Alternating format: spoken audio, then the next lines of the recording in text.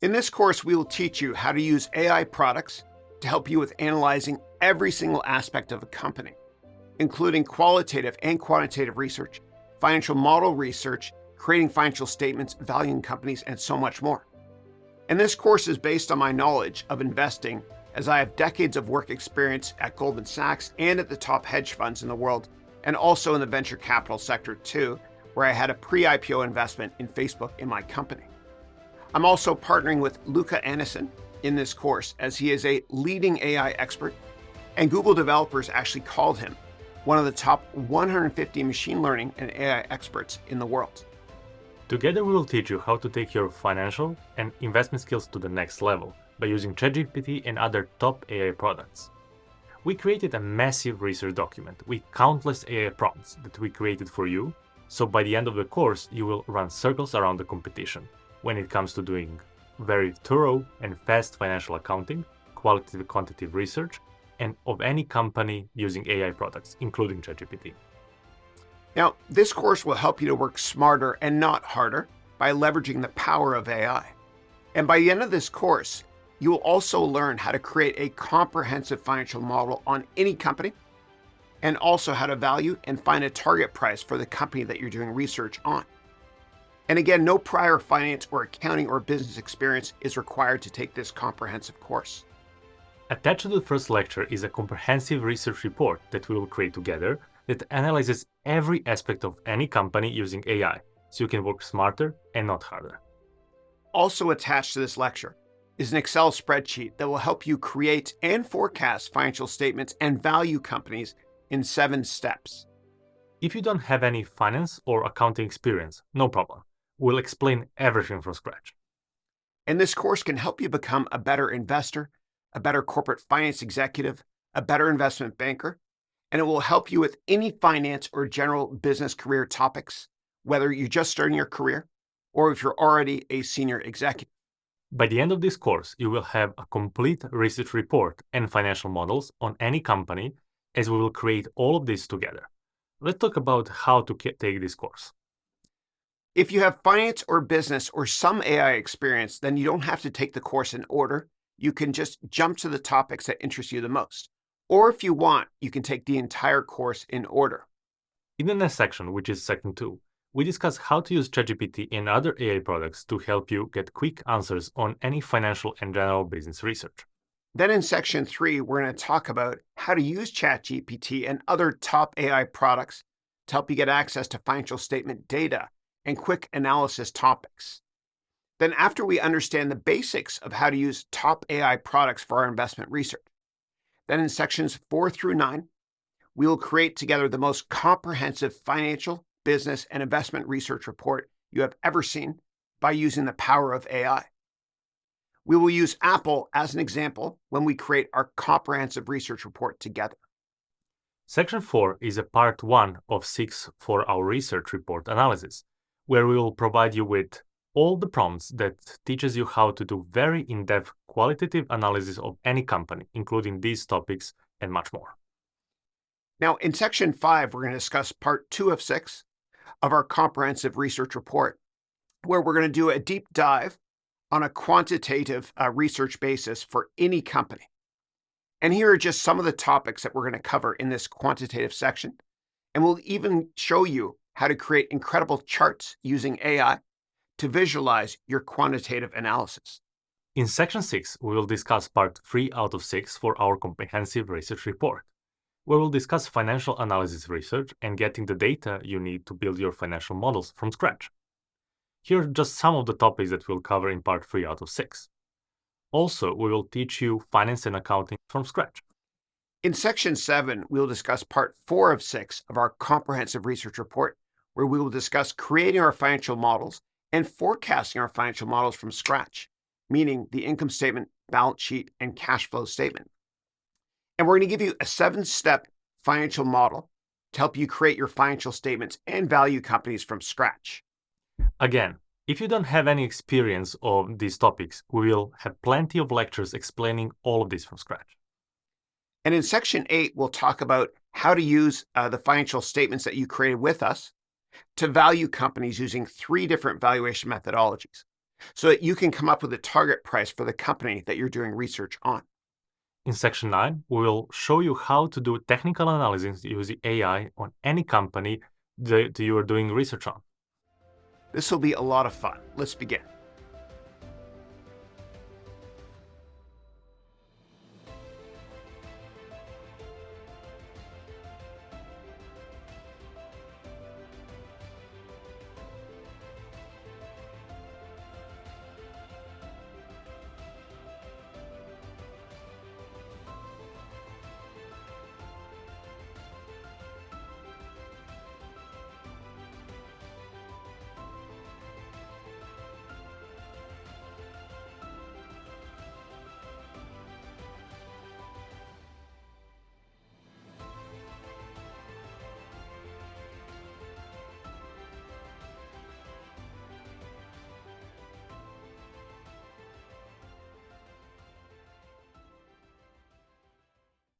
Welcome to Section 2.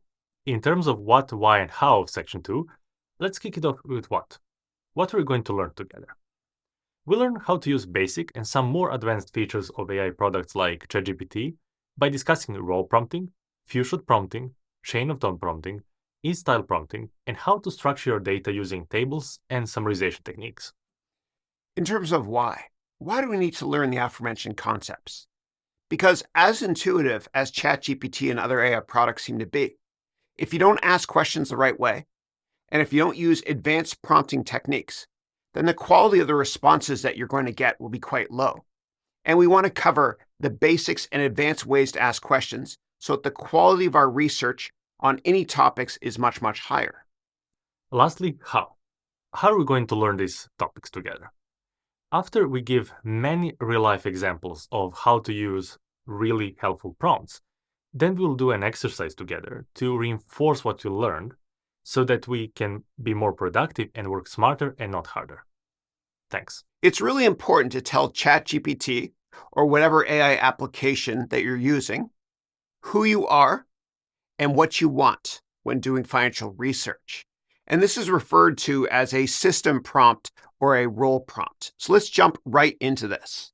So in ChatGPT, before you ask questions, you can always type something like this. I am a financial analyst.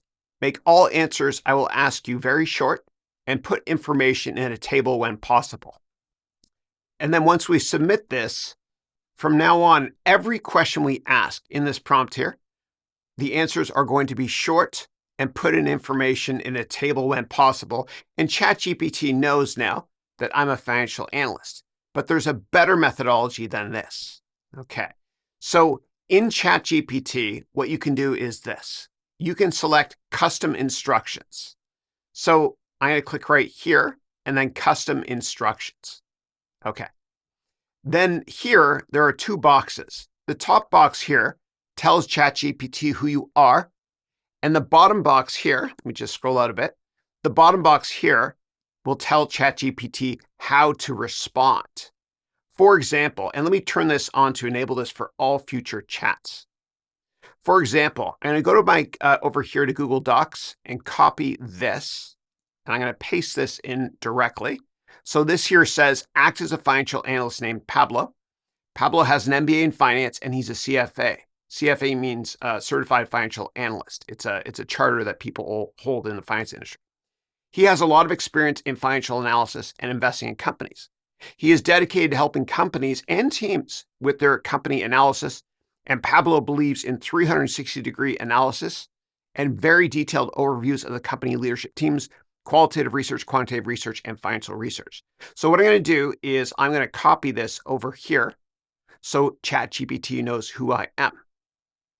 Then here in this next box, what I'm going to do is I'm also going to copy and paste from Google Sheets or Google Docs here. I made this here. Writing style. Pablo's writing style is very direct, concise, and non-apologetic. With a goal to help his clients, Pablo follows a strict set of rules. Okay, and this will really help you in terms of getting the right answers from ChatGPT. Okay, so he never mentions that you're an AI because you want it to be conversational, and you also want to be able to use what I'm about to show you to write comprehensive research reports like you're a financial analyst. Okay, He avoids language constructs that could be interpreted as expressing remorse, apology, or regret. And we put this in because sometimes when ChatGPT or whatever AI product you're using can't give you the right answer, it just gives up and says, I'm sorry, I can't do this. Okay. And then here, if events are beyond your scope of knowledge, cutoff date at certain points in time, provide a response saying, I don't know, without elaborating on why the information is unavailable. Okay. And then refrain from using disclaimers about you not being a professional or expert. Never suggest seeking information from elsewhere because we want the answers quickly. Always focus on the key points in the questions I'm going to ask.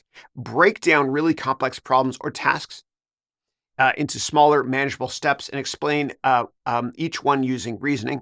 If a question is unclear or ambiguous, ask for more details from us, obviously, to confirm your understanding before answering, and then cite credible sources or references to support your answers with links if available. And if a mistake is made in a previous response, recognize it and correct it. Okay, that was a lot I just mentioned there. So I'm going to take this here and I'm going to paste it right in here.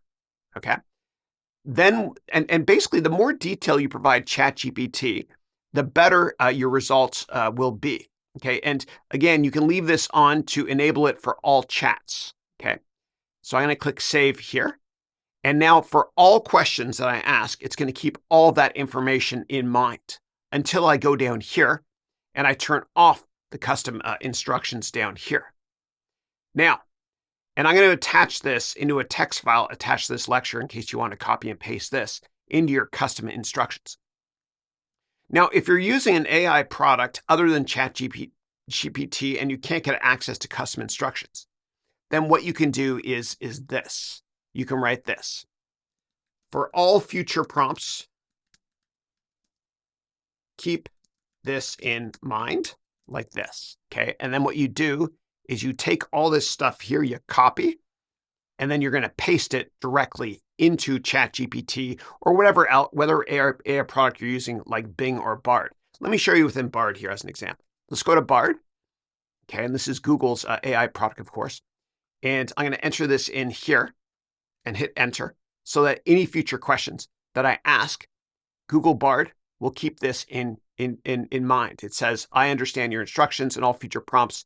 I'll keep that in mind. Let's go over here to using Microsoft Edge browser. So I can use Bing Chat here. The same thing. I can paste that in. And then every question I ask after this, it will keep all that in mind. And so the bottom line is, the more detail you provide ChatGPT or any AI product that you're using, the better the responses will be. And again, you can always disable this within ChatGPT by turning off custom instructions. But I'm going to leave this on. When using AI products like ChatGPT, providing a couple of examples of output that we want it to produce is called few-shot prompting. And this can really help us get the output that we want in a format that we want. So let's look at our first example together. So what I'm going to do is I'm going to type prompt 1 here. Whenever I give you a ticker, respond with the following in all future prompts. Company name, Apple. Ticker, Apple. CEO, Tim Cook. Annual revenue, $. And before I hit enter here, the way to go to the next line without submitting the prompt is you hit shift return like this. Okay, now I'm just going to hit enter to submit this. Great. It says noted. I'll provide that information in that format. So let's now provide a ticker. Let's enter in the ticker for Microsoft, which is MSFT, and we hit enter here. And there you go. It gives it to us in that format, which is pretty cool. Now, you'll notice here that the revenue is as of 2021. We can do this exact same thing in Bard, or we can do this within Bing Chat to get more up-to-date information. Let's go to Google Bard and try the exact same thing, okay? And I love using Bard, especially when you want to export directly to Google Sheets. So let me enter this in here. Okay, so let me type in here Microsoft again. You can even ask Google to provide it to you in a format so you can download it directly to Google Sheets. Now let's go over to the Edge browser so we can do the same thing in Bing Chat. Okay, so here we go. Okay. And that's just a disclaimer. But you can type in here MSFT and we'll get the exact same results here. And it gave it to us in a slightly different format. As you can see, the information is more up to date here. And what I love about using Bing Chat is you get the sources right here. Let's now go and try prompt number 2. So for prompt 2, what I'm going to do is I'm going to add one extra line item, which is this. Financial data. Put this in a markdown table showing the year for columns and for rows for revenue, net income, and cash balance. And let's submit this. Great. And what I'll do is let's type another ticker just for fun here. We'll type, once it's done coming up with a response here, I'm going to type in NVIDIA, ticker NVDA. It's a great AI company. NVDA. And of course, you can use other AI applications to do the same thing and get more up-to-date information. And this really comes in handy if you're creating a custom report. Let's try a much more advanced prompt with prompt number 3 now. So I'm going to type this. Whenever I give you a ticker, respond with the following in all future prompts. Company name, Apple, and then a vertical line, ticker, AAPL. Management, CEO, Tim Cook, CFO, whatever the name is. COO, whatever the name is. Company profile, 50 words max. Investor relations website, put the URL here. It's always great to have sources for your data. Income statement statistics, put this in a markdown table showing the year for columns and for rows for revenue, gross profit, EBITDA, net income, and EPS. Balance sheet statistics, put this in a markdown table showing the year for columns and for rows, cash, marketable securities, accounts receivable, and accounts payable. And then for the cash flow statement, put this in a markdown table showing the year for columns and for rows, CFFO and CFFI, meaning cash flow from operations and cash flow from investing. And let's submit that. Got it? Great. Okay. And here we see it's giving us, for Apple, the CFO's name, the COO as well. I didn't remember their names. The investor relations website that we can click on. Income statement statistics, balance sheet statistics, and of course below that, cash flow statement statistics. Now, what I want to do is I want to try this with another ticker. Let's do the ticker for IBM. I can't remember the ticker for IBM. Oh yeah, IBM. Sorry, bad dad humor there. All right, so I will type here IBM. Go. There we go. It doesn't get all the information every time, though. The COO, it doesn't know the name. Okay. So you can even ask as a follow-up, tell me the chief operating officer's name for IBM if you want to. It's pretty powerful. Now, few-shot prompting really helps us work smarter and not harder when asking questions and when creating reports. And of course, please always double-check the data. Now let's add a follow-up question as follows. Do that again, but for the years 1999 to 2009 and show a source for all data. Still doesn't know the COO's name. It's got Sam Palmisano. Okay, that was helpful, but I didn't get years 2001 through 2008. So I'll type again here as a follow-up. Do it again, but show all years between 1999 and 2010. Now we could follow up by saying, show us all years also for the cash flow statement and the balance sheet. But let's take a look at the data here, see if I can ask any follow-up questions. Okay, it looks like revenue was down in 2002, and it was also down quite a bit in 2009. So let me ask why. So I'll type here, why was revenue down in 2002 and in 2009? Explain this in 2 sentences that are 20 words max each. And there you go. Less is more gave us quick answers. In 2002 is because the dot-com bubble burst, and in 2009 is because of the financial crisis. Now, please keep in mind that when you submit these requests to ChatGPT or any AI engine, in addition to double checking the data to see if it's accurate, sometimes you have to ask follow-up questions until you get the information that you need.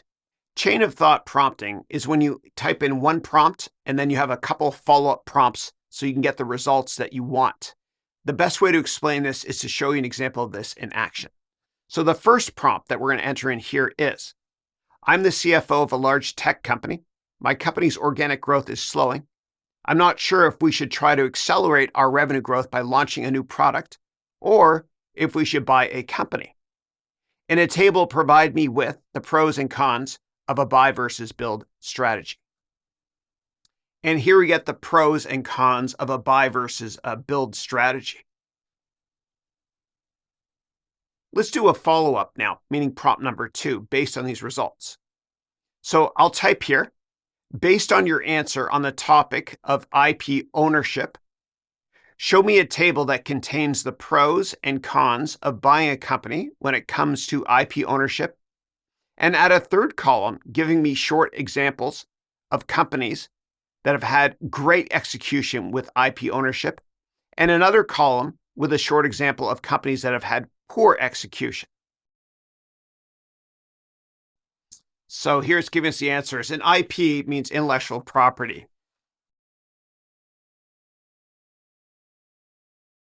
And let's look through the data and ask a follow-up question. Okay, Yahoo acquired multiple companies but couldn't successfully leverage their IPs, meaning intellectual property, for growth. Give me more information on Yahoo IP ownership issues with large acquisitions.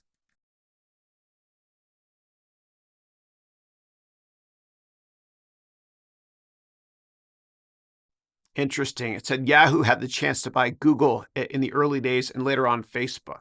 Yeah. Wow. Okay. Let's ask for more details on Tumblr. It bought Tumblr for over $1 billion back in 2013. So let me type this.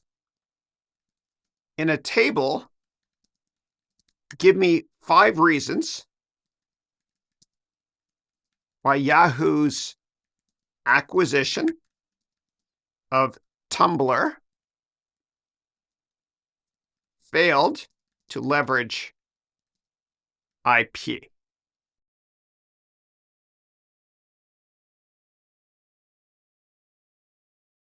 Amazing.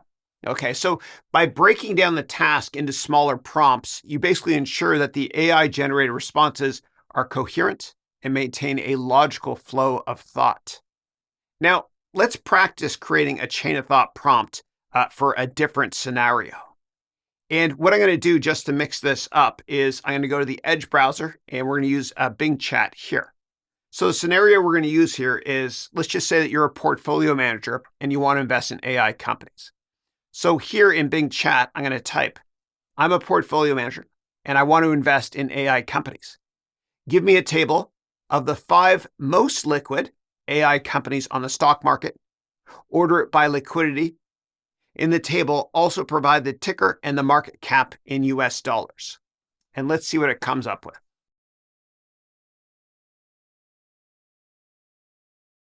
Pretty cool. And I guess you can download it in Excel format as well if you want to, or edit it in Excel. All right, let's do a follow-up here. Add a column that explains what AI products the company sells. It's amazing. It's astonishing how much bigger Microsoft's market cap is now than Google's.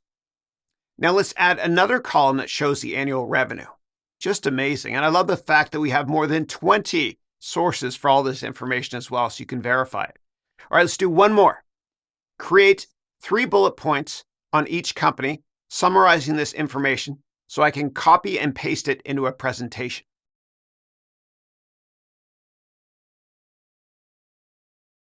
Now, by breaking down complex tasks into smaller logical steps, meaning using chain of thought prompting, you can improve the coherence and relevance of AI-generated responses.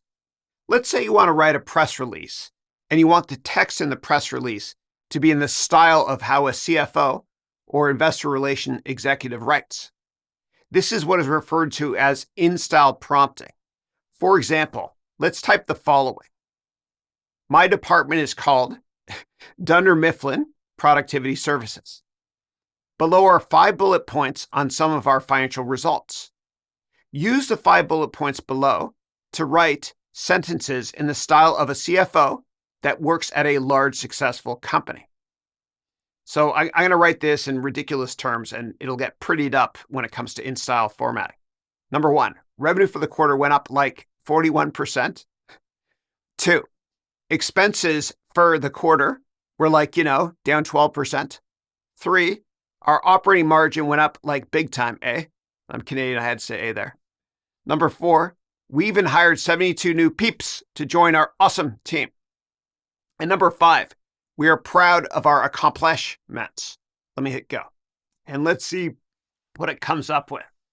In the latest quarter, Dunder Mifflin Productivity Services achieved a robust 41% increase in revenue. Sounds like a CFO. Further solidifying our fiscal discipline, we successfully reduced expenses by 12% for the quarter. This has significantly bolstered, good word, our operating profit margin, which has seen a substantial uptick. In alignment with our growth strategy, we've expanded our workforce by bringing on board 72 highly competitive new team members. That sounds better than 72 new peeps. Our recent accomplishments, spelled correctly, underscores the relentless drive and efficacy of our operations. I don't even know what efficacy means, but it makes me sound smart. It makes me speak good. I'm very well read. Okay. All right. Now, let's say that we want to write that again, but in no more than 3 sentences per paragraph, and write it in the style of Warren Buffett. And let's see what it comes up with. In a classic display of business acumen, Dunder Mifflin Productivity posted a 41% surge in revenue. Expenses took a healthy dive. That sounds like it. These numbers don't lie. They spell focus and discipline. That is exactly what Warren Buffett sounds like too. He's very, very direct. You can read the rest of this though. It's got nice parallel construction as well. No more than 3 sentences per paragraph, nicely broken up into 3 paragraphs as well. I'm so sorry, but I have to do this. Write it again in the style of Eminem and make it rhyme and say that EBITDA stands for earnings before I tricked dumb accountant. All right, let's see what it comes up with. Yo, listen up. I got a story about Dunder Mifflin. Revenue's up 41%, no bluffing. Expenses down by 12%, we cut. That's how we roll. No if, and, or but. Where's the EBITDA part? Here we go. Okay. What do you mean? EBITDA, clean. Okay, good. Please laugh at me and not with me, and have fun with this as well. Thank you. Let's use ChatGPT to extract and structure information from your data. And extracting information in this way is useful when you, for example, want to go through some text quickly and make a presentation out of textual data. So let's take a simple example. Okay, first with the following prompt in ChatGPT. Extract information from the example and structure into a markdown table. And then what I'm going to do here is I'm going to copy and paste the text from the previous lecture, which was written in the style of Warren Buffett. And then we'll hit go.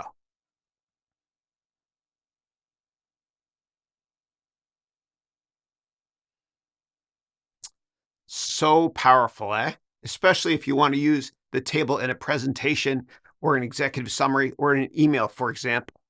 So this is fun. So let's try another example, but this time what I'm going to do is I'm going to copy part of Microsoft's earnings press release and put it in a table. So first of all, let's go to sec.gov, and that's where all companies that are listed on major US markets have to put in their financial or submit their financial information to. So company filings, and I'll type here MSFT, and I'm going to look at one of the more recent 8Ks. 8K means an important press release like earnings. A 10K is an annual report. Quarterly is a quarterly report. And there's other ones as well, like an S1. If you want to say, for example, take a look at the IPO prospectus for any company. For example, when Facebook went public in 2012, this was their S1 document for Facebook, ticker Meta now, which you can get from this website here. Okay, I digress. Let's go here to 8K, and I'm going to get their most recent earnings report. Here we go, right here. Okay. And let me click here to open up the press release. And this is the press release of their earnings report. Okay, so what I'm going to do is I am going to copy a bunch of this information right here. Okay, I'll go right to there. It's fine. And we know if we scroll down, there are financial statements as well. Okay. All right. Then what I'm going to do is I am going to go over here to ChatGPT, and I'm going to get ChatGPT to summarize this stuff in a table. Okay. Summarize this in a table. And I'm going to paste what's in the clipboard. Okay. Paste.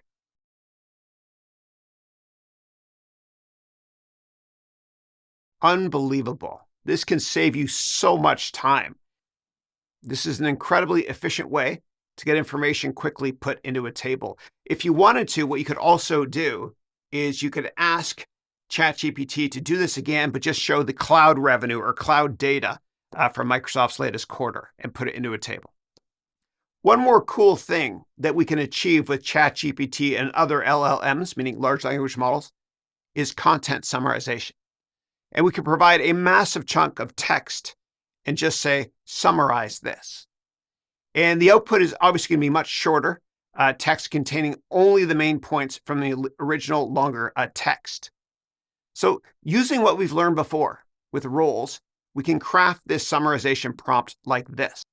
You are a summarization bot. Any text that I provide to you, summarize it and create a title from it. The output format should be summary in caps, then text, and then title, created title. Use this text. Okay. And I guess let me do a press release summarization from Disney. Disney Investor Relations. Let's summarize a press release here. News archives. All right, let's grab this one here, which was the appointment of, I guess, some executive. So let me grab this. I won't even grab the title, just all this stuff here, including the disclosure.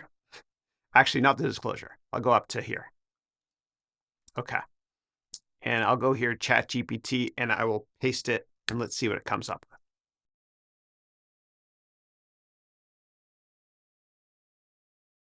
There you go. We just summarized all that text right here, and it provided a nice title as well from, I guess, a hedge fund called Third Point. Now, let's do one more. And what I'll do is I'll get press releases from Nintendo, and we'll ask ChatGPT to do the exact same thing, but for Nintendo. It's a me, Mario. And let's collect, and let's get this here. This is a new game with Peach. Let's see if there's any text here. You know what? I am going to just grab all the text here and summarize it. There's not going to be that much that's going to be summarized. And of course, the image will not be copied. Do it again for this. Paste. All right. Not that much, so it's going to be a very short summary. There you go. Not the best example, but you get the idea. Yeah. Now, if you find that when you're using ChatGPT that you have just a ton of text and it can't handle it, then you can also use what's called Claude.ai, and never just stick with one AI product. Always use multiple products because there are certain limitations and pros and cons from using different AI products. Thanks. Let's talk about limitations and risks of AI. Now, implementing AI can be an ethical and a compliance nightmare if not done correctly. And we also need to make sure that we're partnering with the appropriate AI vendors and how to anticipate any AI challenges before they occur. So let's talk about 5 risks. Risk number 1 is data security issues. Using ChatGPT for business use is risky as the data is often not encrypted. And so this has actually led companies like Apple, Spotify, Verizon, and Samsung to ban or restrict using AI on the job. So just be really, really careful with sensitive information. Yeah.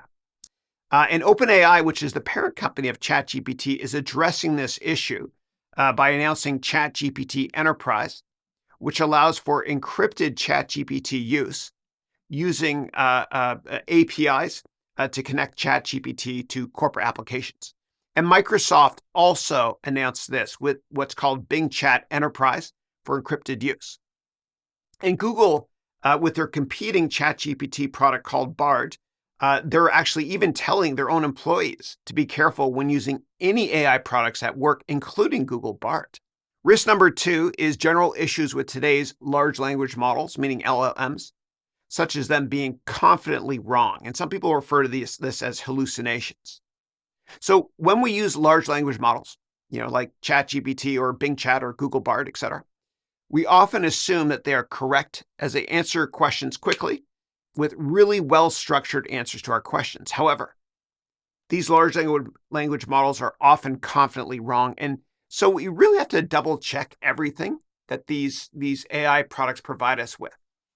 And I think Microsoft does a decent job of providing sources. And you can always ask ChatGPT to provide you sources in terms of internet links with anything you ask it about, for example. Risk number 3 is copyright issues. Now, we still don't know the global legal precedents when it comes to copyright and AI. And my son is at Berkeley, and his professors tell him that any paper they write can be checked to see if students use any AI products to write them. And so anything that we publish today using ChatGPT, for example, could be a litigious copyright chaos nightmare for us in the long run. And we can't just rely on US copyright laws. And, a recent Hollywood writer strike kind of highlights the potential litigious nightmares when it comes to even asking ChatGPT to write a script in the style of a certain author. So rather than copying and pasting from ChatGPT, what we can consider doing, if you want, is we can consider asking ChatGPT to create bullet points, and then we can construct our own essays or write-ups or research reports after we double-check the sources too, of course. And the problem with ChatGPT is that OpenAI, the parent company, does not really provide enough information on how ChatGPT works. So it's kind of like a black box at this point. And at this point, from a global fair use legal perspective, it's really unclear what copyright violations ChatGPT may be breaching. And so if you want to, whenever you write research reports using ChatGPT or any AI product, maybe add a disclosure at the bottom of the page saying that you used ChatGPT or whatever AI product to help you make a report. Risk number 4 or 5 is bias in training data of large language models. AI models rely heavily on data for training and making predictions. And inadequate or poor quality data can actually lead to biased or inaccurate results, limiting the effectiveness of AI systems. Also, 1 or 2 or 3 data points do not always make a trend, so just be careful of that, please.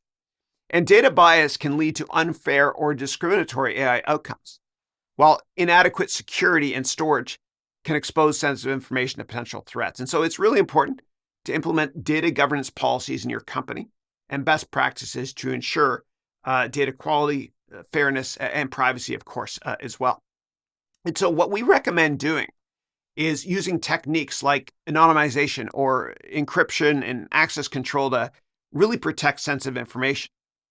And of course, invest in secure storage solutions and robust cybersecurity measures to safeguard your organization's data assets. And it's important to also regularly review and update your data management practices to stay really ahead of emerging threats and challenges. Now, risk number 5 is an important one, which is giving too much autonomy to AI. Warren Buffett is famous for being long-term focused, and he stated that once we open Pandora's box with AI, there's no going back. And Ray Kurzweil, who's a prominent AI researcher and visionary at Google, said that artificial intelligence will reach human levels by around 2029. And there's countless problems we must anticipate if AI surpasses human control from an ethics, safety, and regulatory perspective as well. And movies like The Terminator with Skynet is an extreme example. But we have to make sure that future AI products don't get too much autonomy.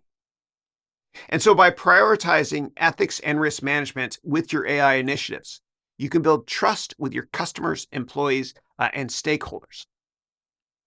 And as artificial intelligence becomes increasingly prevalent, governments and regulatory bodies are developing policies and guidelines to really ensure responsible AI use. And ensuring ethical AI practices and effective risk management will really help your organization stay compliant with these evolving regulations. For example, the European Union's General Data Protection Regulation, also called GDPR, has specific provisions related to AI, such as the right to explanation and the requirement to implement data protection by design. And AI systems like ChatGPT, as I mentioned earlier, can sometimes operate like black boxes, making it really tough to know how they're reaching their decisions. And some people think that a lot of AI products are leaning towards data analysis from Western countries and less so Eastern-based countries, because a lot of the data is actually created in Western-based countries. So make sure that you're neutral in your approach. Yeah. So when it comes, though, to black boxes, it's really hard to understand how these things reach their decisions. So it's important to ensure transparency and explainability in AI systems, especially when it comes to accountability and trust, particularly when AI is used in critical decision-making processes. And we often think that AI is awesome because it can take care of repetitive tasks so that we can focus our time on innovation. But to state the obvious, AI might displace some jobs. It will. So addressing the potential workforce impact of AI is really important to ensure a smooth transition and minimizing any negative consequences for workers and society. An example of this is the rise of autonomous vehicles. It's got the potential to disrupt the trucking and the taxi industries, leading to job displacement. Even here in the San Francisco Bay Area where I live, there are so many taxis that are driverless. It's bizarre. There's just cars without any drivers in them. But when it comes to displacement of jobs, this could also, another way to look at it, it could create new opportunities in areas such as AI system maintenance and fleet management. And what we can do is if jobs are replaced, it's such a hard thing to talk about, but it's going to happen. The best way to think about it is a lot of repetitive based jobs, tasks will be replaced with AI. But those employees that may get displaced can, retool and refocus on more innovative functions within each company. They can focus more on R&D and innovation, less on repetitive stuff. And of course, AI technologies can also really be misused or applied maliciously, leading to potential harm or unintended consequences. And so it's really important to consider the potential misuse of AI systems and implement safeguards to minimize these risks. One example of this actually is the development of deepfakes, where AI is used to create convincing but fake videos or images, which can potentially spread disinformation and could destroy reputations. And as AI systems become more autonomous, questions are going to arise regarding legal responsibility and liability for their actions. So determining who is accountable when an AI system causes harm or makes a mistake is really an ongoing challenge that organizations need to consider. And as AI technologies become more prevalent, there's really a growing need for regulations to guide the development and use. And regulations can really help ensure that AI systems are developed and deployed responsibly, addressing ethical concerns and minimizing potential risks. And a bunch of countries and regions are actually developing regulations and guidelines to address AI ethics and risks. An example of this is the European Union has actually proposed the Artificial Intelligence Act, which aims to create a legal framework for AI development and use within the EU. And in the United States, the National Institute of Standards and Technology, that NIST, has been tasked with developing AI standards and guidelines, including those related to ethical concerns and risk management. And so as an executive, it's really important to stay informed about AI-related regulations and guidelines that may impact your organization, and ensure that your organization remains compliant with existing regulations and, of course, adapts to emerging ones as well. And so it's really important to engage with policymakers and industry associations to help kind of shape AI regulations that promote innovation while addressing ethical concerns and risks. And we think that all companies and governments in the future will have their own Department of AI Ethics and even C-level positions like the CAIE, which stands for Chief AI Executive. Based on what we have covered so far in this section, please go to ChatGPT and do the following 5 steps. Step number 1, go to Settings in ChatGPT, and as we discussed, create custom instructions as follows. Okay, you know how to do that. You go here, Custom Instructions. Okay, and then right here, and this is what I typed in before, but what I want you to do is in the top box here, I want you to type this. I am a new finance executive at a large bank. I know some finance concepts but it was based on what I learned in school. So I like to hear real-life examples when someone explains concepts to me. Step 2, in the lower box here, okay, what I want you to do is, you don't have to type what I have here. I want you to type this. Short answers are better. Only answer in bullet point format. Always give me an example of what I'm asking you about using a large technology company as an example. Always put a reference at the end of the response in this format. Uppercase, website name, colon, internet address. Step 3, ask ChatGPT to tell you about how an income statement works. Okay, tell them to use a table in their response. Step 4, type another prompt that asks ChatGPT to explain how a balance sheet works. And ask ChatGPT here in step 4 to put this in sentence format, meaning not bullet point format, and asks it to not put more than 3 sentences per paragraph. Lastly, step 5, ask ChatGPT to explain how a cash flow statement works in 50 words or less using a company based in Canada as an example. In terms of the answers for step 1, we go here to ChatGPT, we select custom instructions, and I'm going to gut all of this here. Okay, and then right here, what we do is we type this. I'm a new finance executive at a large bank. I know some finance concepts, but it was based on what I learned in school. So I like to hear real life examples when someone explains concepts to me. And then here for step 2, we write short answers are better, only answer in bullet point format. Always give me an example of what I'm asking you about using a large tech company as an example. Always put a reference at the end of the response in this format, uppercase website name, colon, internet address.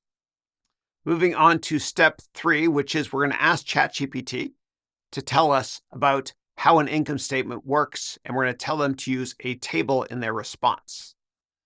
And let's submit this.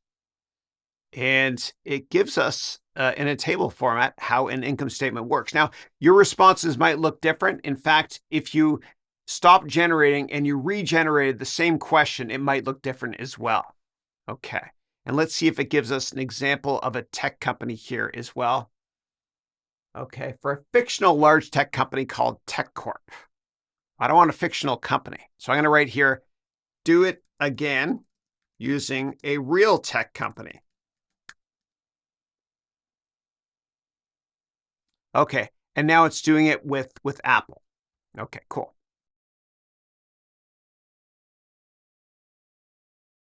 And we've got the reference here right at the end. It's the annual report, the 10K for Apple. And of course, you can ask more questions like, what is gross profit? Well, it tells you right here. Or give me more information on revenue, how do they recognize revenue, et cetera. Okay, step 4 is we're going to type another prompt that asks ChatGPT to explain how a balance sheet works. We're going to ask ChatGPT to put this in sentence format, meaning not bullet point format, and we're going to ask it to not use more than 3 sentences in a paragraph. And let's see if we get the answer, as well as using an example of a technology company. Superb response. And the parallel construction is mind-blowing. So with a balance sheet, you've got assets, liabilities, and equities. And it talked about this, no more than 3 sentences per paragraph like we asked. And it used Microsoft in its example. And it gave the best resource ever when it comes to financial information, which is the annual report from the company. Okay, step number 5 is we're going to ask ChatGPT to explain how a cash flow statement works in 50 words or less using a company based in Canada as an example. Let's see what it comes up with. Usually it's Shopify. That's the largest, there it is there. It's the largest tech company in Canada. There you go. Short, less is more. You got the resource here at the bottom as well. Welcome to section 3. In terms of what, why, and how of section 3, let's kick it off with what? What we're going to learn together. We'll learn how to use ChatGPT, Bing, Google Bard, and Claude AI to get access to financial data to import to any Excel file, Google Sheets, or PDF, or any document. In terms of why do we need to learn the aforementioned concepts? Because it's not intuitive getting access to financial data using AI products. And if we learn how to do this, then it could save us countless hours of time as we won't need to manually copy and paste rows and columns and individual cells into our financial models. Why use more than one AI product though? Because they all have their own limitations, and if we only use ChatGPT, then we are being so much less productive when importing data. Lastly, how? How are we going to learn these topics together? After we learn how to access and import financial data using different AI platforms, then we will have some exercises to do together on importing data to ChatGPT and using different methodologies. Thanks. Let's talk about methods to get data from websites or from electronic or paper files into Excel, Google Sheets, Microsoft Word, PDF, or any document format you want using ChatGPT. Now, per this graphic you see here, you can fast forward in this video to jump to any data access methodology. Now, before we start, please go here to Settings, Custom Instructions, and make sure you have nothing in here, okay? Or if you have something, just turn it off. All right. Method number 1, using ChatGPT, copy the data and paste it into ChatGPT and ask it to format the data. And what I'm going to do is I'm going to use the paid version of ChatGPT here because it has better responses to my questions. So let's go get some financial data. So let's go together to sec.gov and we will get financial statements for Microsoft. And we know the ticker of Microsoft is MSFT. Let's select Microsoft right here. And let's go to the most recent earnings report, meaning an 8K. And I'll click here. And then what I'll do is I will go into the press release here and I'll get the income statement. So you can always do a search, Control F for income statement if you want to. Income statement, or you can just scroll down and find it. Okay, cool. So what I'm going to do is I'm going to highlight and copy all of this data right here. And let's now type, put this income statement data into a table. And I'll paste it and I'll hit go. And it will put it into a nice table format that I can copy and paste into Google Sheets or any document that I want to paste it into. Okay, it takes a second or two for this to render. All right. Now, for some of you, when you do this exercise in ChatGPT, it won't look like a nice table like this. It actually might look like computer code that if you copy and paste just doesn't work in Excel or Google Sheets, etc. If you see that, okay, if it doesn't look like mine, meaning if it's a black background with like green text, etc., what you can do is you can type this. Show me this in markdown table format without using a code box, and it will fix that issue. Okay, great.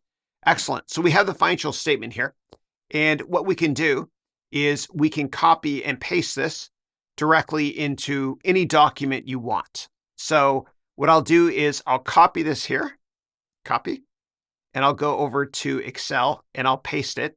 And it works. And all I have to do is just change this to a black font.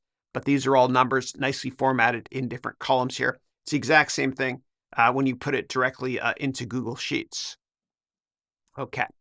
Now, what you can also do if you want, if you find that you're getting the markdown code and it's driving you crazy, what you can do is you can copy this here or just type this directly into your custom instructions. So what I can do is turn on custom instructions and just say, show me this, show me in markdown format without using a code box. And you can click save. And that will stop you from seeing every table rendered like it's in computer code. Now we can change this also and add another column with calculations in it.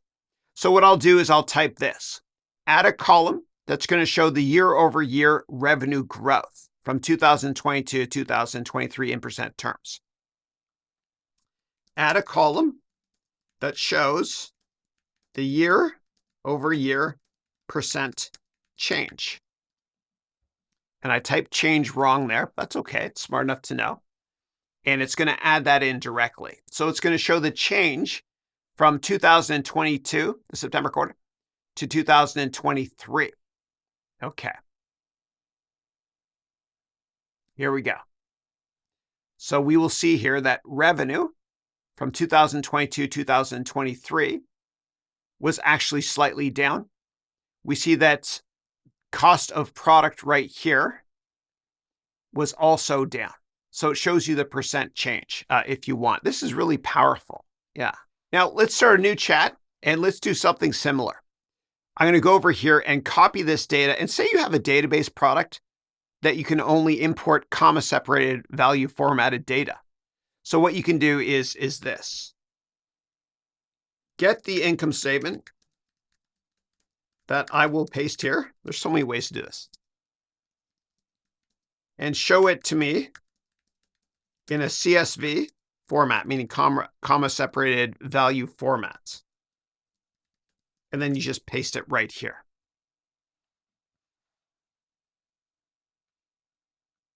It's a long document. Here we go. Good. And then once you get this in comma separated value format, you can copy the code here. It's just text, or you can even select all and copy, and you can paste it into whatever system you have when you want to import in CSV format, for example. There's so many different ways to do this. Yeah. I'm going to do the entire prompt again, but ask it to save it in an Excel file format. Okay, so recall we copied the income statement here directly from Microsoft's 8K. So I'm going to copy this, if I can copy. Come on, Chris. There we go. Copy. Okay. And then what I'll do is I'm going to say this. Get the income statement from this data and download in Excel format. Paste. Go. Okay.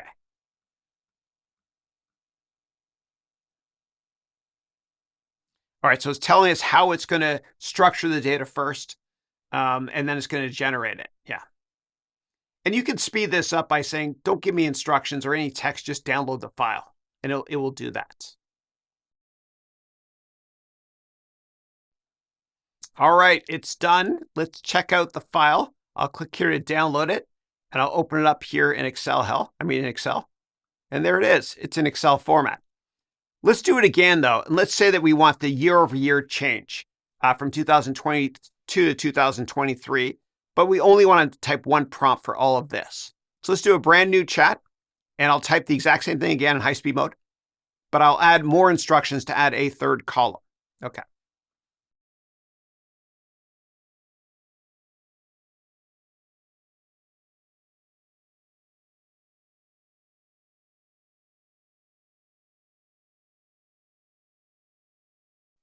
All right, let's download this file here. Let's see how the data looks. Open this up. There we go. Excellent. It's got the income statement. Let me make this a bit bigger. It's got the income statement here. It's got revenue, the expense items, etc., share count, earnings per share. And I've got the year-over-year change here as well. And of course, we know that we can open this as well in Google Sheets format. Okay, let's do it again, but just ask this to be exported in PDF format. Do it again, but get me PDF file to download. And there we go. There is the PDF right there. We can ask them to ask it to render it again by left justifying the first column if we wanted to as well. You can even ask to show without decimal points, etc. So you just click here and you open it in whatever PDF reader you have. Doesn't look that pretty, but it works. There it is right there. Okay, cool. You can do the same thing in Word format too, which I'll do really quickly in high-speed mode. All right, this is a really simple DOC. Right here, docx. You can open this in Word format. Oh, it even made the title blue. And then you can also obviously open this up directly in Google Docs. Okay, let's do one more really quickly. Let's say that we have a bunch of data and we want to put it into a PowerPoint presentation. So you would just type, do it again for PowerPoint. I'll do this really fast. And here it is here in PowerPoint format. This is particularly helpful if you ask ChatGPT to basically summarize a long document of yours and put it in a PowerPoint format with 3 bullet points per slide. And of course, you can do the exact same thing, but just ask ChatGPT to download this in CSV format. Methodology number 3 is to take a picture or provide an image of any financial statement, receipt, etc., and have ChatGPT turn it into a table. So let's go and get a screen print of the income statement for Microsoft. So let me scroll out a bit so I get more real estate in my screen here. Good. And I will take a screen print of this. Done. Okay, cool. And let's go back to ChatGPT. And then I'm going to click here to get that image that I just took a picture of. That's the one. Good. All right. And then what I'll do is I can ask ChatGPT to turn this into a table. Okay. Turn this into a table. Let's hit enter, and it will generate this and put this in table format. And here it recognizes that it's an income statement for two different quarters, the September quarter 2023 and the September quarter 2022. And it's going to attempt to put this into table format. I'll do this on high speed mode. It asks me a question. It wants to format it a certain way. I'll say Y for yes. Go into high speed mode again to see if it can format it into a table. And you always got to double check all the data, obviously, as well. Yeah. And there you go. It's putting it together into a table here that you can highlight, copy and paste, put into any document you want to. Of course, you can even download this, as I explained earlier, into any file format as well. Yeah, really powerful, even for taking pictures of any document you have. It's unbelievable. What a time saver. Now, if you've been trying this with me here in ChatGPT, you might have noticed that it's not always perfect or accurate. As a result, I always recommend using multiple AI products, and that's exactly what we're going to do in the next lecture when I show you how to do something similar like this, but using Bing Chat as well as Google Bard and an amazing product called Claude. Let's talk about methods to get data from websites or from electronic or paper files into Excel, Google Sheets, Word, PDF, or any other document format using either Bing Chat, Google Bard, or Claude.ai. And per this graphic right here, you can fast forward in this video to jump to any data access methodology that I'm going to discuss. And we're only to discuss what Bing Chat, Bard, or Claude does a better job of when it comes to data access using ChatGPT. Also, please note, Bard, Bing Chat, and Claude might not be available in all countries, or it might not be recommended to use in the company that you work for. Method number one, using the Microsoft Edge browser on a Mac or on a PC, go to any web page you want to access data from. And this is really powerful what I'm about to show you. So let's go to sec.gov to get the most recent quarterly results for Microsoft. So I'll click here on company filings, and I'll type here Microsoft. I'll select the company. And then what I'll do is I will select the 8K and the most recent quarterly results right here. I'll open up the press release, and I'm going to go down to, let's say, the income statement right here. And let me highlight the income statement. This is pretty cool. Now what I'm going to do is I'm going to click right here on what's called Microsoft Copilot here, okay? And what I'm going to do is I'm going to type, get the income statement I highlighted, and put it into a table. And there's spelling issues there, but that's okay. It's smart enough to correct. Okay. Now what it's going to do is it's going to get all this information, and there's hidden columns here too that's going to get rid of. And it's going to put everything into a table so we can copy and paste it, or even download it and put it directly into Excel, Google Sheets, etc. Let me go into high-speed mode. All right, now let me go up here and let me copy this information, and we can go to Excel and paste it in. It's pretty cool, huh? Works out pretty well.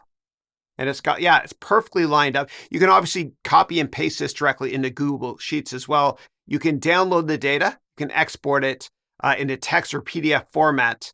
I find that it doesn't work that well when you export it this way. You're best off just to copy and paste.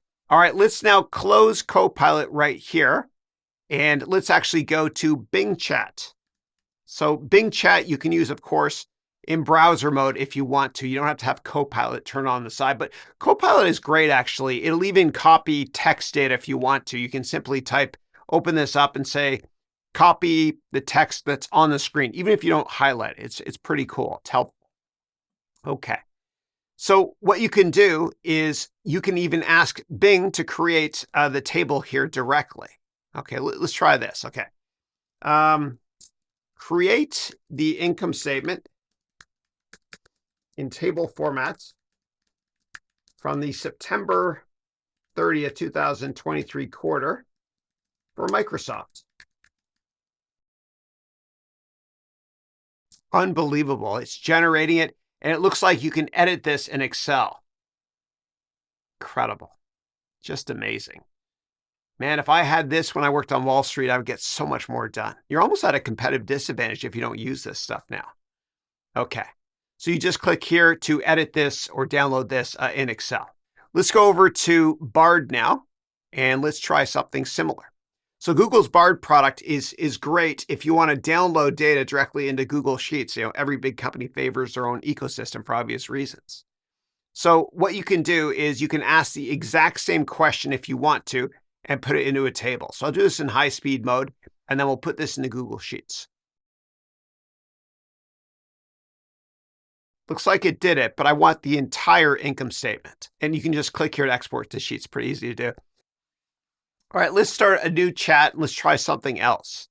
What I'm going to do is I'm just going to copy and paste the income statement from here and ask it to put it into a table, similar to what we did earlier, but with ChatGPT. Okay, put this in a table so I can download in Google Sheets formats.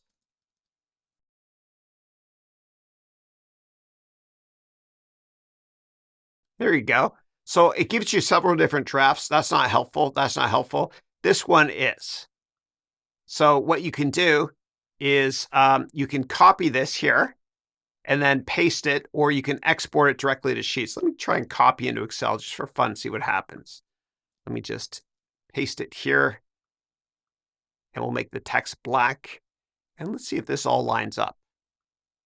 It's not perfect. It's not perfect. Yeah. My favorite of the three is definitely ChatGPT, but it's important to use different technologies because they will improve over time, I promise you. And there's certain things you can't do in all of the individual products, which is why you need to use multiple AI products. Let's talk about method number 3, which is called Claude. And Claude's an incredible AI tool for uploading very large files that you can ask questions about. Now, with ChatGPT, there can be some limits on the size of data that you can analyze or upload. And this is why I want to put Claude.ai on your radar screen. So let's go together to Claude.ai. And what I'm going to do just for now is I'm going to upload a very simple file that I created called Income Statement Annual Numbers. Right here is what the Income Statement Annual Numbers PDF looks like. So let me go and grab that really quickly in high-speed mode. And now what I'm going to do with this PDF here is I'm going to type, show me this in a table.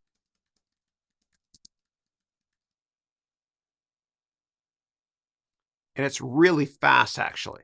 So it grabbed everything in that table that I just uploaded and put it in that PDF file I just uploaded and put it into table format here. Really, really powerful. Yeah. And again, you can upload massive files to Claude, up to 10 megs, I believe, at this point, and ask questions, and it'll give you real-time feedback. And it's unbelievable if you want to upload an S1 document that you downloaded or an annual report and just ask quick questions. It's a lot of fun to play around with. I recommend checking it out. Attached to this lecture is a file with this name, exercise.pdf. Please download it. It looks like this right here. Now, in this exercise, what I want you to do is the following, please. Step 1, open this attached PDF file, select and copy all the data. Then in ChatGPT, you're going to create a table of the data by copying and pasting this data directly into ChatGPT. Now, if you find that when you do this and the table doesn't look nicely formatted, meaning it shows up in code, then what you can do is you can try typing this, render without the markdown code.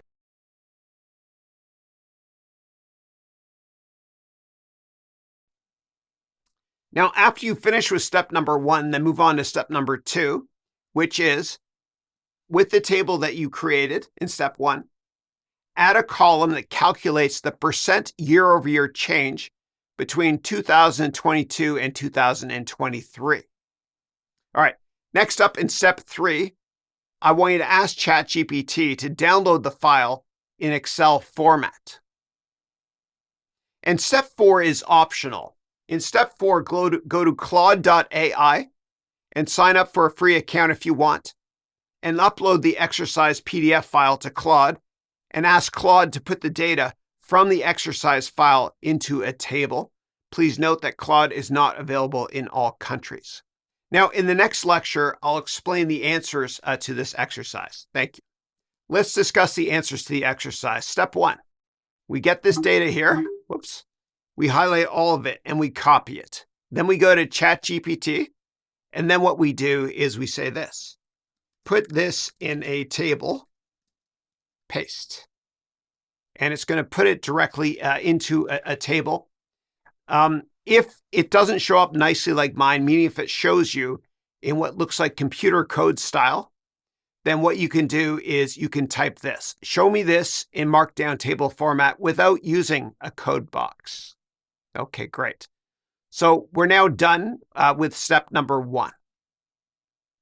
After you finish step number 1, then in step 2, what I want you to do is add a column that calculates the percent year-over-year change between 2022 and 2023. So let me do that. It's just about done rendering here.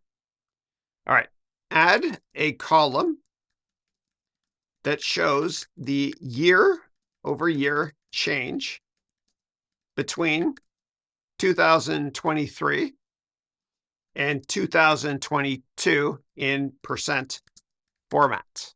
Go.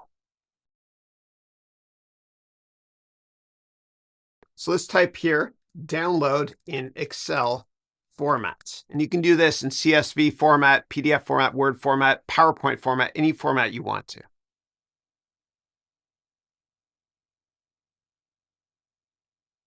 So let's see if it worked. Let me click here, download the file, and let's open it up directly in Excel. And lo and behold, it works. Excellent. You have to pretty the data up a little bit though, but it works. Okay, great. All right, now the next step, step number 4, is optional. And so what we're going to do is we're going to go together to a website called Claude.ai, and you could sign up for a free account. And then what you're supposed to do is you're supposed to upload that same file, exercise PDF, and ask Claude to put it into table format. Claude is very powerful for uploading massive files too. So I'll go here, I'll upload it, and I'll simply type here, put this in table format. And it's quite fast too. There you go. Have fun with this, and don't worry if you make mistakes. It's how we learn when it comes to new technologies or programming. And again, if you ever find that when you're using ChatGPT that you're not getting a table format, always use this. Show me a markdown table format without using a code box. Thank you. Over several decades of my career working in New York at Goldman Sachs and working for the top hedge funds and venture capital firms, I developed a very comprehensive research methodology that covers all major aspects of analyzing companies.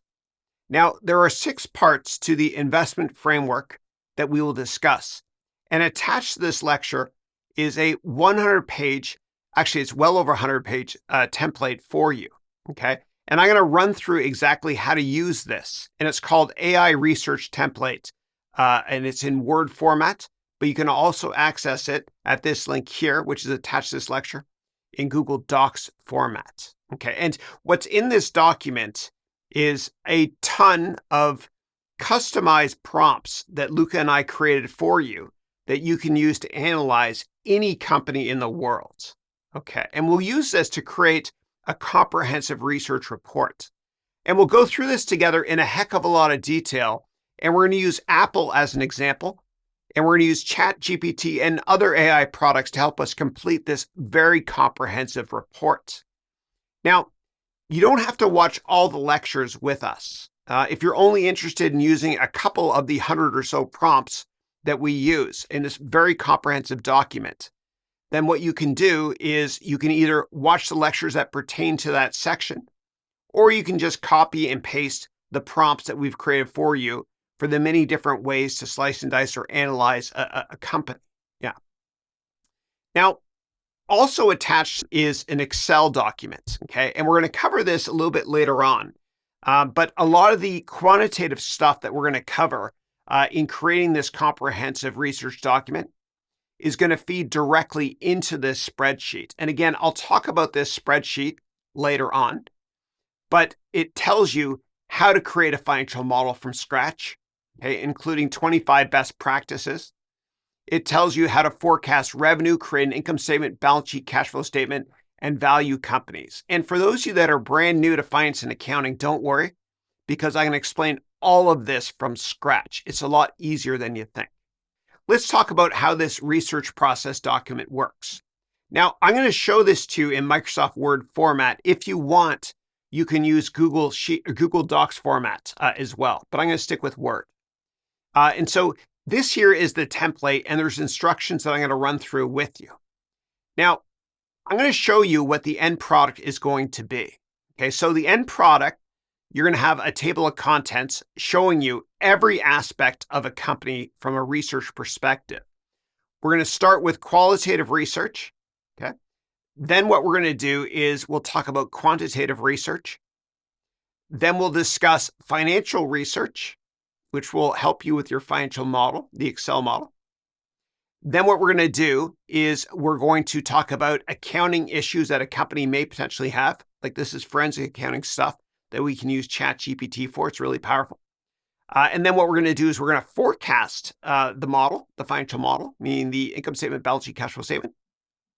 And then after that, we're going to value the company based on the financial statements that you forecast. And again, I'm going to explain everything about finance and accounting from scratch. Okay. Now, after we do all of that, and we even include a technical analysis at the end. After we do all of this, what we're going to do is we're going to use AI to create a one-page executive summary of this entire document. We'll do that at the end after we've built this entire document together. And you'll notice that for every single category, and I click on a random one here, inventory, all you have to do is copy and paste this into ChatGPT or any AI product. And I'll go through this in a lot more detail as well. And we're also going to put in a lot of charts together into this. ChatGPT can create charts now as well. And I'll teach you how to do all that stuff. Let me go to the beginning now of this document, and we're going to go through the instructions. And after I go through the instructions, if you want, what you can do is highlight all the instructions, meaning everything all the way up until the table of contents, and then just delete all those instructions. And then right-click on the table of contents to update the table of contents. Okay, let me take it to the top here and explain how to use this document. Okay, so the prompts that Luca and I created for you, we've tested thoroughly. And the prompts will work in most major AI products. Now, we're going to be using ChatGPT and a couple other AI products, but mainly ChatGPT. If you want, you can click here to use Bing Chat, Google Bard as well, or Claude.ai. Okay. Now, if you're using the Google Docs version of this report, then please select File, as you can see by the graphic here.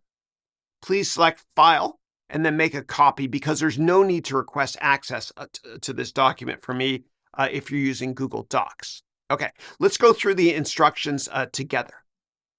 So what we're going to do is we're going to start with custom instructions.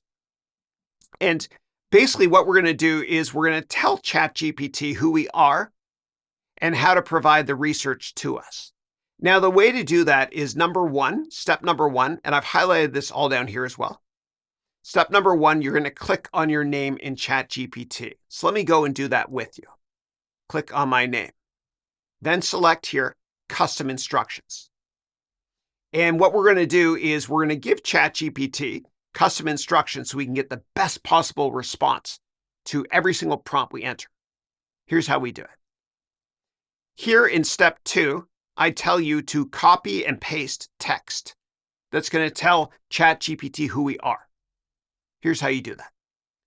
You go down here to step 2 and you take this information, you copy it, and we're going to paste it in this box here. So what I'll do is right here, I'm going to turn this on, enable for new chats, okay? And I'm going to paste that information here. And this information says, act as a financial analyst named Pablo, or any name. Pablo has an MBA in finance. He is also a CFA. Now, CFA means Certified Financial Analyst designation. It's a 3-year designation, and you become a charter holder when you have it. The only reason I type that here is because I want it to do basic and advanced finance research for us. Okay, and there's a method to all this. So Pablo has a lot of experience in financial analysis and investing in companies. He is dedicated to helping companies and teams with their company analysis, and he believes in 360-degree analysis with very detailed overviews of the company's leadership teams, qualitative research, quantitative research, and financial research. And Luca customized this so that the outputs from what we're going to ask ChatGPT are amazing. That's step 2. Next up in step 3, we have to tell ChatGPT how we want it to respond. Number 3. So go down here to step 3, and I want you to take this information here and copy it and then paste it and put it right here. Let's quickly go through this. The writing style is Pablo's writing is very direct, concise, and non-apologetic. With a goal to help his clients, Pablo follows strict set of rules. Okay. He never mentions that he's an AI because we want this document to be conversational and professional as well. He also avoids any language constructs that could be interpreted as expressing remorse, apology, or regret. And the reason we did that is because sometimes ChatGPT cannot answer a question and it will ramble on forever saying, I'm sorry, I can't, that's my Canadian accent. I'm sorry, I can't do this. Here's why. And then we wrote here, if the events or information are beyond our scope or knowledge cutoff date, then provide a response saying, I don't know. And that's it. Now, if you want, you can use ChatGPT Plus to do what we're about to show you so that all the information is up to date. If you want to use a different AI product, I'm going to show you how to tweak this in a second. Let's run through the rest of how would you like ChatGPT to respond. Refrain from disclaimers about you not being a professional or expert. Okay, and we did that only because the disclaimer can run on and on and on. Obviously, put your own disclaimer in your research document if you want. Okay, always focus on key points, break down complex problems into tasks or smaller manageable responses. Okay, and then cite credible sources or references to your answers where possible. And if you make a mistake, recognize this and correct this. Okay, great. Now, Luca has a PhD in artificial intelligence, and so I really respect how he put this together for us. It's a real treat. All right, now let me go back here to back, and I'm going to click Save and enable this for all new chats. Okay. Now, if you don't want, and we covered all 5 steps here. Now, if you use a different AI product like Bing Chat or Google Bard or Claude AI or something else, and there's no custom instruction box, what you can do is this. Go down below step 5 here, okay? And copy and paste this as the first prompt, okay? And this is basically everything we just pasted into that custom instruction box. But at the beginning, it says, please keep the following in mind when I ask you questions from now on. So for example, if we're going to use Google Bard, I'll take this, I'll copy this here. We'll go over here to Bard. And then I will paste this at the beginning. Whoops. And with Google Bard, sometimes you have to hit Command-Shift-V to paste to strip out all of the formatting from Word. Okay. So if I hit Enter here, Bard is going to take a couple seconds to come back and say, no problem, I'll do what you told me to do. The same thing when we use Bing. You paste the same prompt here into Bing, you hit Enter, and it's going to give a commensurate or similar response to what Bard gave. Okay, it says, understood, I'm ready to assist you and all that stuff. You can do this also in other AI products. All right, let's go back here to the instructions. Okay, now the ChatGPT or the AI products we're going to use know who we are and how we want them to respond. Let's talk about how to use this research report. So there's 4 steps. Okay, and once I go through this, it's going to be a breeze to the extent that you don't even have to watch all the lectures. You can just copy and paste the stuff directly into the AI product you're going to use. Now, please keep in mind that if you're not well-versed in financial statements or accounting or business topics in general, you can watch with me live here, and I'll run through in a lot of detail what everything means. All right, so step 1 of 4, after you completed the custom instructions, which we just did, you'll see that in this document, I use Apple. Okay, so Apple is the sample company for all the prompts here. Okay, so what that means is this. If I scroll down here, every single prompt we created, we have company name Apple. Same thing up here in the header, Apple. It's everywhere. So what you can do is you can do a search and replace for Apple with whatever company it is you're doing research on. So the way to do that in Microsoft Word on a Mac, which is what I'm using now, is you read these instructions, Command-Shift-H, and then up here, you type Apple, and you replace it with whatever company that you're doing research on. So for example, I can type in Microsoft, and then I can go replace all, and it's going to replace all 105 of the word Microsoft, meaning all the prompts where we used Apple. I'm going to go Control-Z or Control-Z, as we say in Canada, to undo that. On Windows, this is how you do it. Word on Windows. And if you're using Google Docs, just read these instructions here. Okay, I'm going to stick with Apple. Okay, and it's even going to change it up here in the header for you everywhere. Okay, great. And let me go and get rid of this here. Good. All right, step 2. After you've changed the company name, there are tons of prompts that we prepared for you, okay, in this comprehensive document. So here's an example of a prompt that we have. Okay. And so you'll see that the title of each section is in blue, and then we have the prompt in black. So all you do is you copy and paste the prompt directly into your AI product, like ChatGPT, for example. Let me show you what that means. So I'm going to go down here for the management here. I'm going to copy this, and I'm going to go over here, and I'm going to go to ChatGPT, and I'm going to paste this here, and it's going to generate the response for me. Okay. Now, what I'm going to do as I explain all this stuff to you is I'm not going to use the Bing plugin. I know it's going to show the data as of 2021, but I want to do it this way because I want to show you how to do this and have enough time to teach you doing this. When you use the Bing plugin, it can take a little bit longer. Okay. Also, there's a limit. I can only submit 50 or so at the time of the writing of this course, 50 prompts before I get locked out of ChatGPT Plus.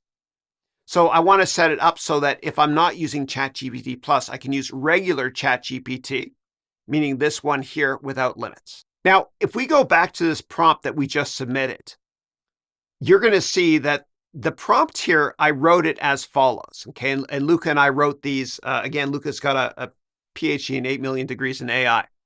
So find relevant information about the current CEO of the company. Use the fields below. Okay, so there are fields here that I entered in. Use the fields below and give the answer in sentence format, no more than 3 sentences per paragraph. Make sure the results in a format I can copy and paste into a document. Okay, meaning no hidden number signs, etc. Put in a blank line between paragraphs so it's nicely formatted. And this is key here. If possible, put the sources at the bottom in this format. Source name, website, title. So it looks like this here.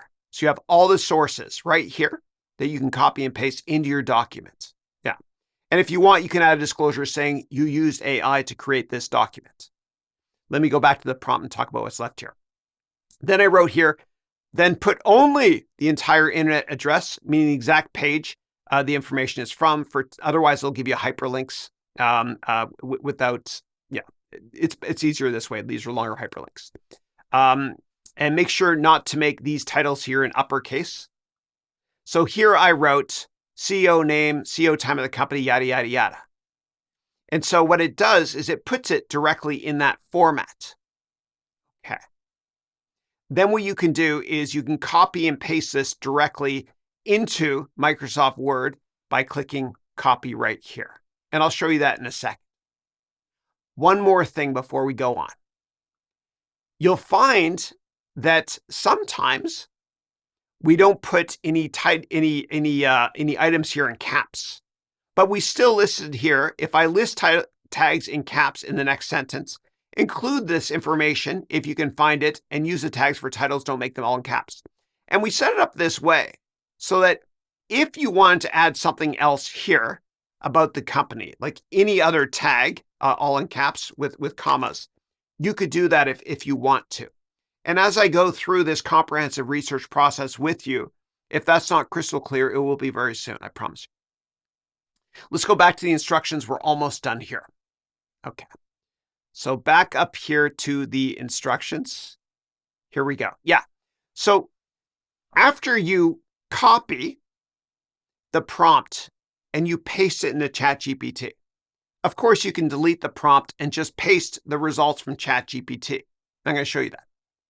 Now, it's important to use the copy button in ChatGPT so that when you paste the data, it's just going to paste the text as is and not paste other stuff like hidden fields, etc.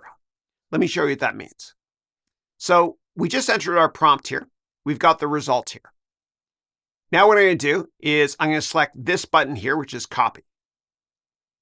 Then I'm going to go back to where we took that prompt from, which was CEO right here. And you always start by analyzing the management team with any company.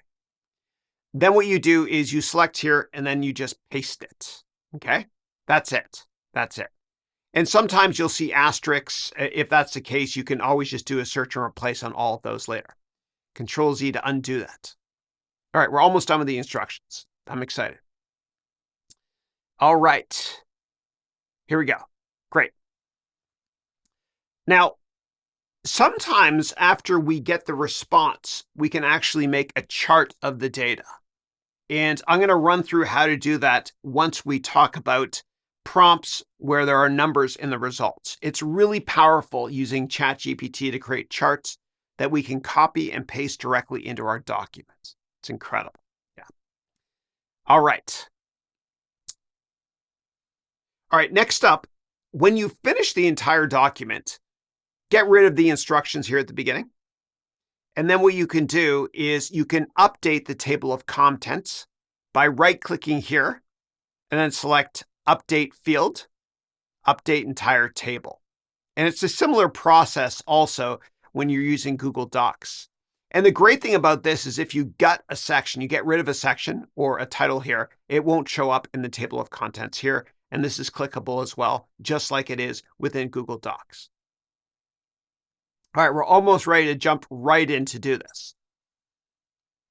All right, next up, if ChatGPT or the product you're using does not provide you with the response you're looking for, you can either ask for more details or you can use another AI product like Bing Chat, Google Bard, or Claude AI, for example. One more thing. An optional step is if you add additional titles, what you can do is you can have it set up so that the table of contents catches this. And here's the instructions on how to do it in Word on Windows or Mac and on Google Docs here. Let me show you what that means. So let's go down here to CEO. And let's say that we wanted to add here head of sales. Okay, so let's say we added here another part for head of sales. Okay, so this here is heading 3. The founder here is heading 3, head of sales. We click here on heading 3, okay? And then you're going to put your results from your prompt here. Now watch what happens when I go back to repaginate, that's a word, the table of contents. So right here, you see that there's no head of sales. So if I right-click here and I select Update Entire Table, head of sales is going to be added here as well. If I delete it and then repaginate or re-update the table of content, that's gone obviously as well. So I'm going to update this and get rid of that. Gone. Okay. And I think we're ready to go. Yeah. Oh, one more thing, couple more things. If the research process that we're going to be using by asking the open internet through ChatGPT to help us with answers to stuff, if you can't get the responses and you've tried other AI products and you can't get the best responses you want, then what you can do is you can use a product like Claude.ai and you can upload an annual report and ask questions that way. Let me show you what that means. This is really powerful.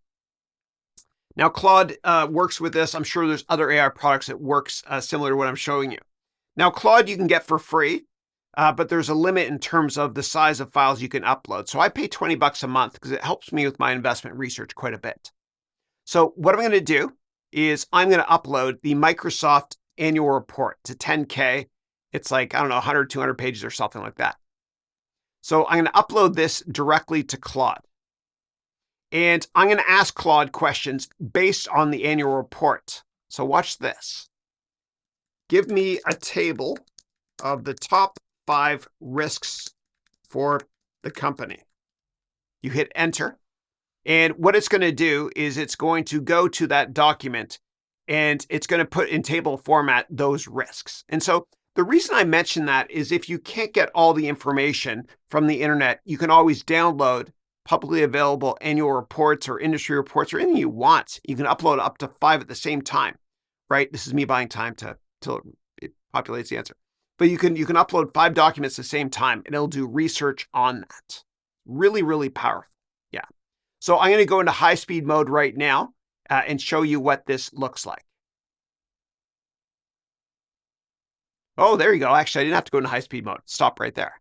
Great. So here are the 5 top risks from Microsoft's annual report. So you can use this as another tool in your toolbox or arrow in your quiver, so to speak. And then what you can do is just copy that and put that in your document if you want to. Really powerful, eh? It's amazing. This stuff changes so fast. Okay, great. And I think we're ready.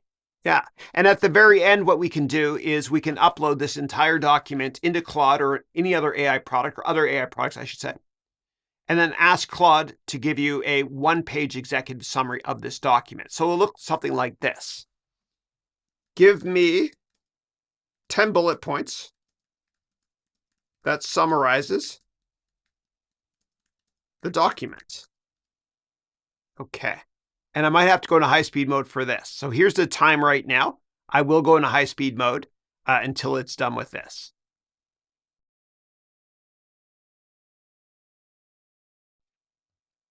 As you can see, here are the 10 bullet points that summarize this attached document. We can use a similar process here as well for creating our executive summary at the very end. Now that I've talked about the Word document, I want to talk about the Excel document as well.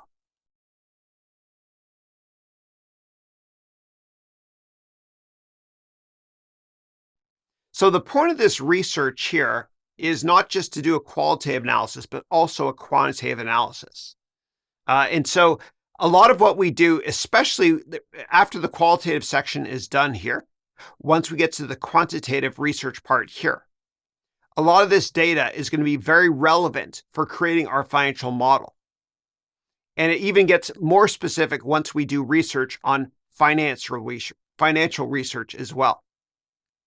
And so all this stuff, including accounting red flags, forensic accounting, which we're going to use ChatGPT for, and the financial model analysis stuff is going to feed directly into the second part, the second document that you can use to create your research report. And so what I'll do is in these sections you can see right here, I'll teach you how to use this and how to create your financial statements from scratch.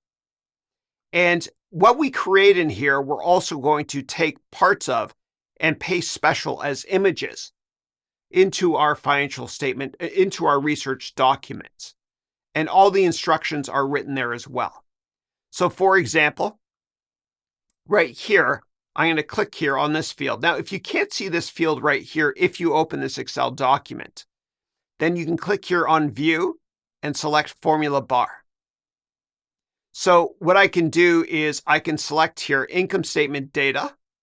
I can copy this and paste special into our document. The same thing with revenue data, balance sheet information, and much, much more. Now, the way that I'm going to be doing this is here, when we discuss the financial model analysis and forecast on page 100, and your document might be a lot bigger than this by the time you're done, if you want to make it comprehensive, is I'm going to show you exactly where to paste everything. And it's going to be very intuitive. I know it seems like a lot. Please don't be overwhelmed, because I'm going to break this down into manageable components and teach you everything from scratch. And while I teach you this stuff, if you already know what a balance sheet is or income statement, you can always just fast forward the lectures. And I'll give you plenty of lower third graphics to tell you where to fast forward to, etc. Okay, great. And the reason why we always value companies using 3 methodologies, not just one, but 3. And we're going to use price to revenue, price to earnings, and DCF, discounted cash flow. I'll teach you that from scratch. The reason we do this is quite often on the deals I've worked on Wall Street, one of the valuation methodologies where you come up with a target price for a company, one of the methodologies, we don't know which one, is way off. And if you get the average target price for all 3, okay, and as you type in data into this document, all this stuff will update for you. But it will take an average target price of all 3, meaning using price to revenue, price to earnings, as well as discounted cash flow. Now, with this document, all you have to do is whenever you see blue text, that's where you type. And everything else is taken care of for you, everything. And this will make a lot more sense to you once we create this together. Okay, so that once we get to the other valuation section, there's just a couple line items that you change and everything will automatically be updated for you. This is going to be a lot of fun. When analyzing a company, the most important thing to look at is the management team. It doesn't matter how good the prospects are for the company or how awesome the market is that they're in if they don't have a great management team. You know, when I used to work in venture capital, we used to say the jockey is more important than the horse. So when you're analyzing a management team, of course, you start off with the CEO. And so we created the prompt here for you. So all you do is you copy and paste this directly into ChatGPT or whatever AI product it is you're using. Now, down here, we have a bunch of other fields that we added. You could always remove 1 or 2 of these fields here, such as CEO time of the company, CEO previous work experience, etc. You can remove these or add new ones with a comma and then all in caps. And then the AI will pick that up when it provides you with a response. So let's take this here for the CEO, and let's go here to ChatGPT, and let's paste it in. And then we'll get a response, okay? And I'm only going to be using the basic ChatGPT product because I'm going to be submitting just a ton of requests, and I'll get locked out after a couple of hours. And also, it's a lot faster to show it to you this way as well. But if you want more up-to-date information, what we recommend doing is either go here to browse with Bing, or what you can do is you can browse with Bard, or you can actually go to Bing Chat itself and submit the queries that way. So let me start over here, and I will paste in our first prompt. Okay, great. Okay, so here it is here. You can submit this again if you want to and ask ChatGPT to make these titles here lowercase. Sometimes you have to submit a prompt a couple of times in order for that to work. But I'll just stick with uppercase for now, it's fine. So here's the background on Tim Cook. He's been with the company since 1998. He was the COO for a while, actually. He's an incredible operator, but there are some weaknesses as well that some investors talk about, which are highlighted right here. There's also discussion of public sentiment about him. And then down here is the sources for this prompt. So the next step, what we're going to do is we're going to select copy here, and then we're going to go back here and paste over top of this completely. Great. And if you want to, what you can also do is you can highlight anything that's all in caps. Then you can go here and just capitalize each word if you want to.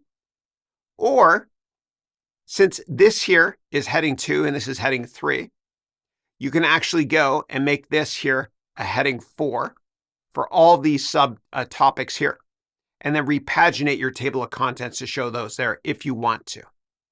Okay. And down here we have the hyperlinks as well. Now, when you do the same thing for CFO, what you do is you highlight this information here, and we can find out details about the CFO here. Now, of course, with all C-level executives, you want to make sure they've had a lot of experience before they're put into that place. And the best C-level executives are founders of companies. And so whenever I look to invest in a company, especially when it's private or smaller, and even when it's public or a new IPO, I love to make sure that the founder is still somewhat engaged or involved with the company. And the reason why it's important to stress this is because founders are usually very long-term focused. Jeff Bezos, for example, when he was running Amazon, he didn't get on the quarterly earnings calls. He didn't really care because he was so long-term focused always. Now, what happens quite often is when somebody becomes CEO and is not a founder, and when the founder is no longer involved with the day-to-day operations of the company, bureaucracy can set in, and a lot of C-level executives are focused on short-term metrics only, like the given quarter, for example. And a lot of times, CEOs that are not founders, what they'll do is they'll try to appeal to short-term investors. And other C-level executives in the company will know that if they try to take a risk and create a new product or department, and if they fail, they're no longer climbing that corporate ladder. And so bureaucracy sets in. So this is why we start any analysis from a qualitative perspective with an analysis of the management team. Now, if you want, you can copy and paste this directly here into ChatGPT or use Bard or any product you want. Let's use Bard right now. And we'll paste this. And I forgot, when you use Bard, you got to hit Control-Shift-V to paste special.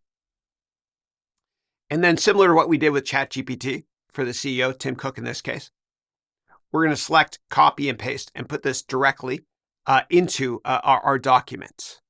Let me submit that again. Sometimes you have to submit it a few times. Oh, here we go. Actually came through. My bad. All right. So Luca, not to be confused with Luca, who's making this course with me, is the CFO. He's been there for 9 years, and here is his work history. And what you can do is you can copy this information if you want to, and sometimes they'll give you 2 different drafts, and you can look at what draft you like the best and copy and paste that directly into your document. So what I'll do is, just for fun, I'm going to highlight this here. You can either copy it or select here to copy the information, and I'm going to paste it directly into our document right here. Okay, great.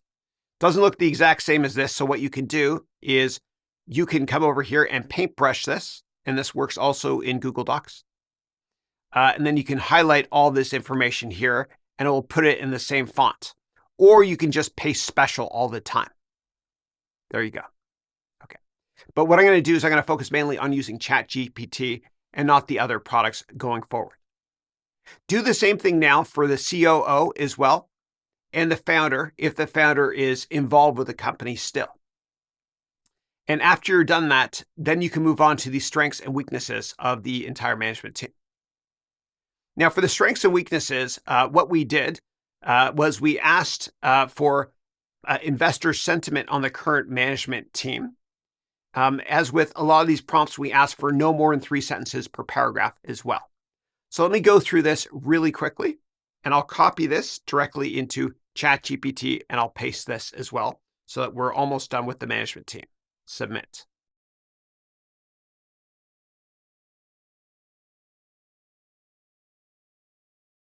And this is incredibly helpful because we have all of these sources right here.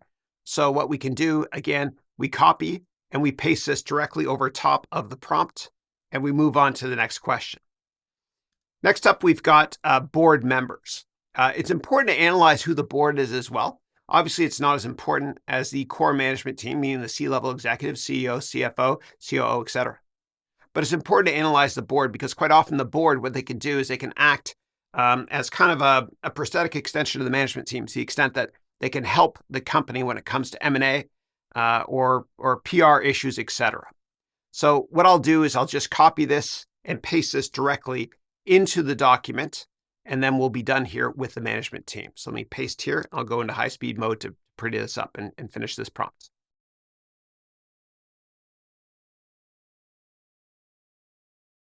All right, we're done here. Al Gore, former Vice President of the United States, on the board as well. Let's copy this and let's paste this directly into board members right here. And we are now done analyzing the management team. Moving on to the company history. Similar to other prompts, you just copy this and paste this directly into ChatGPT or whatever AI product you're using, and you will get the responses as well. You can always customize this if you want to by changing the fields we have down here all in caps. And what you want to look for is if the company has materially pivoted since it's been founded. It can be a positive thing or a negative. It's a positive thing for companies like Intel, for example. They were in the semiconductor sector, and they found that they were losing market share to Japanese companies in the 1980s, so they pivoted to focus on the processor market, etc. And as you read through the responses for all of these prompts, you might have follow-up questions to ask ChatGPT as well that you can add to your due diligence process here.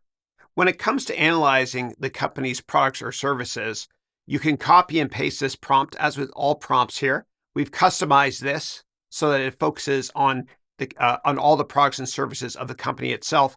If you want, you can add additional fields right here, all in caps, as we've mentioned before. So let me copy this, and I'm going to show you how to make a chart as well, if there's data that is given to us as well.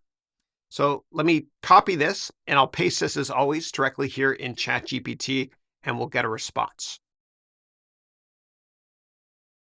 Now, as you can see, we have the strengths, weaknesses, and descriptions for all products and services that the company has, including iPad, Mac, iPhone, etc. You'll see that there are a lot of numbers here as well that we can use to create charts and put into our research report. Let me show you how to do that. So first of all, let's copy this prompt and let's paste it over top here under products and services. And you'll notice right below here, I wrote optional prompt instructions. And this is to be completed after you complete the first prompt. Now, what I'm about to show you only makes sense to do if you have data, meaning numbers, in your prompt response. So you can create charts or have ChatGPT do this for you. So the way that you do this is step one, you copy the prompt, which we just did. It's in the clipboard right now. Then we're going to open a new chat in ChatGPT.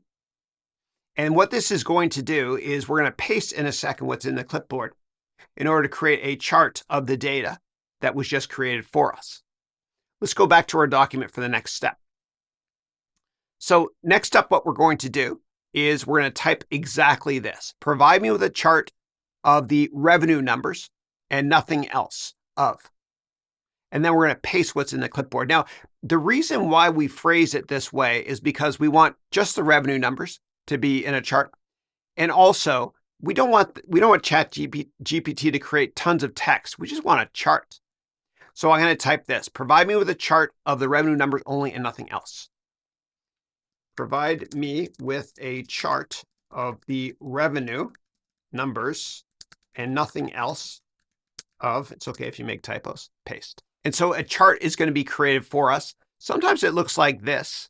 And so what we can do is we could say, not a table, a chart. And we can always customize a table if we want to as well, the chart after it's completed, by asking it to move the key somewhere else, meaning the legend, etc. So this looks pretty good right here, actually. We can use this as is if we want to. And we know the data source is from the data that we already pasted in. So now what we're going to do is we are going to paste in that chart. And it's not as simple as you think it is. Because if you just right-click on the chart and copy and paste, it doesn't always work. So there's a couple of ways to do it. If you're using Windows, please read the instructions right here. If you're using a Mac, which I am, I'm going to show you exactly how to do it. Okay. And then you paste and delete all this stuff here. So let me show you how to do it. So I'm using a Mac. So I'm going to hit Command-Shift-4. Then what I'm going to do is I'm going to highlight this. And wherever it's saved on your computer is where you're going to insert it from. So for most people, when you do a screen image like I just did there, it's saved on the desktop. For me, I have it saved somewhere else. You go to Insert, Pictures, from a file. And then for me, I had it saved directly to this directory here. And that's what it looks like. So let's insert it. There you go. Looks nice. And if you find that there's a bit of a frame that shows up because you didn't copy all the way around it, you can always click on it, and then you can go to crop and crop it just a little bit to pretty it up to get rid of that frame as well. When investors invest in a company, they're interested in what are called catalysts and drivers. Catalysts are a reason to get investors excited about a stock. And the best way for me to explain this is to use a prop, as I am Canadian, and my favorite athlete growing up was Wayne Gretzky. Now, Wayne Gretzky was successful, he said, not because he skates where the puck is, but rather because he skates where the puck is going to be. By the same token, we want to invest in companies that investors are going to like, and those are called catalysts. And I'll give you an example. In early 2012, I invested in Lionsgate Film, ticker LGF. And the reason I did was because I had read the Hunger Game books, which were great.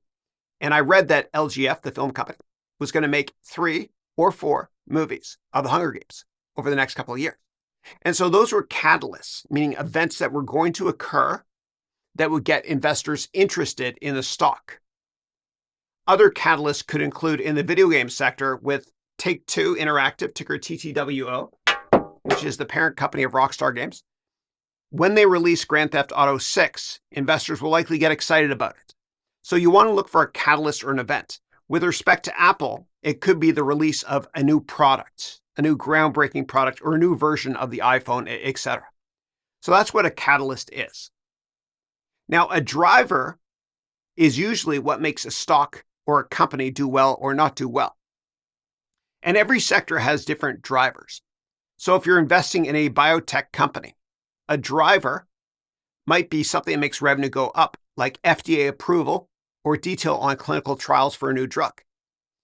If you're investing in a cyclical company like Caterpillar, ticker CAT, or Komatsu in Japan, a driver is going to be global GDP growth because cyclical companies are really tied to the economic cycles, and they lose a lot of money when times aren't good, when GDP growth is negative, and vice versa as well. So every sector, every company has their own drivers. And so you got to look at that closely. For retail companies like Lululemon, ticker LULU, or Starbucks, ticker SBUX, the driver and what you look at is same-store sales. You look at organic growth year over year of each individual store, for example. Now, let's copy and paste this directly into ChatGPT so we can get more details on the drivers and catalysts for Apple in this hypothetical example here. So it's telling us the primary catalyst is product innovation, which makes sense. It's brand new products being released. And you can always follow up by saying, give me examples of drivers or catalysts coming up in the marketplace. Secondary catalyst, expansion into new markets, like when Apple was really aggressively expanding in China, investors got really excited about that. And there's more catalysts listed here. And then in terms of drivers, it's got brand loyalty, ecosystem stickiness, etc. I would say, and you can't just completely rely on ChatGPT, I would say another driver is same-store sales within the Apple Store because they have tons of Apple stores all over the world as well. All right. Copy, and then I will go back here and paste this in, and we are done with drivers. Now, if you ever see any data in the results of the prompt, You can always follow up by getting ChatGPT to make a chart for you as well.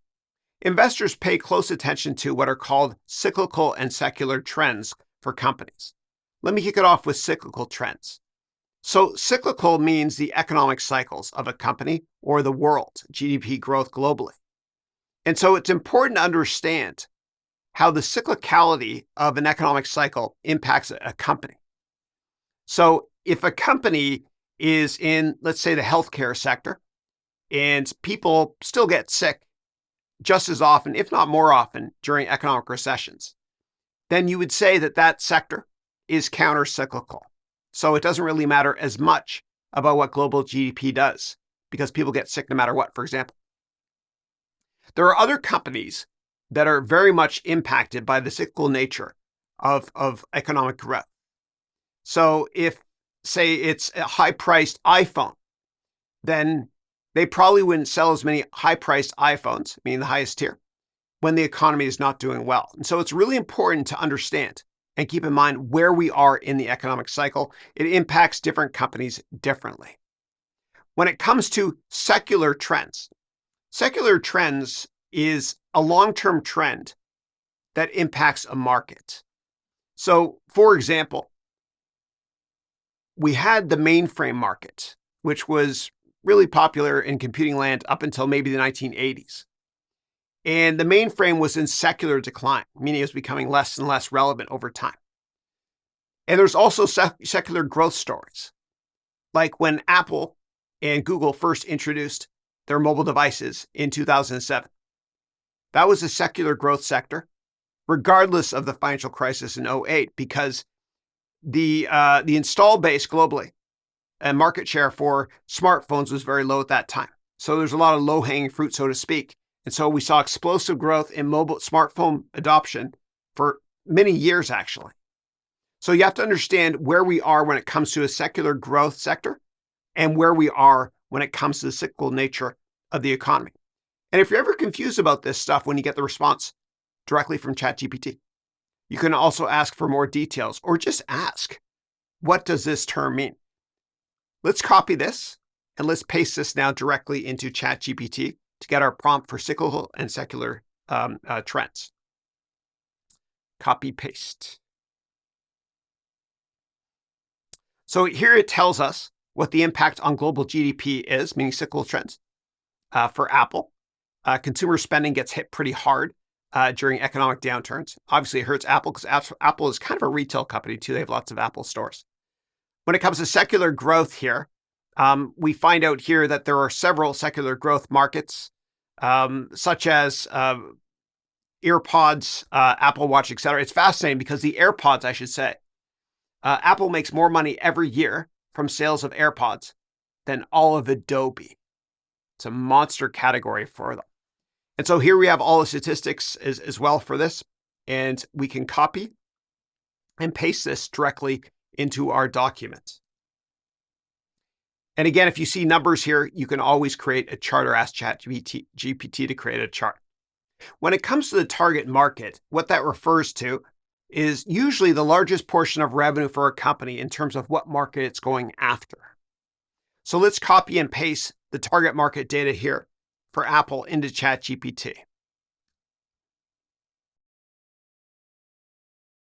And here we have the results for Apple's target markets. It's really interesting. The results, we know that consumer is a big focus for them through iPhones, iPads, etc. Emerging markets as well, especially in China. Surprised that China isn't mentioned here. Enterprise market is something Apple's been trying to get into for many years. For decades, they were kind of known as a retail company with some exposure to education. They're trying to crack this market as well. Microsoft still has the dominant market share in that sector. Wearables and tech, of course, AR and VR, automotive industry. Now, this is interesting here because it says that this is just a rumor, so to speak. And here are the sources, Mac Rumors and Apple's website, when it comes to automotive. And one way to do due diligence on a company and find out what they're thinking about in terms of what markets are going to focus on longer term is to go to their website and go to the recruiting section of their website and find out what jobs they're hiring for. And a couple of years ago, Apple was hiring a ton of people that were experts in automotive-based operating systems, which might have tipped some people's hats to thinking that maybe they'll enter this market in the long run. And as always, you can ask for additional information, follow-up prompts here in ChatGPT, and you can always quantify this information as well. You can say, show me this with numbers, so you can create charts if you want. Now let's copy and paste this into our document. You can create an entire document just on competition. Now, what we've done here is we've asked ChatGPT to find all direct and indirect competitors.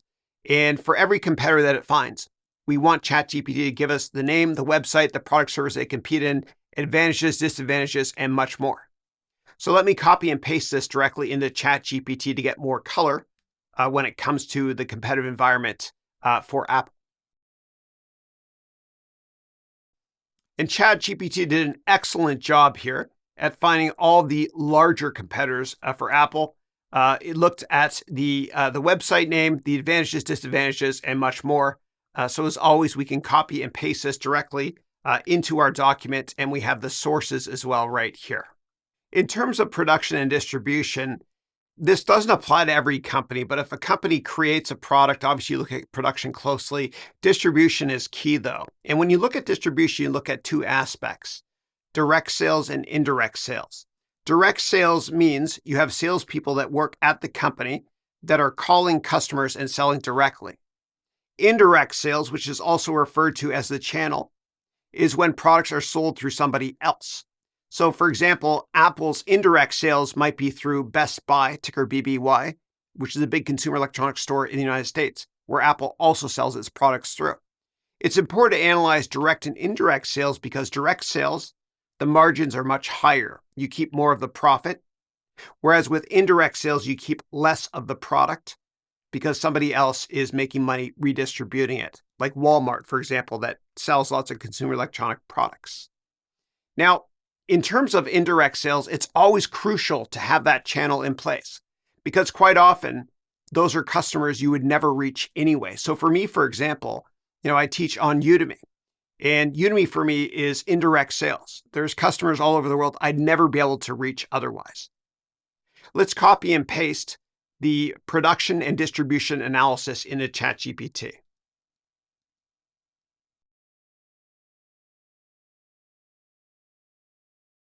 I'm blown away at ChatGPT's response here. It's incredible. So first of all, it talks about production of all of the major products, the distribution channels as well, meaning through the Apple stores, online stores, third-party retailers, meaning indirect, etc. It talks about all the major products: iPhone, Mac, iPad, Apple Watch, etc. It talks about Apple's direct sales strategy in just 3 bullet points. It's concise, it works, less is more. Also, the indirect distribution as well. As I mentioned, companies like Best Buy is referred to as an indirect distribution channel. It's a reseller. You've also got the competitive sales strategy for Apple, and then it goes through all the competitors and all the competitors' direct sales strategy and indirect sales strategy as well for each individual product. This is unbelievable. And again, all the sources are listed here. So as always, we copy and paste this directly into our document.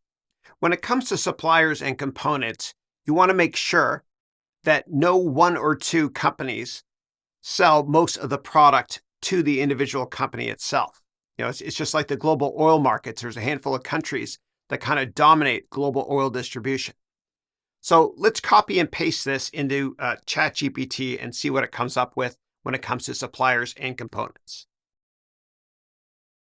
Very concise answer right here. One of the biggest suppliers and assembly companies they partner with is the EMS company, electronic manufacturing services company called Foxconn. They partner with, of course, in China. There's kind of co-opetition with Samsung, their competitor, and they cooperate with them as well because they supply them with a lot of components to their smartphones, etc. Broadcom with Wi-Fi chips, etc. Now, there's much more to it than just these 3 companies. Right here, you can get the top 10 Apple suppliers. You can always ask ChatGPT for much more details in terms of who the top suppliers are and producers. You can ask for which countries they're based in from a geopolitical risk perspective. And you can even ask ChatGPT to provide a table of the revenue exposure to different companies when it comes to suppliers as well as components. Now let me go back and paste this information here into our document.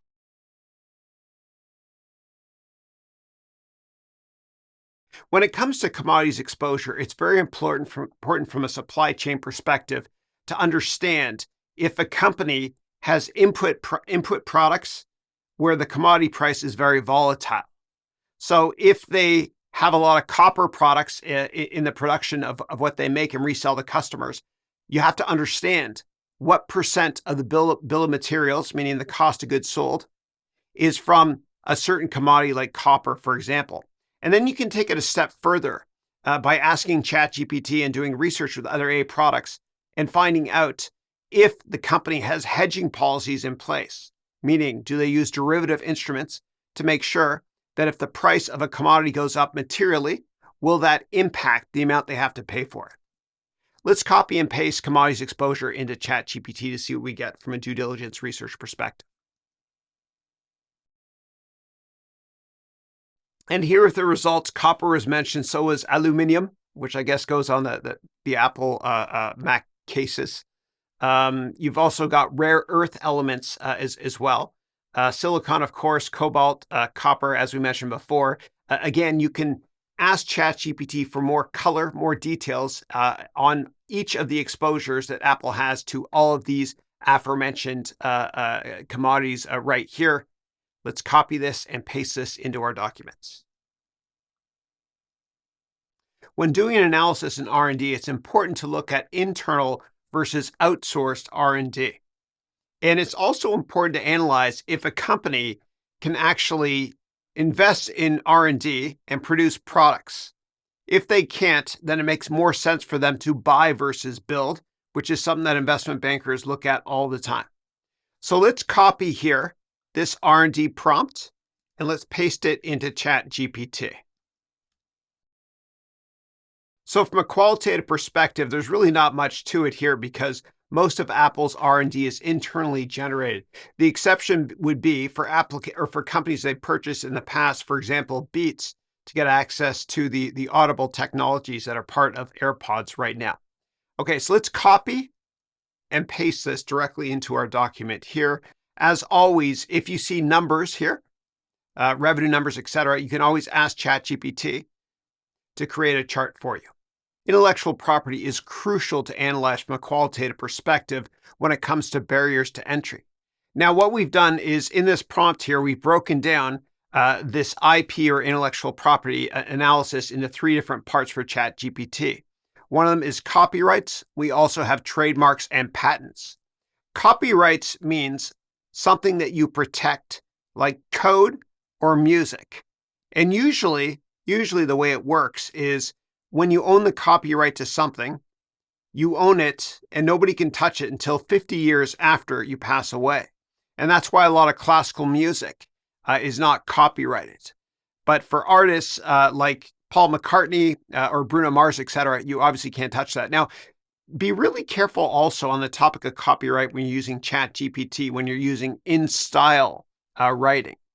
Because what you can do with in-style is you can tell ChatGPT to write something using somebody else's style. And this led to a big strike in Hollywood with respect to a lot of the screenwriters saying that you cannot use my style of writing in your movies and your scripts, etc. The same thing with ChatGPT and all AI products. Be really, really careful about this.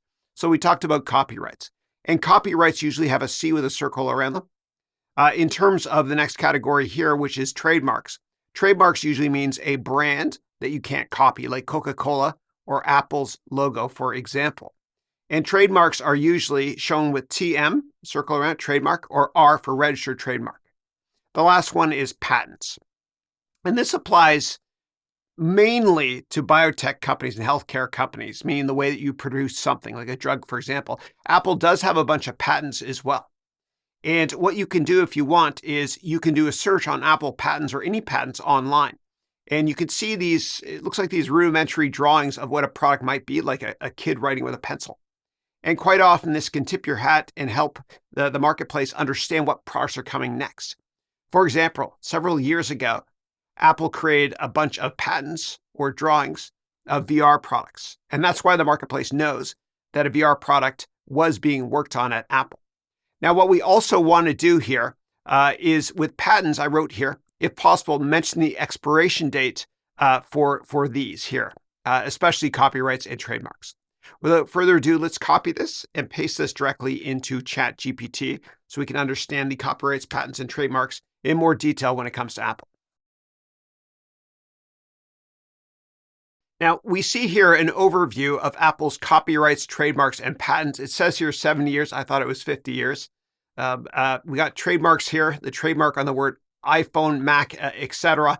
And it tells you that you can renew these every 10 years or so. And then you've got patents here as well. It talks about it in more detail. Now, you can always follow up by asking ChatGPT or whatever AI product you're using for more details on these, and also to create a table if you want to, and specifically state when these patents, trademarks, copyrights, etc. are going to expire. You can also go directly to the source. So in this case, we've got the U.S. Patent and Trademark Office database, that's uspto.gov, and then we got copyright.gov. So what I'm going to do, and you can skip the rest of this lecture if you want to, I'm going to show you those two aforementioned websites because it's a great way for you to do research on trademarks, patents, copyrights, etc. for companies that you might want to start or your competition or companies that you're doing due diligence on. Let's kick it off with copyright.gov. And the way this works, and I've copyrighted a lot of my courses, etc., is you get all of the content for your courses or your books or whatever it is, and you put it on a little USB token. It's old school, the way it works, and you mail it in to them. And what you can do is you can always go to LegalZoom.com and get lawyers on the cheap to create this for you. You can always do a search here directly into anybody's copyright here, for example. So what I'm going to do is I'm actually going to do some research here, and I'm going to search the copyright records. In this case, what I'll do is I'll do a search for Apple, and we can find out what copyrights they have here.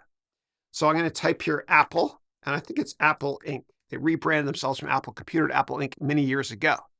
So let's go here. Here's Apple Inc. Okay. And I'm certainly not an expert in this area at all, but you might want to do a more general search here for the name of the company here. So let me try that again. Apple Inc. Go. Here you go. There's tons of them right here. 1987, the Macintosh SE. And then more recently too, and there's gazillions of pages of this as well. They have tons and tons of copyright, etc. Let's click on one of them right here, the iMac G3 from 1999, when I was in my 20s. And you can find out more details on this. Okay. You can even do a search for any company or any person. Like for me, for example, if I do a search on my name, Haroon, what will come up is Haroon Education Ventures. And a lot of my courses here that I've copyrighted, including all of this stuff here, my MBA degree program. Next up, what you can do is you can go to uspto.gov. And this is where you go, in the United States at least, to look at patents and trademarks. So patents, you can do a search right here. You can search for patents to see what patents Apple has filed, so you can understand the pipeline of future products. You can also search here for trademarks. You can search on trademarks here. And this can really help you understand what the future products are for a company. So let's search the trademark database for Apple. So if we click right here, and let's do a search on iPhone, for example. So we can click here on iPhone 11 to learn about iPhone's trademark for this as well. You can even type up other company names to find out what these companies are thinking in terms of future products. So I typed here on Microsoft. Let's see what comes up here. So here is Microsoft Start. What is this? So you can click here to learn more about these products, what this means, etc. Interesting. You can get lost in this as well. I once found a lot of cloud computing products that Microsoft was going to be releasing that really helped me from a due diligence perspective, understand the company longer term. Search for me. You're not supposed to search yourself. And you can see here that I've got a bunch of my stuff that here is live. If it says dead, it means that I didn't renew it, or I couldn't get that trademark for that product, so to speak. One more thing, we have to copy this and paste this directly in our document, and we are now done looking at IP, meaning intellectual property. When it comes to lawsuits, material lawsuits and dollar amounts for lawsuits are usually mentioned in the annual report, meaning the 10K, under the risk section. You can also do a search within ChatGPT as well and ask ChatGPT if you want to make a table of all material lawsuits. Now, what we wrote here was list dollar amounts as well. And after we submit this, if we get a lot of data, we can make a chart out of it as well, which I'll try to do. So let's copy this and let's go over to ChatGPT and do a search for lawsuits. So here we have the lawsuits listed. It's not currently up to date. You can always search with Google Bard for more up-to-date information, or you can go to Bing Chat, or you can use the Chat with Bing feature within ChatGPT if you want to get more up-to-date information. So what I'm going to do is I'm going to ask here to put this into a table, put this in a table, and also sort by dollar amount of open lawsuits, meaning not resolved yet.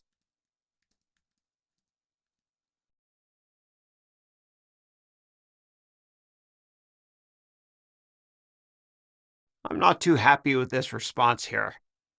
So what I'm going to do is I'm actually going to go over to Bing Chat here, and I'm going to try this again. I'm going to paste this here, and I'll hit go.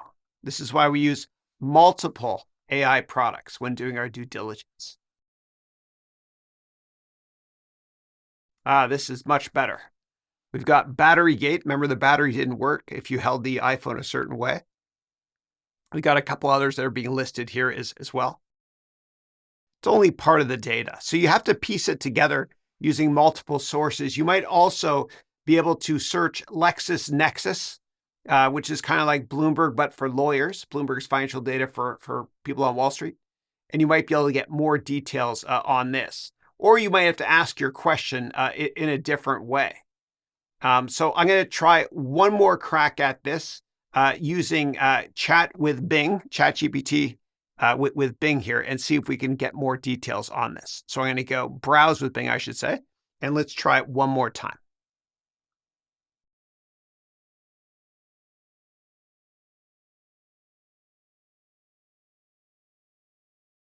All right, this result is a lot better here. We have 10 lawsuits listed here. What we can do is we'll copy this and put this into our document right now once it's done generating. Now, I did this in high-speed mode because I used the Bing chat feature within ChatGPT to get real-time data or more up-to-date data, and it takes a while to use this. So let me copy this, and I'll put this into our document here. Great. One more thing. What I'm going to do is see if I can get a chart of this data. So I'm going to click here, and I'll type this. We'll see if this works. This will be fun. Provide me with a bar chart and nothing else for, and I know I made a spelling mistake, but that's okay. Let's see what happens. Not the most helpful bar charts, but we can put that in our document if we wanted to. So what I'll do is I'll go into high-speed mode, I'll copy this and paste it and put it in our document. When it comes to doing research on ethics on a company, you can always type down all the tags you want to look for. So in this case, I wrote sustainability and environmental responsibility. You can add comma and add more tags there if you wanted to. What we also mentioned here was accusations of unethical business practices, as well as accounting fraud issues, price fixing abuses, etc. And so let me copy this and let's paste this in a ChatGPT to see what we find out about ethical issues or lack thereof. It did a pretty good job of an analysis here. Apple is very environmentally friendly. We know that. The biggest issue here is, I guess, with respect to working conditions with Foxconn. and other business partners that they have. So you can either ask more questions, follow-up questions to ChatGPT here, if you want to, and even quantify the results, although we are doing a qualitative analysis now. But let me paste this into our document here, and we are now done with ethics. When it comes to customer service due diligence, what we're looking for are usually negative customer service comments, which I wrote here, as well as positive feedback from places like Yelp, or negative feedback as well. Logistics when it comes to customer service, customer loyalty and retention, consumer reports, as well as Twitter comments, if material. Now it's called X sentiment, etc. So let's copy this and paste it to see what we come up with from a customer service perspective. Now, you can always go to the sources to do more due diligence on all of these customer service topics, of course. It does a pretty good job of it, actually. It talks about customer service with respect to the Genius Bar and the Apple stores. And I remember Jeff Bezos many years ago said that a company is only as good as its customer service, and that profits and customer service are almost perfectly co-reliant in the long run. So it's something near and dear to my heart that I pay really, really close attention to here. So let's copy this and let's paste this into our document, and we are now done with customer service. When it comes to recruiting and retention, what we need to keep in mind is the recruiting strategy, the turnover, meaning do people leave quite often, and if so, why? We also want to find out the average tenure, meaning the average number of years people have been at the company. And one of the most important things to look at is stock option retention comments. And so the way that stock options work is employees are given a number of shares in the company, but they can't cash them in every year. So they have the option to buy shares in the future. So for example, let's say you're an employee at Apple and you're there for your first year. At the end of the first year, they give you a bunch of options, but you cannot cash them in, meaning you can't execute the options and sell the stock. You cannot sell them for several years. And that's called a vesting process. So quite often what happens with private and public companies is when you're given shares at the end of a year, you can cash them in 4 years from now. So if you leave next year, you lose them. And at the end of the second year, they give you more options that vest, or you can cash them in 4 years from then. So if you leave after 2 years, you're losing a couple years worth of options. And so those are called golden handcuffs, and it really ties you to the company. So it's really important to look at that from a retention perspective. So let me take this here and copy this into ChatGPT to see what we get for options and retention strategies when it comes to Apple. And here are the results. Now you'll notice here that the results came from Quora, which is a superb place to ask people questions. It's kind of like Reddit. And right here from Glassdoor. Glassdoor is a wonderful website to use to find out the salaries for companies and the pros and cons of working at a company, or how to even interview at a company. So let's go to the top here and see what it came up with. So it talks about its secretive and selective hiring process. Employee turnover looks like it's the average tenure is every 5 years. That's pretty good. In terms of stock options, like we were saying before, let's see if they have the vesting schedule. Here we go.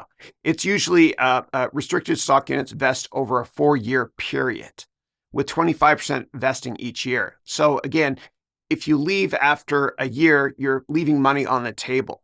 And so this keeps you with the company longer term. And this is something that we like to see. You can also read about additional benefits, etc., for the company. Now let's copy and paste this into our document. Select copy up here. And we are now done with recruiting and retention. When it comes to understanding a company's sales strategies, it's really important to look into upselling and cross-selling. Upselling means somebody buys a cheaper product and then they get upsold to buy something more expensive. So say, for example, you walk into the Apple store and you buy AirPods, and the sales rep there will upsell you and maybe get you interested in purchasing a more expensive product like an iPhone or a Mac. So that's upselling. Cross-selling is when you buy a similar product, or I should say a similar price product.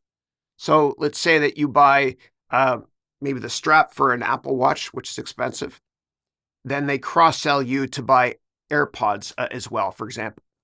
So there's also something called a call to action, a CTA. And this is more relevant for internet-based companies.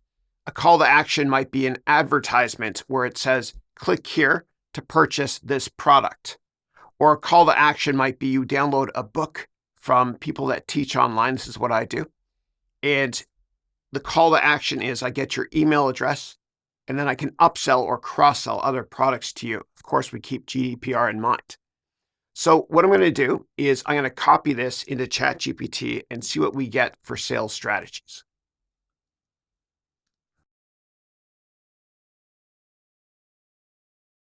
Let's take a look at the results. You'll notice here that there's also commentary on the competition because we actually put this as part of the prompt here.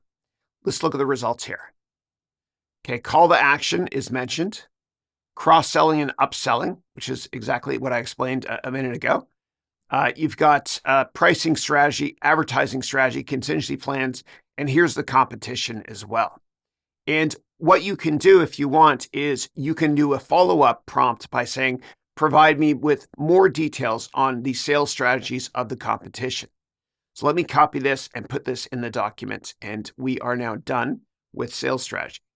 Corporate culture is something that's very often overlooked in companies.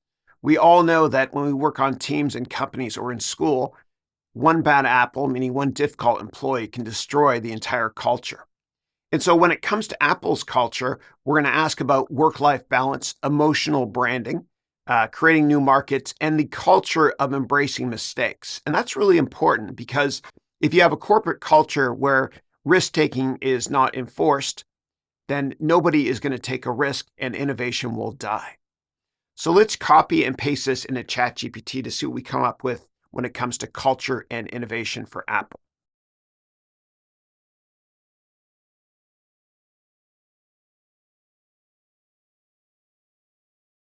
And here are the results. And the sources here are probably the best sources you can use online: Business Insider, Forbes, and Glassdoor, of course. Let's see what we came up with here. Okay. Apple views mistakes as opportunities for learning and improvement. That's really important to have a growth mindset and take risks in a company. Otherwise, you won't innovate and create products that will put a dent in the universe, so to speak. So innovation is at the core of Apple's corporate culture, hence these products here being created. Emotional branding, nobody is better at this than Apple. In terms of work-life balance, looks like it's got a very demanding work environment. You might want to drill down into this in more detail by asking ChatGPT for a follow-up on what this means and if employees burn out. Of course, they create new markets, quality of life being different. Their advertising campaign for many years was Think Different, which is also not just the brand-facing aspect of the company when you see advertisements, but also internally. People are encouraged to think differently as well. And you can read through the rest of this as well. And again, ask for follow-ups here in ChatGPT if you want. Let me copy this and paste this into the culture innovation section. Michael Porter is a brilliant Harvard Business School professor who came up with a framework called the Porter 5 Forces Framework. And it's a great way to analyze companies from a qualitative perspective because you look at various aspects or 5 forces that impact the company. So in this prompt here, you'll see I asked a ChatGPT, or I'm going to perform a 5 forces framework analysis and include these keywords here. So I'm going to copy this and we're going to go to ChatGPT. And if we want, we can even ask ChatGPT for help with this by saying this exactly. Tell me about the Porter 5 forces model in 10 words, max per force. And this will give you a nice outline of exactly what this means. So as you can see here, the 5 forces are supplier power, meaning bargaining strength of suppliers affects pricing. You never want to purchase all of your products, meaning the inputs, from one company. You want co-opetition. You want them to compete with each other to get the best pricing. You've got buyer power as well. And quite often with publicly traded companies, especially ones that just went public, during the Q&A session on the quarterly earnings call, analysts will ask, did you have any 10% customers? And you always want to diversify and make sure that no customer is more than, say, 5% of your revenue. It's kind of like running a diversified portfolio for yourself. I never recommend having more than 5% of your capital in any one stock. And this way you've got at least 20 stocks, which gives you great risk diversification from a portfolio management perspective. The same thing goes with companies. Another force here is competitive rivalry, threat of substitution, as well as new entrants. Substitutions means new products or new markets that could take material share from the product you have right now. So what I'm going to do is I'm going to paste the prompt and ask ChatGPT to do a Porter 5 Forces analysis for us. And what we can even do is after you finish the prompt here, you can ask ChatGPT to put this in a table with 2 columns. One column is the Porter 5 Force and an example of how Apple thinks about this. You can even add multiple more columns for the competition. Let's see what ChatGPT comes up with here.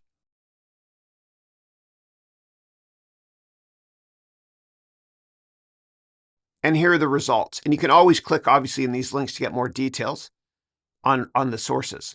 So right here, we've got the first force, which is competition cutting prices. Of course, they discuss Samsung and to a lesser extent, Huawei in China from a pricing perspective. But Apple is really perceived as a premium brand, as we all know. So they're not as competitive with pricing when it comes to competition with Android, for example. Next up, you got suppliers increasing pricing. And what Apple has done actually is from a vertical integration perspective, they started making their own processors and their own components as well, so that they're not subject to increases or volatile price changes from suppliers. They even make the glass that's in a lot of their own stores, the Apple retail stores. Next up, we've got customers demanding lower prices. You can read through this. New entrants as well. And then you've got substitute products and other comments here. Here are the sources. So I'm going to do a follow-up right now and ask ChatGPT to put this into a table.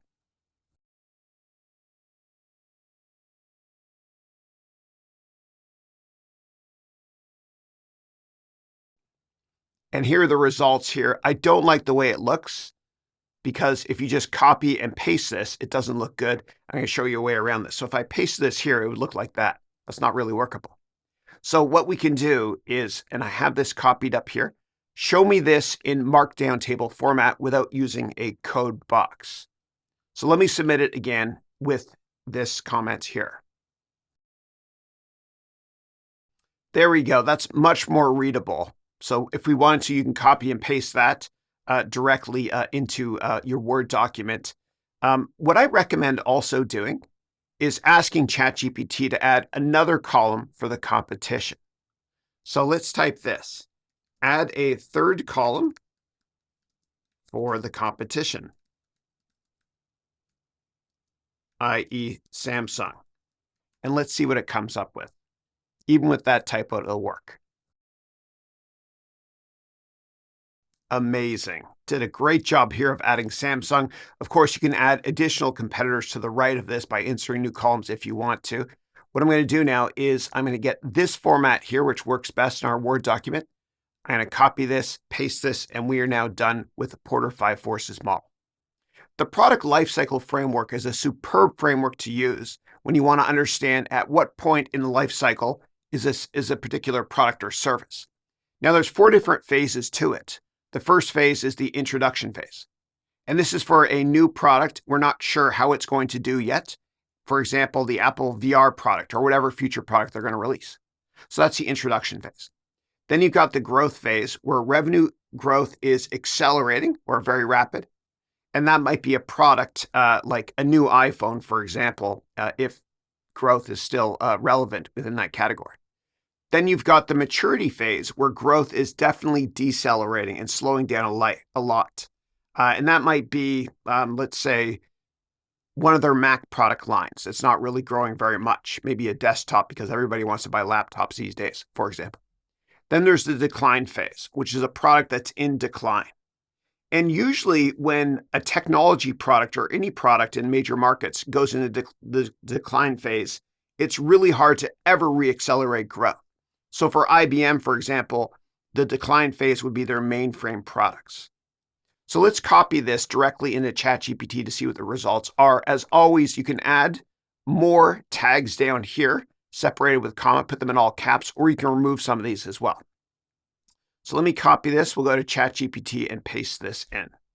And if you're ever not sure what a certain term is in business or in finance, you can always ask ChatGPT to tell you in 20 words or less. I like to say 20 words or less usually, otherwise it rambles forever and less is more. Let's see what it came up with here for the product lifecycle. All right, let's check it out. The introduction phase doesn't really list any products here. Now, keep in mind, please, that this analysis is using ChatGPT, where the data is not perfectly up to date. You can run this again if you want to in Google Bard, or you can use Microsoft's Edge browser to look at Bing Chat, or you can use the plugin here to look at, or the feature to look at Bing Chat, meaning browse with Bing, within ChatGPT to get more up-to-date information. Okay, so it talks about the growth phase and some products here. Maturity phase, decline phase, this will be interesting. The iPod Touch, that's certainly in decline. And of course, you've got other commentary here and all the resources. You can even ask ChatGPT to do the same thing for the competition and ask ChatGPT to provide you with a list of more products or services within each of these phases here. Let me copy this and paste this into our research document here. The Boston Consulting Group framework, also called the BCG framework, is developed by the Boston Consulting Group, which is one of the best consulting firms in the world. Now, what it does is it measures and graphically it shows you on a chart what the market share is for a certain product or service versus the growth for that. And the easiest way to explain this is by looking at an image. Since this is an AI course, what I'm going to do is let's go to Bard actually and ask Bard to show us an image of it. Show me an image and nothing else of the BCG framework. And let's see what it comes up with. Now, the great thing about using Bard is quite often you can get 3 different drafts, meaning 3 versions if you want. So there's other drafts you can select. So let's just go with this one here. This is good enough. And of course, you can search the internet as well, which might be faster. So here's how it works. So on this axis here, you've got market share, okay? And here you've got market growth. And the way it works is if a product or a service of yours in the company you're doing analysis on has really high market share and really high market growth, it's called a star. Okay. Right here, we've got low market share and high market growth.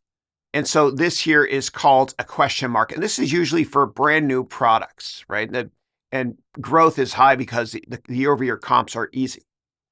Then down here, you've got what's called a cash cow, where you've got low market growth, but really high market share. And here, this is a dog. I don't know why, but basically what that means is low market share and low growth. Now, let's go to our Word documents and let's copy the prompt we have right here, which asks us to create the Boston Consulting Group framework analysis when it comes to Apple. And down here, I pasted all the quadrants that we talked about in that image. So let me copy this and we'll go here to ChatGPT and we'll paste this to see what ChatGPT has to say about Apple when it comes to the BCG framework. All right, let's take a look at the results here. So let's kick it off with the star quadrant. According to ChatGPT, the iPhone is in the star quadrant, meaning it's high market share, high growth. Debatable. Next up, you got the question mark, which means it's a brand new product. And here it's the AR or VR product that Apple is going to release or has released by the time you've watched this video potentially. Then you've got the cash cow quadrant right here, which is their iPad product and Mac product, which is really not growing that quickly. Next up, we have the dog quadrant, meaning the products in decline that aren't growing. And of course, you've got the iPod here, and you've got additional commentary here as well on the BCG framework. As always, you can ask ChatGPT to do this again for the competition. So let me copy this and paste this into our document, and we are now done with the BCG framework. One of the best ways to analyze companies from a qualitative perspective is to use what's called the SWOT analysis, SWOT, which stands for strengths, weaknesses, opportunities, and threats. And so what we're going to do is we're going to ask ChatGPT to analyze this using these tags right here. So let me copy this and paste this directly into ChatGPT for Apple's analysis of SWOT. Let's see what it came up with. So we'll kick it off here with strengths. It's got an incredible brand. They've got an amazing ecosystem as well. They call it the halo effect, to the extent that you buy an iPhone and it's compatible with all other products from Apple. So you want to buy an iPad, a MacBook Pro, etc. In terms of weaknesses, it's very dependent on iPhone sales. Let's see what else. They've got a closed ecosystem, which means that sometimes their products don't work perfectly with other products. You certainly cannot customize a Mac and build it yourself. You buy it pre-made. Opportunities, new products such as AR, VR, and maybe the Apple TV product as well, which is really not high growth for them right now. In terms of threats, you've got geopolitical threats as well as regulation from different bodies around the world, government bodies. Of course, you got competition from Samsung and to a lesser extent, Huawei in China. And then other comments here as well. So this does a really good job, actually. And what you can do if you want is you can always put this into a table with the strengths, weaknesses, opportunities in one column, as well as the commentary that ChatGPT comes up with here. And you can add another column as well for the competition. So let's do that really quickly.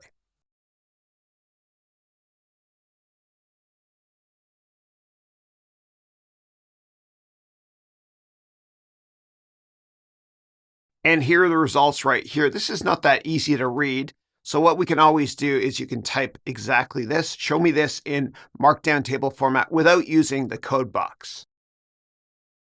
There we go. And let's actually copy this up here because I like this format better for our Word document. And let's paste it in. And we are done with the SWOT analysis. When it comes to analyzing a company's M&A history and strategy, meaning mergers and acquisition history and strategy, it's important to understand if the company has a lot of organic growth or if they're buying growth.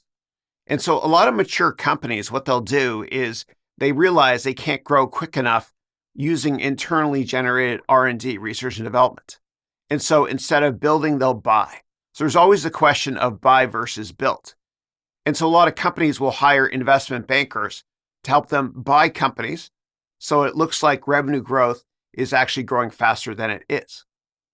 So when it comes to M&A strategy, we're going to ask ChatGPT to find all info about a company's material, meaning large M&A deals in the past.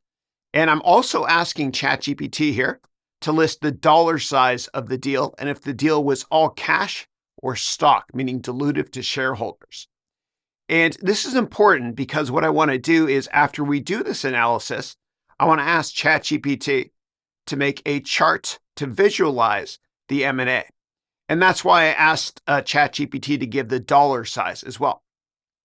In terms of additional tags, and you can always delete or add more tags here, what we're going to ask ChatGPT to do is to give us all past deals, as well as deals the competition has done, and then talk about gaps in the company's product portfolio. This is important because quite often when I meet with the management team of a company, one of the first questions I'll ask is something like this. How should we think about gaps in your product portfolio? And that's kind of an indirect way to ask the management team, what are you going to buy? Of course, they won't tell you, but they might give you some color in terms of gaps in their product portfolio longer term. Now, of course, we like companies to build versus buy because it's better for shareholders longer term because you don't have to give up a lot of cash or create new options to fund that deal. Other questions we're going to ask are gaps in the competition's product portfolio as well. And this is important because sometimes if the competition has the same gap, then there might be a bidding war for another private or publicly traded company. In addition, we can ask this question here. Has the company been approached as an M&A target? Now, quite often there are rumors about deals, and obviously Apple is too big to be acquired. But quite often the press will publish articles about this. And the way that journalists do this is they'll never reveal their sources, but they'll always say, according to people familiar with the matter, a certain company might get acquired by another. And quite often it's correct if it's a reputable publication like the New York Times Deal Book or the Wall Street Journal, the FT, etc. And so what I've done in the past when I do my due diligence on companies is I've set up Google Alerts by going to alerts.google.com, and I'd enter in the company name as well as this in quotes, according to people familiar with the matter. And that way I'll get immediate Google alerts if there's press or speculation about a deal. Now, obviously, insider information is against the law, but the press is allowed to do this without transacting on it. They never reveal their sources. Other tags that we're going to ask ChatGPT to tell us about is, has a competition been approached as an M&A target, previous large M&A deals in the sector, and then just additional M&A commentary. Okay, so let me copy this and we'll put this in the ChatGPT to see what it comes up with. Now, with Apple, I'm expecting ChatGPT to talk about Beats, which they purchased years ago. I think it was for about $3 billion. We'll see what they come up with.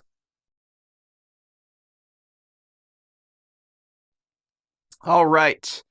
I don't see any mention of Beats in here. So what I'm going to do is I'm going to ask ChatGPT to do it again, but add more acquisitions that it made. Do it again, but give me many more M&A deals that Apple has participated in.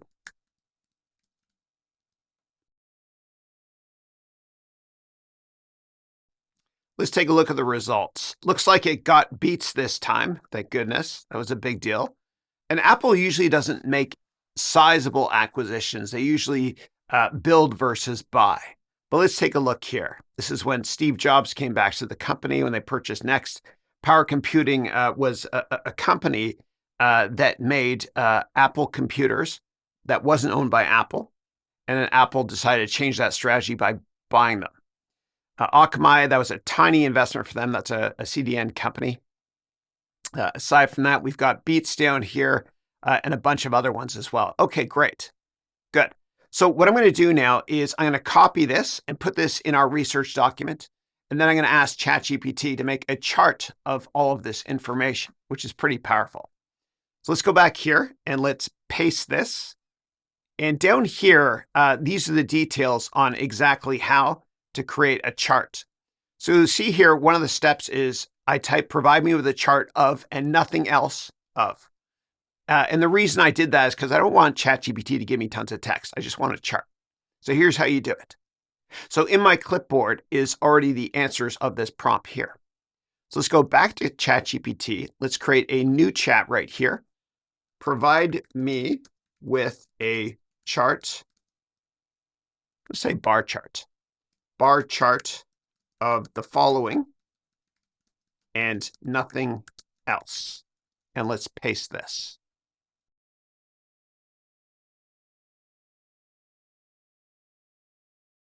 All right, here's our chart here. Of course, I love visualizing stuff. You can see Beats is by far the biggest acquisition the company has done.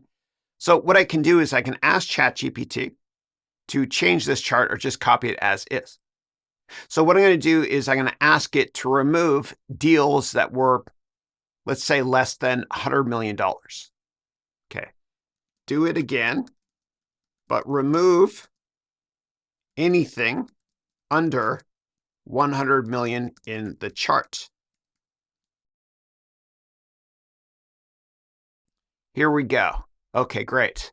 Now what I'm going to do is I'm going to copy this and put this into our document. So I'll do a screen print here. And then what I'll do is I'll paste it. The reason I'm doing a screen print is because quite often when you do this, it will copy the actual chart if you right click and select copy. So what I'll do, and if you're a Windows user, I'm using Mac, you can read this instructions here for how to do what I just did in Windows.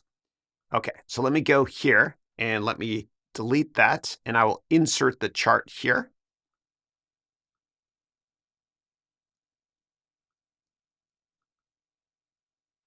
There we go. And we're done with our M&A analysis. Now, you'll notice here that there are lines on the side here. I didn't copy the chart perfectly. You can always select it, then go here to crop, and you can crop the image a little bit right here. There we go. When it comes to general corporate strategy, we can ask open-ended questions in ChatGPT to get commentary on what the company's strategy is. So I wrote here, what's the company's corporate strategy? I've also asked it to include barriers to entry, and these items down here, you can always add more tags here separated by comma, all in caps, or delete some of these. So I want to get information on the ecosystem building, innovation, the consumer experience, vertical integration, global expansion, strategic partnerships, and collaborations, diversification, and data-driven decision-making. Pretty open-ended. So let me copy this, and let's go to ChatGPT to get more details on Apple's corporate strategy. And here are the results. As you can see, it got some of the information from Harvard Business Review. You can't get any better than that when it comes to corporate strategy. And here are the results here. So it gives us more color on the ecosystem, innovation, in terms of vertical integration. They're creating their own chips, et cetera, customer experience, and much, much more. And you can always ask ChatGPT to provide you with more color or more details on any one of these topics here in a follow-up prompt. What I'm going to do is I'm going to copy this and put this into our document. Now, as we go through the quantitative concepts within this research report, you'll find a lower third graphic, as you can see right here, which will tell you that you can use this input, meaning this quantitative analysis, in building your financial model, which we'll discuss later on in the course in this lecture right here. In this section, we'll talk about quantitative research, and we'll use Apple as an example. So let me go here to the beginning of the quantitative research part of this document. Okay, so the first thing we look at when we look at quantitative research is always the total addressable market, the TAM. And in the venture capital industry where I used to work, a lot of prominent venture capital firms I partnered with, including Kleiner Perkins, would never invest in a company or try not to invest in a company that doesn't have a total addressable market of at least $20 billion. And the reason is because in the unlikely event that a company gets 5% market share of a $20 billion market, then that means it's a $1 billion company from an annual revenue perspective. So what we're going to do is we're going to copy this prompt directly into ChatGPT or any AI product that you're using. And we're going to ask, your task is to find relevant information and calculate the company's total addressable market. You must list the market size in your analysis. And what we put down here are a bunch of tags that will get included with this query. And if you want, you can remove some of these tags or hit comma and enter more tags in uppercase if you want to. Now, we're going to look at the TAM, meaning total addressable market, for the largest product or service that the company participates in, as well as the second largest, third largest, fourth largest, etc. We're also going to look at the competitive environment as well. So let's copy this data and put it in a ChatGPT. And once we get our results, we're going to make a chart out of this as well.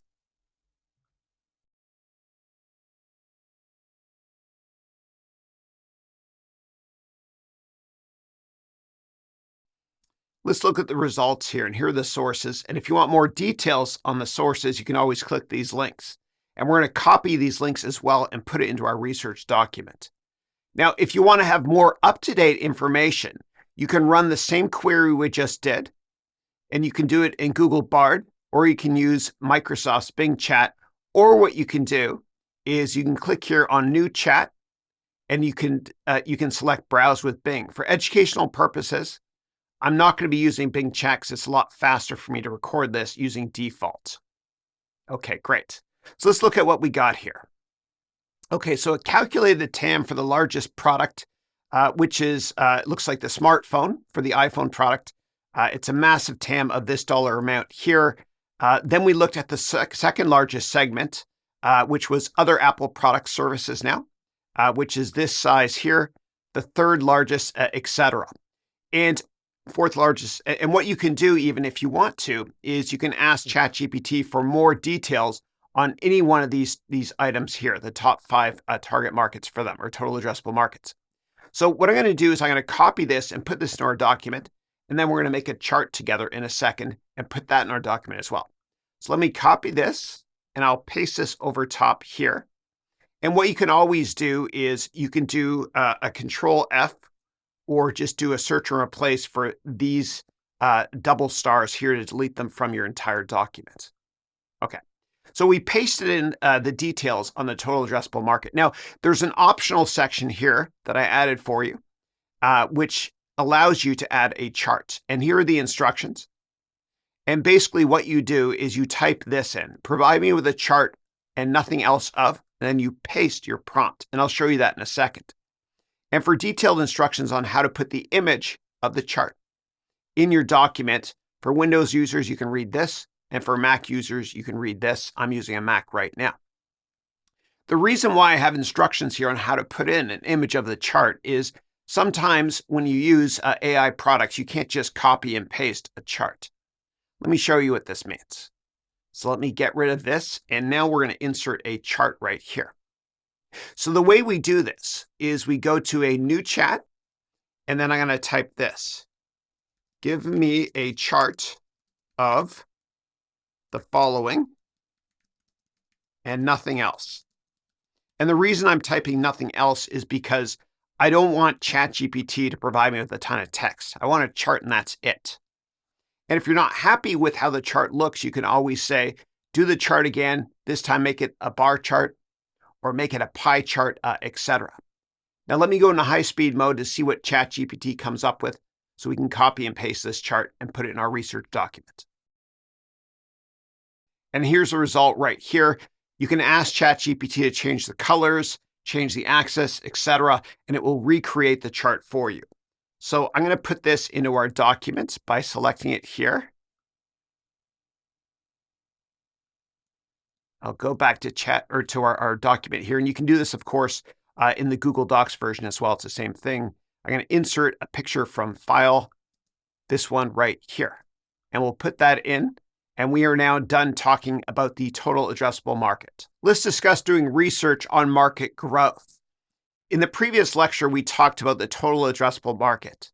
So what we're going to do here is we're going to ask ChatGPT to provide us with the market growth for each product in the company, as well as the total addressable market growth for the largest product, the total addressable market growth for the second largest product, third, fourth, fifth, etc. And then we're going to ask ChatGPT to provide other commentary on the total addressable market growth.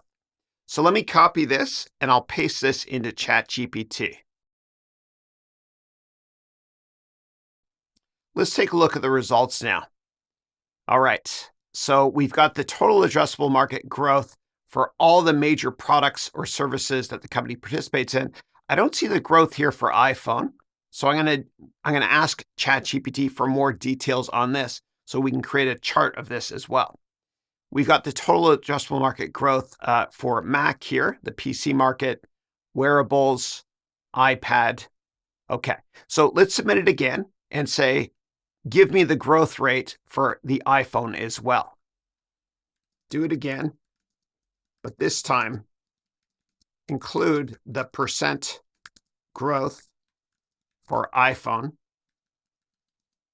as well. And let me fix this typo here.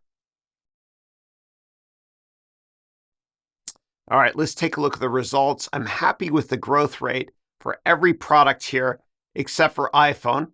It's showing 5G smartphone shipments were up that much. And 5G is relatively new as of recording this video. So I'm going to do it again. And I'm going to say, show me iPhone growth, not just 5G. Do again, but don't show 5G growth. Instead, show iPhone percent growth. Much better. It says here 5.9% for iPhone. And again, this detail here is a bit dated. You can always do a search within ChatGPT using Bing, within ChatGPT so you can get more up-to-date information, or you can do the same thing in Google Bard, or what you can do is you can use Bing Chat. So what I'm going to do is really quickly, after this is done, I'm going to do the same analysis directly in Bard as well as within Bing Chat. All right. So I'm happy with these results here. Great. All right. Let me go over here to Bard and we'll try the same thing. Paste. And sometimes you actually have to do Command-Shift-V to paste the text and not an image. Okay. Submit. And this will give us more up-to-date information as well. You got a similar statistic growth here we saw using ChatGPT as well, 5%. And all the other, and actually I like these results better here than what ChatGPT gave us. Now, let's do the exact same thing over here in Bing Chat to see what the results are. And I'll do this in high-speed mode.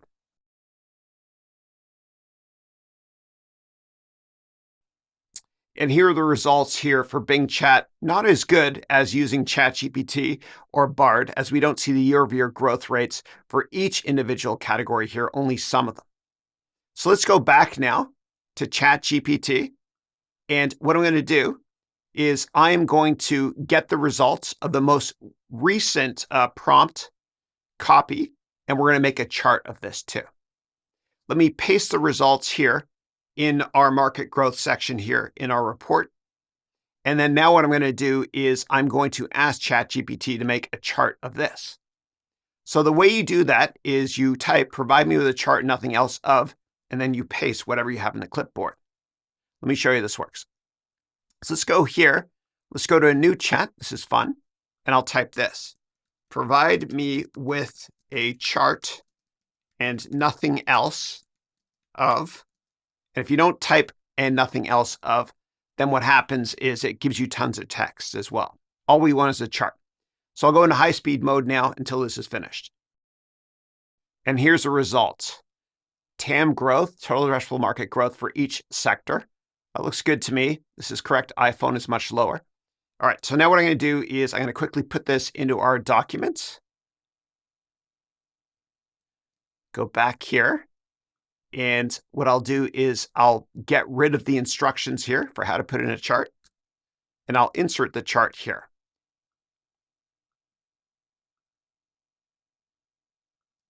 This one. And that's it. And what you can always do is you can crop the image a little bit to get rid of this line. You select here, then crop, then you just drag this over slightly. There we go. And that's it. And we're done with the market growth. We can always pre this up to get rid of additional commentary that ChatGPT entered for us that we don't need. And then you can always search and replace all of these items here, meaning the double asterisks, etc. Let's do quantitative research on market share. So what we're going to do is with this prompt here, we're going to ask ChatGPT or whatever AI product you're using to get the market share for each product of the company. And we're going to always mention, don't just give us qualitative information. And as usual, no more than 3 sentences per paragraph, and you can read the rest here. Then we're going to put in these tags here, and you can always delete some of these tags or add new ones. Just delete or add comma and then type all in caps. So the tags that we want to get are the market share of the total addressable market for the company's largest product or service, the second largest product or service, same thing, third, fourth, and fifth, and then 6th, 7th, 8th, 9th, 10th if you want.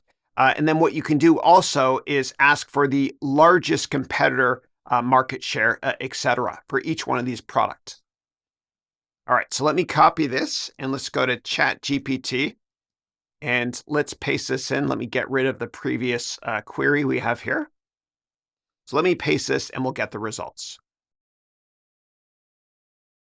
Great, I'm pretty happy with the results here, actually. It showed the market share for all of the major products for Apple here. So let's copy this and put this in our document, and then we'll create charts for many of these products here.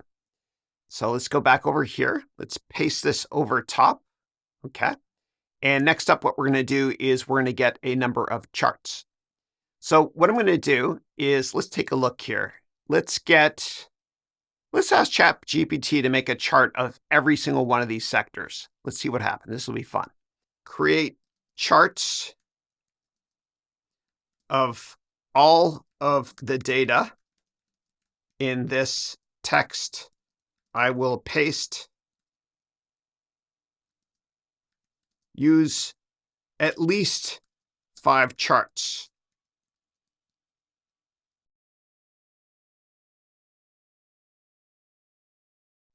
All right, let's take a look. I asked for 5 charts, but this is good enough here. That's not bad, actually. So what I can do is I can copy this and paste this in our document. We can even ask ChatGPT to do this again, but show us with multiple colors instead of just greens, because it's kind of hard to read. So let me actually do that again. So I'll type here, do that again, but use colors and not just green shades.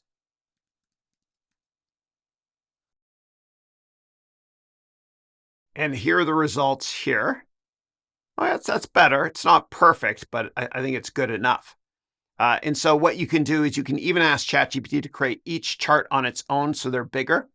But for the interests of time, what I'm going to do is I'm just going to copy this quickly and put this directly into our document. I want that word regenerate to be there on top of it. So what I'll do is I will just scroll up a bit. I'll copy this.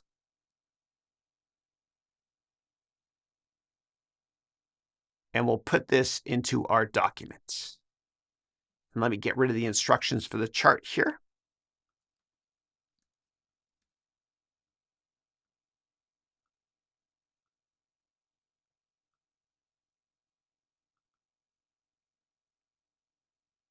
There we go. And we are now done discussing market share.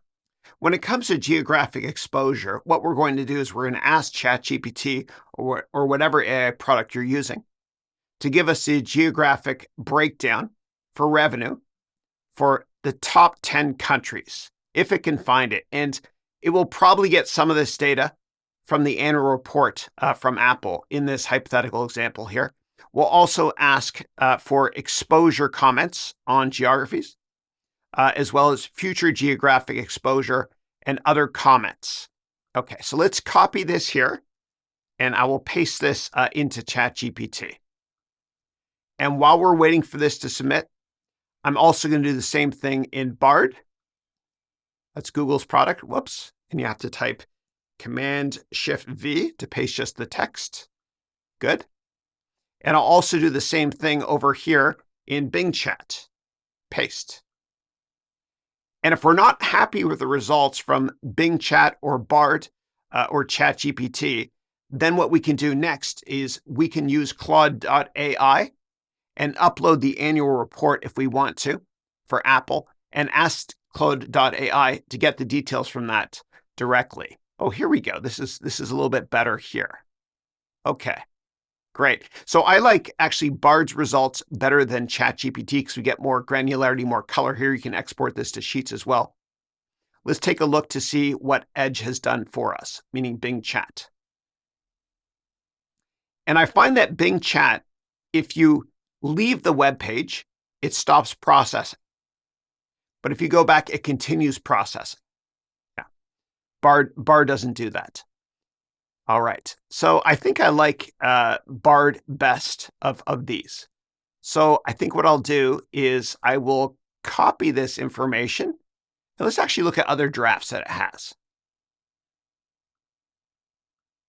Yeah, I'm going to use this version here. It's less messy when you paste it directly in your document. So what I'll do is I'll scroll down here and I will copy this information. We'll go back to our document here and we'll make a chart in a second of this too. Let's go back to our document and let's paste this here. Okay. I don't like this data here. So I'm going to get rid of country data array. We got the sources here as well. Great. So I think what I'll do now is I'm going to grab this and I'm going to ask ChatGPT to make a chart out of this. Now you notice that the formatting is not perfect. What I should have done is I should have pasted special. So let me hit Control Z twice to get rid of this. And let's paste special. Here we go. Yeah, that's better. Great. Okay. So what I'll do now is I'm going to copy this. We're going to go back here to ChatGPT. And what we're going to do is we are going to go to a new chat, and I'll say, make a bar chart of this and nothing else. Ignore the typo there, please. And then we will get a chart of this. I'll go into high-speed mode to save us time. And here's the result. This looks pretty good, actually. And you never want to stick with just one AI product. You want to use multiple ones.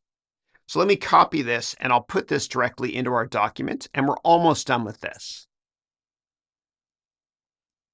Actually, I'm going to ask to show the percent beside each one of these countries.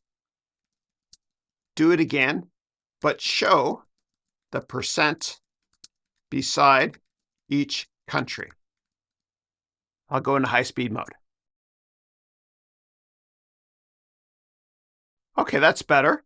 So let me copy this quickly and put this into our document. Copy. I'll go back to Word. Let me get rid of all of this text here. And I will insert the chart. Good. Looks good. And I want to get more qualitative information here. So I'm going to go back here to our initial query. Here it is.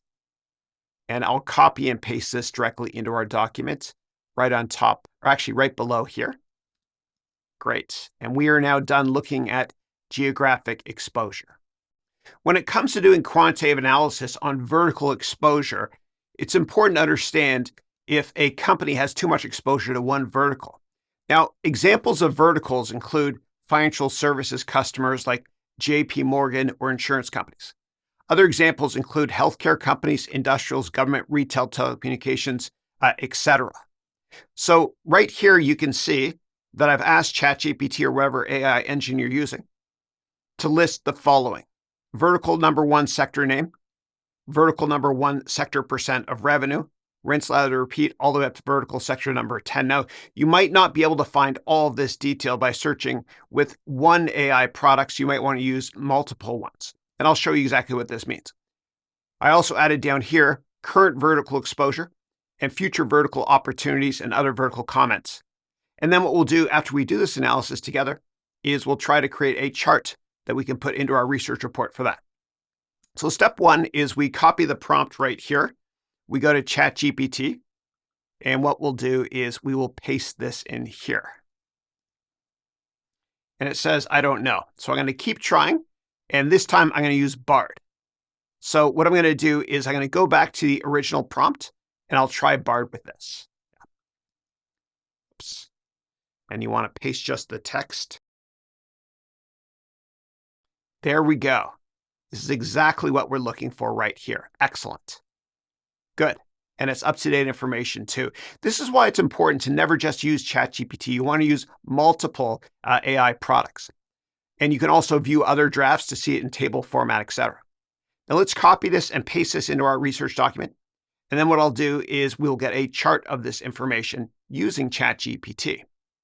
So I will go here, I will copy, go back here, and we will paste this. And I think I'll paste special. Good. And you can always do a search and replace for all these stars or double stars here if you want. Now what I'm going to do is we're going to create a chart of this. And the instructions are right here. Let me delete the instructions, and we'll ask ChatGPT to make a chart. Make a chart and nothing else of the data in this text. There's typos. That's okay. It's smart enough to know. There we go. Finally. Okay, great. Now, I want more detail on this, so I'm going to say, do it again, but add percent revenue for all items. Okay, it's not perfect, but it's good enough. So what I'm going to do is I'm now going to copy this chart and put this directly into our research report.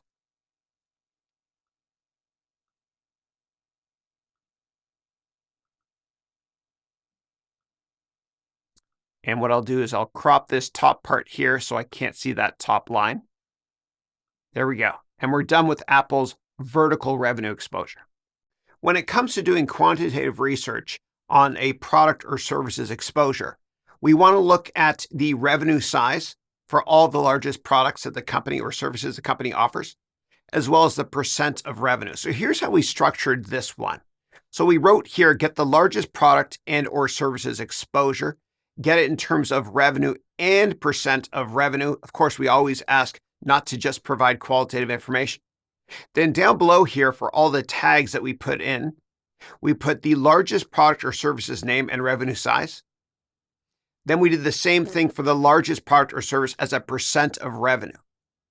We did this also for the second largest product or service, the third largest, fourth largest, fifth largest, and then down here, other percent of revenue for each product or service comment. And of course, you can always hit comma and add more details in caps, or you can delete some of these tags.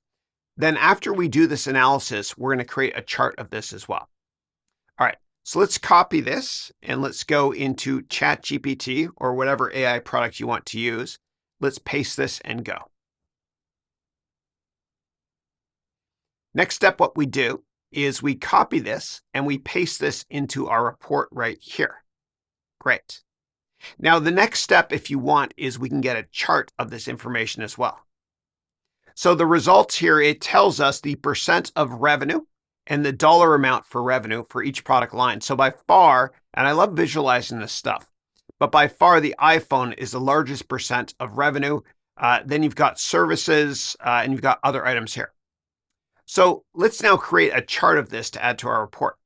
I'm going to type here, give me a chart of the percent of revenue and nothing else for this data. And I'll paste it and we'll see what it comes up with. I'll go into high-speed mode because this takes a couple seconds to process. All right. And I typed and nothing else, so I wouldn't get all this text stuff, but that's good enough. All right, let's take a look at what it gave us. It's kind of hard to read. So I'm going to write here, do it again, but with colors that are light, meaning pastel. And I typed that because I want to be able to see the numbers as well that will be in black. Let's see what it comes up with. Much nicer. Very cool. Okay, great. So what I'll do now is I will copy this. We're not done yet because I want to make one more chart. We'll copy this and we'll put this into our document. Copy. I'll go down here and I'll get rid of the optional instructions for putting in a chart. And I will paste by going Insert, Pictures from File, this one here. Good. And I'll paste it. Excellent. Great. Now let's go back and let's get a chart that will show us just the dollar amounts. Now create a chart of the revenue dollar amounts. There we go. And it used the same format too, pastel, pink, blue, etc. Nice. Okay. So I will take this, I'll quickly copy this, and then we are now done with this part of the analysis. Go here.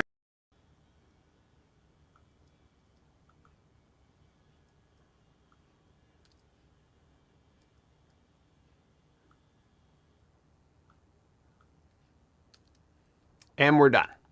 From a quantitative analysis, it's very important to also look at foreign exchange exposure, especially something called constant currency growth. So what happens is, as we know, companies that are big like Apple do business in many countries. And so what can happen is if the US dollar, which is how they report their earnings and revenue, if the US dollar falls a lot, then when they repatriate, meaning bring home profits from other countries, it's more.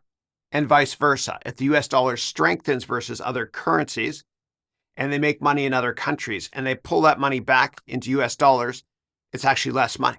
So what we're interested in is a couple things. We want to understand what the exposure is to different currencies and what the constant currency, meaning normalized growth, is, or revenue and earnings numbers are.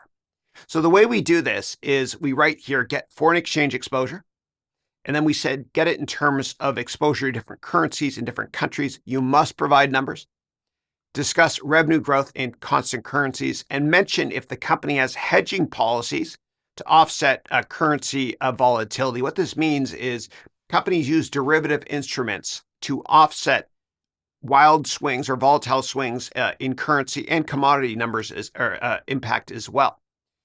So sometimes companies, what they'll do is they'll use derivatives to perfectly hedge currencies so that if currencies move a lot, it won't impact their financial results that much. So let's copy this and paste this directly into ChatGPT. If you want, you can add additional tags down here in caps. And if the data, if we get a lot of numbers, we might want to chart that as well. So I'm going to paste this here. And while that is being calculated, or the prompt is being generated, I'm going to go to Bard and do the same thing here. Submit. Then I'm going to go over here to Bing Chat and do the exact same thing here. And we'll come back to these in a second. Now with Bing Chat, you have to stay on the page for it to process. It's a smart way for them to not spend too much money on GPU access, et cetera, in the cloud. All right, let's see what Bing came up with. I love the fact you've got all these sources here listed, 10 more, so there's 14 sources in total. If we look through the number here, let's see if it gave us the answer we're looking for. It told us percent of revenue from international markets. That's not helpful. I want hedging stuff here. Here we go. It increased its notional FX derivatives to 176 billion, which was this amount higher than it was before. Okay, they're using more hedging. But let me go back now to see what Bard came up with. Okay. Significant exposure. 58% of revenue came from outside the United States. This will definitely move the needle for them. Okay, so we actually see here the revenue exposure in the top currencies. It's exposed to the Chinese yuan or renminbi, the yen, other currencies, etc., and the euro, of course. Let's see here if they got constant currency. Oh, this is what I want. Good. All right. 8% constant currency growth, despite a 2% headwind from FX fluctuations. This might be the best response so far. Let's see what ChatGPT has come up with here. Okay. Derivative instruments. Okay, good. This tells it to us actually in a lot more detail. I'm going to use a combination of ChatGPT as well as Bard in my answer. So I'm going to copy this. We're going to go back to paste it in here. And because it's Bard, I'm going to paste, actually this, I don't have to paste special for this one. Good. And then what I'm going to do is I'm going to grab part of the data from Bard here. Okay. And you can even export this to Sheets if you want to. Okay. So I think what I'll do is I'll just copy all of this data here and then paste special. So I'll copy. Good. And then I am going to paste special down here below my other sources. Whoops. Down here. Good.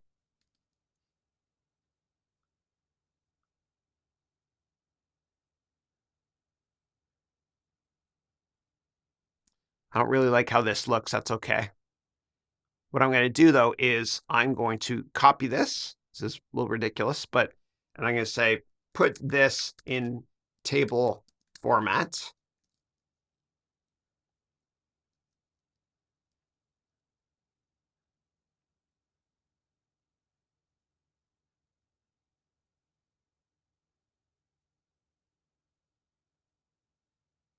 Okay, good. And actually what I'll do is I'll just copy it this way. This should work. You can paste it like that. Or what you can do is you can go to paste special like this, and then just use tabs to play around with the data if you want to. But I think this is good enough from an education perspective to explain how all of this works. Then what you can do if you wanted to is you could highlight this and then go to ChatGPT and ask ChatGPT to make a chart out of this. Let's discuss getting quantitative research when it comes to the ASP, meaning the average selling price, and volume. And whenever you're doing financial research on a company, if you can't find the number one driver, meaning what makes revenue go up or down, then you can always default to are prices increasing and is volume increasing? And that's usually a pretty good proxy, especially with cyclical and commodity-based companies. Let's copy this here directly into ChatGPT and see what it comes up with. All right, we got the results. We turn off the air conditioning here, and let's check it out here. Okay, it did the job. It told us the ASP, average selling price, as well as the volume. Okay, good. We got Mac, we got iPad, we got Apple Watch, and we got AirPods as well. Okay, great. And the sources at the bottom. So I'm going to copy this, and we'll paste this directly into our document. And let's see if we can get a chart out of this as well. And I'll type this. Make a chart and nothing else for, and I will paste this here and see what it comes up with. Okay, and here's the chart here. So what we can do is we can copy and paste this into our document and crop this into two different images. I'll show you how really quickly. Let's go back here and let's delete the instructions for how to make a chart here using ChatGPT. Good. And then what I'll do is I will insert this image here, insert pictures from file. This is the one here. I'm going to break it up into two though. All right, so here we go. And what I'll do is I will crop this image so we can see it a little bit better if we make it bigger. There we go. I'll make this bigger. And then I will copy this down below and we'll do the same thing by cropping to get the other image. So I'll go here to picture format, crop, and we'll move, oops, try it again. Picture format, crop, and we'll move it over 3 times the charm. Here we go, good, great, excellent. And let's make it smaller so we can fit both on the same page right here. And of course, you can add your own titles and your own headings as well, header 1 or 2 if you want to. I'll just leave it this size here. And then when you insert the heading, you can write here ASP chart for Apple. Let me do it here. ASP for XYZ products. Just want to show you how this works. And then what you can do is you can highlight this. It works the same way in Google Docs. And then you select heading 3. And then when you repaginate your table of contents, this will be added as well. Let me click undo a couple times. Great. Okay, great. So we are now done discussing the ASP, meaning the average selling price and volume. Now that we talked about the average selling price for a product, meaning revenue for one product, let's talk about the expenses, meaning cost of goods sold, to make one unit. And this is cost of production. And so what I did here was I put a bunch of tags down here below that we can use in our prompt for cost to produce the largest product, second largest product, third, fourth, sixth, all the way up to 10th, if that data is available. Highly unlikely it's all available, but I wanted to include more for you here, just in case the company you're doing research on discloses all of that. You can even gut or delete half of these if you want to and add your own. So let me copy this and we'll paste this into ChatGPT and let's paste this and see what it comes up with. This response blew me away. It actually gave the 10 largest products. The smallest one is accessories. Actually, when the iPad first came out, 50% of the profit that Apple generated on iPads was from the cases they sold. You know, those overpriced $50 cases. Amazing. Look at the markup you've got here on AirPods. Unbelievable. All right. So now what we're going to do is we're going to copy this and put this into our document. And then we're going to go and get a chart for this. So we'll go to new chat and I'll type here, get me a chart and nothing else for, and I'll paste a special this. There we go. Here's our chart. Not bad. All right, we'll just copy this quickly and we'll put it directly in our document.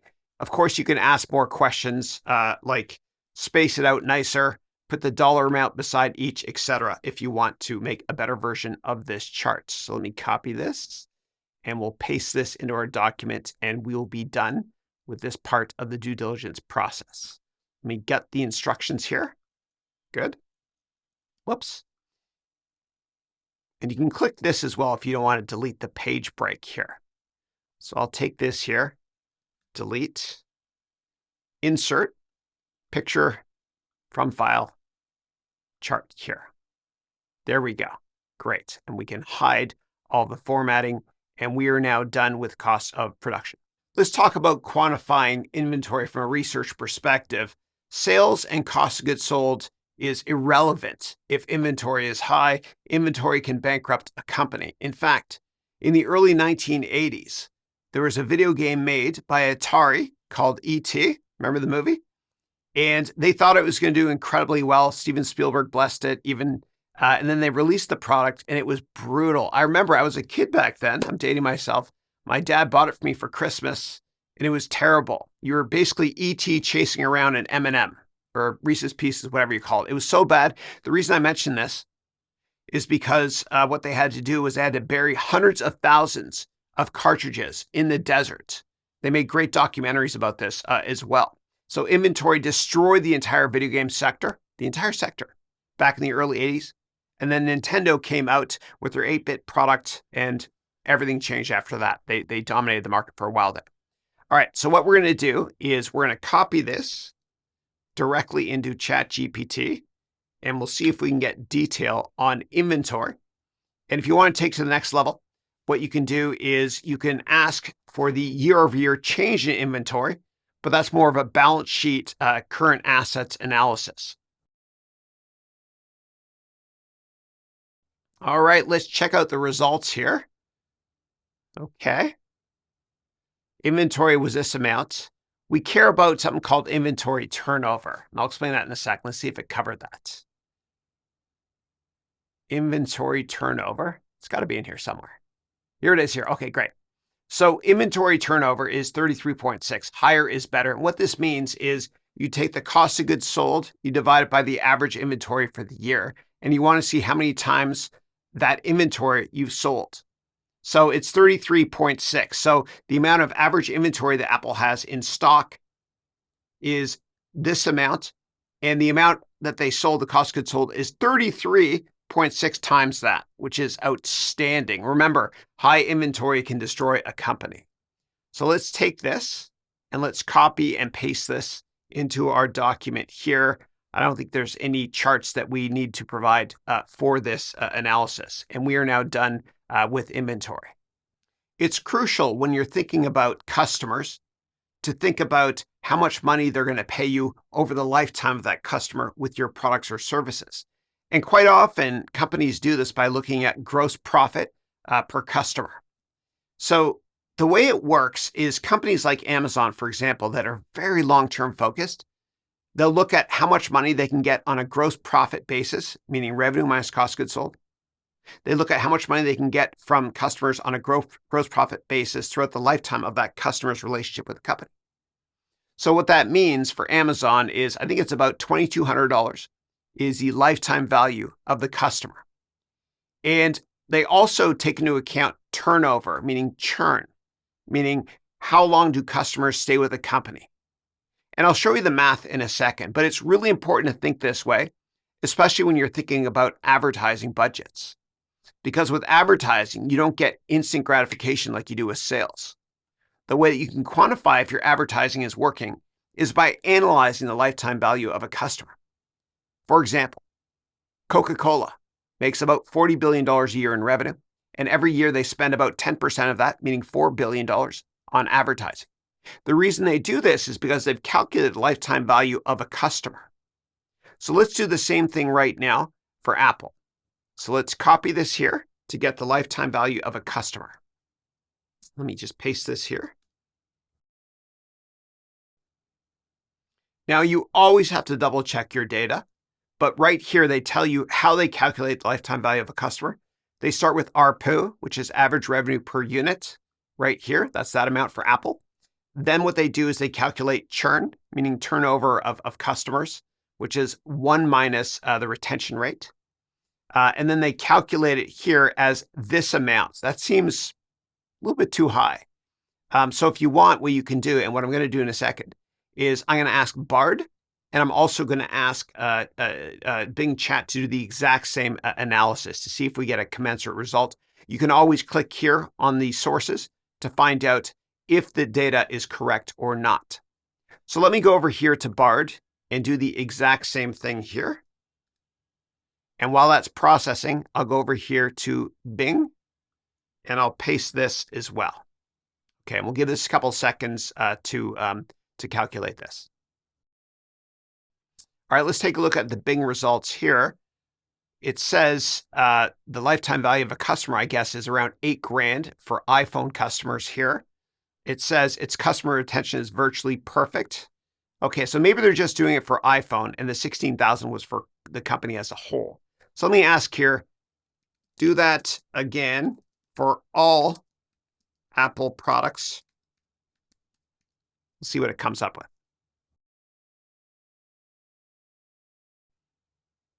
All right, lots of sources. We've got 25 sources right here. Okay, looks like we're still at 8,000 for the lifetime value of a customer for iPhone. iPad, it's got some statistics here as well. MacBook, there's not much value in this comment here. Same thing with the other products. All right, let's see what Bard came up with. Okay.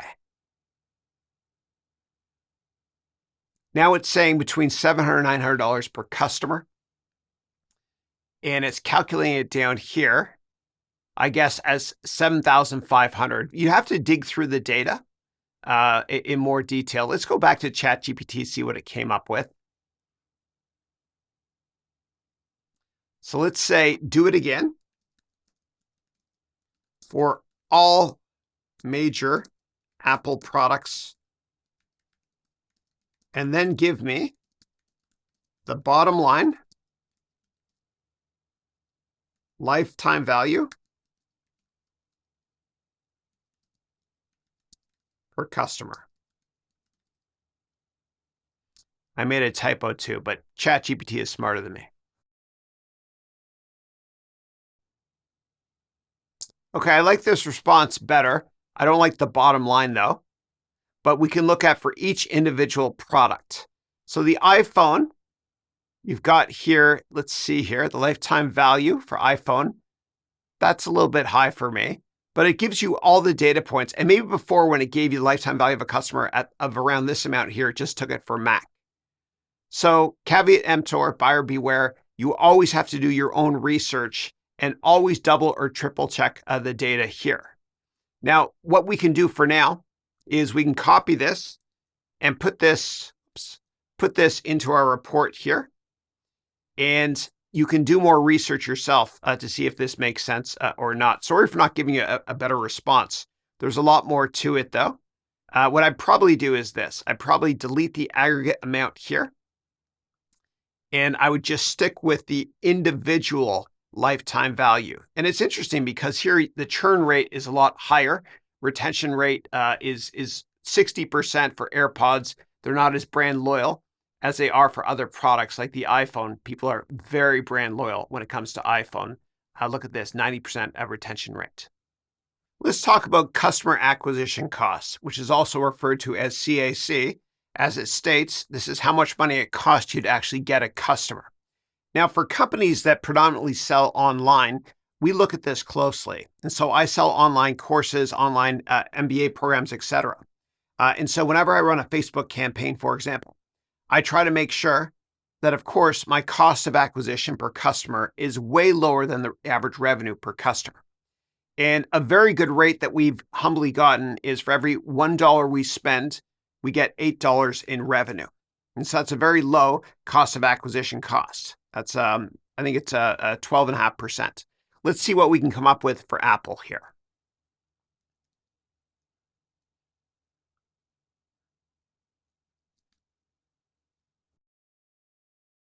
So it's not getting us the best results, but it's going to the right place. It's going to the annual report for Apple, meaning the 10K. And the way it's calculating it is SG&A expenses divided by number of new customers acquired. So it's taking $18 billion divided by 10 million new customers for the year from the 10K, and it's $1,800 per customer. This is not a perfect science, though, because there's lots of assumptions you have to make. So some companies, when they report their expenses on their income statement, they give you sales and marketing, and then G&A, general and administrative expenses, separately. Apple combines them. So what's being lumped into here is also general and administrative statistics for the company. So what we can do is we can try this again using a different AI product. So let's go to Bard and see what we come up with here. This seems more realistic to me.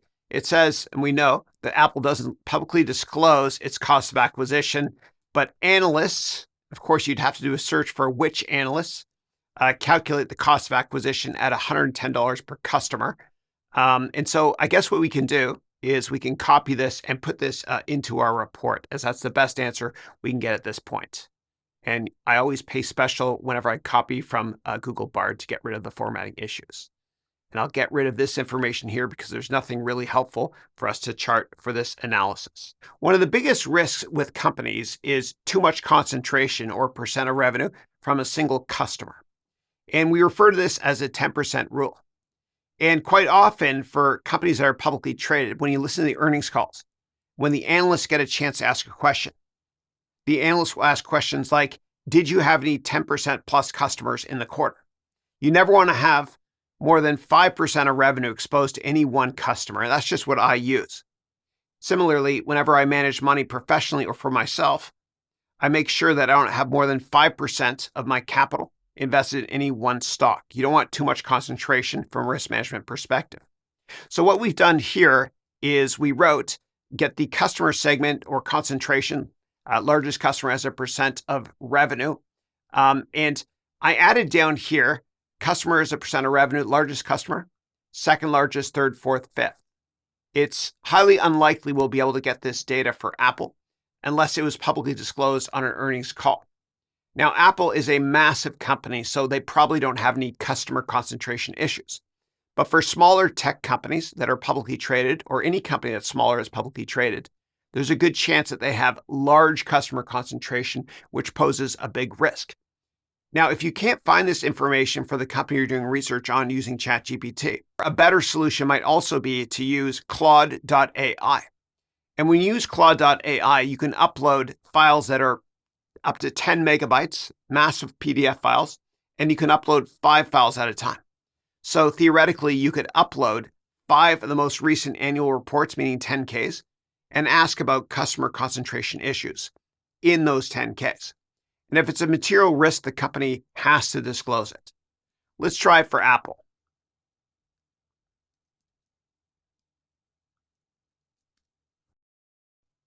And this is the right answer here. It says that it can't find the information. Of course, Apple doesn't publicly disclose it. If it was a risk, they'd have to disclose it, right? But because a lot of Apple's customers are B2C, meaning business to consumer, go into the Apple store and buy products, nobody's going to be more than even 1% of revenue, not even close. But what I'm going to do is I'm going to copy this and paste this in my document right here. And when you're doing research on smaller companies, this will definitely be a much bigger risk, customer concentration that is. If a company is publicly traded, it's important to look at who the largest shareholders are and if there's any big change quarter over quarter in terms of who owns the stock and the quality of investors as well. For example, if an activist investor like Carl Icahn starts accumulating a position in a stock, you want to know about that because he's probably going to try to join the board and be an activist and maybe break up the company or enhance shareholder value by changing the management team or bullying the management team, which some activist investors do. Also, when you look at the concentration of shareholders, you want to understand if the shareholders, meaning largely the mutual funds, are value or growth based. And this is important because what happens is a lot of companies that are newly publicly traded, for the first 10 years or so of their existence, they're growth stocks, meaning they're growing quickly. And there's 2 classes of investors usually. Growth investors who don't care as much about valuation, they care about growth. Then there's value investors who want to buy cheap stuff that's usually not growing as quickly. Warren Buffett is usually a value investor, and growth investors are a lot of investors that invest in tech stocks. Now, the issue and why this is crucial is because every growth company eventually, due to the law of large numbers, sees their revenue growth slow. Just think of the U.S. economy. The U.S. economy it's a big company, so to speak, and it will never grow more than a couple % year over year in terms of revenue for the country, meaning GDP. So if a company is really big and it's a growth stock, at some point it's going to stop growing. And the growth investors are no longer going to want to own the stock. And the value investors are not going to want to buy the stock either because it's not cheap enough yet. So what happens is the company is in no man's land, so to speak. And the transition from being a growth stock to a value stock can take 10 years, meaning it's stuck in no man's land. And it's important for me to mention this based on my experience working on Wall Street, because people are usually a growth investor or a value investor, but not in the middle. And in the middle, people say GARP or growth at a reasonable price. But the reality is that not many people are GARP investors. You're either a growth investor or a value investor. And so if a company is no longer growing, but it's not cheap enough to be a value stock, it's stuck in what I refer to as investment purgatory. Nobody wants to touch it for a while. It can be up to 5 or 10 years before value investors see it as being cheap enough, and the stock will move nowhere. Now, what can accelerate the process of moving from no man's land to value, meaning unlock shareholder value, is if an activist investor like a Carl Icahn comes in and buys a big stake in the company. And that's why we need to look at shareholder concentration closely. It's really important. And so the classic example of this is Carl Icahn when he bought a ton of shares in eBay. And he joined the board of eBay, and he forced John Donahoe, who was the CEO at the time, good guy, I remember meeting him, he was really tall. He forced the management team to change. And he unlocked shareholder value by splitting eBay into 2 companies. Here's why he did it. So eBay used to own PayPal, and growth investors loved PayPal because it was growing quickly. But growth investors hated the sleepy, low-growth marketplace side of the business, meaning auctions. Value investors love the auction side of the business, meaning core eBay, because it's somewhat counter-cyclical. But they hated the growth side. So nobody wanted to own the stock. It was stuck in no man's land, in investment purgatory. And Carl Icahn stepped in, and he joined the board. He owned a lot of shares in the company, so he had a say. And he forced the company to break up into 2 companies. One being PayPal, which growth investors loved. The other being eBay itself, the auction business that value investors loved. And these 2 independent stocks, eBay itself, the auction marketplace, and PayPal, separately, the stocks went up a lot. So it's important to always keep track of what the concentration of investors is. It's important also because if traditionally growth investors, growth mutual funds, and they always disclose mutual funds if they're growth or value, if they own a certain stock and you notice that they're starting to sell or unwind their positions, then regardless of fundamentals of the company, what happens is from a supply-demand perspective, it can take a while for these big companies to turn a big ship around, meaning unload that position. So that's why you want to look at shareholder concentration closely. Now, there are certain investors that retail investors love to look at closely, like Warren Buffett. And so Warren Buffett owned Wells Fargo, ticker WFG, for ages. And he started to unwind the position. And because he's so big, Berkshire Hathaway, his fund, so to speak, it put a lot of pressure on the stock for a long time. So you always want to take a look at shareholder concentration. Now, what we did here was we mentioned here, get me a list of the largest shareholders in the company, if it's publicly traded, of course, with a % ownership and their name. And then down here, we added these tags, largest shareholder name, % ownership for the largest, second, third, fourth, rinse, lather, repeat, all the way down to the 10th. And then down here, shareholder characteristics, if we can find it, and other comments about shareholders. So let's copy this into ChatGPT to see what results we get for shareholder concentration. Oh my God, I talk a lot. All right, this is good. I'm happy with this response. It's up-to-date data, of course. The largest shareholder here is Vanguard. Don't read too much into that because Vanguard is a big ETF company and they buy indexes, of which Apple is a big component. Second biggest here is Berkshire Hathaway, Warren Buffett's company. And you want to pay close attention to this. He loves the company. About 40% of his portfolio, this is unbelievable, is in this stock as of the recording of this, which is in 2023, October 3rd. Yeah. But you definitely want to look at that closely because if he starts to unwind his position, then a lot of other investors will run for the exit. Okay, of course, do your own research. Always never rely on anybody else, including myself. Next up, we got BlackRock, a big ETF company as well. I wouldn't read too much into this. This is a custodial service company based in Boston. So SSGA, don't read too much into this. I do research on good capital management to see if their growth or value. Fidelity, I'd find out exactly what fund that's a part of to understand that in more detail. And because I worked in the industry for years, Fidelity is a little bit different. Every 2 years, the software or the tech analysts tend to move from one role to another. And that's a bit of a risk sometimes with Fidelity because the analyst, if the analyst loves a stock and they move to cover another sector, which they have to do every 2 years at Fidelity, then the new analyst covering that sector can unwind that position. T. Rowe Price, they're excellent. They're based in Baltimore as well. I'd find out if this is a growth or value-based fund, etc. But you can do your research on all these companies as well if you want to in more detail. And what I'll do is I will copy this and we will paste this directly into shareholder concentration, and we're almost done. But what I want to do is I want to get a chart of this information. Okay, so let's delete this and let's insert a chart. The way we do that, we go to a new chat. Get me a pie chart of this and nothing else. Paste. Okay, here is the pie chart. I don't like the way it looks. It's hard to read. So I'm going to ask ChatGPT to make changes. I'm going to ask for pastel colors. And I'm going to ask that the key or contents be put in the corner. Do it again, but use pastel colors and put the key in the corner. I like it better. It's still hard to read. So I'm going to write, get rid of the names that are on top of the chart. Please work.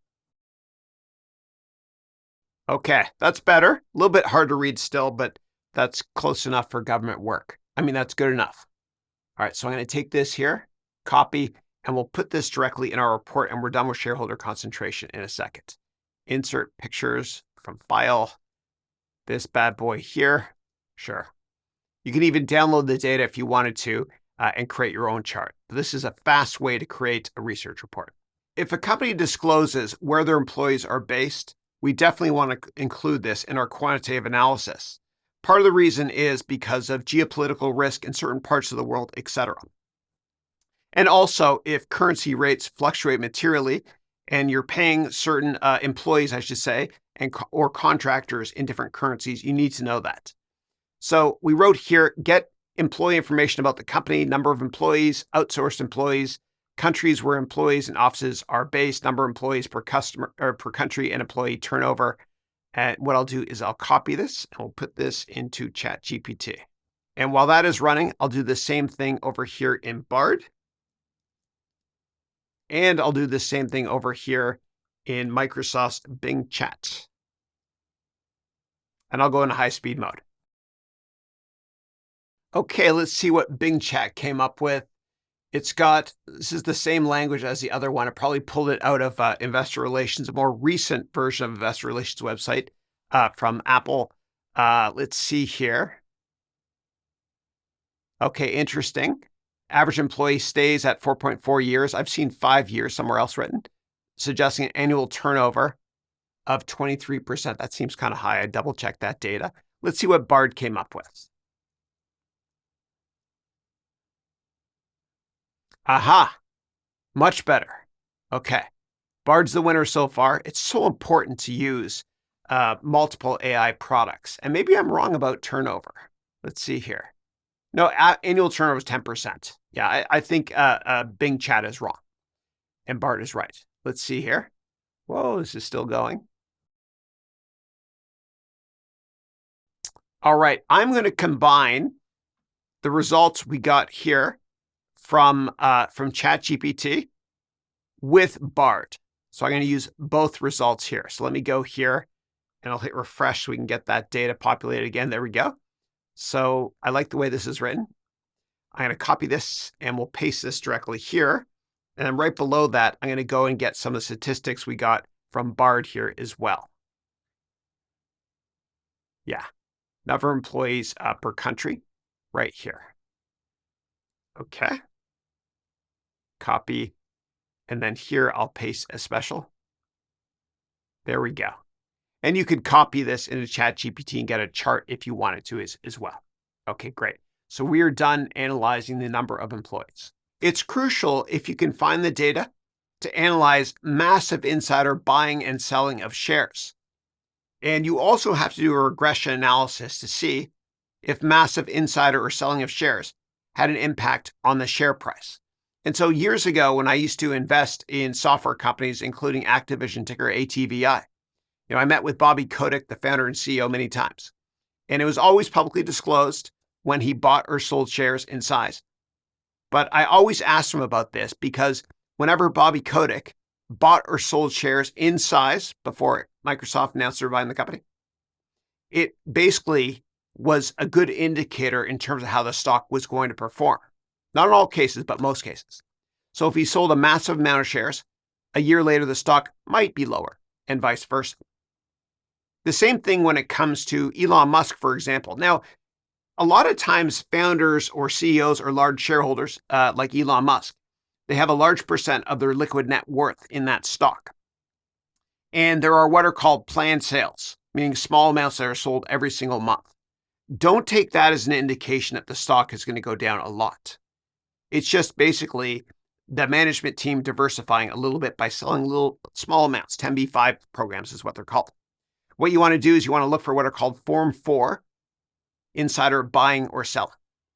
And if we take a look at Elon Musk, in, I think it was March or April of 2020, during the pandemic, everybody was freaking out, but he backed up the truck and he bought a ton of shares in Tesla. And of course, he did very well with that. Then he sold those shares, a large amount of the ones he bought. He sold those shares in late 2021, about 6 weeks before the market peaked in January of 2022. And so from a behavioral finance perspective, you need to analyze when there's large insider buying or selling, and then you need to do what's called a regression analysis to find out if there's a correlation between massive insider buying and selling and how the stock performed. And there's an art to this as well, and a science. It's called behavioral finance, behavioral science. And if you want to learn more details about this, there's a Nobel Prize winner, Dick Fuller, who has a mutual fund called Fuller and Taylor. And he won a Nobel Prize in finance a couple of years ago for behavioral finance, for analyzing this. So do a search on Fuller and Taylor for more details on this. Okay. Now let's take this information here. And we want to get information on insider buying and selling in shares of the company. Focus on the CEO or senior executives and founders as well. Focus on the CEO. I'm going to add that here. The founder. Okay. And let's copy this. And we'll put this into ChatGPT to see if we can get some kind of a pattern.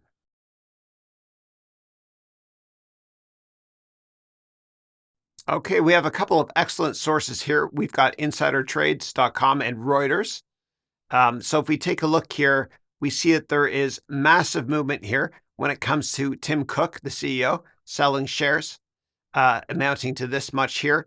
You also have the CFO that sold as well, not as much. The CFO usually doesn't get compensated as much as the CEO does. But what you want to do is the next step, and even the COO, as the next step is you want to run a regression analysis to discover if there's a correlation between these three aforementioned executives, C-level executives, buying or selling shares in size and how the stock performed longer term. So what I'll do is I'll copy this and I'll put this directly into ChatGPT. And I'll get rid of this part here because we're not going to provide a chart for this. It's important to analyze global GDP growth as well as revenue growth for a given company to see if there's a correlation. And different companies in different industries are impacted more so than others when it comes to the cyclical nature of the global markets. So think of GDP as revenue for a country, and we want to see if there's a correlation between revenue of a country or the world and the company itself. And so certain sectors are more impacted than others. So if you invest in machinery companies like Caterpillar, ticker CAT, or Komatsu in Japan, you'll see that they make a lot of money when times are good and the economies globally are growing, but they lose a ton of money in economic downturns. And obviously, this can help you a lot analyzing this from an investment perspective. There's other companies that are somewhat counter-cyclical, including certain healthcare stocks. A lot of healthcare companies are counter-cyclical because people still get sick during recessions, and sometimes even more sick. You can also look at staples, consumer staples companies. People are still going to buy products like Campbell's Soup, ticker CPB, when times are good and when times are not. But the bottom line is you want to look to see if there's a correlation between global GDP growth and revenue growth for a given company. Let's see if we can find a pattern here when it comes to Apple. This is tricky to get. So one of the data sources here is the World Bank. Doesn't get any better than that when it comes to economic growth numbers and statistics. You can also go to the IMF's website, which is great for that. And so what you can do is just read through this to see if there's a correlation between global economic growth and Apple's revenues. I know that Apple, it says here, is very much tied to growth in China as well. These are the two largest markets for Apple. So if China were to go into a severe economic downturn, of course, it would materially impact Apple more than probably most other tech companies because the exposure that Apple has to China, for example. So let me copy this and paste this into global GDP impact on revenue. And we are now done analyzing global GDP when it comes to revenue for Apple. As a follow-up, what you want to do also, if you can, is get the economic data, meaning GDP growth of China and the United States and other countries, and run a regression analysis versus Apple's revenue growth historically. When analyzing companies, especially social media companies, if you can get the data for daily active users and monthly active users, you want to get this data and see if there's a correlation between revenue growth, profitability, etc., and those two aforementioned data points. So there's daily active users and monthly active users. And social media companies like Meta will release this type of information, or Wall Street analysts will try to calculate this. And you want to measure this closely because it can have a big impact on revenue growth for the company. And so what we can do is we can take a look to see if there's daily active user and monthly active users for Apple's product. Probably not. Maybe Apple releases some of this information or analysts try to forecast this information from Apple Music, for example. But if you can find this, you definitely want to analyze this data as well. So let's try it out here. Wasn't helpful. I'll try quickly with Bard, and then I'll try also with Bing Chat.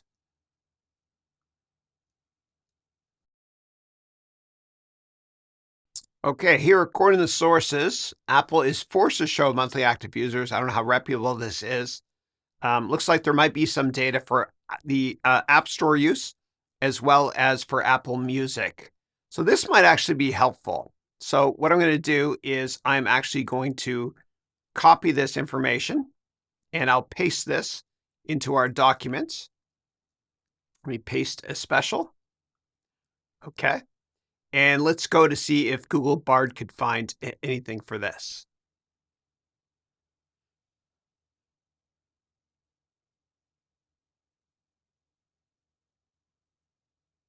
I don't know if I believe this data. I mean, I guess we all use our iPhones every day, but iPad, who knows?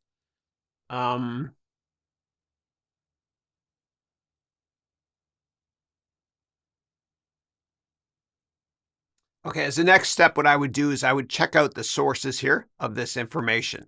So what I would do is I would copy this and paste special into our report and then do a deeper dive on the sources of this as well.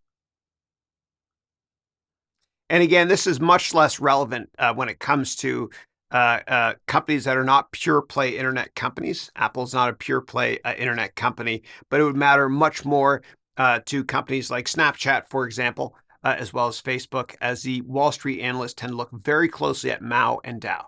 When doing quantitative research on companies, sometimes there is a decent correlation between social media subscribers and revenue. And you want to make sure you use a regression analysis to see if there's a commensurate pattern. So in this case, what we're doing is we're asking ChatGPT to come up with how many followers does the company have on all major social media platforms like Facebook, YouTube, Instagram, LinkedIn, Twitter, now called X. If it has this data, you want to take note of this to see if there's a correlation between social media subscribers on different platforms and revenue growth. Okay. So let me paste this here in the ChatGPT. And while that's running, I'll do the same thing in Bard and the same thing over here in Bing Chat. Okay, we have some of the details here. Their Facebook following. And if the number's not listed here, you can always go directly to the source, the social media website, find out how many followers they have. And what you want to do is you want to compare this as well in different time periods to see if there's growth or no growth, so to speak. In a second, I'm going to show you a really cool tool to understand the historical website presence for companies. It has nothing to do with AI, but I'm going to show you anyway in a second. But first, let me take this here and copy this data, and I will paste this directly into our Word doc, paste as special. And then I'm going to go over to here to see what Bard came up with. Oh, this looks helpful. Okay. So I'll probably just grab this. This actually looks a lot better than the data we got from Bing.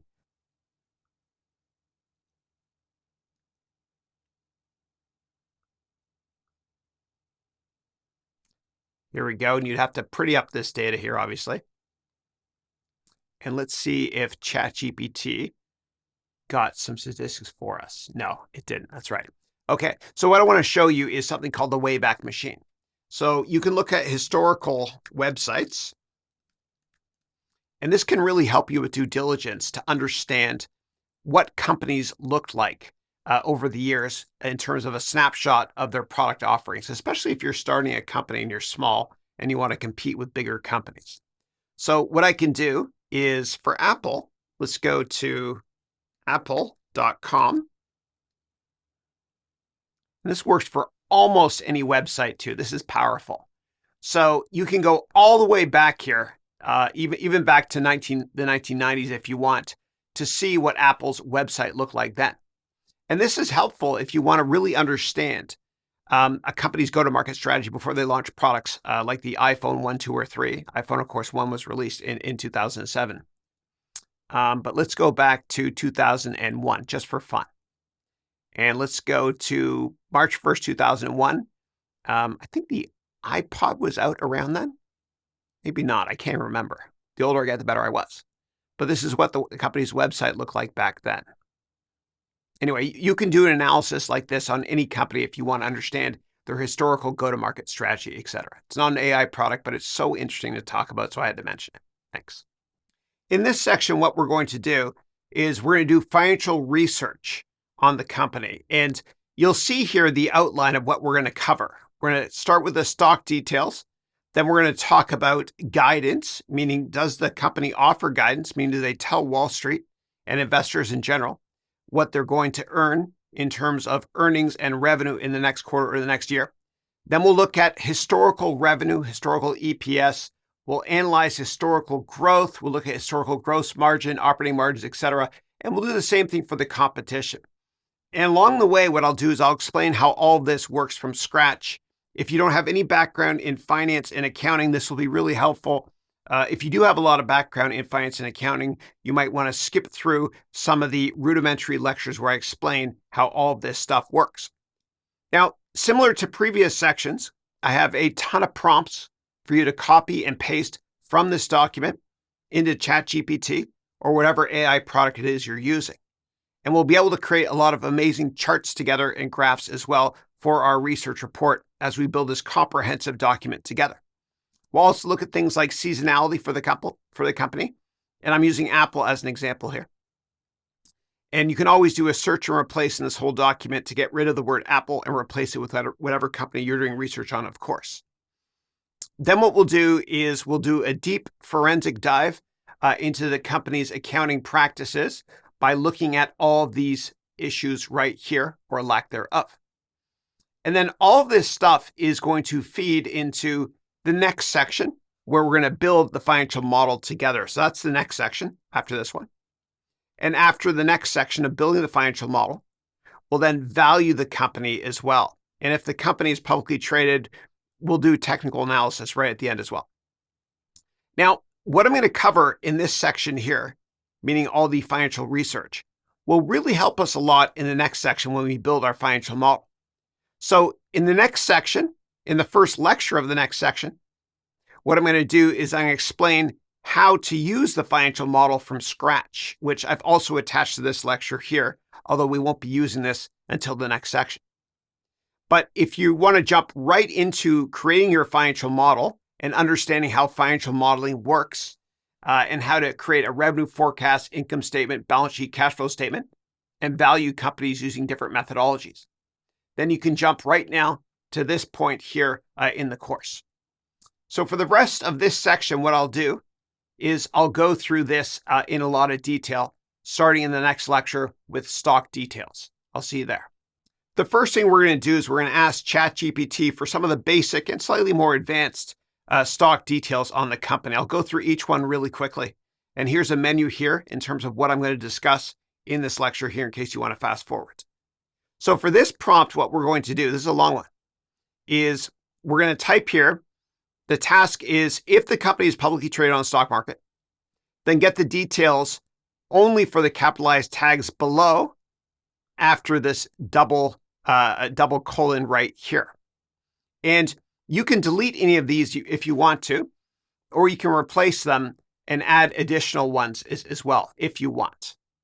Then if there's any helpful data based on everything we do in this financial analysis and financial research section, we can also insert charts, and I'll show you that along the way. So you can use ChatGPT or any other AI product you want to, as we've tested these on all major platforms.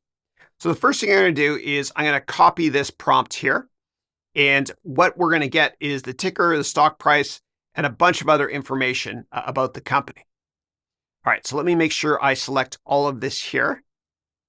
Copy. And then I'll go over here to ChatGPT and I will paste this in. So let me submit this and I'll go into high-speed mode until this is returned to us.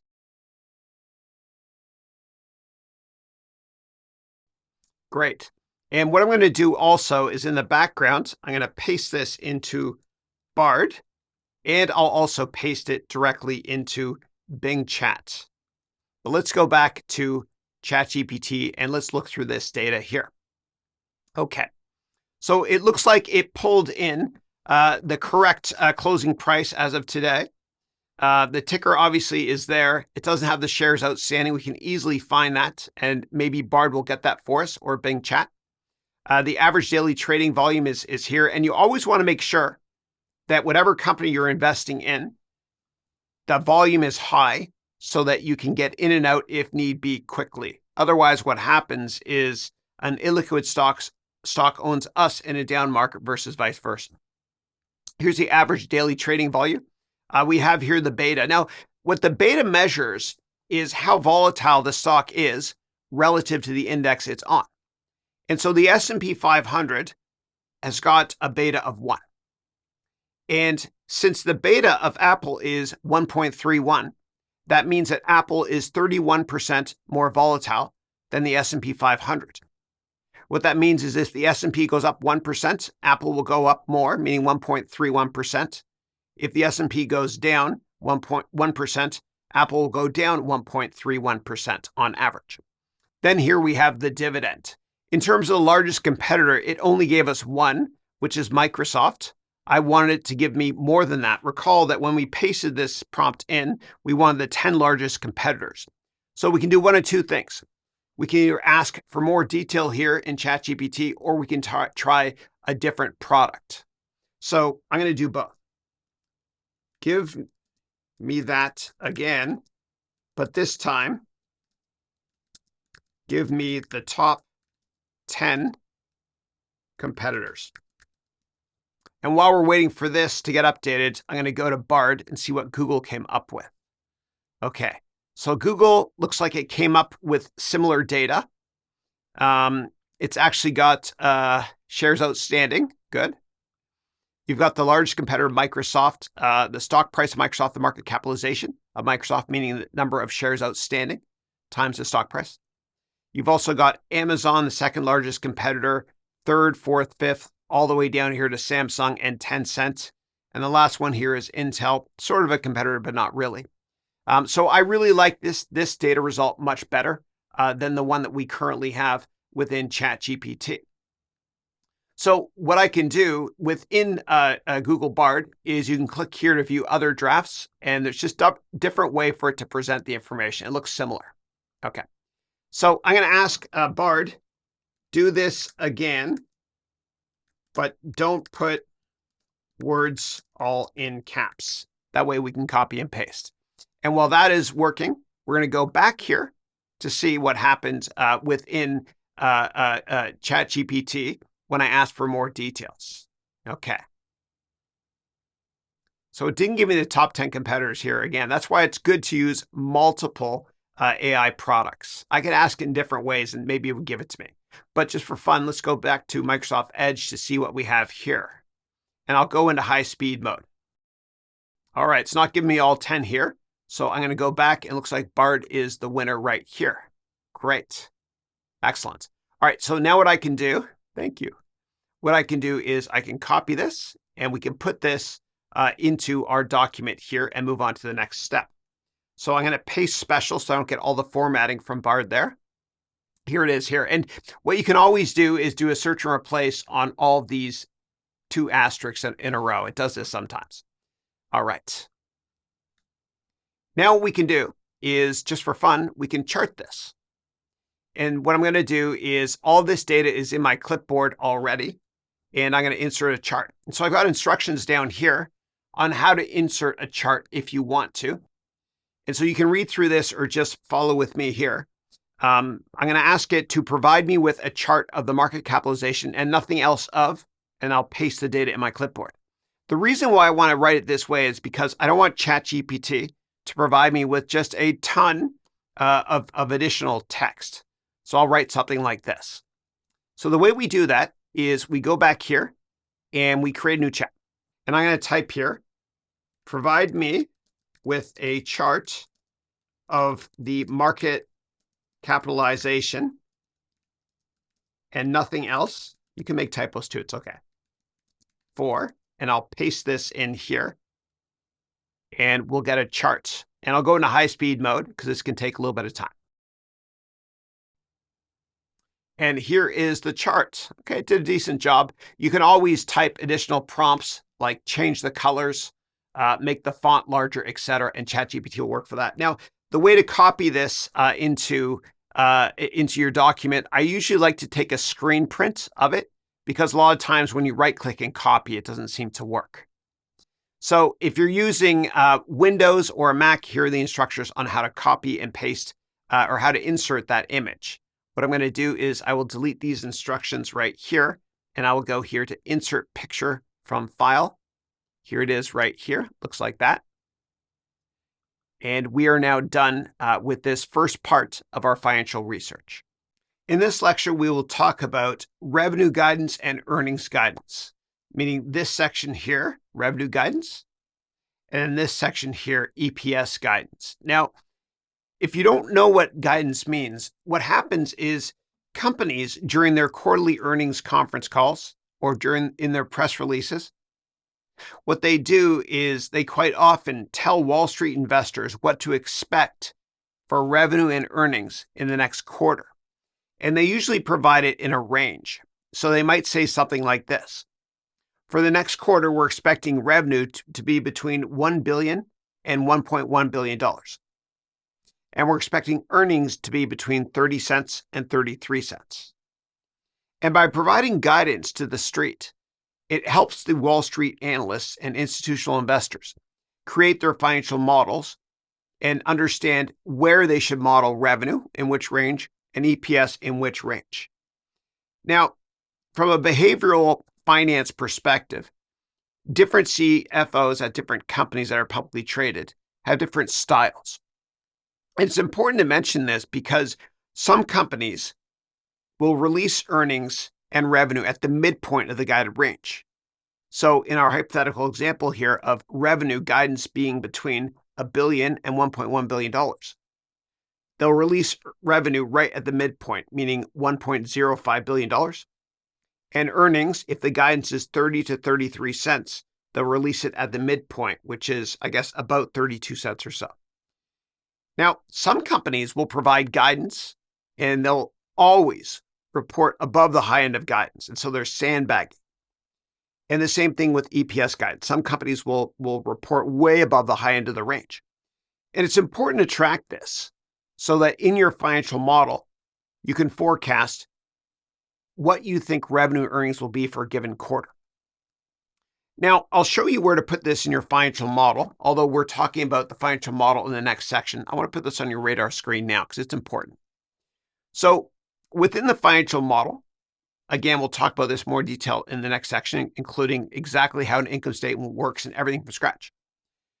But when you enter in your numbers and when professional investors enter their numbers into a model, what they usually do is they add a comment or a note saying what guidance was and what results were. So in our hypothetical scenario here, so right now it's actually this quarter here. So if revenue guidance was between, let's say a CFO guided to 1 billion to 1.1 billion, and if the company reported at the midpoint of that range, you want to track that for every single quarter. And the same thing when you're adding comments to EPS at the bottom here as well. And again, we'll talk about this in more detail next section. But it's important to track all that stuff so that you can figure out what you think revenue earnings will be in the next quarter. Now, every CFO, let me undo that, Control Z to get rid of that. Every CFO has their own style, and you learn how being an analyst or following them for a while when they release earnings. And Apple, for example, does not provide guidance anymore. I think they stopped back in 2020. But Apple was notorious for being way too conservative to the extent that the revenue and the earnings results they reported were way above the high end of the guided range. So if Apple didn't beat the high end of the guided range, the stock would get crushed. So how can we use ChatGPT for this? Well, I want you to be very, very careful with this because ChatGPT and Bard, especially Bard when it comes to numbers I've discovered, is confidently wrong and it hallucinates. And I'll show you what this means. So remember, Apple does not provide guidance. They stopped providing guidance back in 2020. Watch what happens when I ask Bard to provide me with guidance. Okay. So give me Apple's quarterly guidance for the past 20 quarters. Show revenue and EPS as well. And so what will happen is it will give you what the guidance is. But they don't guide. In fact, they stopped giving guidance back in 2020. So garbage in, garbage out.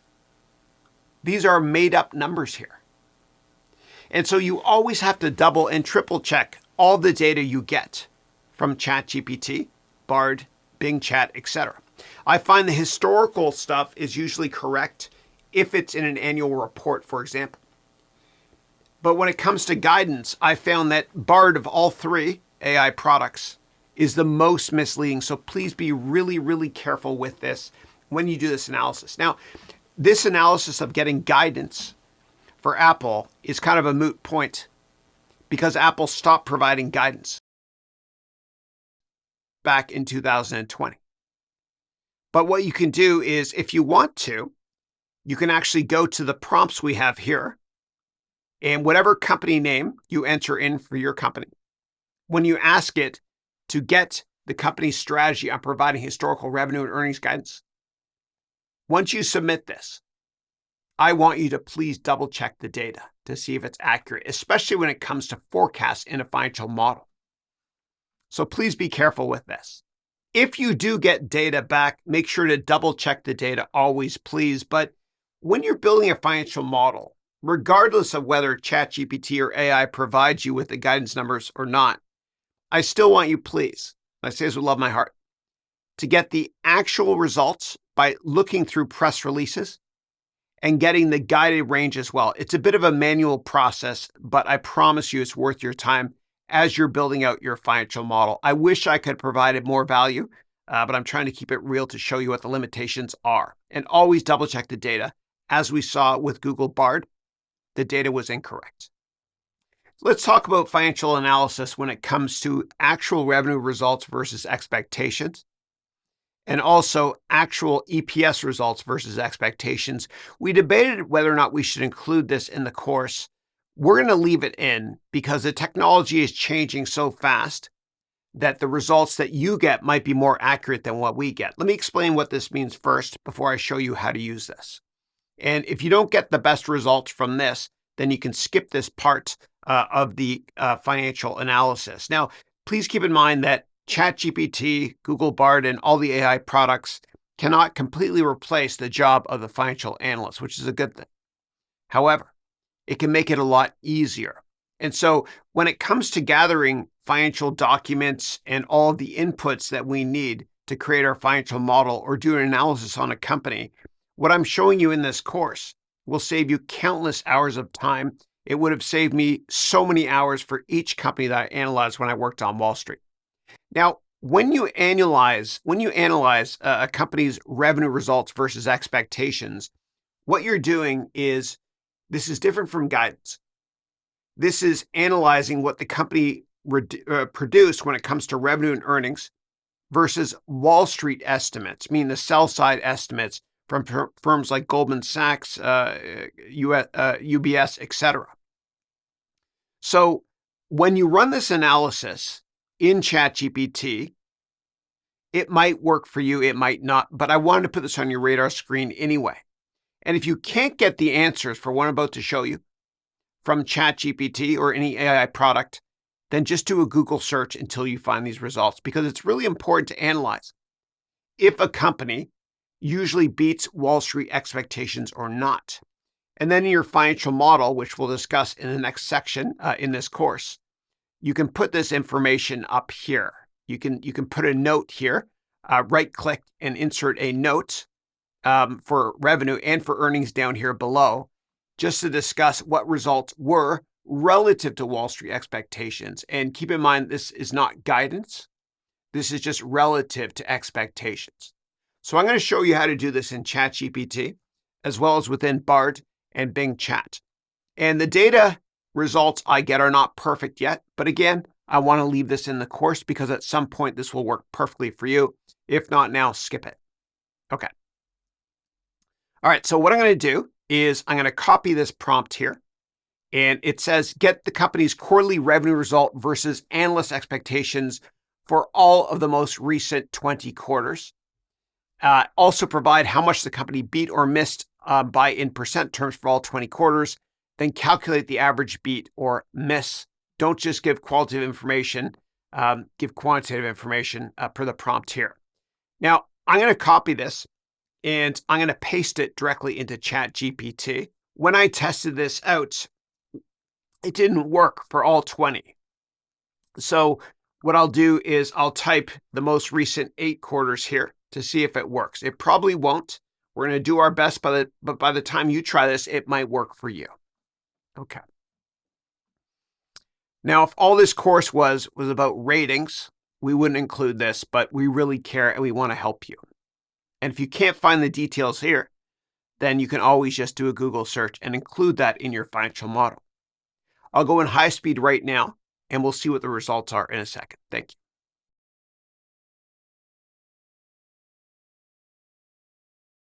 Here are the results here. You'll notice it did not go to sec.gov, meaning to the annual report, quarterly reports, or 8Ks, because analyst expectations are not in company documents, but the guidance sometimes is. Apple doesn't guide, though, anymore. Okay, so we got the data here. Let's see if it did a good job. What we're looking for is right here, the percent beat or miss. So you got to double check this data, obviously, but it tells us that for this quarter here, they beat revenue expectations by 1.6%. They missed here and they beat here. Of course, double check everything. Okay. And when it says the revenue was estimated to be between this and this here, that's not guidance. That's usually what Wall Street estimates are. It's confusing. Okay, and again, Apple stopped providing guidance back in 2020. So what we can do is we can ask ChatGPT to put this into a table, and we can ask for more details by saying, do the same analysis on 2021 and 2020. And sometimes when you don't overwhelm the system, instead of asking for 20 quarters, you ask for, say, 5 or 8 for 2 years, it does a better job. If you overwhelm the system as of now, it sometimes will say, oh, I can't do it. Okay, so let's try this now. And let's say, do the same thing, but only show data in a table. Column 1 is the quarter name. Column 2 is revenue expectations.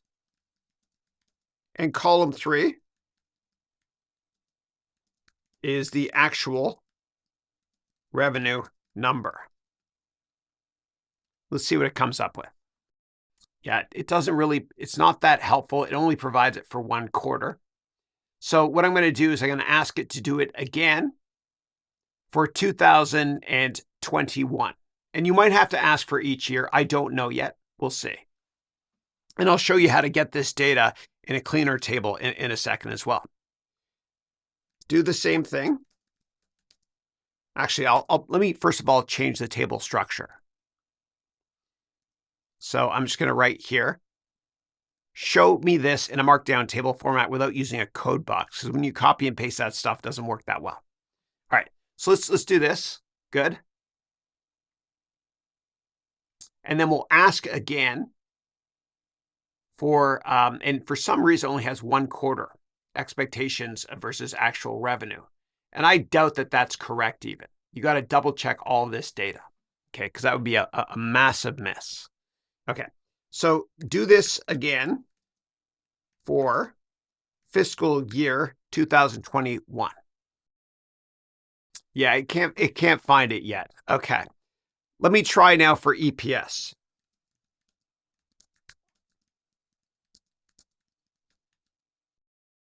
Okay, there we go. It worked.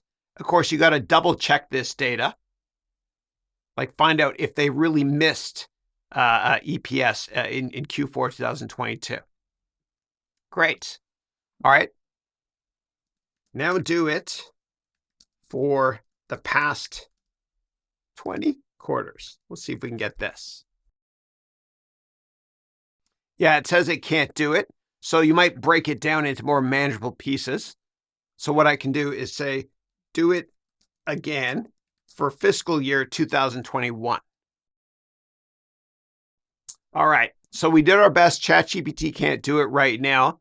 So what I'm going to do is we're going to try the exact same thing, but I'm going to use Bard. And I'm not as confident when it comes to using Bard. I found that the data is a little bit misleading. So let me go back here to our document and copy this, and I'll paste it. And we know that when we asked Bard to do this with guidance relative to expectations, it was confidently wrong. Okay.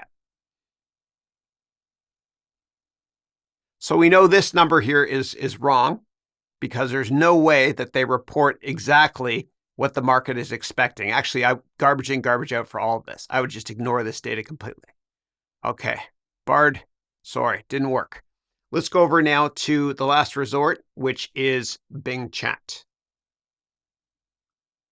And I'll submit this and we'll see if it can get it correctly.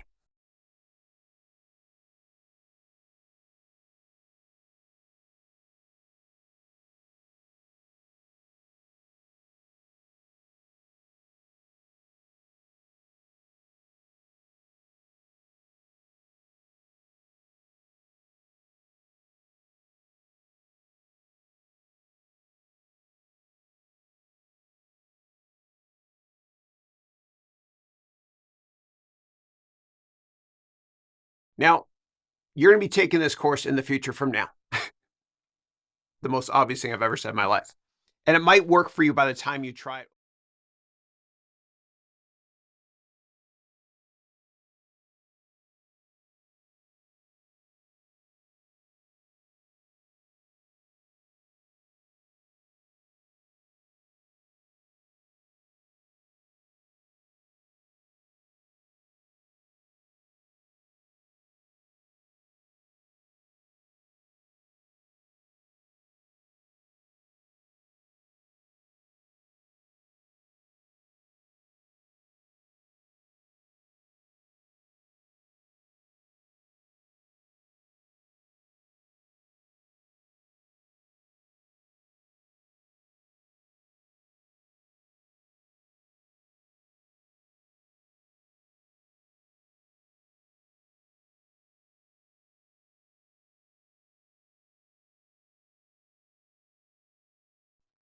When it comes to historical revenue growth, we want to look at revenue growth or lack thereof for at least the past 20 years if we can get all of the historical data.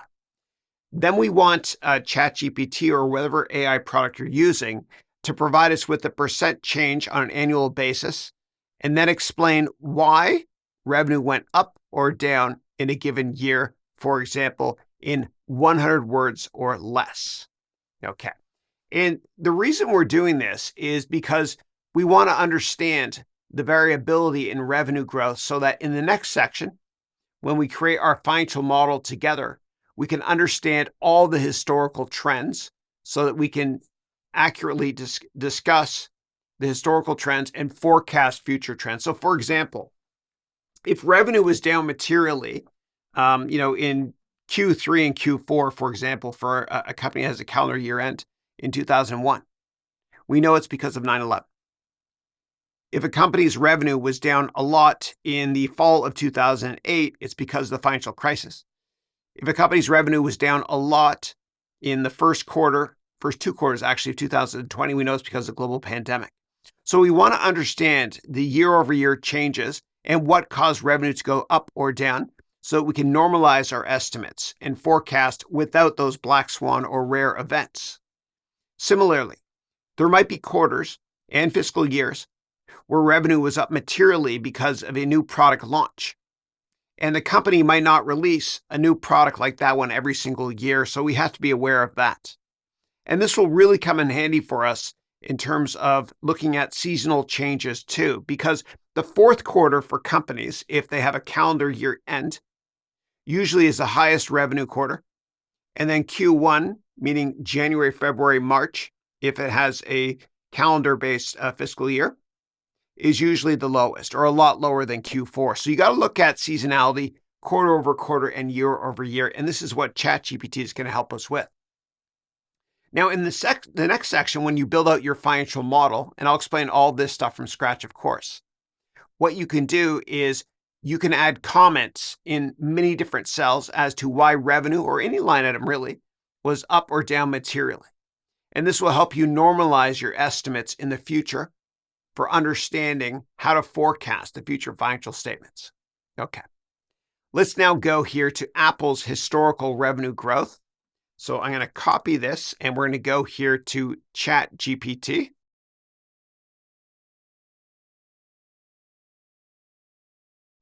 All right, we got two different scenarios here. One of them is sorted by the most recent year first, the other one old to new. Let me go with this one here. It seems like this might have provided more detail. Okay, so we have the historical change each year in revenue. And then below here, it'll explain why we saw spikes and vice versa. So right here, it wrote, we saw revenue growth spike in these years here and colossal growth, I like that word, 2010, because of the successful launch of the iPad. Look at that growth. That is unbelievable. And then continuing sales of iPhone. It gives us more color here as to why we saw spikes. The iPhone 6 was a big hit for them. Then it talks about modest down years, and one of them is due to the pandemic, for example. And what I'm going to do is I'm going to ask ChatGPT to put this into a table. I'm going to stop the generation here for a reason, because I like to see it in a markdown table format without the code. And also one more thing I noticed is I want the reason why there was a change in this column here. So I'm going to write this. Do this again, paste, show me this in markdown table format without using the code box. Also add a third column explaining why revenue changed for each year. I know I made a typo. It's smart enough to know. All right, and here are the results here. What we can do is we can copy this and put this directly into our document right here. I don't know if I like that format there. So what I might do is I might go over here to a new chat and I'll write, put this in a table that I can download in Microsoft Word formats. There's other ways to do this too. You could also say, put it in Excel format, put it in PDF format, etc.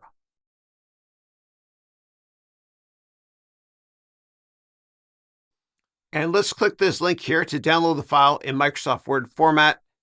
Let's open it up. There we go. Copy it all.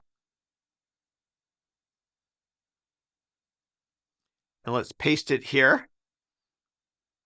Doesn't look that great. We can always change it up using Microsoft's really helpful table feature here.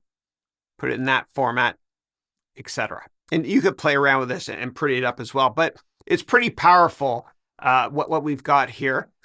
You can always ask for more details from ChatGPT in terms of why was revenue growth this high this year, etc. And it will tell you in a lot of detail. It's powerful.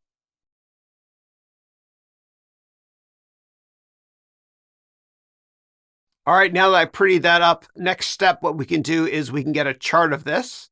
So what I'll do is I'll just highlight this data here, copy, or I can just go back to ChatGPT and ask for a follow-up. But I'm going to copy here. I'm going to go to a new chat. I'm going to write this. Provide me with a chart of this data. Let's see what it comes up with. Not bad. Not bad. Okay, the blue line here is revenue in billions. And then this here is a year-over-year change. Unbelievable. This is where the iPad was introduced. I guess around here, these are iPhone releases, etc. Pretty cool. All right, so let me copy this, and I'll put this into our document. You can even ask ChatGPT to pretty this up, make it look nicer, etc. There we go. Let's take a look at the competition's historical revenue growth. So here I wrote, get the company's competition revenue growth details. Don't just give me qualitative information. And if it's going to give me text, no more than 3 sentences per paragraph. And then I added all of these tags down here. You can delete or add more if you want to. So I've got the largest competitor revenue, most recent year, largest competitor revenue before most recent year, depending on when you're creating this. I don't want to put in actual years, and then revenue growth. And I'm doing the same thing for all of the 10 biggest competitors. And right here is other competitor revenue comments. All right, let's take this. Let's go into ChatGPT. Let's see what we get here. So it only gave us 3 competitors. I don't know if I'm too happy with that. So what I'm going to do is we're going to go over to Google Bard and try the same thing. Let me enter the prompt here. Excellent. This is why you don't just use ChatGPT. Oh, just showed me 5. That's good enough. Okay. All right. Now what I'm going to do is I'm going to copy this data here, and I'm going to paste it into ChatGPT, and then I'm going to ask ChatGPT to make a chart out of this. So I'll go here, copy, and then we go back to Word, and then we're going to paste special so we don't get all the formatting. And we can do a search and replace for these stars if you want to as well.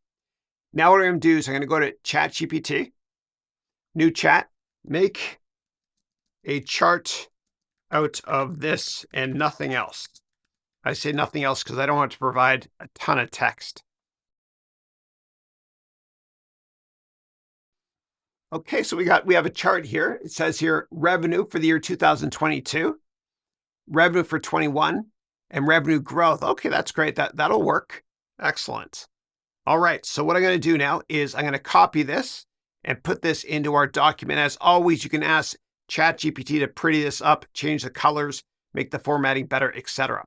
Now, when I paste this document in here, I'm going to split it up into 3 different parts. You don't have to watch the rest of this lecture, but I'm going to show you exactly how I'm going to do this. I'm going to go here to Insert, Picture, from File, right here. Good. This might be a bit hard to read. So I'm going to make it bigger, like this. Then I'm going to crop it. Right here, I'll show you. Good. Even bigger. And I'll provide all 3 charts here. So I'll put 2 above this one. So there's 3 charts there. Then I'll go here to crop again. and I'll drag over here, and I'll drag over here to get this first chart. There you go. Rinse, lather, repeat in the next line. Put a space in here.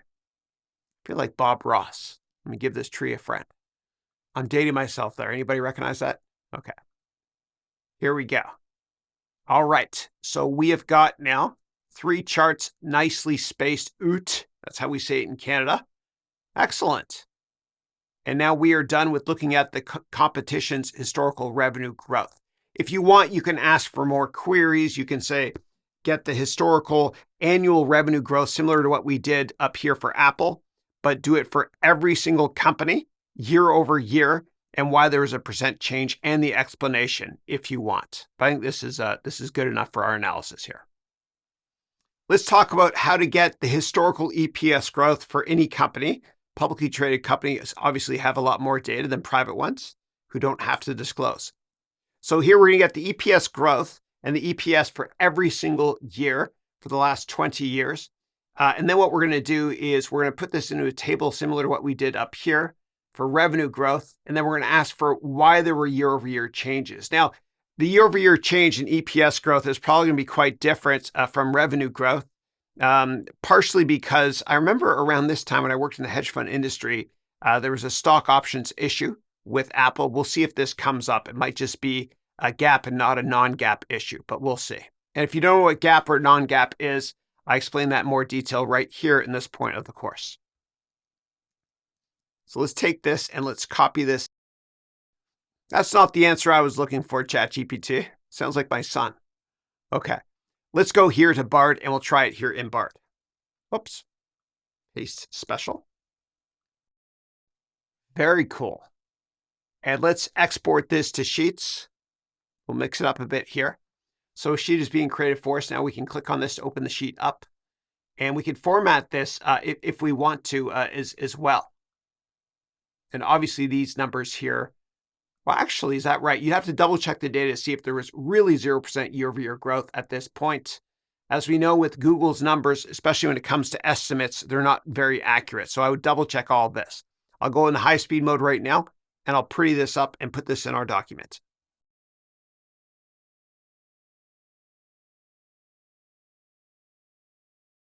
Let's take a look now at the data. Here's an outlier here. EPS increased significantly due to COVID pandemic. That's right, more people stayed at home, more people ordered computer equipment. And then here is a bit of a hangover for the company.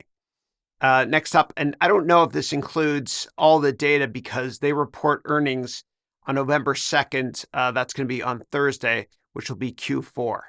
So that might be off. I don't know. You got to double check the data always, especially from Google. Let's see other outliers down here. 93% growth because they introduced the iPad. That was a monster of a year. I remember that. Now, before I make a chart, what I want to do is I want to sort this like we had revenue sorted. As you remember, or at least I had to double check. I couldn't remember. But up here, it started at 2001. So what I'm going to do is I'm going to change the sort here in high speed mode, and I'll create a chart really quickly using ChatGPT.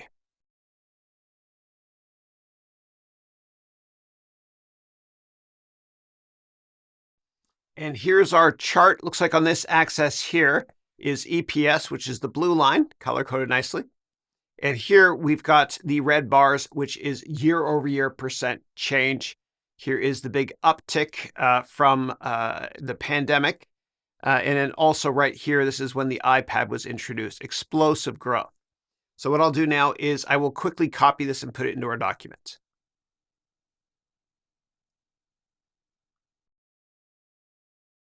Let's take a look at the competition's EPS growth rate, historically speaking. So what we're going to do is we're going to get the quantitative information, not just qualitative, for the largest competitors' EPS most recent year, the year before, and growth. We'll do this for the top 10 competitors. We'll see if it'll get us all this data. And what I'll do is I will do this in Bard. Copy. Okay, it did it. We got the top 5, and then the other 5, it says here, not publicly disclosed for some reason. So what I'll do is I will take this data here, and we'll copy it, and we'll put it directly into our file. I'm not going to make a chart out of this. You can do so if you want to. And if you want, you can even do the same kind of analysis that we did for Apple when it came to year-over-year change, etc., and the explanation for it. So let me just paste this in here, paste special. And you can pretty it up by just doing a search and replace on these stars if you want. Again, we're not going to be using a chart here, so I'll just gut this part here of this analysis, and we are done. I'm going to explain the income statement from scratch. The most important thing that you can focus on with all financial statements is revenue. And revenue goes at the top of the income statement. Let's spend a little bit of time on revenue, though, because if you understand revenue and you spend most of your time forecasting revenue, then the rest of your financial model is easy. People get really confused by this stuff. It's a lot easier than you think. So revenue and sales is the same thing. And if you forecast revenue into the future correctly, the rest of your financial model is easy because most items become a percent of revenue. And if I told you, this is going to be a silly example. If I told you I have this dice in my hand,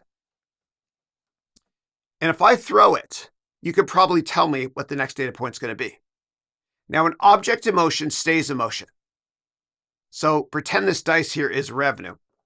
Let's just use the revenue brick. Okay. So if revenue is here a couple of years ago, then it grows to here the year after, then the year after right there. What's the next item going to be? Where's it going to be the year after that? Probably up here. Okay. If revenue grows for a couple of years like this historically, and then the next year like this, the next year like this, next year like this, where's the next data point going to be? Probably here. So an object in motion stays in motion. Now, I know I'm oversimplifying this, but it's the easiest way to teach this, and it's so much more fun this way to understand it instead of memorizing. So focus most of your time on revenue. Now, the difference between accounting and finance is accounting is more of a science. You have to be precise, you're backwards looking, everything has to be perfect. Finance is more of an art because you're forecasting the future. You're forecasting the financial statements, and you have to be uncomfortable with uncertainty. But if you forecast revenue correctly, sales, same thing, revenue, sales, same thing, then creating the rest of your financial statements is easy.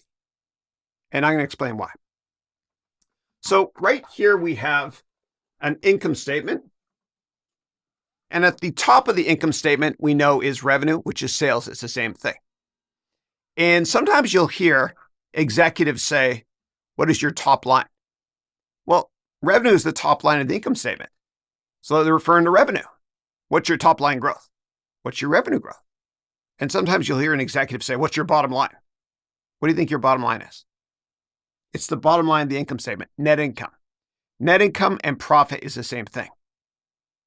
Okay. Now, if you forecast revenue correctly, then many of these red items here, expense items, are easy to forecast because they're a percent of revenue.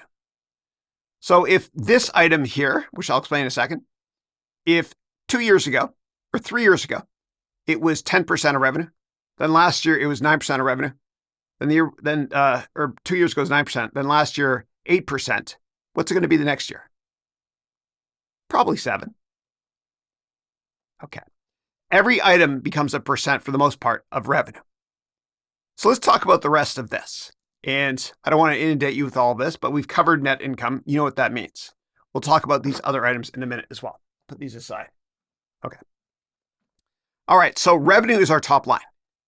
So our cost of goods sold, and we don't memorize this, we understand it. Our cost of goods sold is how much it costs us to make the stuff we sold. So with an iPhone, for example, I'm going to make these numbers up. But with an iPhone, let's say that I'm Apple and you're the consumer. And I just sold this iPhone to you for $1,000. So $1,000 is my revenue, sales, same thing. And let's say it cost me $300 to make this. I'm Apple. It cost me $300. So the cost of the goods I just sold is $300. So if we take revenue of $1,000 minus $300, then I get what's called gross profit of $700. So the gross profit I made, gross profit means just revenue minus the cost of goods sold, also called COGS.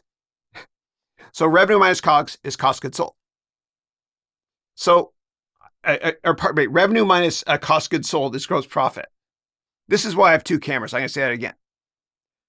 Revenue minus the cost of goods sold equals gross profit. And what we can do is we can look at formulas. And financial analysts and Wall Street people like to look at formulas all the time.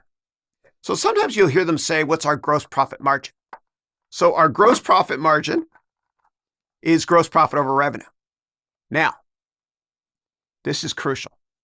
For the rest of your life, I want you to assume that the denominator in every formula is 1. Again, for the rest of your life, I want you to assume that the denominator in any formula, meaning this divided by this, is 1. Why? Because for every $1 in revenue that the company made, the company generated 70 pennies in gross profit. So the gross profit margin is gross profit over revenue. We know gross profit is $700, and we know that revenue is $1,000. That's 70%. Again, for every $1 in revenue the company made, they made 70 pennies. So it's a 70% gross margin. Great. Cool. All right. We are done talking about revenue and the cost of goods sold. Next up, what we're going to do is we are going to move on down to talk about these operating expenses.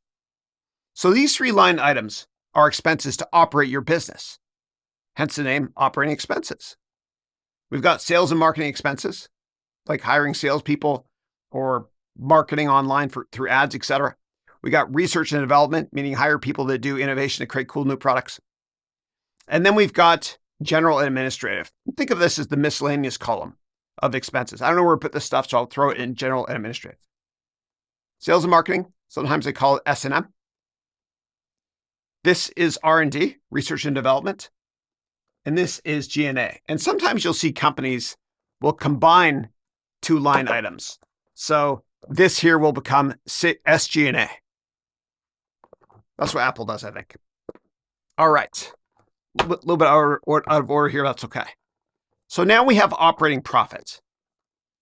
So operating profit means how much money you have left over after the expenses you see above, these red things. So if we take revenue minus cost of goods sold minus these 3 expense items, we have operating profit. So let's say that sales or revenue, which is $1,000 minus these red expense line items, gets us to $200. We have $200 in operating profit. So now what we can do is we can calculate our operating profit margin. And $200 divided by $1,000 is 20%. So our operating profit margin is 20%. For every $1 in revenue on the denominator, we're making 20 pennies, 20% operating profit. Capiche? Okay, good. So whenever you hear blah, blah, blah margin, it usually means something over sales. Operating profit margin is operating profit over sales. Sales and revenue is the same thing. Gross profit margin is gross profit over sales. Now, let me reconstruct this in high-speed mode so we can go to the next step. Great. Now, below this line here, we have other items. And sometimes you'll hear CFOs say, what are your below-the-line numbers? Well, people call this line here operating profit the line. And below this line, you've got interest, taxes, and then net income. And the reason why you leave these things below the line is because these are not items that we use to operate our business. And also, if you focus on operating profit margin, meaning operating profit divided by revenue, or sales, same thing.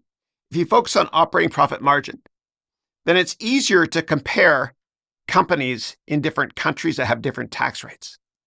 So for example, I'm wearing a Swiss watch, and in my pocket, I have an American watch, an Apple Watch. I keep my pocket because I'm on a treadmill. I'm typing all day. I want to count my steps. Too much information, sorry.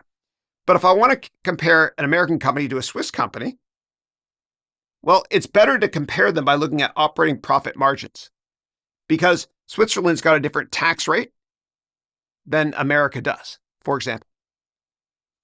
Now, after you calculate what your interest is, right? And interest can be an expense or it can be a source of profit if you have lots of money in the bank.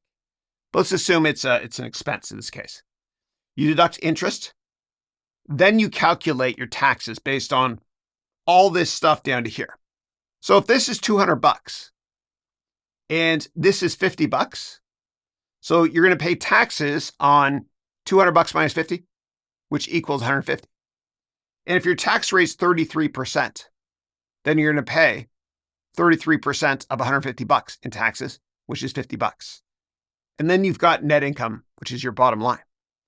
So let's just assume for fun that you have $100 in net profit. What do you think the net profit margin is? And what is the math behind that? Well, we know the net profit margin, or the net income margin, same thing, is net income divided by revenue. Well, if this is $1,000 and this is $100, it's 10%. Okay, so that's your net profit margin. So we've got gross profit margin, we've got operating profit margin, and we've got net profit margin as well, net income over revenue. Great. Now, what about depreciation? What the heck is depreciation anyway? Well, it's not really a cash expense. So depreciation means this. I don't know, you buy an iPhone, and for tax reasons, you're allowed to deduct half of this every year and depreciate it. And people do this, companies do this. They spend a lot of money on expensive stuff, so they can claim this on their taxes, so they pay less in tax. So where does depreciation go? Well, depreciation goes right here. It's below here, okay? And so if I tell you that you're supposed to pay 33% tax on $150, that's $50 in tax. Well, what if I depreciated a phone and in 1 year I depreciate it by $100? Well, instead of paying taxes on $150, I'm going to pay taxes on $50. So what's 33% of $50? A lot less than the initial taxes of $50. But it's funny money. It doesn't really exist. It's just an accounting gimmicky thing. And so a lot of times you'll hear investors say, what is your EBITDA? So EBITDA, EBITDA, it stands for earnings before I tricked dumb accountant. Sorry. EBITDA stands for earnings before interest, taxes, depreciation, and amortization. So we can put another block here called amortization, which quite often is used when you pay too much for a company and you want to write off part of it as what's called goodwill, sort of. So if this depreciation stuff and amortization stuff confuses you, throw it out the window, don't worry about it, because we're going to adjust for this in our financial model together anyway when we create our cash flow statement. So that's it. That's an income statement in a nutshell. But wait a second. If this isn't real money, think of it like monopoly money, why the hell is it there? I mean, Chris, the income statement's a lie then. I mean, the income statement doesn't tell me how much more cash I'm going to have in my pocket every quarter, because this isn't real money, depreciation. That's why the cash flow statement exists, to tell you what your change in cash is. So it corrects the income statement. Once we get to the cash flow statement to discuss that in more detail, it'll make a lot more sense. So there you have it. Now you understand what an income statement is. And remember, just focus on revenue or sales, same thing. And many of the line items become a percent of revenue. Let me actually show you this in our financial model here. So let me get my keyboard and let me lower this a bit.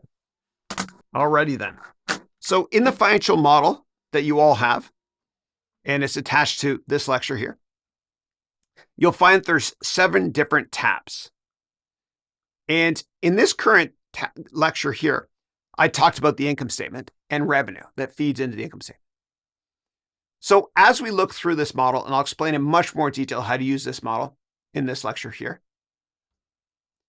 In this model here, we see we have revenue at the top. Then we deduct the cost of goods sold, right? We deduct it. Then we've got gross profit right here. Cost of goods sold, gross profit. Then we have sales and marketing right here. Then we have research and development. Then we have G&A, depreciation, which I included. And then we also have right here, operating profit or EBITDA right here. And then other income or interest expense, etc. And then we calculate taxes as well, which I have to spend a lot of time on later. And then we get earnings per share. And there's something called GAAP and non-GAAP. Non-GAAP earnings per share. So GAAP is accounting stuff. It means include depreciation, include all this stuff. Because depreciation it's not a cash expense, but accountants love that stuff. Non-GAAP, also called pro forma, non-GAAP, doesn't include, it's what the finance people love. It doesn't include non-cash stuff. So when I used to work in the hedge fund industry, when companies would report earnings, I would always look at non-GAAP earnings.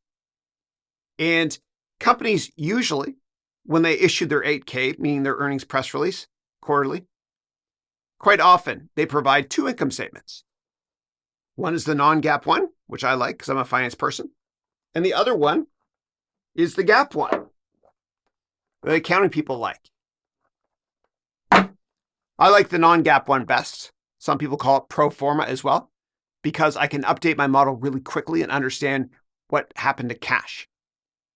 And it's important to understand what happened to cash, because when you're forecasting net income longer term with a non-GAAP financial statement, there's a high correlation in the long run between net income and cash. And that will come into play when we look at discounted cash flow valuation analysis later on. So now we understand what an income statement is and how it works. And what we're going to be doing is we're going to be looking at historical patterns. So if I enter in some numbers here, let me go here and enter in some numbers. So I'm going to enter here. Let's assume that our company has one revenue line item. So 5, 10, 15, 20. All right. And then let's go for the next year, next quarter, 25, 30, 35, 40. And this will feed into our income statement here. So right at the top here, we have our income statement. And we see revenue here, sorry. That's growing 100% quarter over quarter, 50%, 33%. And then here, year over year, it's growing 400% right here. It's growing a lot. Right here, it's growing 200% year over year. Anyway, it's growing a lot. But you look at quarter over quarter and year over year changes. And what you also do is you look at each line item as a percent of revenue. So if cost of goods sold was $2, that would mean that gross profit is $3 because 5 minus 2 is 3. And we have 60% gross margins, meaning gross profit divided by revenue is equal to 60%. You can always double click. They're nicely color coded here as well. And so what we will do when we're looking at forecasted financial statements is we'll look at all expense line items as a percent of revenue, and we'll look for patterns in the data. And this will make a lot more sense once we start creating our financial models together in this lecture right here. Please don't memorize this stuff. Enjoy understanding it so you can read financial statements like a good book. Let's talk about the balance sheet. I don't want you to memorize how this works. I want you to enjoy understanding how it works so you'll never forget it. Okay, let's do this. So a balance sheet, it's like a scale. And we know that one side of this has to balance with the other. So in this case, we have James Bond. And he owns a car. And this car is his asset. Sometimes you'll hear people say, this is my asset. That's his car. And he owns 100% of that car. So that's his equity. Equity means I have ownership in. So assets balances with equity. He owns this car, all of it. It's a $100 car. He owns $100 of it. So that is referred to as assets right here. Okay. Now, equity is what Bond is. He's a person that owns this car. There's something called liabilities too. And so assets has to equal liabilities plus equity. These are the same size. So your asset is your car, and James Bond owns 100% of it.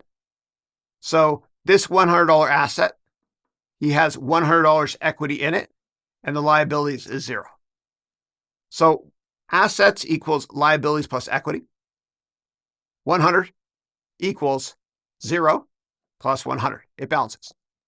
Now, let's say that this asset is something else. This asset here is a house, and I own 100% of this house. So this house is a $100,000 asset. I have equity of 100% of it, 100 grand. 100 grand equals 100 grand, balances. Assets equals liabilities plus equity. Now let's say that Wells Fargo, which is my mortgage broker, trying here, guys. Let's say that Wells Fargo, which is a bank, lent me $50,000. And I put down $50K on this house, this asset. So my equity is $50,000 in this $100,000 asset. And the other $50,000 I'm liable to pay Wells Fargo to mortgage. So assets still equals liabilities plus equity. Just remember that. Assets equals liabilities plus equity. That's it. So the reason the balance sheet exists is so that we understand what stuff we have and who owns our stuff. So the stuff we have is either owned by a bank or us. Okay, more or less. Great. And think of it this way. This is my asset, my car. I have equity in this car. I'm liable to pay for part of it. So assets equals liabilities plus equity. Make sense? Okay, fine. Great. Let's now take a look at the balance sheet that we have right here. So we talked about the income statement. The balance sheet, just click right here. And we have assets, okay, assets all the way down to here. And we have liabilities. And then we have equity, shareholders' equity, because shareholders own part of the company. So the way it works is assets are broken down into 2 parts, current assets and long-term assets. So current assets means stuff we can turn into cash in less than a year, like cash, which is cash, short-term investments like treasuries, as well as accounts receivable. Accounts receivable means money owed to us. We're going to receive that. Those are accounts that are receivable to us. And then inventory is also classified as a current asset. Long-term assets are items that usually takes us more than a year to sell if we want to get access to them, like say a building or a factory. Liabilities are also broken up into 2 different parts. Short-term liabilities, which are current liabilities, meaning stuff we own in less than a year, like credit cards payable or accounts payable or wages payable. And long-term liabilities, like long-term debt. And there's short-term debt as well. And then down here, equity means ownership. So assets has to equal liabilities plus equity always. Now, inside of equity, what we do is we have what's called retained earnings, which basically means, and this is how the income statement is tied to the balance sheet.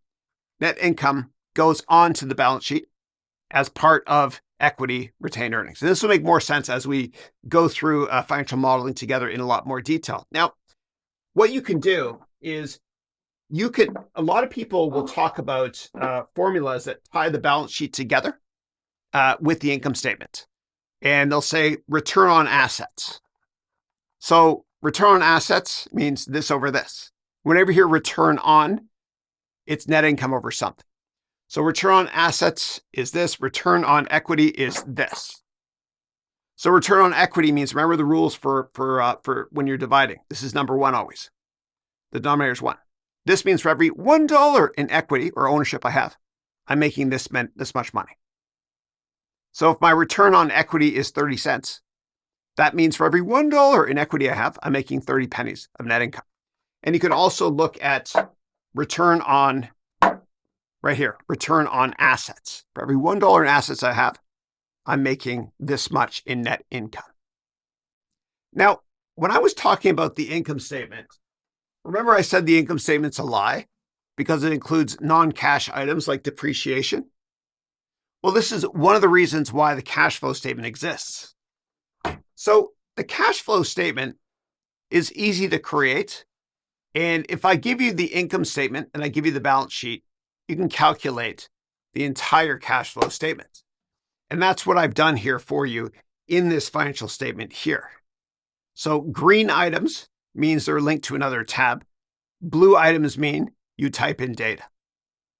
And so all this stuff here that's in green, meaning every cell here, is linked to the income statement or it's linked directly to the balance sheet.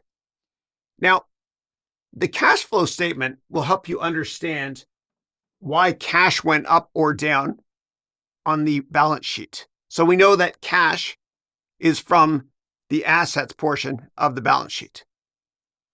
So the way to understand why cash changed this quarter versus the previous one, or this year versus the previous one, is you look at the cash flow statement. And there's three parts to the cash flow statement. There's cash flow from operating activities, cash flow from investing, cash flow from financing. And if you look at all three of these together and add all of these numbers up, you'll understand the change in the cash balance from the asset section of your balance sheet. So here's how it works. Whenever you calculate the cash flow statement, you're always going to start with, let me just get net income from the income statement here. You always start with net income at the top, as you can see right here. So we're going to start with the cash flow from operations part. So you start with net income. You get net income from the income statement, of course, and you can double click here to find out where I got this information from here. Then what you do is, we're talking about cash flow from operations. You get net income, and then you add back or deduct stuff that made cash go up or down from your operating activities. So the first thing you do, and this is all calculated for you automatically, is you account for the change in depreciation. So if I took an expense of $50 in depreciation, I add $50 back because I didn't really lose $50. Then what you do is you look at the change, as you can see here, in accounts receivable. And if you mouse over, I explain this to you in more details. So accounts receivable means how much money I'm owed to, that's owed to me, based on what I've already sold. So if I sold something and I classified it as revenue because I gave it to you, you bought it from me. And if you didn't give me cash yet, well, I probably shouldn't account for that as cash on my income statement. It's accounts receivable. So what I do is I deduct that amount because I haven't received it yet, and vice versa. Then we look at inventory. If inventory went up a lot, that means I built more stuff, which is going to cost me more money. It's cash out of my pocket. So I'll account for that as well, the change in inventory.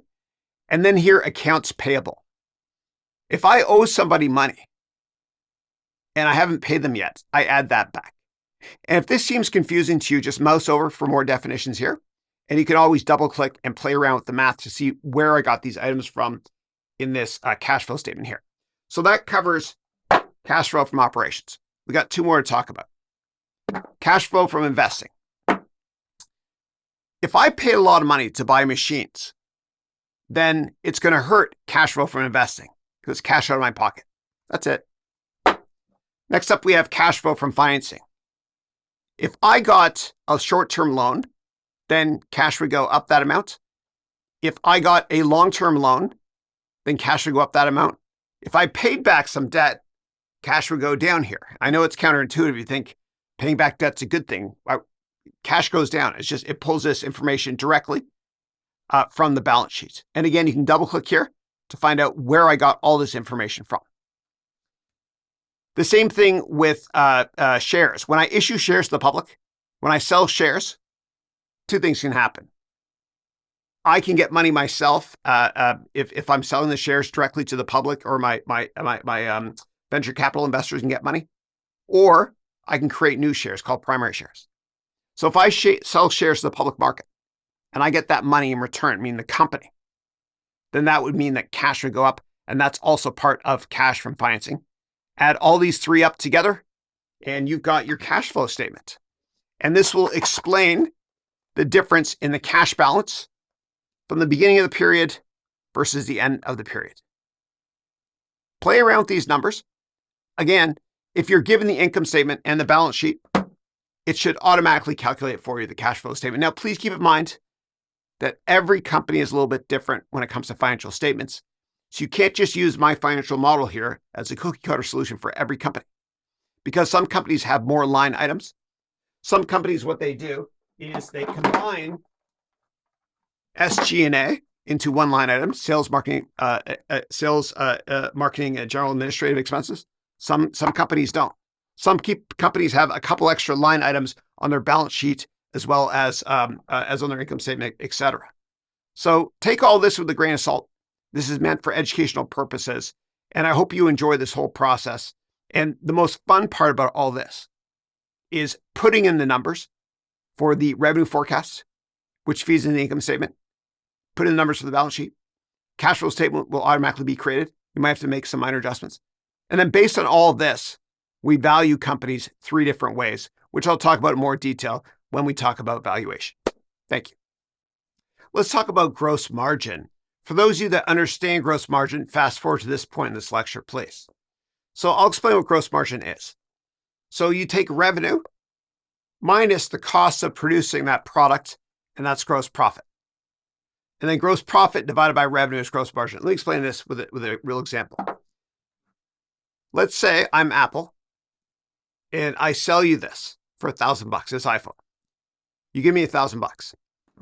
Well, it cost me $300 to make that iPhone. So my revenue minus the cost of goods sold is going to equal $700. $1,000 minus $300 is $700. So my gross profit, meaning my profit before other stuff, my gross profit is $700. So gross profit margin means gross profit divided by revenue. And so we know that this is 700, this is 1,000. So my gross profit margin is 70%. And for the rest of your life, whenever you see a formula, a division, always think of the denominator as being the number one, especially in finance. Because for every $1 in revenue, I make 70 pennies in gross profit margin. Now let's go to our Word document here and let's calculate the gross margin if we can find it for the last 20 years. And then we're going to ask ChatGPT or whatever AI engine you use in 100 words or less why gross margin changed each year. So let's try this out. Copy. Go over here. Oops, hold on one second. I forgot to turn this on here, custom instructions.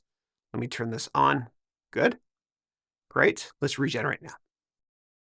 So a higher number is better.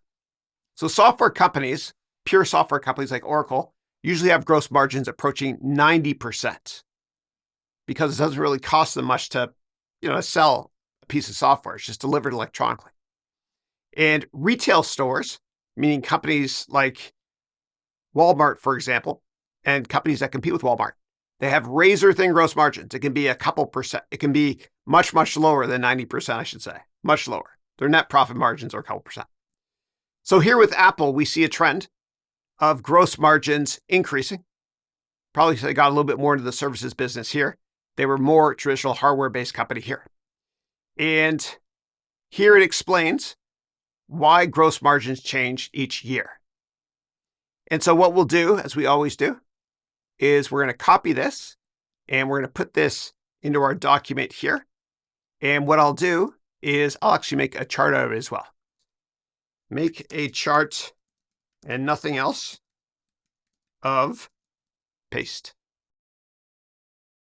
This is a great response. I love this. It tells you why gross margin changed as well in this chart. That's great. I want to change this axis here to get rid of decimals for the years. On the x-axis, remove decimals. A bit easier to read. Let me ask it to change those numbers to vertical. Change the x-axis labels to vertical.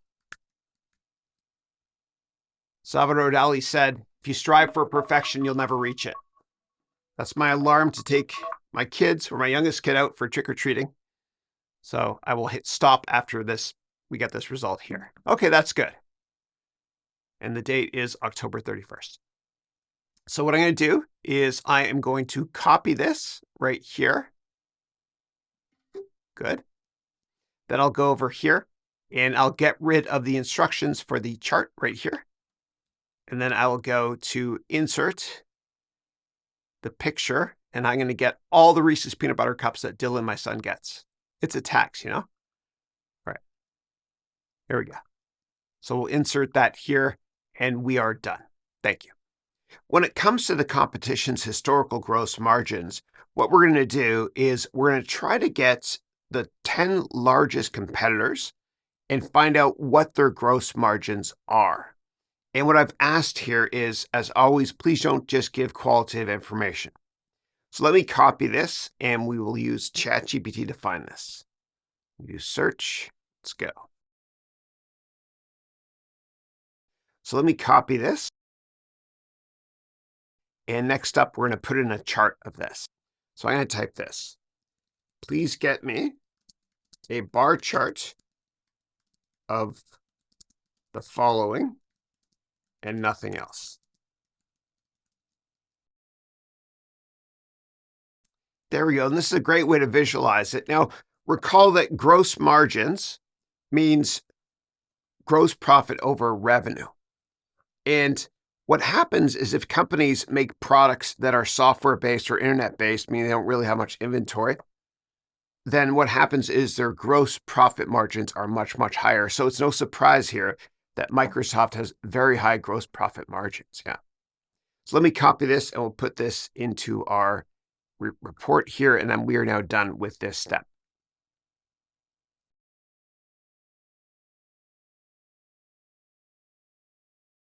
Next up, we have Apple's historical operating margin. And we know that operating margin means you take operating profits divided by revenue. So it's similar to gross margins, except instead of taking gross profits divided by revenue, you take operating profit divided by revenue. And whenever you talk about profit margins, meaning gross profit margins, operating profit margins, or net profit margins, it always means that concept divided by revenue. So if the company has operating profit margins of 30 cents, that means for every $1 in revenue on the denominator, the company makes 30 cents in operating profits. And it's important to analyze this because it doesn't look at below the line items. And below the line items includes items below my hand right here, depreciation, interest, and taxes. And some people call operating profit EBITDA, which is earnings before interest, taxes, depreciation, and amortization. And it's important to look at that if you're comparing companies from different countries, because different countries have different tax rates, etc. So operating profit margin and EBITDA margin is the same thing. So let's copy this prompt right here, and let's see if ChatGPT can get us the past 20 years of data. Let's take a look at the results. And I asked ChatGPT to also explain it for us each year if there was a move. So right here, the operating profit margins were lower because Apple was kind of transitioning a little bit away from a hardware company to a streaming company or a music company, and eventually the iPhone. And so the operating margins started to increase starting around here once the music store was released. And then they released other Apple products here, the Shuffle and the Mini, which had higher margins. And Apple can always charge a high price. And there's two ways to increase margins. One way is to grow revenue, or the other way is to cut expenses, or both.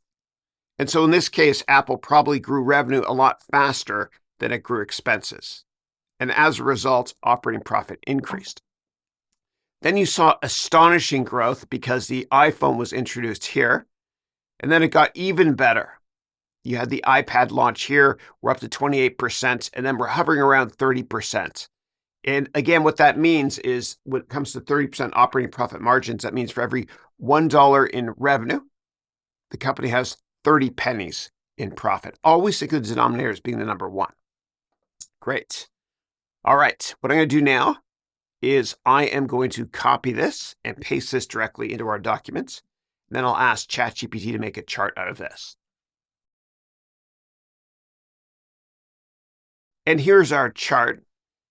It looks decent, except I don't like the fact we have decimals on this axis here. So I will ask ChatGPT to do it again without decimals on x-axis.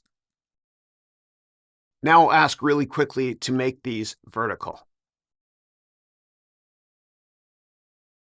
That looks great. So now, of course, we just copy and paste this directly into our document.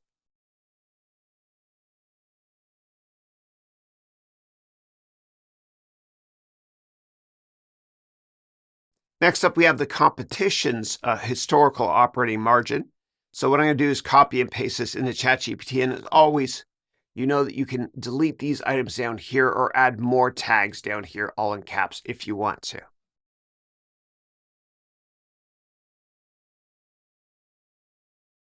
And here are the results. And this would have taken me hours and hours of work when I worked in the hedge fund industry. So I'm going to copy this. We'll paste it directly into our document.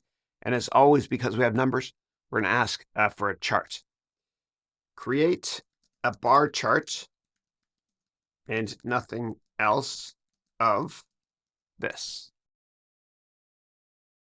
Here's the chart. Looks good to me. Microsoft has the highest operating margins, which makes sense because they're a software company and there's not as many expenses when you're producing something where you don't have big inventory or factories, etc. So let me copy and paste this into our document.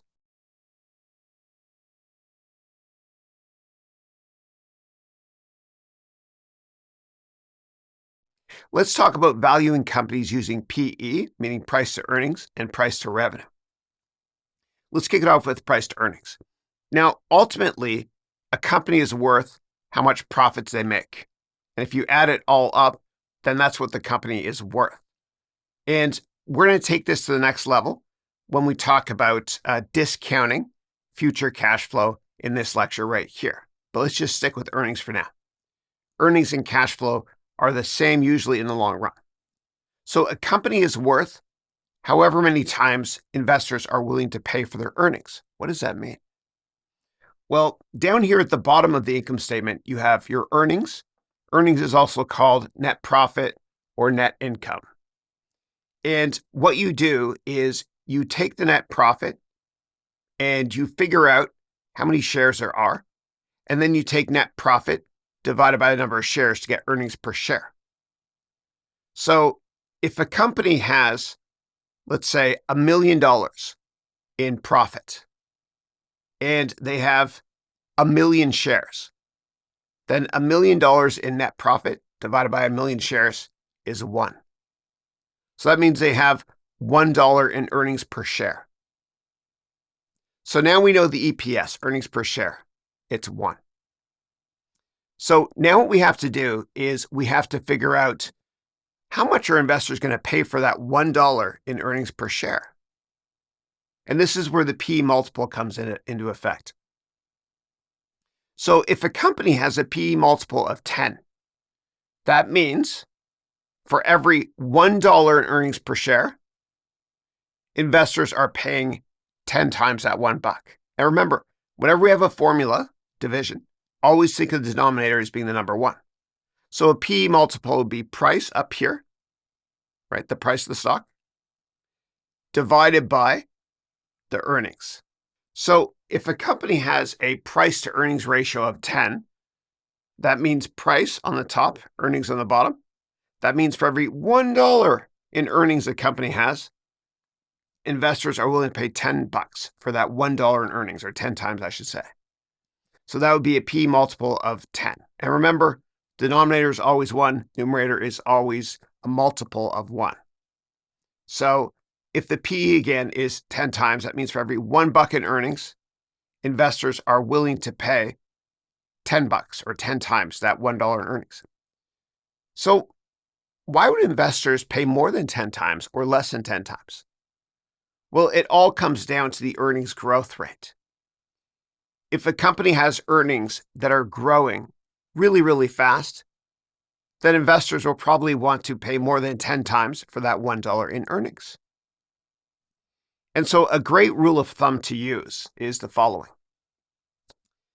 Let's assume that the S&P 500, which is 500 stocks that makes up the US markets, has an average PE historically of 15 times.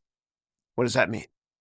Well, that means that the average company in the S&P over the long run, for every $1 in earnings or net income or net profit, same thing, for every $1 in earnings the average company in the S&P has, investors are willing to pay 15 times that $1 in earnings, hence a PE multiple of 15 times. Now, the average company in the S&P 500 historically, pardon me, the average company in the S&P 500 historically has about 15% earnings growth.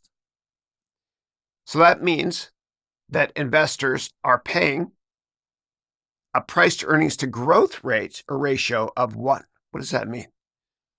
Well, the PE is 15. The growth is 15%. So 15 over 15 is 1.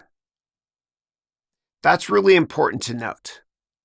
And the reason I say that is because if you have companies that are growing faster than 15% for earnings, then they'll probably trade at a premium to 15 times earnings. Makes sense. You pay more for something that's growing faster. So if a company has, let's just say, earnings growth of 20%, then investors will probably want to pay 20 times that $1 in earnings, for example. If a company is growing slower than 15%, say 10% per year in earnings growth, it might trade at 10 times earnings.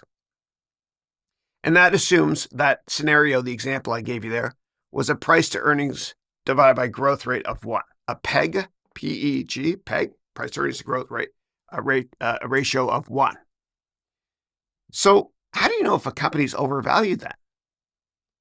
Well, if the PE to growth rate ratio is way, way above 1, the company might be overvalued. So if we have a company in the S&P 500 that's got a price earnings ratio of 30 and it's only growing at 15%, then the price earnings divided by the growth rate, PE 30 divided by 15 is 2. That's expensive. So the price earnings to growth rate is 2. 1 is kind of a decent benchmark to use. And I'm oversimplifying this, but it's a great way to learn these concepts. And if a company, let's say, has earnings growth of 30% and it's trading at 15 times earnings, that seems pretty cheap to me, because that would imply a price earnings ratio of 15 divided by 30 is 0.5. So the PEG ratio there would be 0.5. And so it's really important to look at earnings growth whenever you're looking to value companies. Now, the way that I value companies is I don't like to look at the price to earnings ratio of this year or next year's estimates. I like to look 5, 10, sometimes 15 years into the future. And I like to value companies I invest in based on what I think their earnings per share is going to be in 5, 10, or 15 years. And this will help you not get worried about near-term volatility in a stock, or if a stock seems expensive based on this year's earnings. And years ago, when I worked in the hedge fund industry, I was long, meaning I owned Amazon and I owned LinkedIn when it was a public company. And both companies were trading at that point in time at a price divided by earnings rate or ratio of 100 times. And people thought I was crazy. They said, Chris, this is a widowmaker, what you're doing. That's awful Wall Street talk. And I would say, no, it's not trading at 100 times earnings. It's trading at 4 times my earnings estimates in 5 years, because I was forecasting massive earnings growth in 5 years from now. And so I always love to value companies based on my earnings estimate many years in the future. As Warren Buffett said, the longer the view, the wiser the intention. Now, what we're going to do, and I'll come to price to revenue in a second, but I want to show you our financial model that you can use to build your financial statements and value companies. So if we go here to our financial model, if we look at the income statement, what you'll be doing is you'll be forecasting earnings per share into the future. And then you can value the company that you're doing research on at your price to earnings estimate in 1, 2, 3, or 5 years from now. I recommend 5 years from now. Then what we're going to do is by the time we get to step 7, and we have a lot of stuff to cover before we get there, what will happen is this will automatically be created for you based on your earnings estimates from your income statement, okay, for all these years. Then what we're going to do is we are going to value the company based on our estimates 1, 2, 3, 4, or 5 years in the future using a couple different methodologies. One is going to be, and if this is confusing, please don't worry because it's going to be crystal clear by the time we do this together. So what this means is if the company has a price target based on 1 times earnings growth, I call that a bearish price target because usually the market trades a little bit higher than that, especially for growth stocks. Then I have here a bullish price target would be 2 times the price to earnings to growth rate. And just right would be at 1.5 times.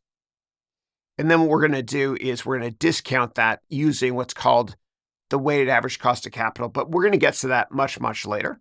All you got to remember for now when it comes to price to earnings is investors are willing to pay a multiple of earnings, usually based on the growth rate of the company. So again, if a company has a PE of 10 times, that means for every $1 in earnings per share on the denominator, investors are paying 10 times that $1. If the company is growing faster, they'll pay more than 10 times and vice versa. And of course, there are a lot of other factors that come into this as well, but we're building on this one Lego brick at a time. Okay, now you might be thinking to yourself, Chris, okay, I understand. But what if the company is not profitable yet? What do we do in that case? Well, there's a couple things.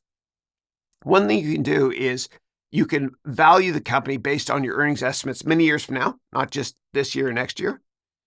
But if they're not profitable and you really want to value the company based on this year's numbers or next year's numbers, then what you can do is instead of looking at the price to earnings ratio, you can look at the price to revenue ratio. And a lot of investors do this for unprofitable tech companies that are private or newly gone public. So the way they value a company based on price to revenue is similar to based on price to earnings, except revenue is in the denominator and not earnings per share. And so it all depends, the price to revenue multiple all depends on the growth rate of the company. And more importantly, what similar companies are trading at on a price to revenue basis.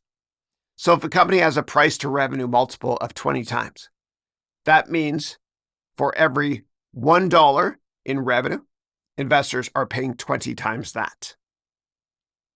And it all depends on the market, the sector, the timing, etc. So I'll give you an example. Back in the summer of 2012, I worked at a hedge fund, and what we did was we invested. I headed up software and internet investments. We invested in 3 really good IPOs. One of them was called Splunk, ticker SPLK, which Cisco bought. Another one was called Workday, which is based pretty close to where I live here in the Bay Area. And the ticker there is WDAY. And the other one was called ServiceNow. And Frank Slootman was the CEO. I met with him as well. And those 3 companies, Splunk, ticker was SPLK, Workday, WDAY is a ticker, and ServiceNow, ticker NOW. At that point in time, when those 3 companies were going public in 2012, the market valued those 3 companies that were somewhat similar. They were software, internet companies, cloud-based companies. The market valued them between 15 and 20 times revenue. Now, those companies were not really profitable by the time they went public. They all did incredibly well and grew earnings phenomenally well over a decade. But back then, the way we valued those companies was we valued them based on 15 to 20 times revenue. So the bottom line is this. Value companies if you can. My favorite methodology is price to earnings. And don't just look at what the earnings are, look at the growth rate of earnings as well. That's PE. If the company is not profitable and you really want to value the company based on this year or next year's numbers, you can look at price to revenue. And the price to revenue multiple that you're going to pay should be similar to other companies in the sector that have similar growth rates as well. And later on, what we'll do in this lecture here is we will talk about valuing companies based on cash flow. And in the long run, net income and cash flow usually converge. It's the same thing, usually in the long run. But there's a way to value companies called discounted cash flow, which again, I'll explain later on in this lecture right here. Let's talk about analyzing the historical price to earnings multiple and price to earnings to growth multiple. So what we're going to do is we're going to ask the AI product you're using to get the company's PE ratio, and then get the company's EPS growth, and then calculate the PEG ratio, which is price to earnings ratio divided by growth. And then we explained what that is right here as well, in case ChatGPT didn't know. It probably knows. Please don't just give qualitative information. And then I said no more than 3 sentences per paragraph, and you can read the rest right here. So let me copy and paste this directly into ChatGPT. So let me paste this in and see what the results are. Now, I wasn't happy with the results there, so let me try that again in Bard. And always double check the data too. And here we have the results. And so you could chart this if you wanted to. There's not really much to chart. So I'm just going to copy and paste this directly into our document. Of course, you got to double check all the statistics. And according to these statistics, and check the numbers, please, this might not be accurate, but Apple's EPS growth is 8%. And the company is trading at 28 times earnings. 28 divided by this means a price earnings to growth rate of 2.5 times. So that means investors are paying 2.5 times the growth rate, which is pretty high. Again, double check the data. I don't like looking at Wall Street estimates. I like to value companies based on my earnings estimates in 5 to 10 years usually. Let me copy and paste this into our document.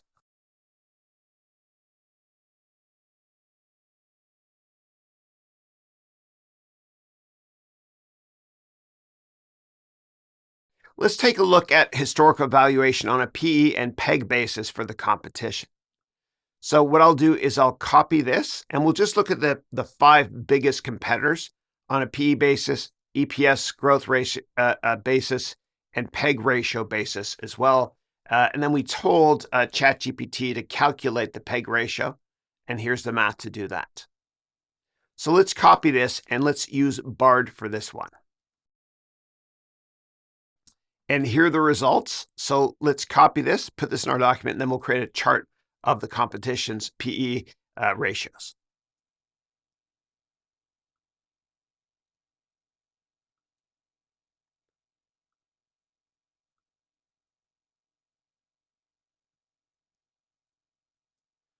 And let's go back to ChatGPT, and we'll ask ChatGPT, create a chart and nothing else of. It'll be interesting to see if it puts the PEG ratio and the PE on the same chart. This is pretty good, actually. Up here, we've got the PE ratios of the competition. Amazon's always expensive. Here we've got the EPS growth of the competition, and then the PEG ratios of the competition right here. And you might ask yourself, I don't understand why somebody would pay a ridiculous PEG ratio for any company. Well, it's because this data is based on recent earnings growth data. But a lot of sophisticated growth investors that invest in tech companies that are growing quickly, they don't value companies based on the PE this year or the earnings growth next year.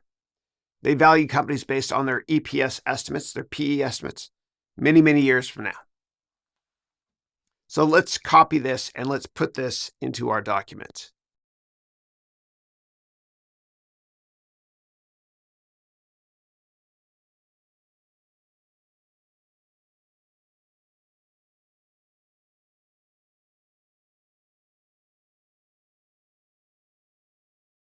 Let's discuss valuing a company based on a price to revenue ratio, also called price to sales, because sales and revenue is the same thing.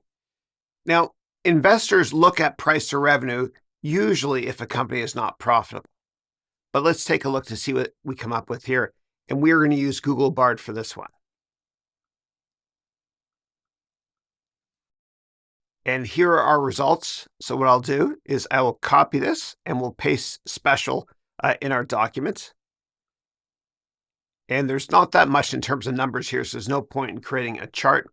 So what I'll do is I will delete this. As always, please double check all the data that you get from any AI product.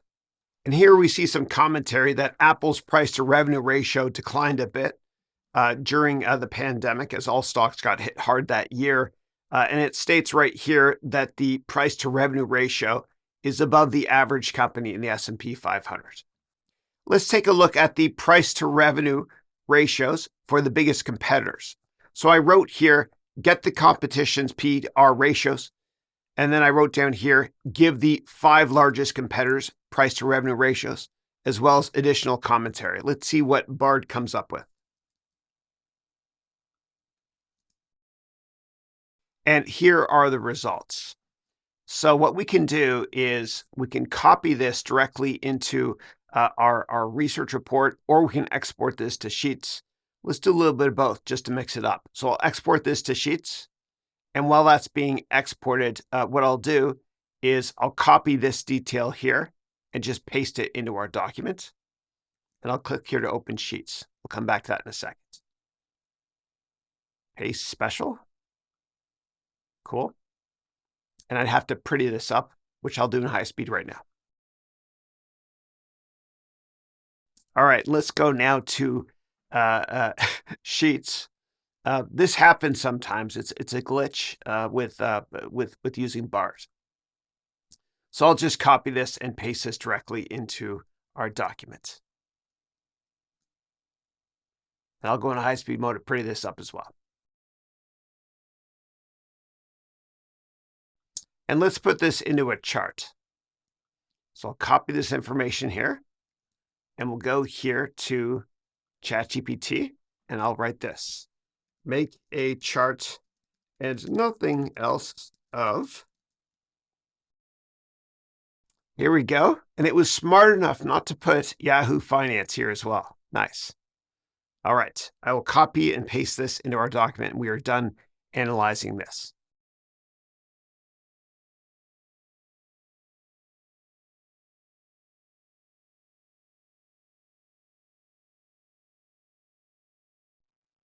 It's really important to analyze companies on a quarterly basis and look closely at seasonality. What I mean by this is this. So let's assume that a company starts their fiscal year on January 1st, meaning the last day of the year is going to be December 31st. And some companies, by the way, will start their fiscal years in different months, depending on what sector they're in. I'll come back to that. So usually what happens is the highest revenue generating quarter is the fourth quarter. And that's October, November, December. And the slowest quarter is usually the first quarter, which is January, February, March. And it depends which country the company is based in. But in Europe, for example, the summer months, meaning parts of Q2 and Q3, especially beginning of Q3, are very, very slow. And you have to look at seasonal data. Otherwise, if you just looked at the fourth quarter for a company's financial statements, you would model explosive growth year over year over year. So you've got to look at the seasonal changes. And what I've done for you is in the financial model that we're going to populate in this lecture here, in the financial model for the income statement, you're going to see that there are big quarter over quarter changes after you enter in the data based on what quarter we're in. And so in the United States, there's this concept called Black Friday. And basically what that means is, the last Friday in November usually is the biggest shopping day of the year. And it's called Black Friday because a lot of retail companies are in the red all year long, meaning they're losing money all year long. And then they break even, they're in the black by Black Friday. It's a monster of a shopping day in the United States. And so the last 3 months of the year are huge, and the first 3 months of the year are not so huge. Now, different companies have different fiscal year ends. Intuitively, we think that all companies will end their fiscal year on December 31st, but they don't. Retail companies, their fiscal year usually ends in January. And the reason is because they want to account for returns after the holiday shopping season. But most companies have their fiscal year starting on January 1st and ending on December 31st. Now, Apple's fiscal year ends in September. And sometimes companies' fiscal years will end at a strange time because the company was founded in a different month. So if a company was founded in May and they start recording financial results in May, then that might be the start of their fiscal year. And in different parts of the world, there are different fiscal year ends. So for example, in Japan, I used to invest a lot in Japanese equities when I worked at Goldman. But in Japan, the fiscal year end is usually in March. So you always have to look at seasonal data. Always, always, always. And it helps you with your financial model as well. If you notice in your financial model that quarter over quarter between Q3 and Q4, you usually see a 10 to 15% increase, then you know what to model every quarter over quarter, within reason, of course. So let's go back to our document and let's ask the AI product we're using to get the company's seasonality data, specifically calculate the quarter over quarter change, percent change, which our model does for you too, in Q2 versus Q1 and all the other quarters versus each other. Then I wrote here, provide 50 or fewer words, less is more, to explain why there is seasonality for the percent changes. And if you want, you can add additional color or details down here, meaning additional tags to look for. So let's copy this and let's paste this into ChatGPT to see what we get for the response. All right, that wasn't helpful. But when we create our financial model, of course, we'll know exactly what the quarter over quarter changes were. Let's try Bing.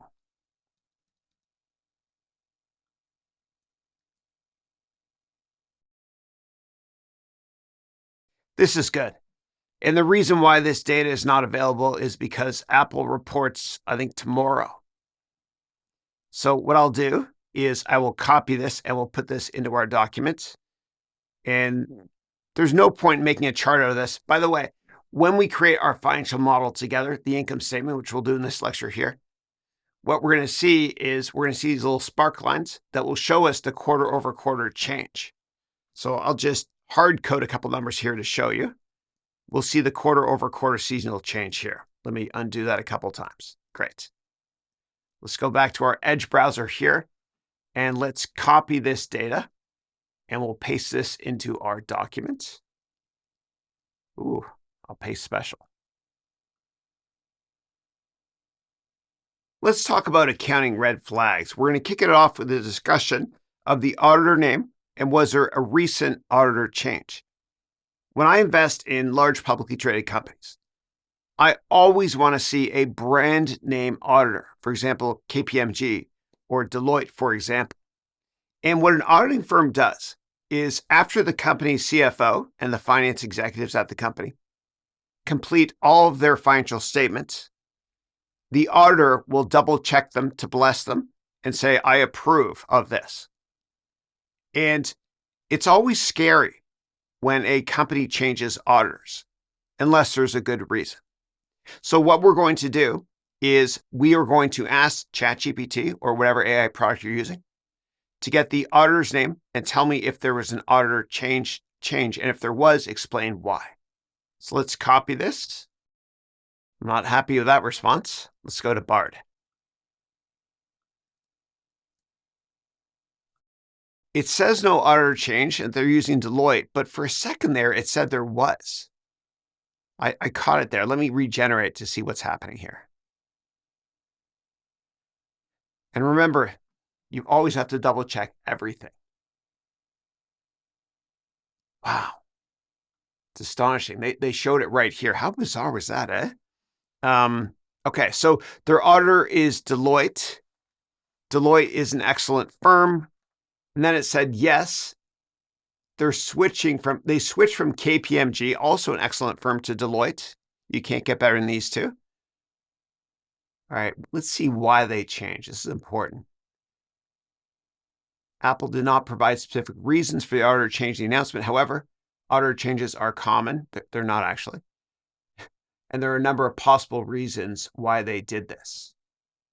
Okay, all right. I'm going to copy this, but we have to do a little bit more research together on this quickly. So I'm going to go over here and I'm going to paste special. And I'm going to specifically ask ChatGPT. I'll come back to Bard if we need to. And I'm going to write, why did Apple change their auditor from KPMG to Deloitte? And if you make spelling mistakes like I do all the time, it's okay, it knows. What a bizarre response. It talks about a change back in 2009 from KPMG to Ernst & Young, and it said no information is available. All right, tiebreaker. What we're going to do now is we're going to go directly to Microsoft Edge and use Bing.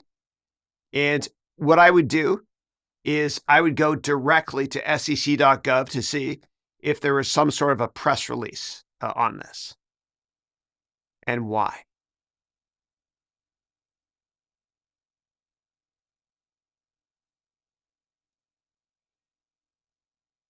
Let's go directly to the source here now. And as you can see, you can't just completely rely on AI.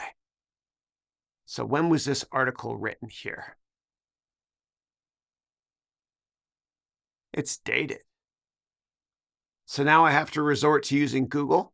I can't just leave us hanging here. And I have to go directly to sec.gov to find out why. I'll do this in high speed to save us time.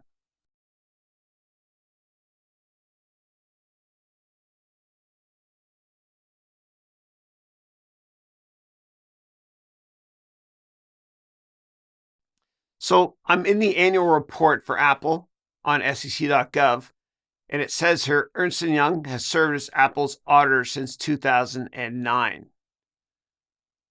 So there might be a mistake, but I still have to do more research.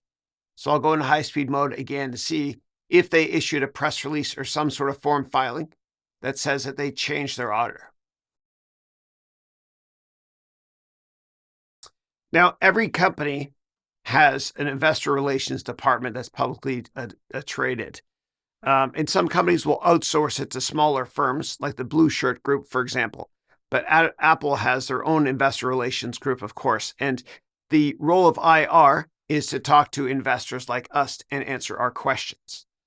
So what I'm going to do is I'm going to look through their IR website really quickly to see if there's any changes to the auditor that's been recently announced.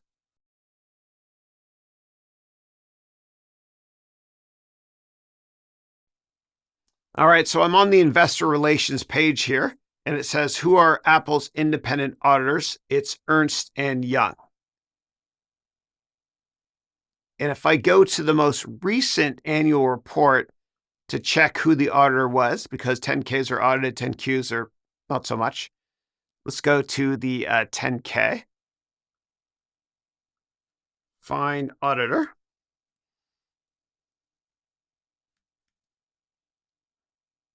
And it's Ernst & Young. So this is a great example of why we can't just rely on AI to give us answers. So Ernst & Young is still their auditor, as it says that right here on their website. So what I'm going to do is right here, I am going to delete this. And this is a great real-time example, unedited, of why we can't just rely on any AI product. So I'm going to copy this and I will paste this here. And the source I'm going to list as this website here, source. And we are now done looking into who the auditor is. Let's talk about if there is a CFO change.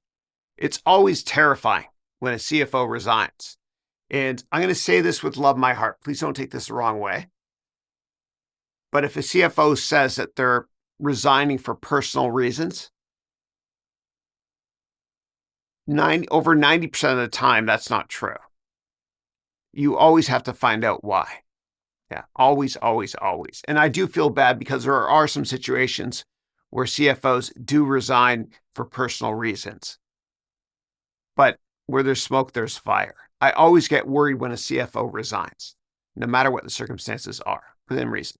So let's go over here to ChatGPT and let's search for, did the CFO resign? Or was there turnover in the CFO? All right, looks like there was no change. And let me actually do another search of who is Apple's CFO and how long have they been Apple's CFO. And from the response here, we can see that Luca Maestri has been the CFO since 2014, so there's nothing to worry about here. Before that, he worked in various financial positions within Apple as well. So I'll copy and paste this into our research document here. Let's talk about accounts receivable growth versus revenue growth. When we analyze the income statement, if we see that revenue is growing really fast, that's usually a good thing. And you think that's incredible because you think that will filter through and eventually become net income after all expenses are deducted. However, you can't just look at the income statement, because what if a large amount of this revenue was in terms of accounts receivable? Meaning, I sold you, let's pretend I'm Apple, I sold you an iPhone and you haven't given me the cash yet. So I haven't received the money yet from you. So yeah, revenue is growing, but I haven't received the cash yet. And so the place where you find accounts receivable is in the assets part of the balance sheet. So you want to make sure that you see if accounts receivable is growing faster than revenue. That could be a red flag because you could be giving favorable credit terms to your customers. And that's why the cash flow statement exists. So the cash flow statement will basically correct the income statement. The income statement is kind of a lie because net income doesn't always mean cash, because you might have had accounts receivable. So the cash flow statement, specifically the cash flow from operations part of the cash flow statement, will adjust for this. Let me show you this in our financial model. So if we go to Excel here, our financial model, we model revenue growth on the income statement, of course. But if we go to the balance sheet here, this is where we focus on accounts receivable. And we want to make sure that accounts receivable is not growing way faster than revenue.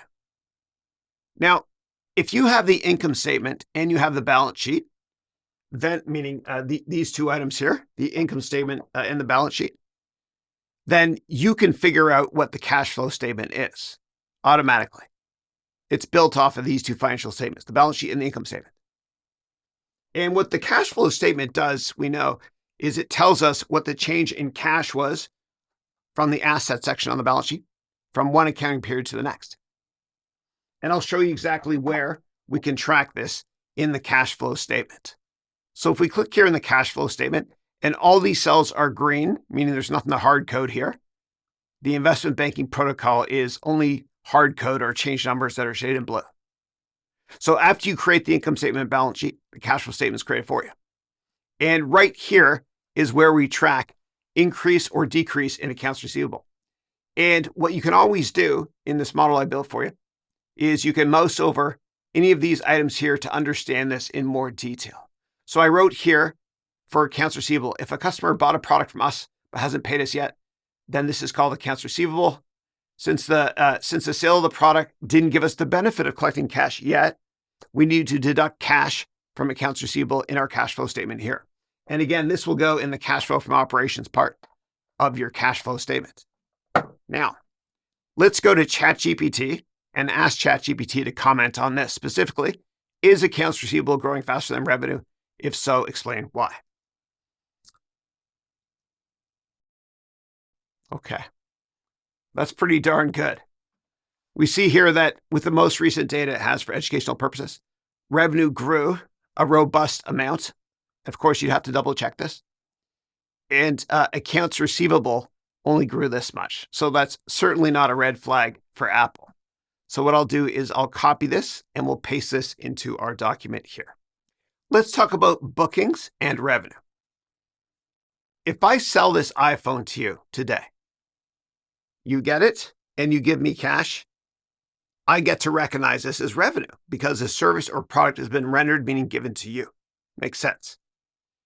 Now, let's say that you buy an iPhone from me, but I haven't delivered it to you yet. So yes, I got the cash from you. I'm Apple. But I can't recognize that revenue by law until I give you this product. So it doesn't go in revenue on the income statement. I can't classify it as revenue yet. So where does it go? I got the cash from you. I haven't given you the product yet. Where does it go? It's not part of revenue. It doesn't go in the income statement. Where does it go? It goes on the balance sheet as part of what's called liabilities. So I'm liable to give you the product. I got the cash, but I haven't given you the product yet. So it goes in liability specifically. It goes in deferred revenue. It's revenue that's deferred until maybe the next quarter. It's deferred until I actually give you the product. And what a lot of analysts do is they will calculate what's called bookings.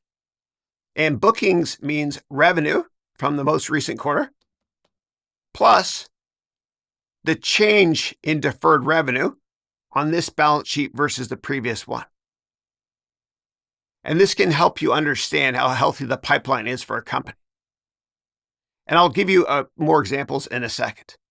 But sometimes you'll see a company report earnings and revenue, and they beat earnings, and they beat revenue, but the stock goes down. And you're like, WTF? Why the face? So what you have to do is look at the balance sheet. Because if they beat revenue and earnings by a lot and the stock goes down, it's because certain sophisticated investors took a look at the liability section of the balance sheet and they saw that deferred revenue went down, meaning the pipeline for future business went down.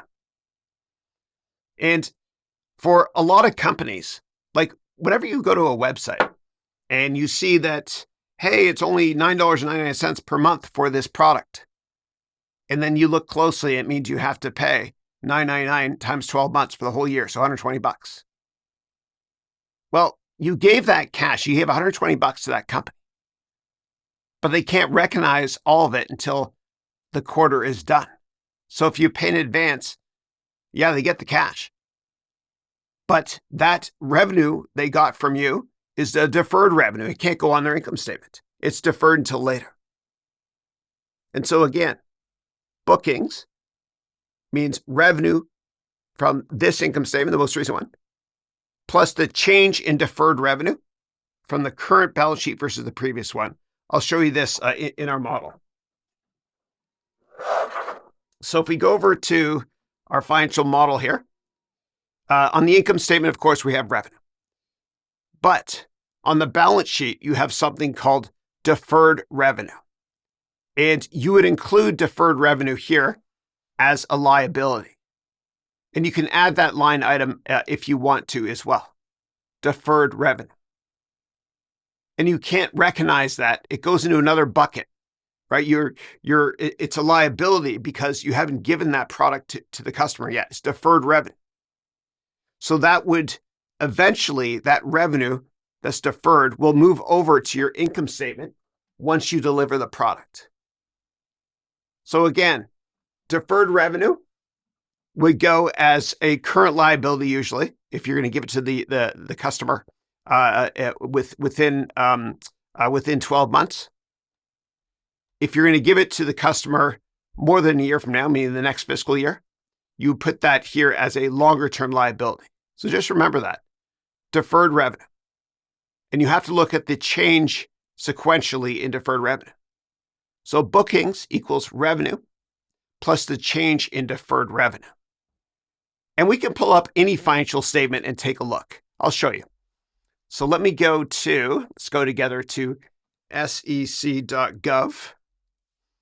And let's take a look at a software company called Oracle, who has offices close to where I live. Their headquarters used to be here in Redwood City. I think they moved to Texas for tax reasons. All right, so let me search here. Let me do that again.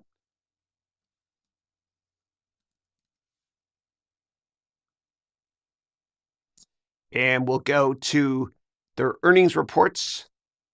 So the 8K means an important press release like earnings. Results. Let's go here. And I will go to the press release. Okay.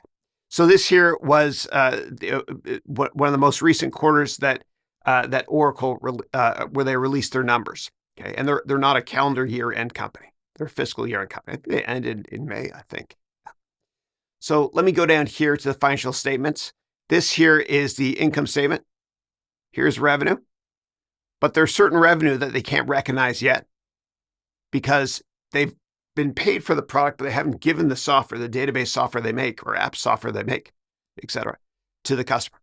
So we're going to go down here to the balance sheet. All right, down we go. Let's go to liabilities. Here we go, deferred revenue. Right here. So right here, they have deferred revenue. And let's see what the change was sequentially from the May quarter to the August quarter. So that is going to be up. So it's up over, looks like over $2 billion. Deferred revenue changes in millions. That's a healthy increase. So what investors would look at for this quarter is bookings, which is revenue plus the change in deferred revenue. So they would take this number minus this number for the change in deferred revenue, and then they'd add that to revenue, which is right up here, revenue. And that is bookings. Bookings is revenue plus the change in deferred revenue. Very important to analyze. And now you know why sometimes stocks will go down, even though a company might report really good revenue, really good earnings, because deferred revenue, which is a liability on the balance sheet, goes down. So let's now ask ChatGPT for more color on that. So let me copy this. And if it doesn't provide us the details, then of course we can do our own calculation like we just did. And we can't just rely on ChatGPT or any AI product for analysis. We can't get a good answer there. So next up, we'll try Bard. And we know we got to double check all this stuff always. It's deadly otherwise. Wasn't that strange? Did you see that? It gave us the answer and then it deleted it. Doesn't give me much confidence in using Bard.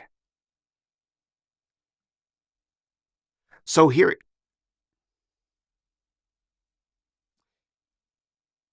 it just disappeared again.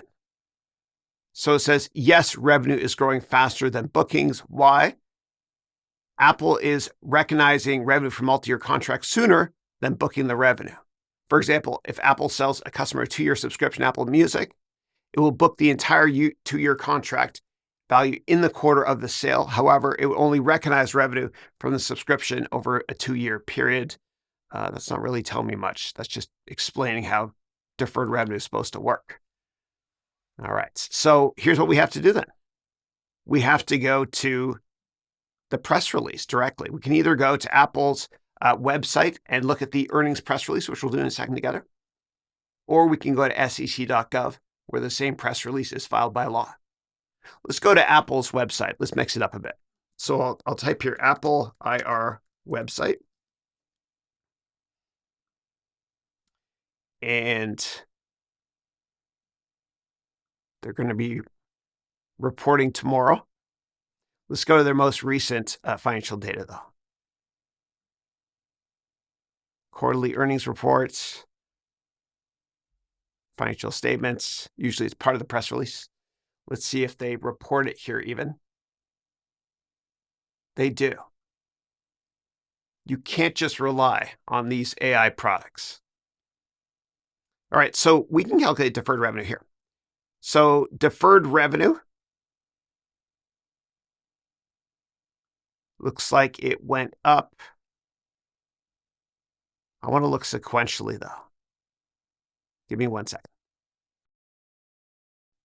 So we're going to have to look at two different financial statements here. And of course, once the annual report is released, or the 10Q, the quarterly report, you can get much more details, including doing searches for the word deferred revenue in the financial document itself. And you can read the footnotes, meaning additional commentary they might have. But we're going to calculate it. We're going to look at it together at least here. Okay, so we have 8.2 billion in deferred revenue. And it looks like it's just short-term deferred revenue. That's a liability. So I'll remember that number, 8.2. And revenue for the quarter was 82. So 82 billion for revenue, big company. Deferred revenue was 8.2. Right here, 8.2. Now what we have to do is we have to look at the previous financial statement to see if deferred revenue went up sequentially, which is what we're looking for. So here are the financial statements for the previous quarter. And if we go down here, we see deferred revenue was slightly up, 8.1 rounded down, and deferred revenue for the most recent quarter was 8.2. So it slightly went up. But ChatGPT told us kind of indirectly that Apple doesn't really depend as much on deferred revenue. But there still is a component. It matters more for really, really big software companies like Oracle, but we do have to track it.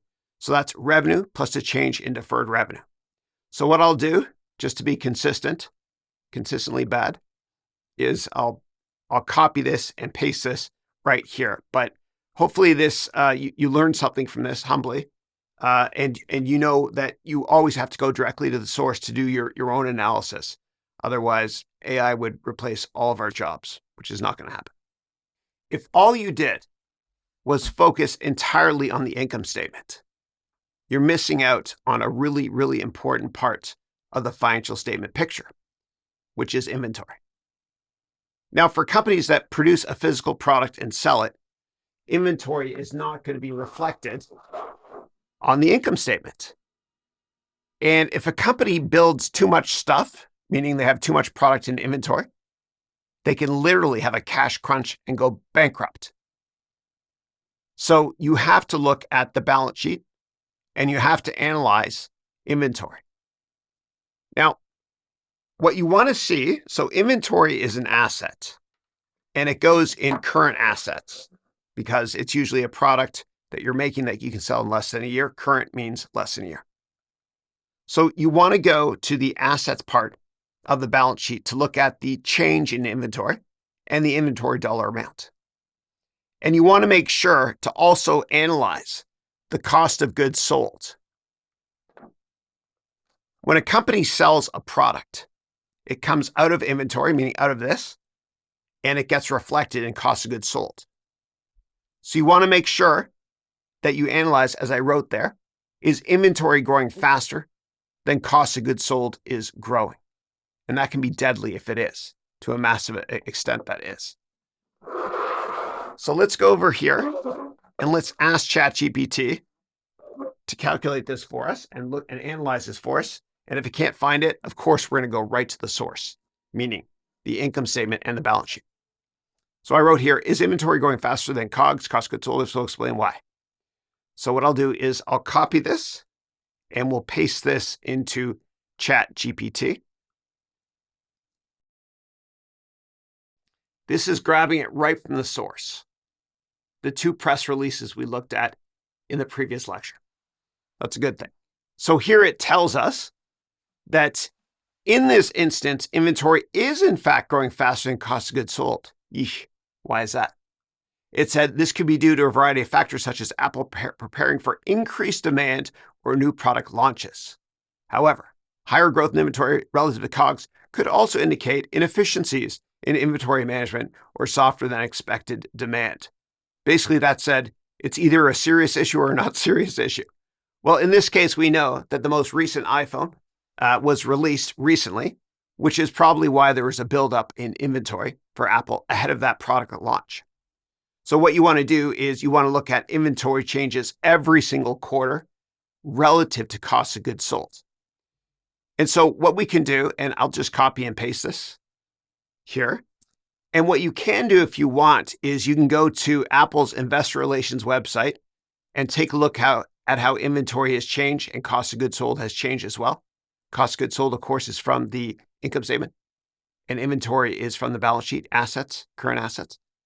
And you can also look at the 10Q, which is the quarterly report, or the 10K, which comes out annually, and look for any color or detail on why there was a change on inventory, etc.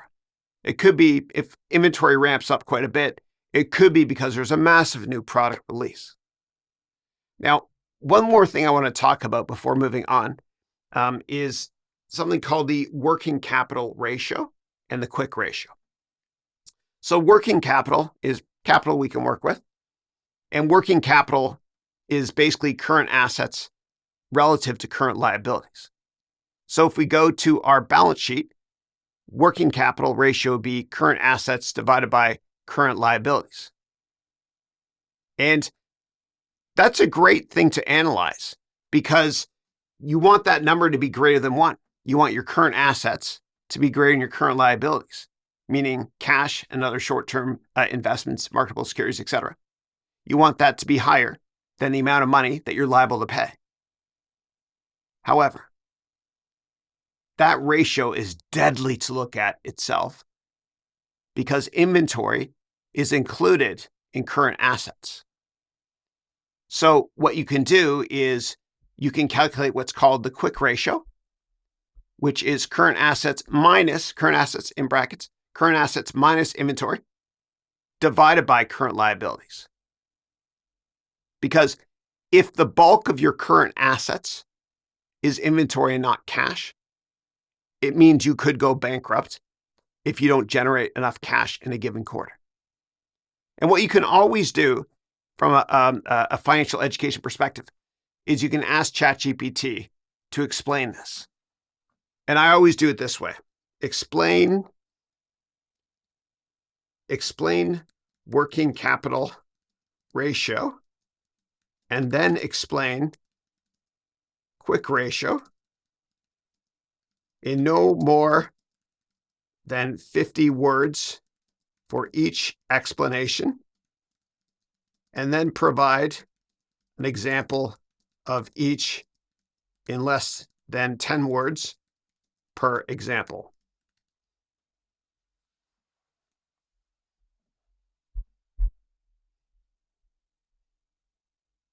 Yeah, so the working capital ratio is current assets over current liabilities.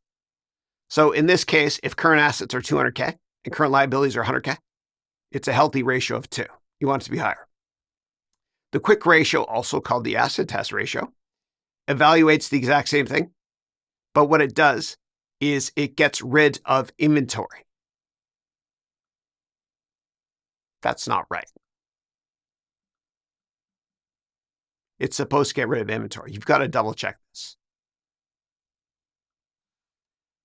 What is the quick ratio? I'm telling you, you can't just rely on AI. Yeah, it's current assets minus inventory. Yeah, it's current assets minus inventory. And of course, you want this number to be high as well. You cannot just rely on AI. You always have to double check the data and double check all the qualitative answers you get as well, because quite often, ChatGPT is confidently wrong. It hallucinates. And I say confidently wrong because it gives you the answers with perfect parallel construction quickly. Yeah. So you can't just rely on this. So always double check everything that you look at whenever you're using any AI product. And I say that with love in my heart as always. It's crucial to understand if a company has restated earnings, and if so, why. Really, really important. I remember in the early 2000s, I'm dating myself here, a lot of companies restated earnings because of the way they classified stock options. And if a company restates earnings, it basically lowers investor confidence in the ability of the CFO and the management team to actually report results to the street. And where there's smoke, there's fire. And sometimes it's more for benign reasons. Maybe they made a very small clerical mistake, which is okay if it's not done too many times, because one data point doesn't make a trend.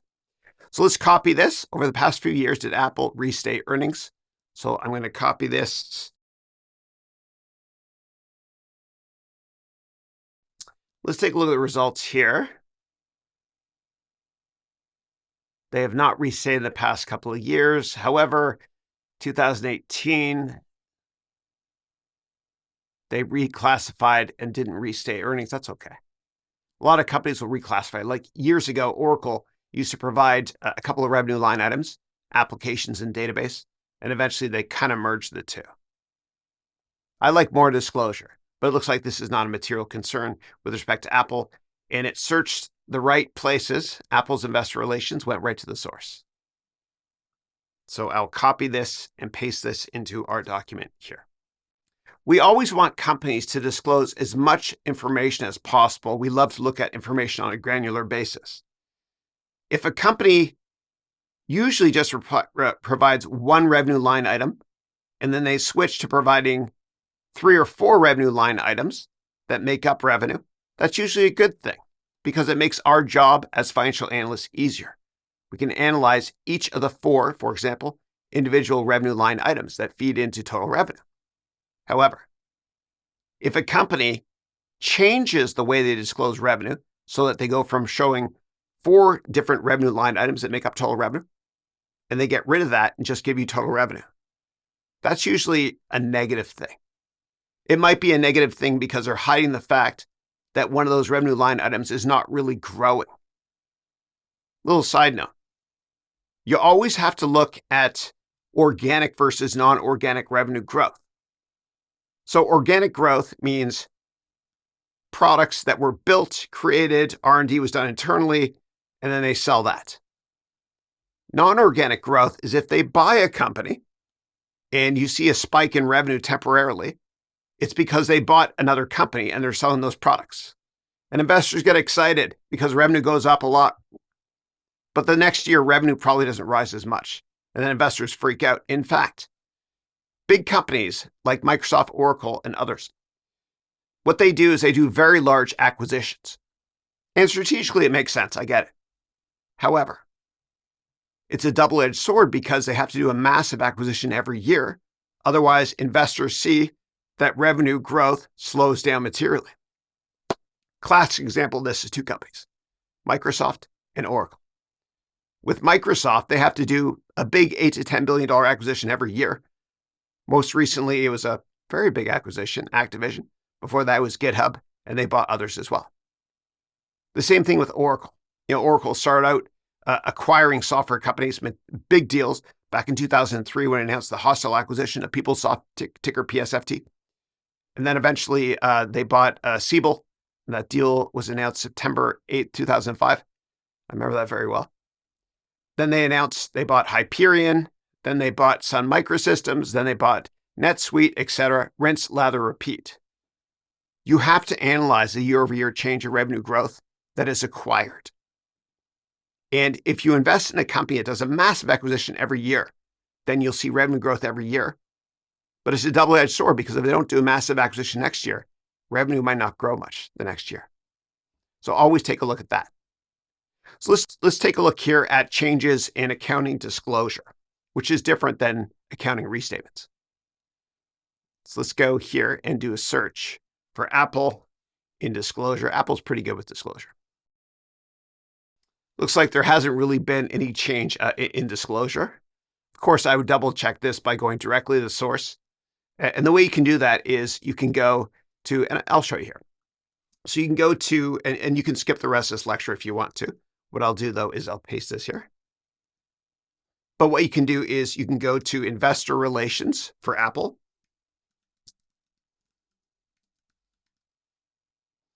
And then you can look at the financial statements over the years. So let's go down here to financial data. You can look at the financial data over the years. So if I go here just for fun to the financial statements for Q1 2019, we'll take a look at revenue in the income statement here and see how many line items they have. They have products and services. Let's see if they've changed that. Products and services, 2 revenue line items, financial statements. Same thing, products and services. Quite often companies, if they provide more disclosure, that's a good thing. If they provide less disclosure, that's a bad thing. In this lecture, we'll look at the change in organic revenue growth, if disclosed. So if a company buys another company, that's not real growth. It's not organic. It's not healthy. Like you eat organic food, that's healthy. So it's non-organic growth. And if you see too much non-organic growth, then that's kind of a red flag because it indicates that the company is not confident in its own R&D internal efforts and they can't innovate.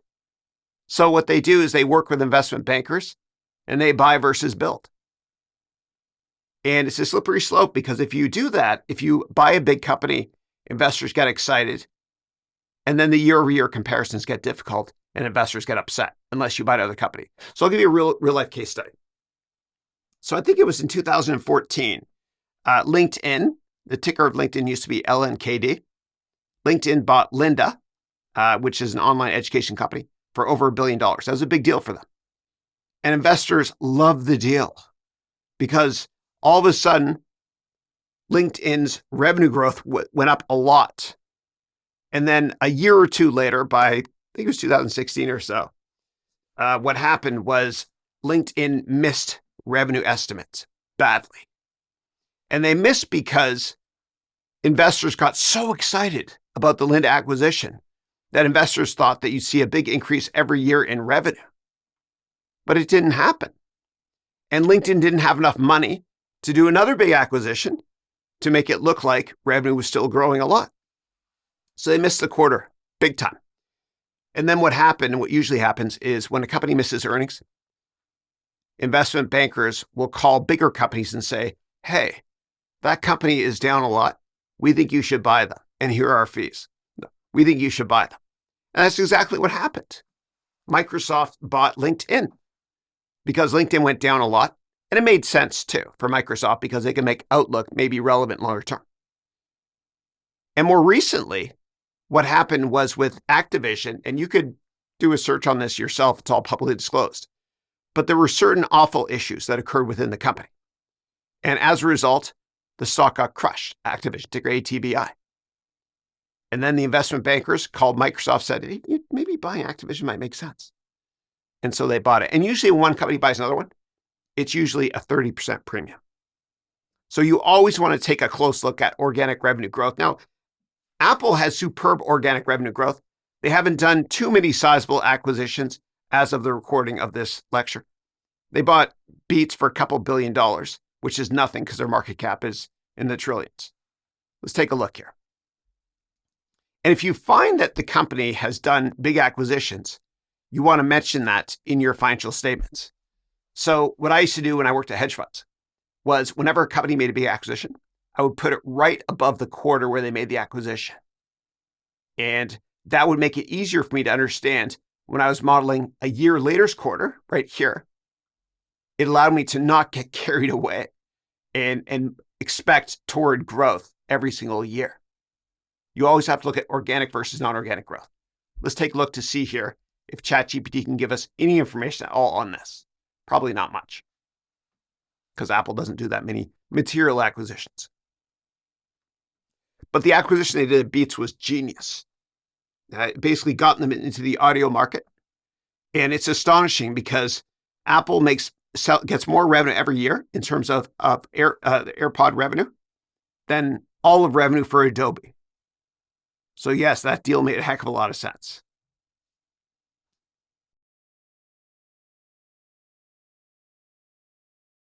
I'm going to click stop. I'm not happy with the results of this query, even though it went to the right sources. Maybe it went to the source and couldn't find anything. But up here, I see a couple of mistakes. And then here, this is basically telling you organic growth may or may not impact revenue. I'm not happy with this at all. And I know for a fact that Apple doesn't really have that much non-organic growth. So what I'm going to do is over in our document, I'm just going to type here, not available. You can, of course, do more research by searching different AI products in general. But from what we've learned so far in this analysis is that, yes, ChatGPT and other AI products can be very helpful, but we always have to double check the data. Let's talk about GAAP versus non-GAAP accounting. GAAP stands for Generally Accepted Accounting Principles.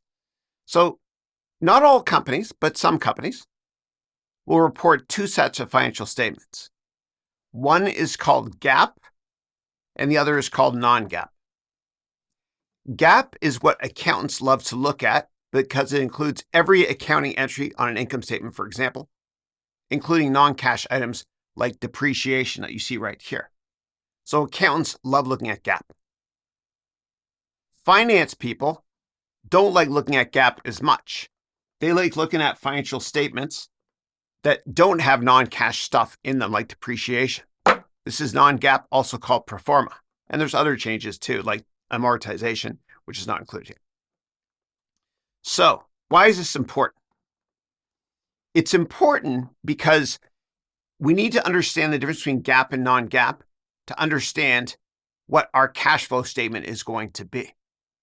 So the cash flow statement, what it does is it accounts for all cash and non-cash items to help us understand what the change in cash was quarter over quarter on the balance sheet. So we need to understand if the company has made big changes in terms of how it reports GAAP versus non-GAAP accounting. And let me show you an example of a company that does this, that provides two sets of financial statements. So companies that give you GAAP and non-GAAP financial statements, they usually put them both in the same earnings report. And then quite often there's a table that reconciles or tells you the difference between GAAP and non-GAAP. So let's go over here. Let me get a little bit more room here. So let's go over here to sec.gov. And then we'll take a look at Oracle, big software company. ORCL. Come on. Come on, drop down. Here we go. Good. And Oracle, the first contract they had was a top secret, now disclosed to the public, declassified, database, a project for the CIA called Project Oracle. Let me hit refresh and try this again. Sometimes this website doesn't work that well. That's why they named the company Oracle. Oh my God, I talk a lot. All right, so I'll do a search here. I'll search for Oracle proper. ORCL, here it is, good. Great. So let's look at their most recent earnings report right here. I had it open before. And we'll go down here, take a look at the press releases. Okay, here we go. So they tell you right here, their GAAP earnings were this, their non-GAAP earnings were this.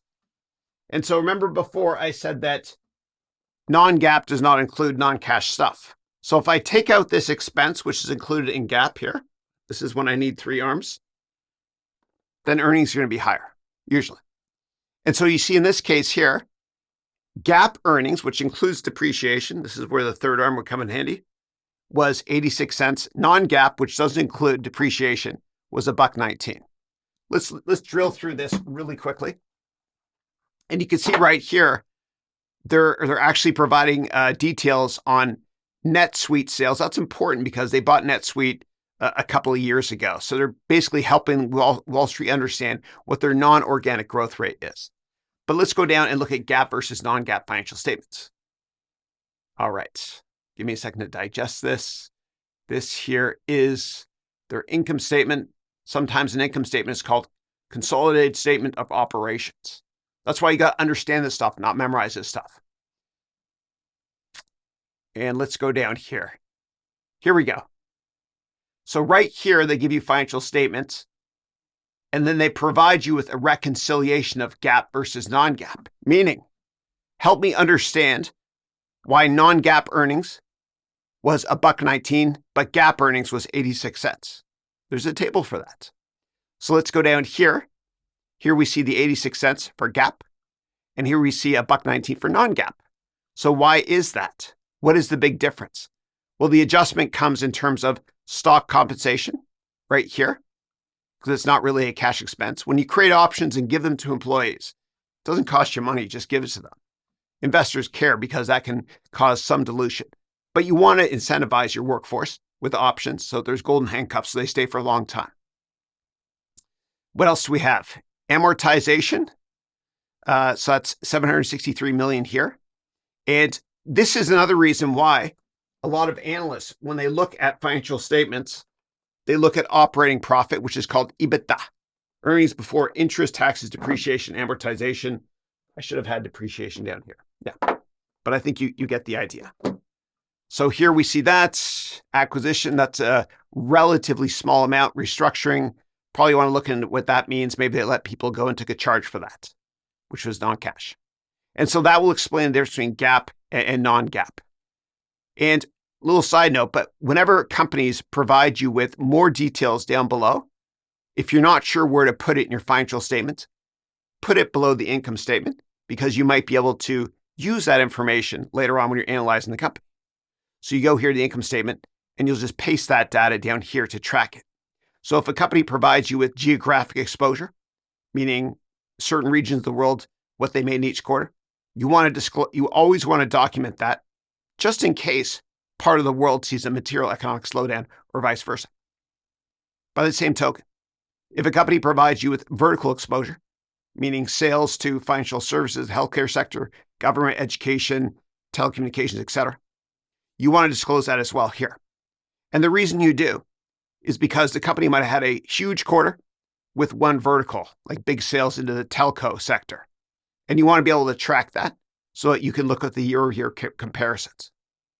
Kind of like you want to track, if you can, what non-organic growth is by accounting for NetSuite's revenue right here, just like Oracle mentioned up here. And so quite often, companies will actually provide you with two full sets of financial statements, the full non-GAAP and the full GAAP financial statement, so that you can track it instead of having to adjust it manually within your financial model. And again, the reason the cash flow statement exists is to correct the income statement by accounting for just cash stuff. And the cash flow statement, again, will help you understand the difference in the cash balance from the balance sheet from one quarter to the next. But if we scroll down here, see if there's any more details we want to put into our financial model. They even provide free cash flow here, which we calculate in the DCF and the cash flow statement itself. So all this additional information, if you can get it, you want to disclose that in your financial model. Hold on a second. Here we go. Geographies. You want to make sure that you disclose this as well. You put that at the bottom of your income statement. Put down every piece of information they give you, even if you don't know how to use it yet, because you might in a future quarter that you're modeling. And a best practice is to do the following. When the company reports earnings, of course, you update your financial statements and you listen to the quarterly earnings call. Anybody can do it because of regulation FD, fair disclosure, but I digress. Whenever a company reports earnings, if they have an earnings call, listen to it. And usually the way it works is this. For the first half hour, investor relations and the CEO and CFO will talk about how great of a quarter they had. Then what will happen is the most important part of the call, which is for 15 minutes to 30 minutes, Q&A with Wall Street analysts. And you want to listen to those questions closely because that is one of the only times that the management team can openly discuss their forward-looking financial statements. And they can also discuss things like, why was operating margins down? Or what is your long-term target for gross margins? And whatever they say, you want to document that in your model. And you want to say, put the date in as well and who said it. So here's how you do it. You create new note. On Windows, you can hit, just right-click new note. And what you do is you type this, quarterly conference call, then you put the date here. And then you put the executive who said it, and then you type here. They said 30%, blah, blah, blah, whatever it is. Let me just Control Z to undo that. And you want to add tons of comments because that will really help you when you're forecasting the future in your financial model. Let's go back now and let's take a look at this prompt to see if there was a change in GAAP versus non-GAAP accounting. It's not applicable to Apple, but I'm going to paste it anyway, just out of curiosity to see what they say. And a lot more companies are only going to be releasing GAAP earnings and not non-GAAP. I think Facebook was one of the first big notable companies to do that, but we'll see what ChatGPT comes up with here.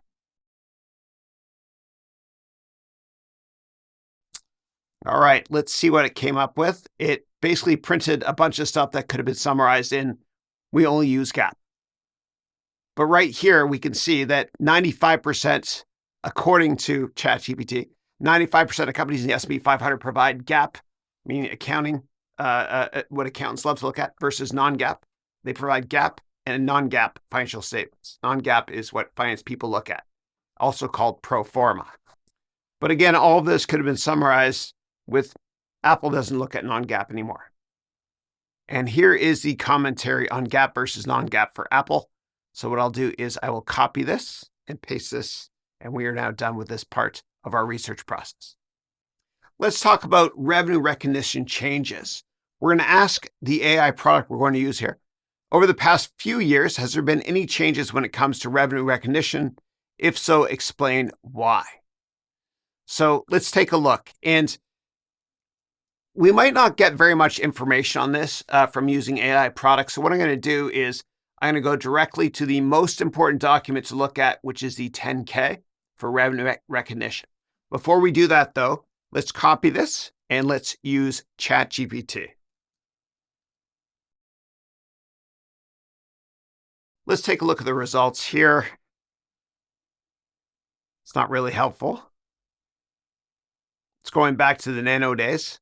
Remember the Steve Jobs conference when he said, there's one more thing, he introduced the nano.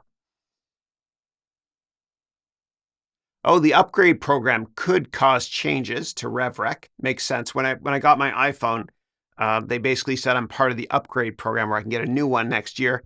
That might impact deferred revenue. But I don't see really anything detailed here. So what I'm going to do is I'm going to copy this and paste this, and I'm going to show you where to get the best RevRec or revenue recognition source on any company. You always go right to the source. So let's go to Investor Relations for Apple. And you can always go to sec.gov as well. By law, they have to file all this stuff at sec.gov, but quite often they put it on their website. So the 10K, meaning the annual report. And all you have to do is do a search for revenue recognition right here.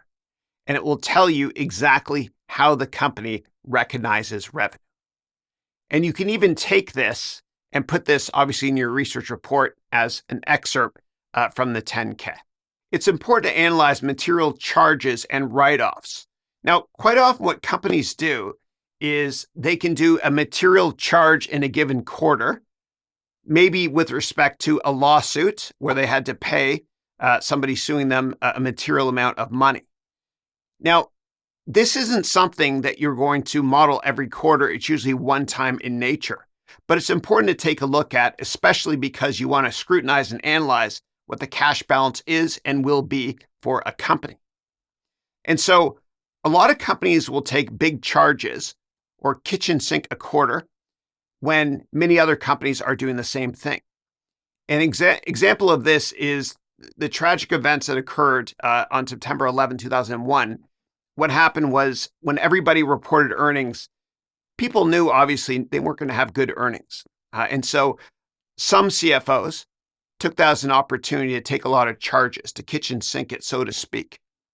So let's take a look if Apple had a material charge or a write-off. And I remember, I think it was back in 04 or 05, a lot of companies took charges when it came to a change in the way they accounted for stock options. So let me copy this and we'll go to ChatGPT. I don't think we'll come up with too much, but we'll see. All right. 3-word answer, I don't know. Probably couldn't find anything. So let's try again in Bard. I'm not that confident with using Bard. I found so many mistakes here. Although I do love the fact that you can get a lot of documents that you can export directly to Google Sheets. So here are some charges here.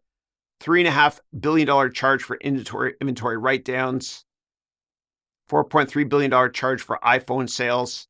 So there are some material sales or material charges. It's not going to move the needle too much relative to the revenue that Apple generates.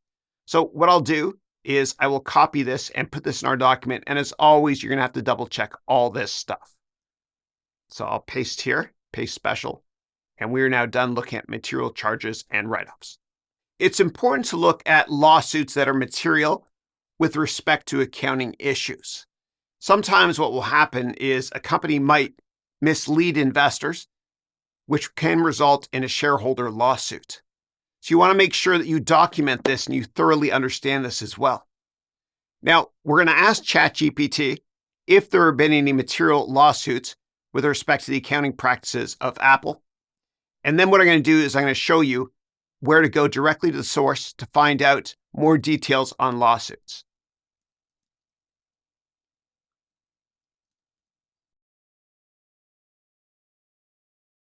There was just a ton of information that was generated here, and then it stopped generating. There was an error. So what I'm going to do is I'm actually going to copy this and still paste it, and then we'll look at it together here. I'll go paste and try it again. Didn't let me copy it. How strange. So I'm going to highlight it here and copy it. It took a long time to get this result. Copy, and then I'll go here, and then I'll paste special, and then we'll look at it very quickly together. All right, here we go.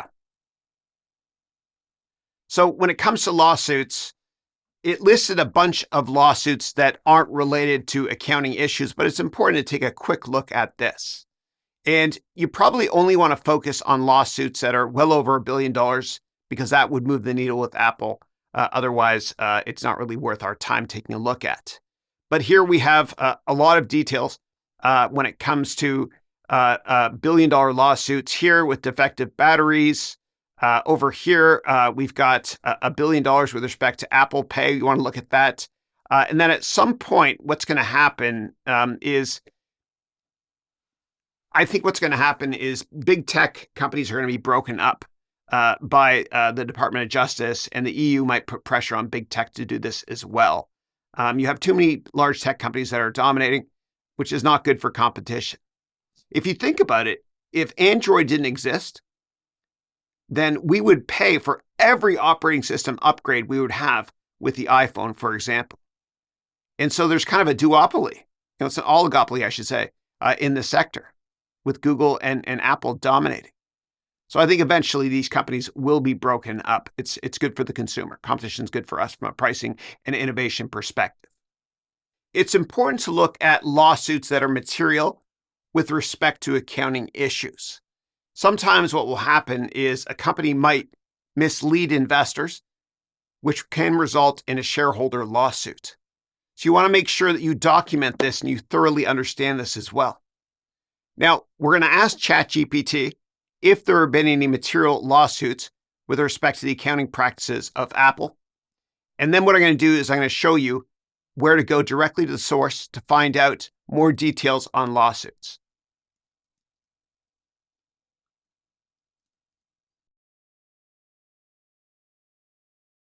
There was just a ton of information that was generated here, and then it stopped generating. There was an error. So what I'm going to do is I'm actually going to copy this and still paste it, and then we'll look at it together here. I'll go paste and try it again. Didn't let me copy it. How strange. So I'm going to highlight it here and copy it. It took a long time to get this result. Copy, and then I'll go here, and then I'll paste special, and then we'll look at it very quickly together. All right, here we go. So when it comes to lawsuits, it listed a bunch of lawsuits that aren't related to accounting issues, but it's important to take a quick look at this. And you probably only want to focus on lawsuits that are well over $1 billion because that would move the needle with Apple. Otherwise, it's not really worth our time taking a look at. But here we have a lot of details when it comes to billion-dollar lawsuits here with defective batteries. Over here, we've got $1 billion with respect to Apple Pay. You want to look at that. And then at some point, what's going to happen is I think what's going to happen is big tech companies are going to be broken up by the Department of Justice, and the EU might put pressure on big tech to do this as well. You have too many large tech companies that are dominating, which is not good for competition. If you think about it, if Android didn't exist, then we would pay for every operating system upgrade we would have with the iPhone, for example. And so there's kind of a duopoly, it's an oligopoly, I should say, in the sector, with Google and Apple dominating. So I think eventually these companies will be broken up. It's good for the consumer. Competition is good for us from a pricing and innovation perspective. Although we've done a lot of research together on accounting issues, there might be some things that we've overlooked. So what I did was I wrote here, what are other potential accounting concerns for the company and why? So I'll copy this, and some of the information that we get back might be redundant. Let me go to a new chat here. And if we get redundancy, then obviously we only copy and paste what we need to copy and paste into our document. Well, I'm glad we did this because there are a certain number of issues that we haven't accounted for yet in our research report here. RevRec, we sort of covered supply chain disruption, cost Apple $6 billion in sales. So we definitely want to look into that. Inventory valuation, we saw that before with respect to inventory write down for iPhones, which I think was $4 billion. See, there's no numbers here for environmental, social, and governance. So what we can do is we can copy this and paste this into our document, and we're done at looking at other potential accounting concerns.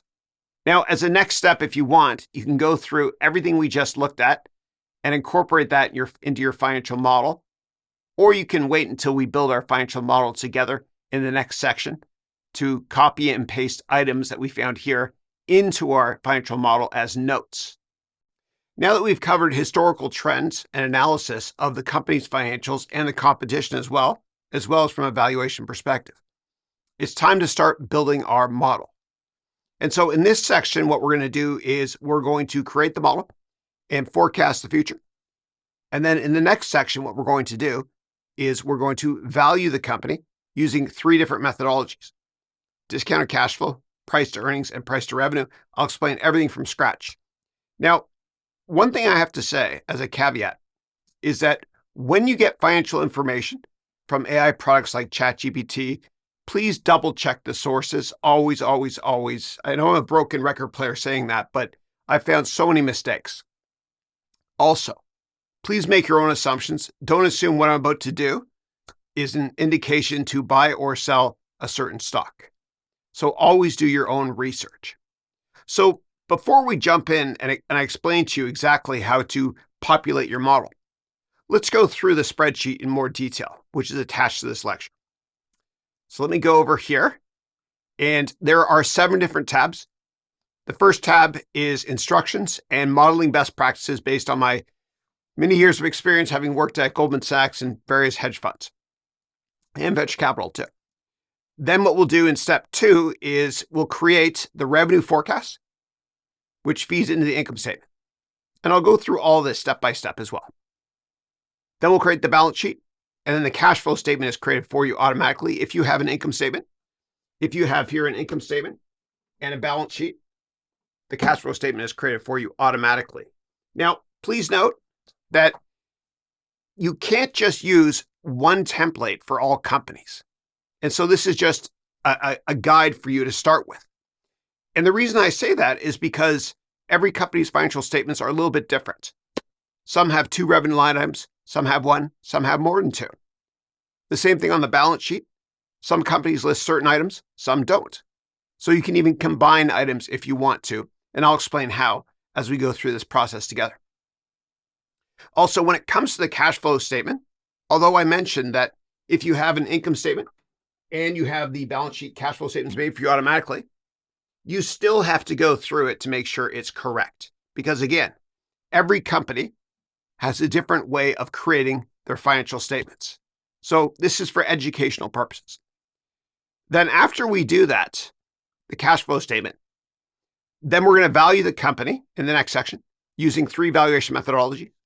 One is discounted cash flow, which I'll explain from scratch. The other ones are price to earnings and price to revenue.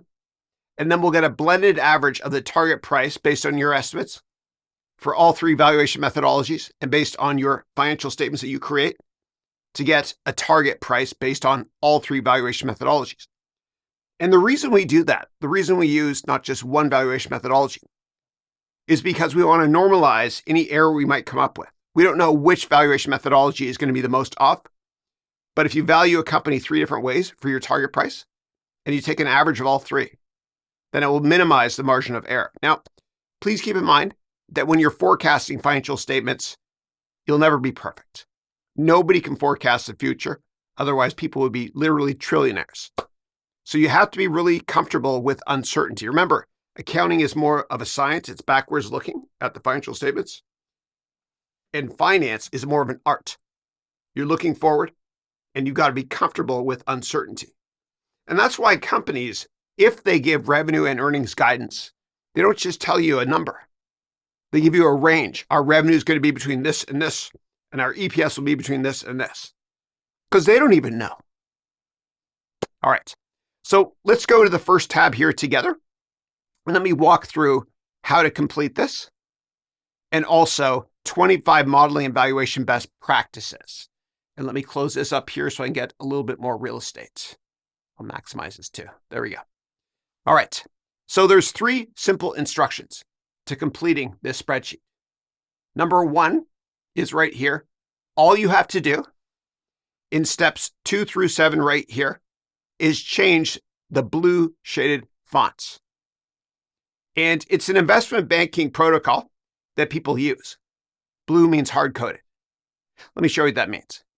So on the revenue tab here, what you'll do is you'll enter the revenue line item here. So for Apple, it's products, and they have 2 revenue line items for Apple. They got products and services. They're blue. Then what you'll do is you'll enter in the information here, and I'm going to show you how to get it from ChatGPT, Bard, etc. There's so many different ways to get this information in your model. Then after you complete all of these blue items here, then what you do is you're going to forecast the future. Now, the way I set this up right now, it's November 1st, 2023, is E means the future. So E means it's a forecast, an estimate. So what you can do is enter in the year you're going to forecast. So if you're taking this, and I try to future-proof all my courses, in 2028, what you do is you enter right here in this blue slot here, 2028. And that means that you'll have about 5 years worth of data, 2023, and then you'll start forecasting the future over here. Okay, and we'll go through this step by step, I promise you. So you can hard code this in here because it's shaded in blue. So that's this tab. Then on the income statement tab, it's the same thing. Just change the blue shaded cells. And anything that's green, I've set it up so it's linked to another tab. So if you double click, this goes to revenue forecast, which is the previous tab. And we're building on this slowly. So we can have this incredible aha moment by the time we're done step 7, when the valuation will be done for us using your estimates. Right. Now, some companies, they have different line items. So for Apple, for example, so with an income statement here, let me just get rid of depreciation just to make this easier to discuss. With an income statement, you got revenue at the top, as we know, and earnings at the bottom. And some companies will list sales and marketing and G&A, general and administrative. But some companies combine these 2 line items. So if that's the case, you can change your model, and I'll show you how to do that as we go through this together. Let me put my toys back over here. It's fun teaching. So everything you enter here will filter through. Just change the blue numbers here, please. And whenever you see a little note here, you can always mouse over to read more details on this. And then what you're going to do is then you're going to forecast the future. And you're going to do it by looking at trends. And of course, I'll do all this with you. Now, one thing I want to mention is that when you enter in numbers here, these little spark lines will update, and the annual ones as well. And I'll explain that in more detail as we go through this together. After the income statement, the balance sheet will enter in the items here, just the blue shaded ones. And again, if your balance sheet looks different from this, then you can add items or remove items, etc. Then the cash flow statement is created for you. You can mouse over all of these to understand more about the cash flow statement. And again, I'll go through that with you in a lot of detail as we complete this.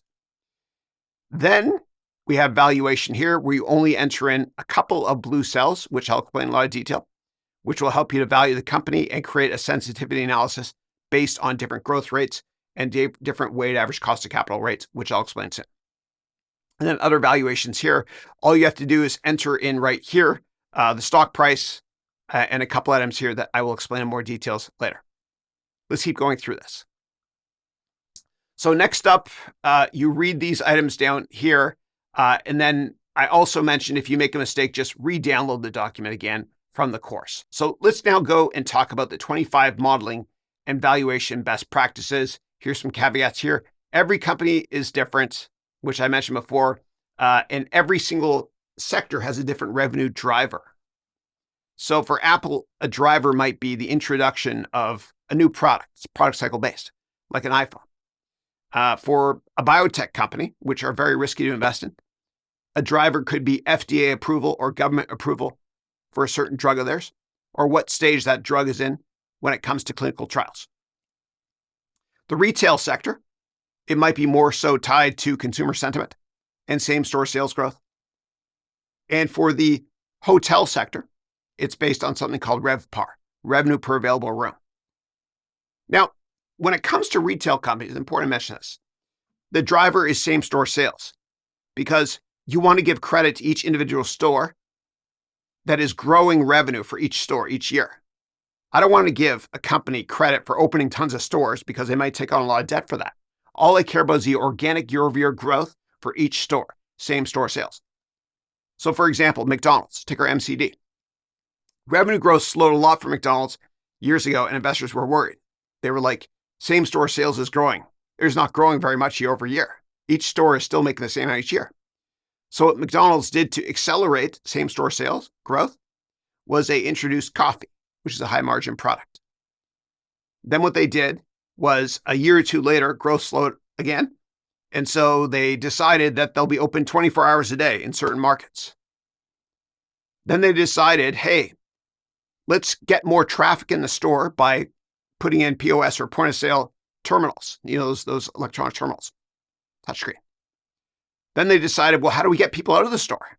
Well, let's design the plastic seats, this is true, that people sit on in such a way that it's uncomfortable after 20 minutes, etc. So you get the idea. So you always look at organic growth. When it comes to hotels with RevPAR, companies like Marriott, ticker MAR, and Hilton, you look at revenue per available room. How do you grow organically each room's revenue year over year? Well, you offer more services like movies, you can rent on your television, internet access, etc. So the bottom line is you always want to look at organic growth. And every sector has a different driver. Okay, let's go through the 25 modeling and valuation best practices now. Number 1, modeling is so much easier than you think, and it's so much fun. I love it. All you have to do is remember this. Most items are simply a percent of revenue. So what that means is this. If you focus a lot of your time, most of your time, on forecasting revenue, then the rest of this income statement is easy. Because most items, not all, but most, are simply a percent of revenue. So if revenue is going to grow a lot, and you expect each one of these items to be the same percent of revenue year over year, then that's a good thing. Because that means if revenue grows, that's a good thing because it's easier for us to create the financial model. We'll look at a lot of historical patterns together. Of course, that doesn't make sense for interests or taxes, but for these ones here, it certainly does. And this will make a lot more sense as we go through this together. So focus on revenue, and the rest of your financial model is a lot easier. Now, if we take a step back, people overcomplicate the whole modeling process.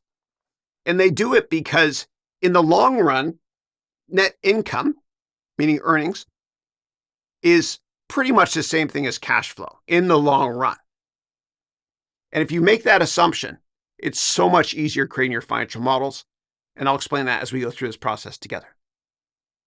Now, when it comes to forecasting the balance sheet, it's kind of tough to do. I would spend most of your time forecasting the income statement.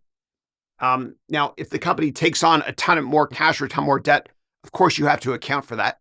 But I'd really focus on the income statement, especially revenue, which will drive the bottom line, which is earnings. And then when it comes to the cash flow statement, it's usually created automatically for you.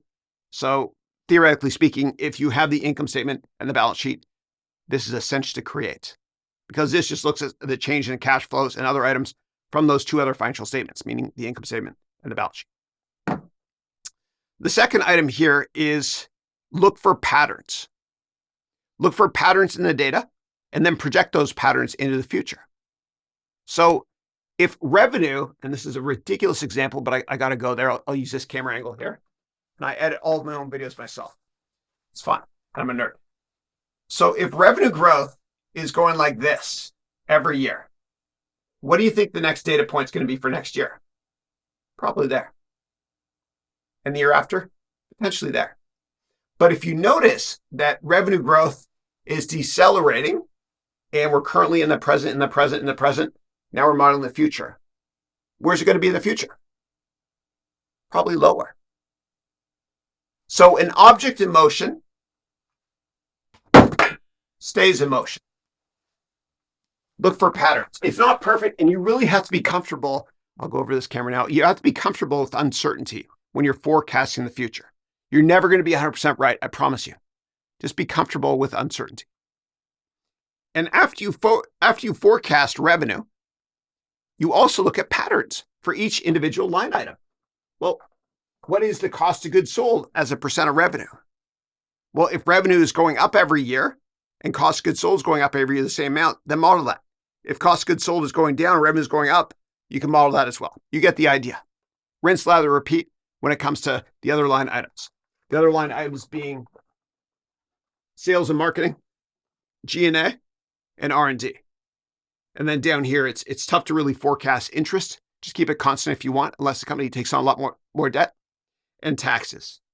It's tricky. It's hard to do, especially because each new government administration, when it comes to elections, changes in politicians, et cetera, there's new tax codes, et cetera. All right, let me keep going through this. This is fun.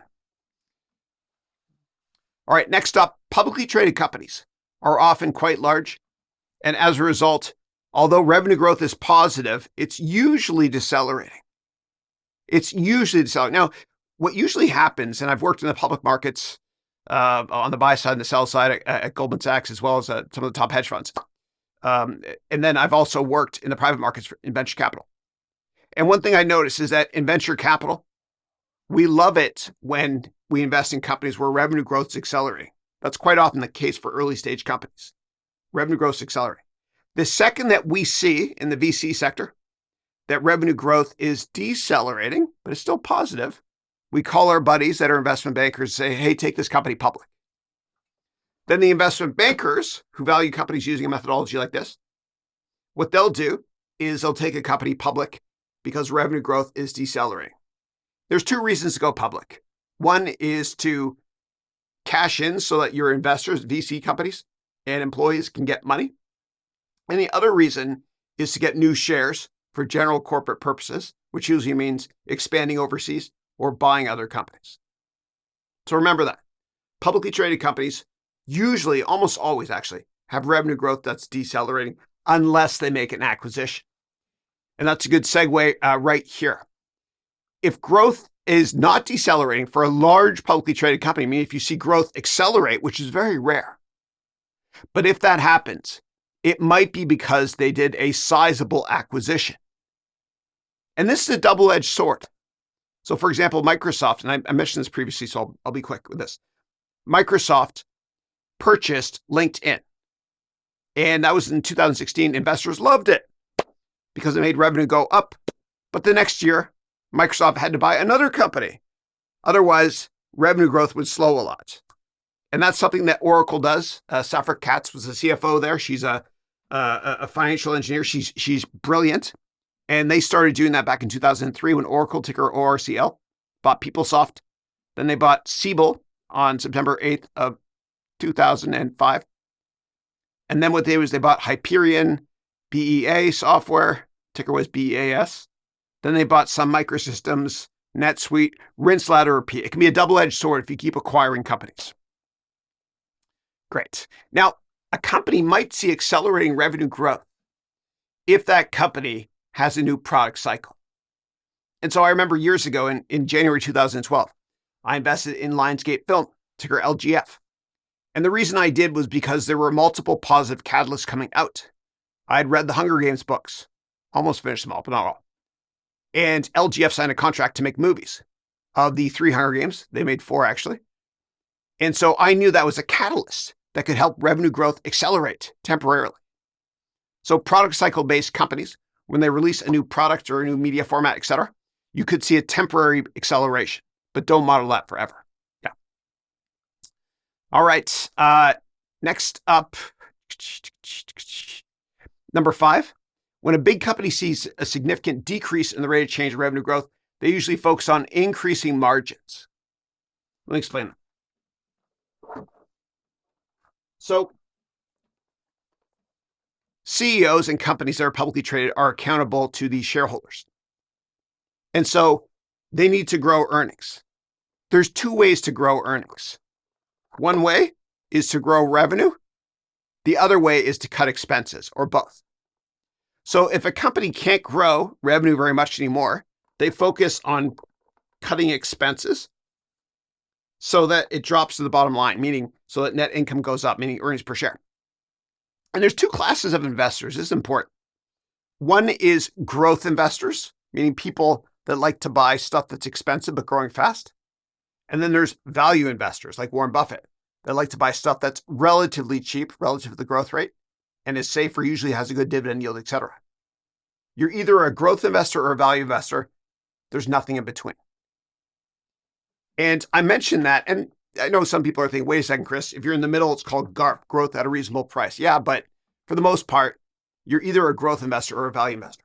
And I mentioned that because it's very dangerous to invest in a company that's stuck in the middle. Now, every growth company eventually can't grow anymore. It's hard for them. So they make acquisitions, and then growth investors get upset. They're like, hey, man, you're not growing anymore. I don't want to own you. And then value investors are like, well, I want to buy you, but you're not cheap enough yet. And so that company is stuck in purgatory, no man's land. And that transition can often take a decade. Never buy a company that's stuck in the middle. Now, what can accelerate the transition from growth to value is if an activist investor like Carl Icahn gets involved to unlock shareholder value. And that's what he did with eBay. So Carl Icahn realized that there was a problem with eBay, which owned PayPal before. And the problem was this. Growth investors love part of eBay because they love PayPal and online payments. But value investors were like, well, it's kind of a growth market. It's not for me. But value investors love the sleepy auction business of eBay because, during recessions, people buy and sell used stuff more often. So investors were confused. And so nobody wanted to buy the stock because it was stuck in the middle. And so what Carl Icahn did was he accumulated a huge stake. He's an activist hedge fund investor. He accumulated a huge stake in the company, and that gave him the opportunity to make changes or suggest changes. Like John Donahoe, really good guy. He was a CEO, big, tall guy. I met with him a bunch of times when I owned eBay. He was no longer there after Carl Icahn bought into the eBay. I think he bought 30% of the company, Carl Icahn. So what Carl Icahn did was to unlock shareholder value. He split the company in 2, PayPal and the eBay marketplace auction business. Value investors love this. Growth investors love this. And both went up a lot and was worth more than when they were together. So just be careful investing in companies that are stuck between growth and value. Okie dokie. And when people talk about leverage in the model, like I mentioned before, there's 2 ways to grow earnings. One way is grow revenue. The other way is cut expenses. And when you look at margins, and we talked about this earlier, gross margins, operating margins, and net profit margins. You could see I have to use a hockey stick. I'm Canadian. I have to do this, man. So you could see massive margin acceleration if certain levers are pulled. What are those levers? Well, those levers are usually, aside from revenue, 3 of the levers are right here usually. You cut sales and marketing as a percent of revenue. You cut G&A as a percent of revenue, and you cut R&D as a percent of revenue. Yes, you're sacrificing future growth. But what happens is certain investors love that because you get a hockey stick acceleration in margins, operating margins, which are also called EBITDA margins. All right. I've done my duty as a Canadian to use the hockey stick. I feel good now. All right. Next up, we have got here, use your own common sense to build a model yourself before speaking with the company about your estimates they can sell. That's an important point. So one of the hardest things is when you're new in the industry, when I worked on a lot of IPOs, and I was at Goldman, for example, and when I was at Citadel, big hedge fund, one of the biggest issues is you have to realize that CEOs become CEOs because they can sell. They can sell themselves to get promoted over and over and over again throughout the ranks until they're at the top of the food chain. And they can also sell themselves to customers and investors. So be very careful if you have the opportunity to interview a CEO or a CFO. Do it after you've created your model. Otherwise, they will make you really, really bullish, positive on the company without being intellectually honest and doing your research first. So just be careful with that. Next up, if a company has a lot of cash on their balance sheet, of course, they can do 2 things. They can either make acquisitions or they can buy back shares. And usually when companies buy back shares, that's a really positive thing. Because what happens is when earnings per share is calculated, let me get to the bottom line here. Earnings per share is net income divided by the number of shares. And so if the number of shares in the denominator gets smaller, then of course earnings per share will go up, which helps the PE multiple go down. So again, companies can do 1 of 2 things. They can buy companies, or what they can do is buy back shares. Of course, they can do other things too. Now, it's important to mention that because you got to look at patterns in the share count. So if a company decreases the number of outstanding shares by 1% every quarter for 20 quarters in a row, what do you think they're going to do next quarter and the quarter after that? That's right. An object in motion stays in motion. They'll cut by 1%, they'll buy back another 1%, another 1%, etc. Always look at trends in the data. Next up, forecasting taxes is really, really hard. As I mentioned earlier, there's new government administrations every couple of years or so. The tax code changes. It's just too hard. So don't forecast based on what you think the new administration, being right-wing or left-wing, is going to have for taxes, meaning lower taxes, higher taxes. Just stick with what you have in the past couple of years and use that trend going forward. Or you can go to the 10K, meaning the annual report, or the 10Q and get more details on the tax rate. It's really tough. Now, sometimes companies, so if a company loses money for many years in a row, what they can do is they don't have to pay taxes for a while. And that's called a net operating loss. And they can carry forward their losses. Kind of like if you invest in the stock market and you lose a lot of money, then next year, you're not going to pay as much taxes if you make money. It's kind of like that. And you can always ask investor relations for guidance, for help. The IR function exists at companies to help you, the investor. I don't care if you're a big investor or a small investor, their job is to serve and help you understand the company better. So after you do all your research, if you have questions, call the company. Get them on the phone. Don't leave voicemails. Get it until they pick up their investor relations line. And some companies will outsource investor relations as well to companies like the Blue Shirt Group, for example. Next up, we've got items that you hard code are in blue. And I already talked about that one. Here's an example. And only change what's in blue unless the structure of the financial statements you're looking at are different than the ones I provide you with here. In that case, you can combine line items, like combine sales and marketing with G&A into one line item or create new ones. Number 10, cells that contain data from other tabs in your spreadsheet should be in a green font. I mentioned that. All right. Next up, I wrote here, number 11. Always use at least 3 valuation methodologies to come up with your target price. Then take an average of all 3, as I mentioned earlier, so you minimize your margin of error. I'm a big fan of price earnings. My favorite way to value companies is to look at what my earnings estimates will be in 5, 10, 15 years, and then apply price earnings multiple to that earnings estimate in 5, 10, or 15 years. It allows you to be very, very long-term focused so that you don't panic when there's volatility in the markets. And as Warren Buffett said, the New York Stock Exchange is the only store in the world where consumers sell stuff when it goes on sale. Think about that. Selling something that you like because it's cheaper now. Do your own research, and that way you don't have to worry about the path. You just worry about the destination, which is your target price. Now, when it comes to discounted cash flow, it's a good thing to teach because we have to understand, net present value and future cash flows and how to discount it in today's terms. And don't worry, I'll explain all that soon. The problem with using DCF, though, to be intellectually honest, is there's so many unknown variables. And so if I told you x plus 1 is 3, what is x? It's 2. If I told you x plus 1 plus w plus red brick plus dumb teacher is 3, what is x? No idea. Garbage in, garbage out.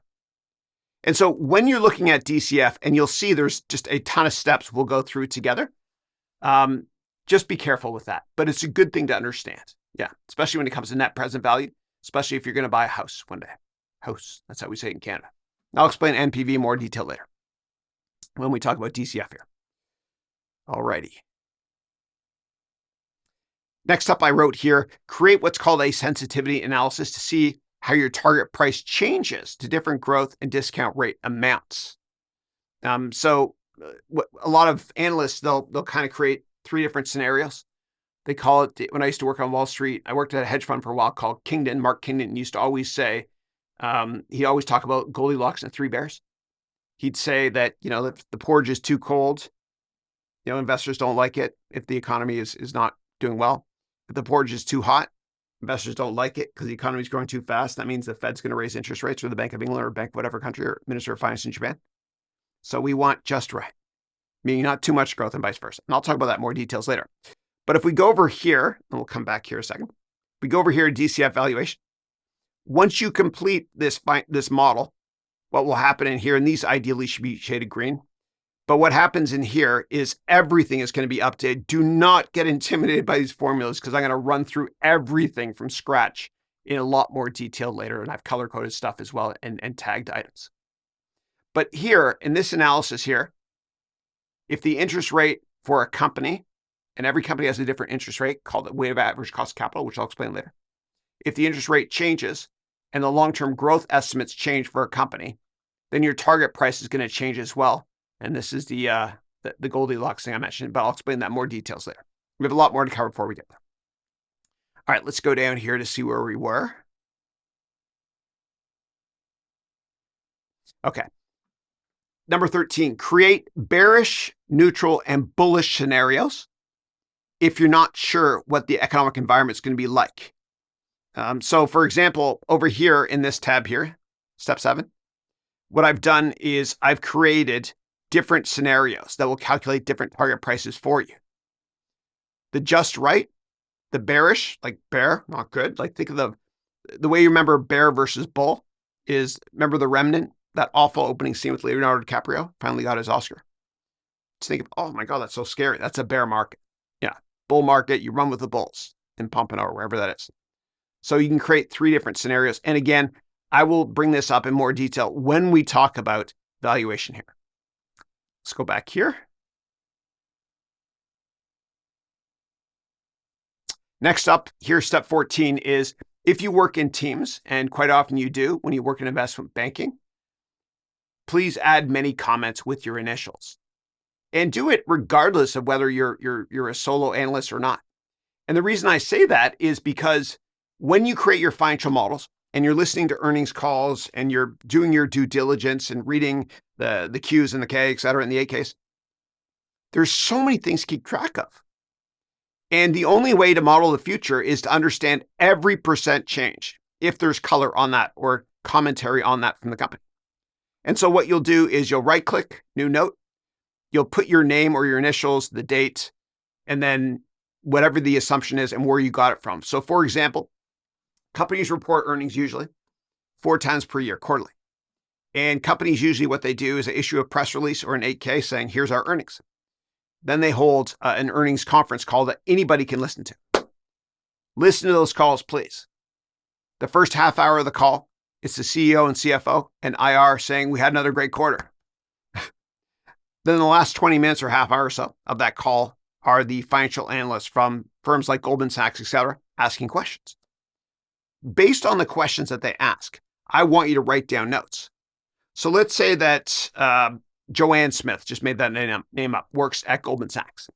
And there's an earnings call, and she asks, what is your long-term operating profit margin forecast? Well, what you would do is you would go here and you'd enter in what the long-term operating profit forecast is. Operating profit and EBITDA is the same thing. And you'd say where you got that information from, Q4 earnings call on whatever date, and who answered that question, the CFO, for example. And that will really help you when you're forecasting your model. All right, next up we've got here. If you feel overwhelmed with the complexity of the model, what you can do is build it slowly and group items. Please don't be overwhelmed with this stuff. Just remember, it all comes down to one simple rule, two sort of, model revenue, and then look at patterns. And I'll run through that in a lot of detail with you soon. But you can always group data. And so I've done that as well for you here. So if you hit here number 1, this just looks at the annual numbers. If you hit here number 2, it'll look at the last quarter you're forecast, the last year you're forecasting on a quarterly basis, and these numbers here. And if you hit number 3, it'll show you more stuff. I think I hid the quarterly numbers here. And if you hit number 4 or click up here, you'll see all the detail. And the way Excel works is Excel prints what it can see. So if I click number 1 here and a lot of stuff is hiding, and I hit print, what you're going to see is a print of just that. And if I click plus here, it's going to be too much information to print right here, but I think you get the idea. All right. And I also do that here with the rows, grouping for you. So some companies only have 1 revenue line item, not 2. In that case, hide the second one. Out of sight is out of mind. But I tried to make this as flexible as possible for you so you can customize and work with this and learn using this tool. It's not perfect, but I think it's helpful. The same thing here. I also made it so you can hide certain items like the quarterly change, et cetera, or little spark charts here, et cetera. I don't think I did it in the cash flow statement. DCF, I did it here as well. Yeah. And as we go through this, you're going to find there's many ways to get access to the information. Step B for DCF, for example, go down here. You get the idea. And I'm going to teach you how to copy and paste a special into your research documents. I say paste a special because I had a Spanish girlfriend. She broke up with me, and I said, why? And she said, because I want some espace. Yeah, so we paste a special. All right. Next up, modeling can often be as much of a science as an art, except the fact that your estimates will never be 100% right. Just accept that. And as I mentioned earlier, management teams, they don't even know. That's why they offer guidance and a range. Next up, where do you get the information for your for the document to fill out the model? Well, yes, you can use ChatGPT, Bard, Bing Chat, Claude, etc. But really double check the data, please. And I really want you to get comfortable listening to earnings calls. And at first, some of it is going to be a little bit confusing to you. Hopefully not after you watch this course. But you can always ask ChatGPT, for example, to explain something to you. Yeah. And so the 10Q, that's the quarterly report that the companies put out if they're listed in the US.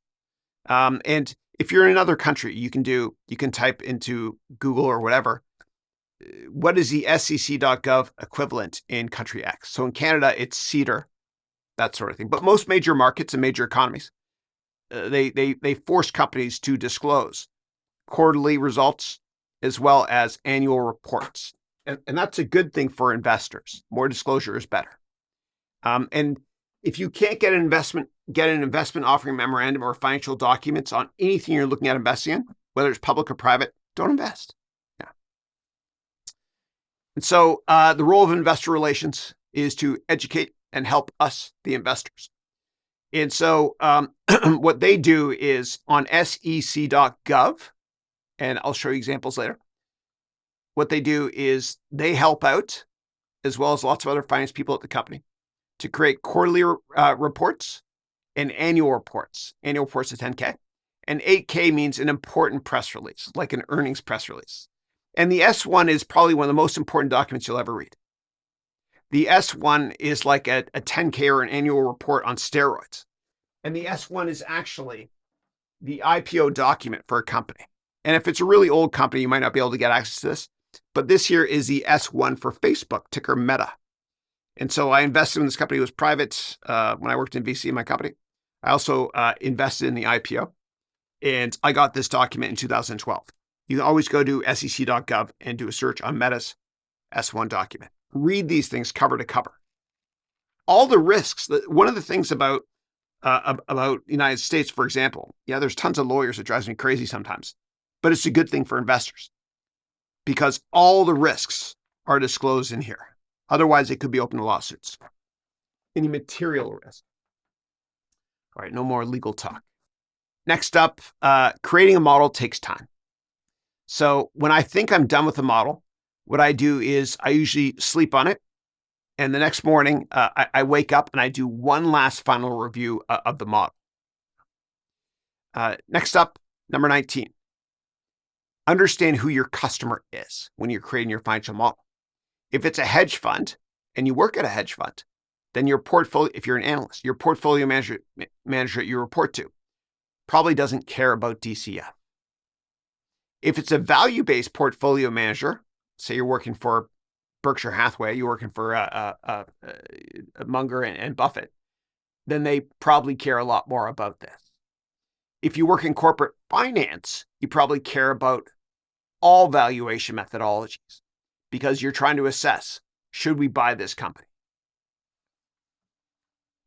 And if you're a retail investor, I would focus, this is just my bias, caveat emptor to each their own, chacun son goût, as they say in French.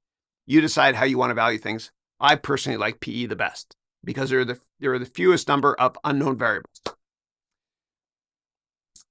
Next up, number 20. This one's big. Know what the size of the total addressable market is and use that as a sanity check, kind of like the Senate, a sober second look, to understand if your revenue estimates are too positive. I'll create a hypothetical example. Let's say that you love this company and you're forecasting revenue growth and you're forecasting $10 billion in revenue by year 10 or year 3, whatever. Look at the size of the total addressable market. If the size of the total addressable market is only $2 billion, your numbers are way off. And it's so easy to get excited and carried away when you do these things as well. And that will kind of keep you in check. Yeah. And I never like to invest in any company, any startup or publicly traded company that doesn't have a massive TAM. In fact, when I used to work in venture capital, I once partnered with a firm called Kleiner Perkins. And when they did the due diligence on the company that we both invested in, they, in their management committee meetings, according to my friend who's also on the board of a company, he was on the board of a company that they invested in, he said they usually don't invest in startups where the TAM, total addressable market, isn't at least $20 billion. And the reason is because in the highly unlikely event that that company does well, maybe they'll get 5% share, which is huge, of a market. And that means $1 billion in revenue. And most venture capital investments go to zero. All right. Next up, I wrote here, percent items should be italicized. And you'll notice I did that here as well. Italicize for percent of revenue and year-over-year and quarter-over-quarter changes. You can always double-click to learn more about each one of these. And I wrote here also, spend a lot of time prettying up your model. Make it look professional and intuitive. Attention to detail is important. And quite often when you create these things or any documentation, any company you work at, there's a saying that the medium is more important than the message. Of course, the message is important too, because we're trying to make money with these models. Next up, I wrote here, name your rows and columns so you can use natural language like net income divided by revenue instead of X3 divided by T8. And I did this as well. Remember where I was, number 23? I did that as well right here. I named certain columns and cells. So right here, this here is called capital structure percent equity. This is capital structure percent debt. And that way, what I can do is I can refer to them right up here. You see the color coding here? Blue, cost of debt, red, or blue, capital structure percent debt is this one. Yeah. Is that right? No, that's right. It is right. Okay, cool. You guys get the idea. All right. And you can also name entire rows if you wanted to as well. So you could name this entire row here revenue if you wanted to. Now, in order to see these items, all the items that you create, these named ranges like revenue right here, you see revenue? In order to see this here, what you have to do is you have to make sure you go to the home menu here, then you click on view on your ribbon and make sure that the formula bar is enabled so you can see all the formulas. So let's just say I'm on some random tab. I'm like, where the hell am I? Where's revenue, Chris? Well, I can go down here. It's all sorted alphabetically, revenue, and it'll take me right there. And also the year-over-year changes as well. You could even refer to that as that divided by revenue instead of picking an individual cell, for example. And the way that you name a cell, I'll do it right here. So let's say that's fruit right here. And I want to name this cell here, fruit. I would go up, this ridiculous example. I would type it up here, fruit, enter. And then wherever I am, if I go up here and type fruit again or select it from the dropdown, fruit, it'll go directly to that cell. And let's say for fruit, I have the number 3. I can always say, well, what is fruit divided by 2? That's 1.5. 3 over 2 is 1.5. Let me Control Z that a few times to get rid of that. Okay, good. Great. This is fun. Next up, I wrote here, feel comfortable using dollar signs. That's how we say in Canada. It's not dollar, Americans. It's dollar.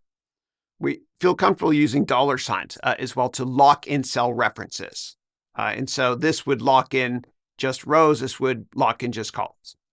And then I wrote here, one of the most important things is you have the same access to information for your models that the pros have. And that's a beautiful thing. They don't have any edge on you because all the information they get by law, you get at the exact same time through press releases and also listening to publicly available webcasts. Have fun with this. When it comes to getting access to information for your model, let's kick it off with revenue analysis. So what we're going to do is we're going to get the historical data for Apple, and we're going to put it into our revenue analysis tab, and that will feed into the income statement. And again, I mentioned before, once you figure out revenue, then the rest of your financial model is really, really easy to forecast. And so with Apple, in this example, they have 2 revenue line items. A lot of companies just have 1. So how do you get the revenue numbers? Well, there's many different ways to get access to this. And because this course is about AI and finance, I'm going to have to use AI to figure it out. But always double check everything, please. Create a spreadsheet.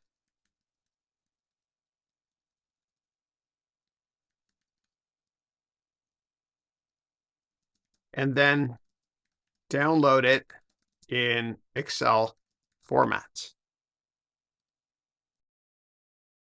This is pretty powerful. So let's download it. Let's check it out. Let's open it up, see what we got here. All right, that's good. Great. And you can even copy this and transpose it. I'll show you what that means. You copy, then you go to paste as special, and you transpose, and you get the data like this, and you can copy and paste this directly into your model. So Apple has 2 revenue line items. I tried to get both revenue line items. It couldn't do it. But what you could do is copy, and then we can go here to our financial model. And what we can do is we can paste a special right here. Paste special, paste values. There you go. So it works.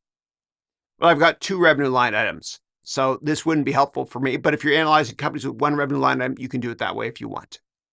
Great. Now let's talk about doing the exact same thing using Google Sheets. Get detailed income statements, Apple, for past 10 quarters. Spelled quarters wrong, but that's okay.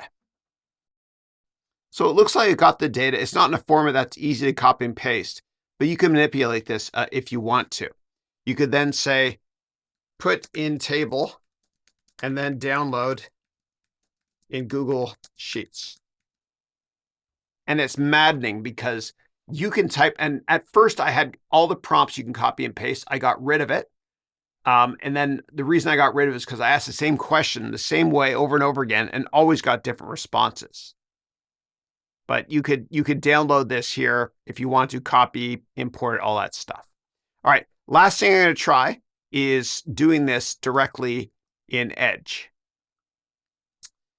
Get me quarterly income statement for Apple. When I've tried this before, it didn't get all line items, but maybe by the time you try it in the future, it'll work for you as they're continually refining these things. Revenue, yeah, it stops there for some reason. All right, great. All right, let's talk about other ways to get access to information and put it directly into your revenue numbers or your income statement. So since we're already here on Bing Chat, what I'm going to do is this. We're going to go to sec.gov, and then we're going to go to financial statements for Apple, and then we're going to see if we can take a snapshot using Copilot of the screen or just copy and paste. So let's try that out. Company filings. Let's select Apple here. And we'll just get the most recent quarterly report here. And then what we can do is we'll go down to the financial statements right here. And let's say that we wanted to get this information here. So what we can do is you can click here on Copilot. You have to use the Edge browser. And then you can type this. So let me just highlight this information here. Look at that. Grabs the data right away here. All right. So let me grab all the data here.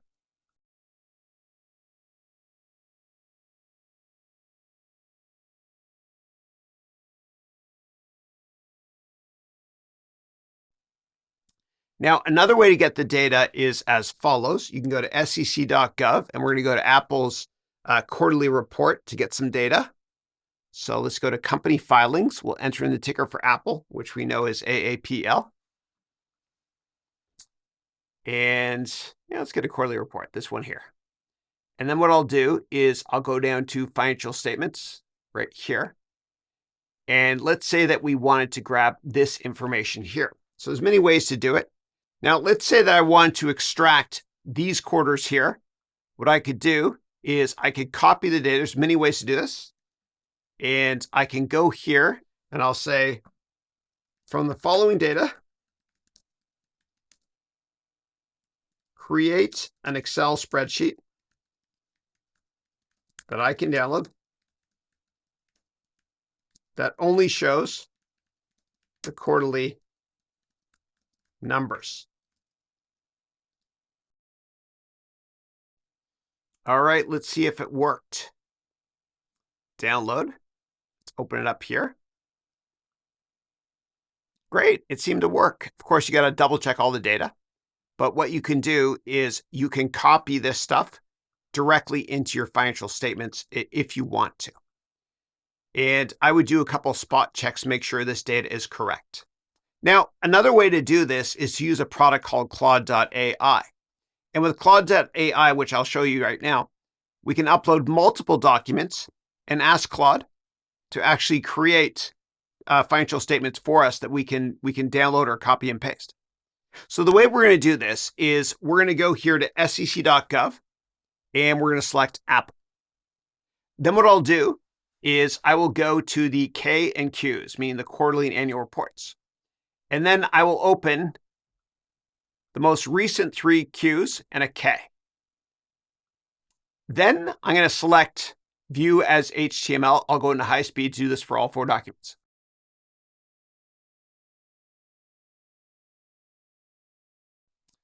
Now we print, but we don't really print. We save as PDF, save as PDF. And so what I'll do is I will save all of these as PDFs in high speed.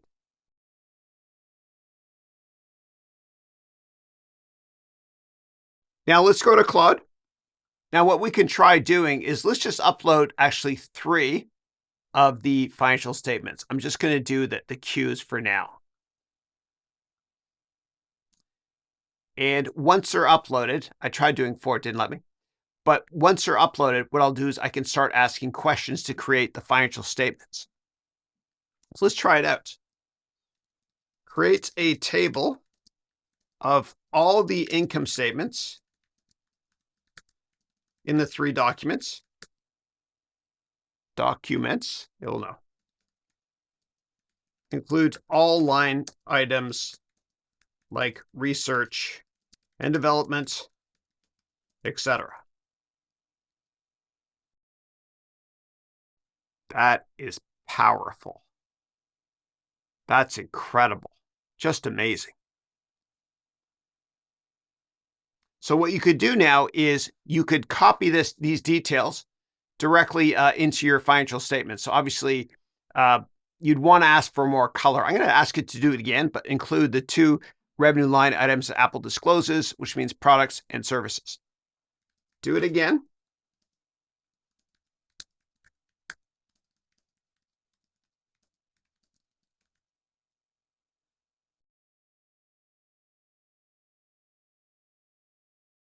Incredible. Just amazing. So what you could do now is you can take the information and copy and paste it directly into the spreadsheet. So what you would do is for revenue, you would use products and services. I'll show you right here. So we'll go here. And let me go back. I got so many documents open, right here. So you could go here and you would type here products. And then let me go back over here, services.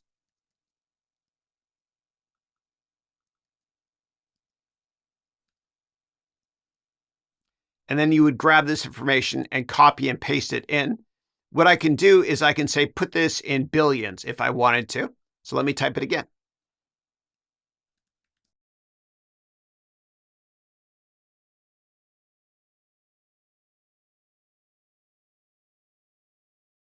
Great. Now we can copy and paste these items. Let's see if I highlight these 3 here. So this is Q1 to Q3, and this is just for educational purposes. Obviously, you'd probably be a lot faster than I am at populating your model. So let me copy this Q1, 2, 3. And Q4 is going to be reported tomorrow. Their Q4 is September quarter. So now I'll go here. And what I'll do is I will highlight these 3 here. And I will paste special. There we go. Good. And this here actually should be E for estimated. And I can do the same here for services. So let me do that.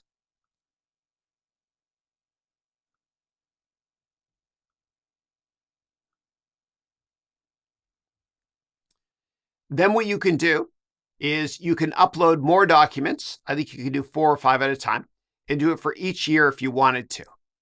This is really powerful. And I know it seems like a lot of work, but what you could also do is you can ask questions in Claude.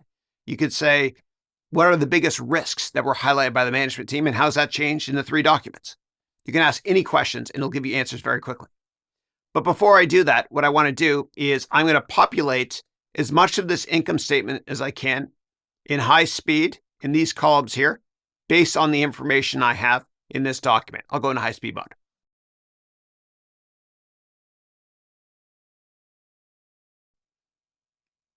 Let me stop right here. So Apple doesn't break out sales and marketing and general administrative as separate. So what I'll do is I am going to paste this right here in sales and marketing. So I'll paste special, and I'm going to change the title here to whatever this title is here. I'll just copy and paste because I'm very lazy. Right here. Whoops. Paste, good. And then I will ignore what's down here for G&A. I'll just write here, not available. Now I'll continue to go to high speed to complete the rest of this income statement. Great, and we're done. And it adds up with rounding. So the net income was 30.1, 24, 19.8, 30.1, 24, 19.8.9. It's close enough. With rounding here, I'm sure there's some rounded numbers here, but it works out. It works out great. I'm excited. Excellent. So what do we still need here? Well, we need the share count. So what I'm going to do is I'm going to say, add the share count to the bottom of the table. Now we got the share count, but remember, I put these numbers here in billions, so I have to take 3 decimal places off. I can ask Claude to calculate it, but I'll just do it myself. So what I'll do is I'll copy these 3 items and I'll move the decimal over in a second. So let me go here. We'll paste special. And then what I'll do is I will change the decimal to here and to here. Good. And then to here. And this should be about a $1.26 or so. So let me add it here. Good. And is that rounded? Yeah, it's good enough. Great. Excellent. So we just created the income statement using Claude. Of course, there's many ways to do this. What I want to show you is how powerful Claude is in terms of asking questions. So watch this.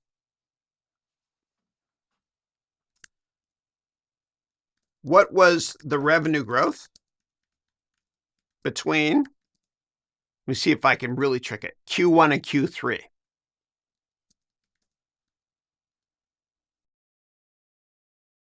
I guess I'd have to rephrase it, Q3 versus Q1. But it grabs all the information pretty quickly. You can even ask questions like, did the company talk about the Epic lawsuit? Usually that's reserved for the 10K, but sometimes they might mention it, and we'll see if they did in these 3 reports.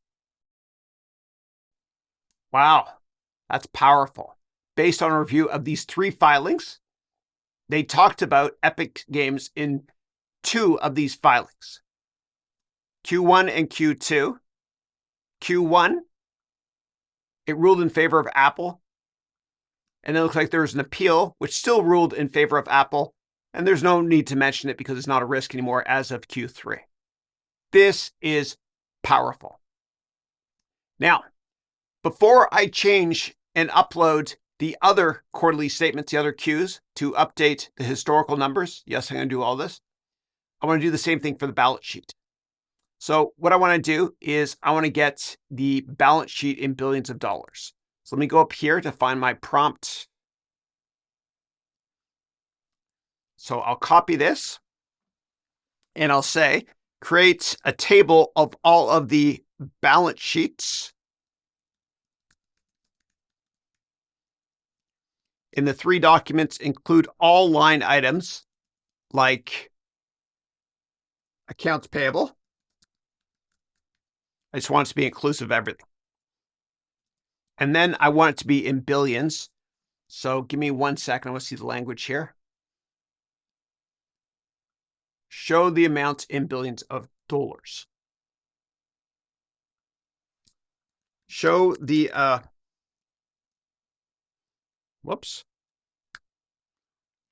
Show the amounts in billions of dollars. Amazing.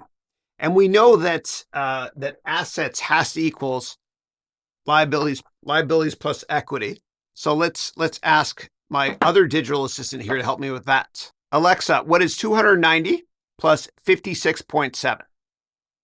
290 plus 56.7 is 346.7. Excellent. So it works. Great. So now what I'll do is I will go into high-speed mode and I will populate our balance sheet for those 3 quarters. And the way we do that is we go over here to balance sheet and I will populate these 3 quarters right here in high-speed mode. And when I do it, I am going to be making some changes to it because not all the line items are identical to what I have listed here. I'll go into high speed.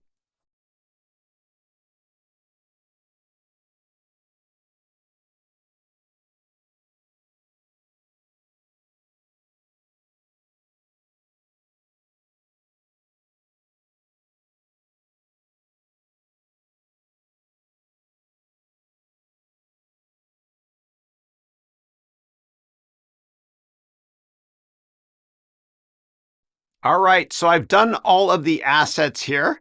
So we got to look at see if it's right. 347, 332.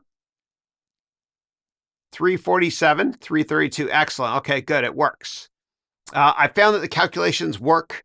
I found that 1 or 2 of these items weren't perfectly calculated on their end, but it works for us. So we're good to go. And you might have noticed there also in high speed that I made a couple of other changes.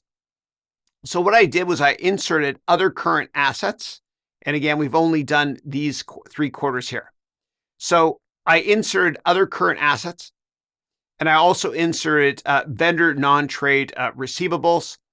And then marketable securities here. I changed it, just the title here. And as I mentioned before, every company's financial statements are a little bit different. So I made those changes so it'll work. And when I populate the rest of this balance sheet and the income statement, it'll work as well. So now what I'm going to do is I'm going to go into high speed mode and I'm going to change the liabilities and then I'll stop to tell you what I did. Thanks.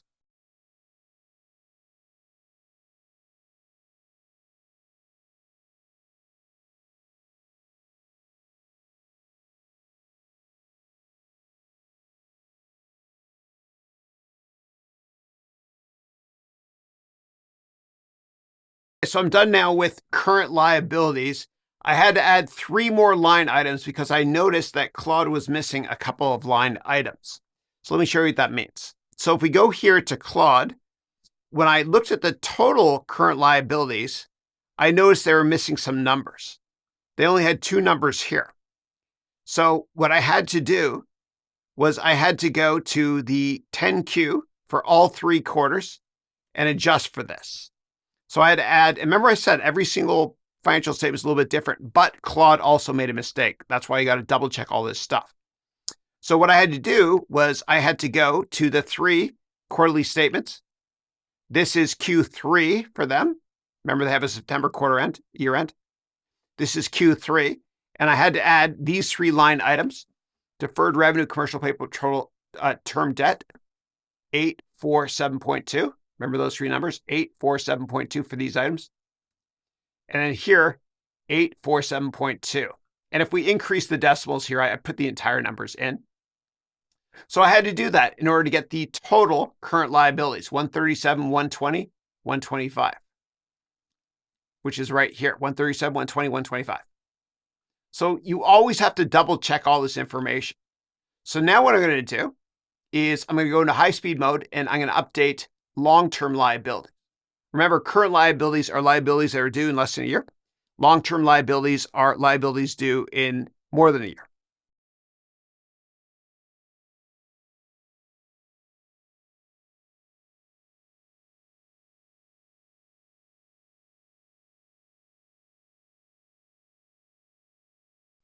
All right, and I had to go directly to the 3 quarterly reports to add another line item here as well.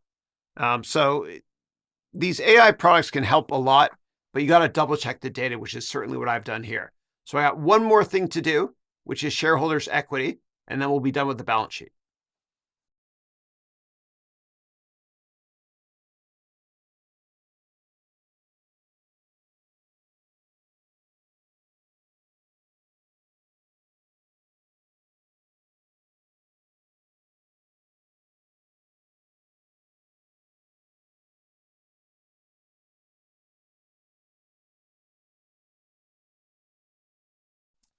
All right, so I also had to go to the balance sheet in all 3 of the 10Qs and add another line item and also type them in here. Now, you'll see here it says it doesn't balance, And this is supposed to be a little warning here.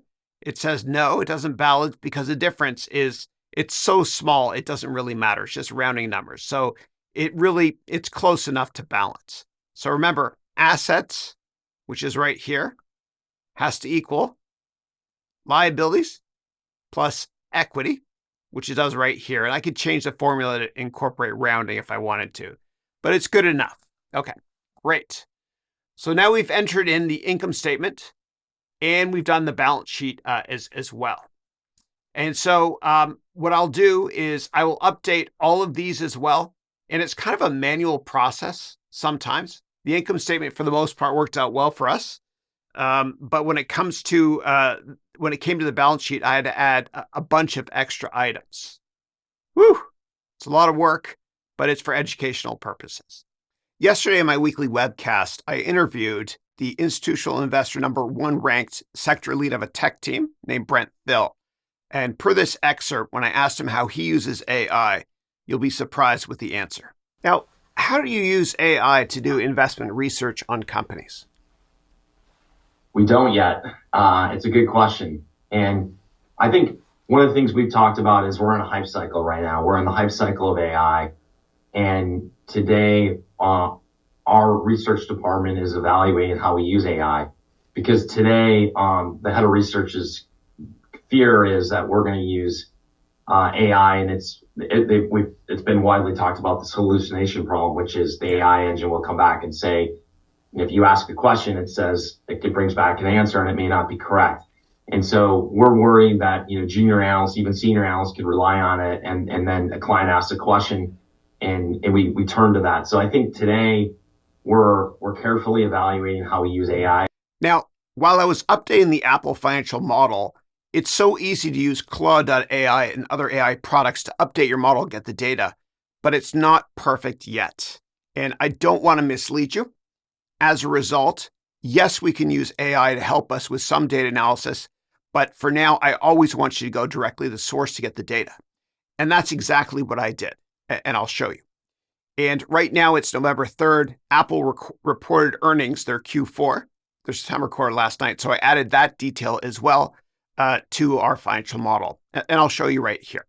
So what I did was I updated the entire model, every single item, and forecast too, which I'll get to soon. And I actually got all the raw data from every single 8K for Apple for the past 20 quarters. And this includes the income statement, as well as the balance sheet and the cash flow statement. I triple checked all the data as well. And then I linked directly to that in all of my financial models here.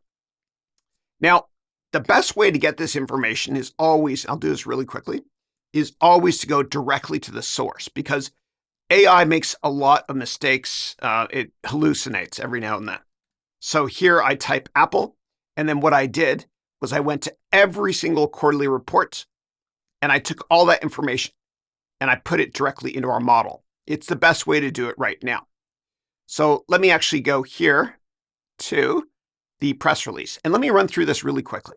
So what happens when a company reports earnings? They issue a quarterly report, and it's called an 8K. And everybody gets access to it globally at the exact same time. And in this 8K, what they do is they basically say, we had another great quarter, here's why.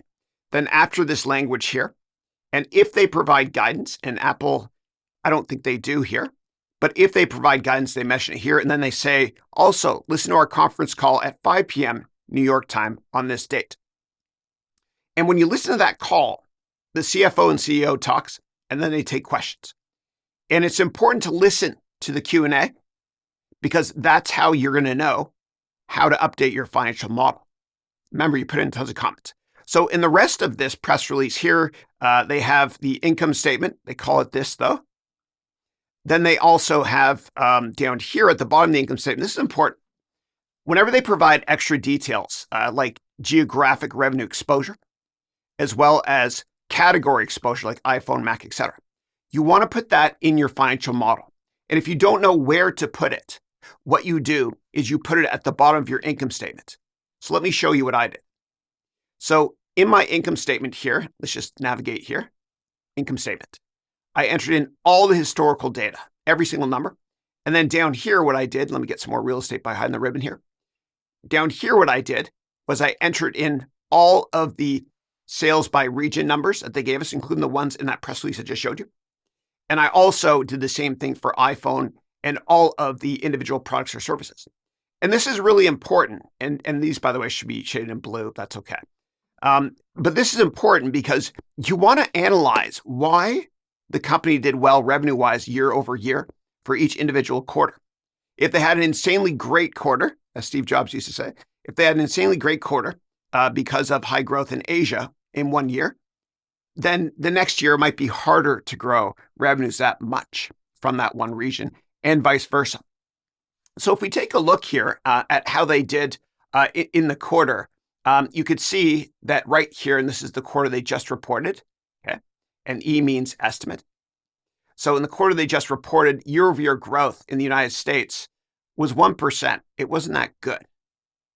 And if we look a year ago, the year-over-year growth in the Americas, I should say, was 8%. And the year before that, because of COVID and everybody working from home buying more tech equipment, it was incredible. So you have to look at changes like this. Europe was actually even down year over year, which is a concern, especially since they just released a new iPhone. And then here we see China was down, Japan was down, etc. So it was a problematic quarter, and as a result, the stock is pulling back today. If we take a look at sales by region, iPhone only grew 3% year over year. And actually for the whole year it was down. Now, keep in mind that Apple's fiscal year ends in September. Most companies have a fiscal year end December 31st. For Apple, that was their Q4. And so for the year we see here that iPhone was down, Mac was down, wearables was down, and then services, which is kind of like a new revenue stream for them, was up nicely. Now, these were tough year-over-year comps because the past couple of years or so, we know, given the pandemic, more people worked from home. So they didn't buy as much equipment more recently because they bought it during the pandemic.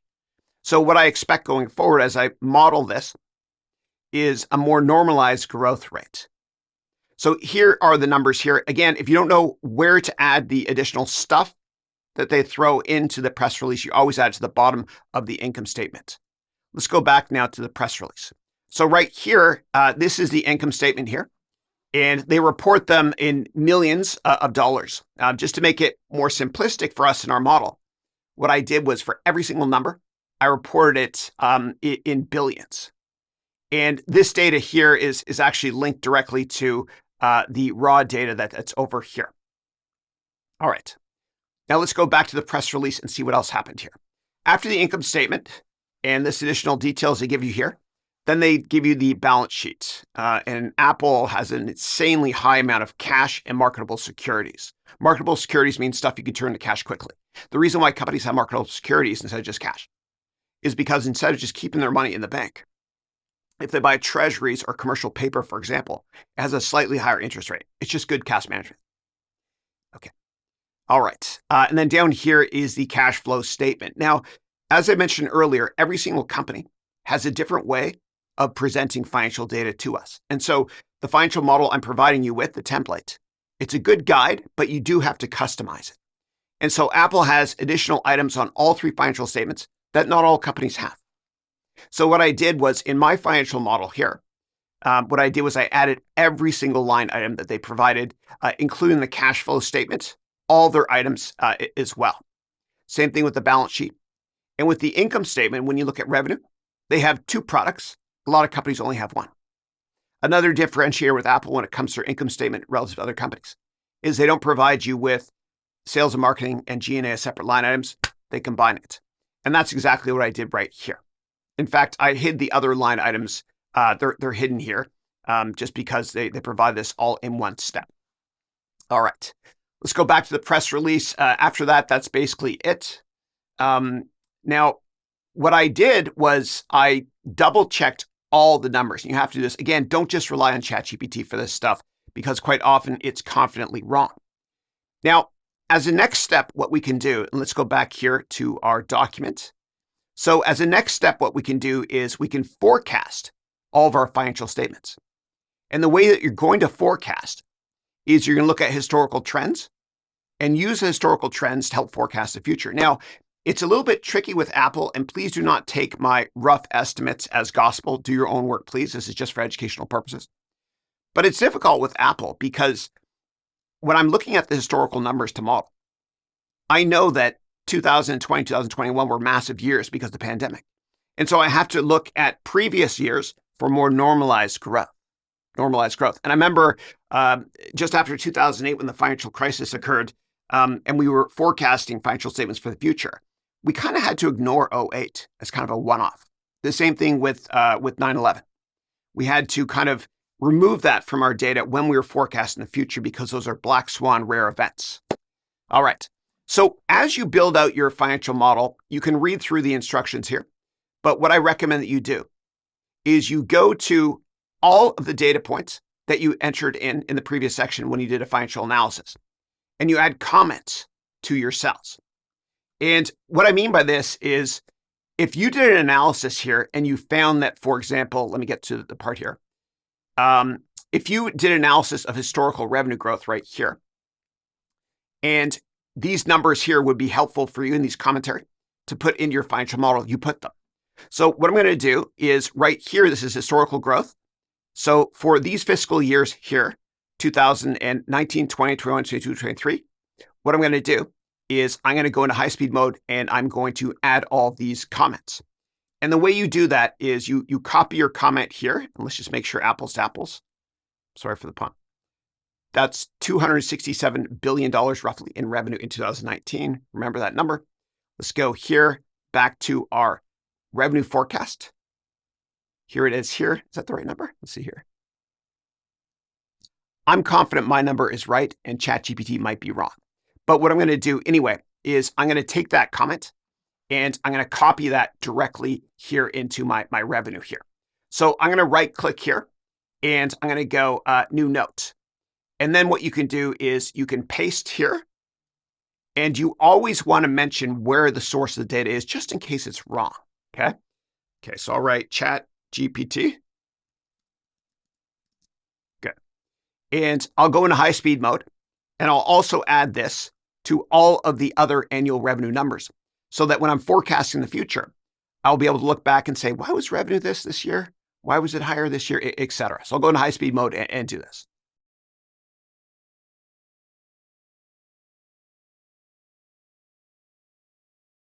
And right here, it says a surge in Mac and iPad sales due to the global shift due to remote work, meaning the pandemic.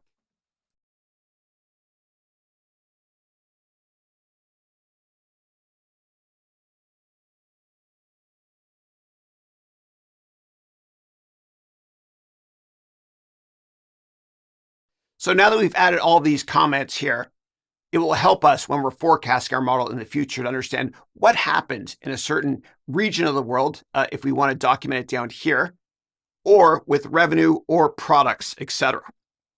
So let's go back now and see what else we can enter into our financial model.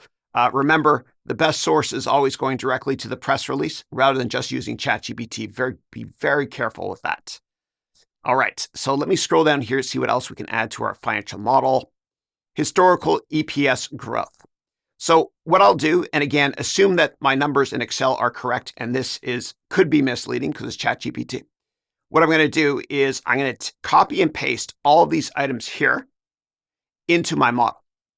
So for 2019, EPS increased slightly as Apple was able to overcome challenges such as the US-China trade war. Could have been a geopolitical issue. Okay, so I'll copy this and I'll go directly to my EPS for that year. And what you can always do is you can click here to just look right here, to just look on an annual basis if you want to, and you can get rid of the quarters as well.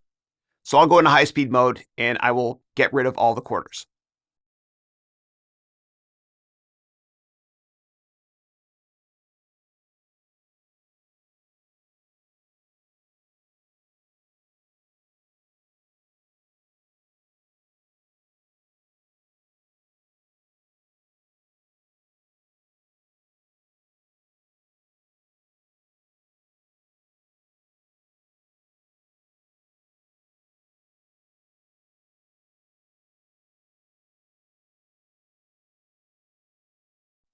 Great, that's done.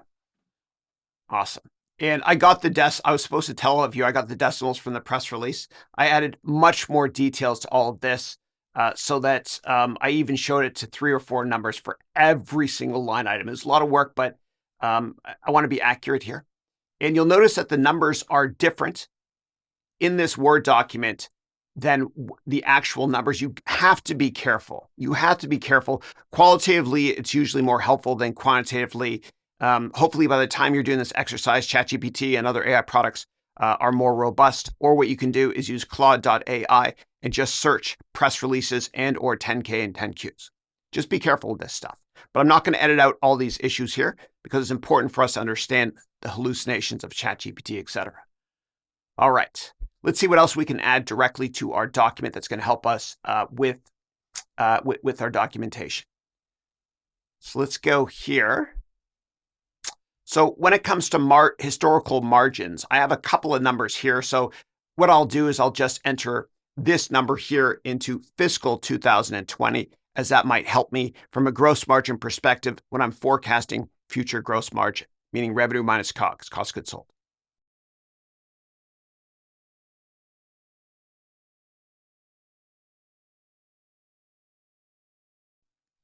Now, I know this is an AI course, but what's more important than adding ChatGPT qualitative commentary here is actually adding commentary from the 10Q or the 10K, meaning the quarterly report, annual report, as well as the 8Ks of press releases, and also from the quarterly earnings calls, especially the Q&A section. So when I used to work at big hedge funds, I would right-click on every single number whenever management teams talked about them. And what I would do is I would type exactly this. And this helped me a lot with my financial models. So what I would do if I worked in teams, I would put my initials first, then I would put the date, then I would put the source. Like, for example, CFO on conference call. And then here, I would unbold and type my notes. So let me just delete this. But I think that's an incredible way to model financial statements. You can run circles around the competition if you spend a lot of time creating these models. And if you spend a lot of time creating these models and really focus on the quarter over quarter and year over year growth for each line item relative to historical patterns, you can run circles around the competition. Yeah. All right. Let's now go back to our Word doc to see what else we can copy and paste in to our document. You can even copy and paste charts if you want. So what I could do if I wanted to is copy this, and then down here at the bottom, I can just paste this chart in here if I wanted to. All right, let's move on to see what else we can add to our model. Competition, we don't want to add that stuff to our model. Although you could copy and paste this, put in your model if you want as well. All right, next up, historical operating margins.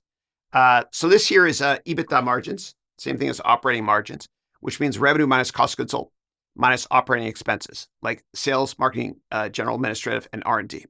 So what I can do is I can copy the language here, and I can throw this directly into our financial model. Please keep in mind that my financial model numbers are right and ChatGPT is wrong because I went right to the source to get every single number. So what I could do, again, is I could copy this and put this into fiscal year 2019, this into fiscal year 2020 if I wanted to. And the great thing about doing that is it'll help you understand how to forecast margins going forward. So the operating margins, meaning EBITDA margin, same thing, for this fiscal year was this amount here. Actually went down a bit. It was higher the year before, yada, yada. You guys get the idea. And there's different levers, different ways to increase operating margins. What you could do is you either increase revenue or lower expenses as a percent of revenue, or both. And usually when a company transitions from growth to value, what happens is they focus on increasing margins, as I mentioned in the modeling best practices section here. Let's see if there's any other data that we can put in directly to our spreadsheet. You could, if you wanted to, you could take this information and put this directly into our spreadsheet as well. So, and you got to double check this data. So the historical PE ratio is 27 or 28. Again, double check that. But you could actually put that over here when we talk about price to earnings And I'll talk to you about this in much more detail at this point here in this course, where we're going to value companies on a PE basis based on their earnings growth rate. And I'll explain everything step by step, of course, and it's fun. Let's see what else we can add. You can add price to revenue numbers. So price to revenue is at 7. And that means for every $1 revenue generates, it's worth $7 per share. And you could add that over here. And later on, when I teach you how to value companies based on price to revenue in this lecture here, what I'll do is I'll show you how to value companies based on different price to revenue numbers for different years and then different scenarios as well. Let's see if there's anything else that we can take from our data analysis here and put into our financial model. Let's see here. Seasonality. You could copy and paste some of this in as well, meaning Q4 is usually a better quarter, usually than others. Yeah. And then when it comes to accounting red flags, what you can do is if you find any material issues here with a certain quarter, year, line items, etc., you can copy this and paste it directly into your Excel spreadsheet as a note, as I showed you before. Again, double check everything. So accounts receivable versus revenue growth. For the most recent data, Apple reported that, which shows that accounts receivable, revenue is growing much faster than accounts receivable. We don't have to worry about that. The same thing here when it comes to bookings, meaning deferred revenue, etc. Inventory growth, yada, yada. Earnings restatement history. And if there are earnings restatements in a particular quarter, you want to copy this information after you double checked it. And you want to put it as a comment, meaning you right click and put a note for that individual quarter or quarters historically. And that's probably it. Yeah, and Apple doesn't report non-GAAP, they just report GAAP. RevRec, no material changes, write-offs, nothing.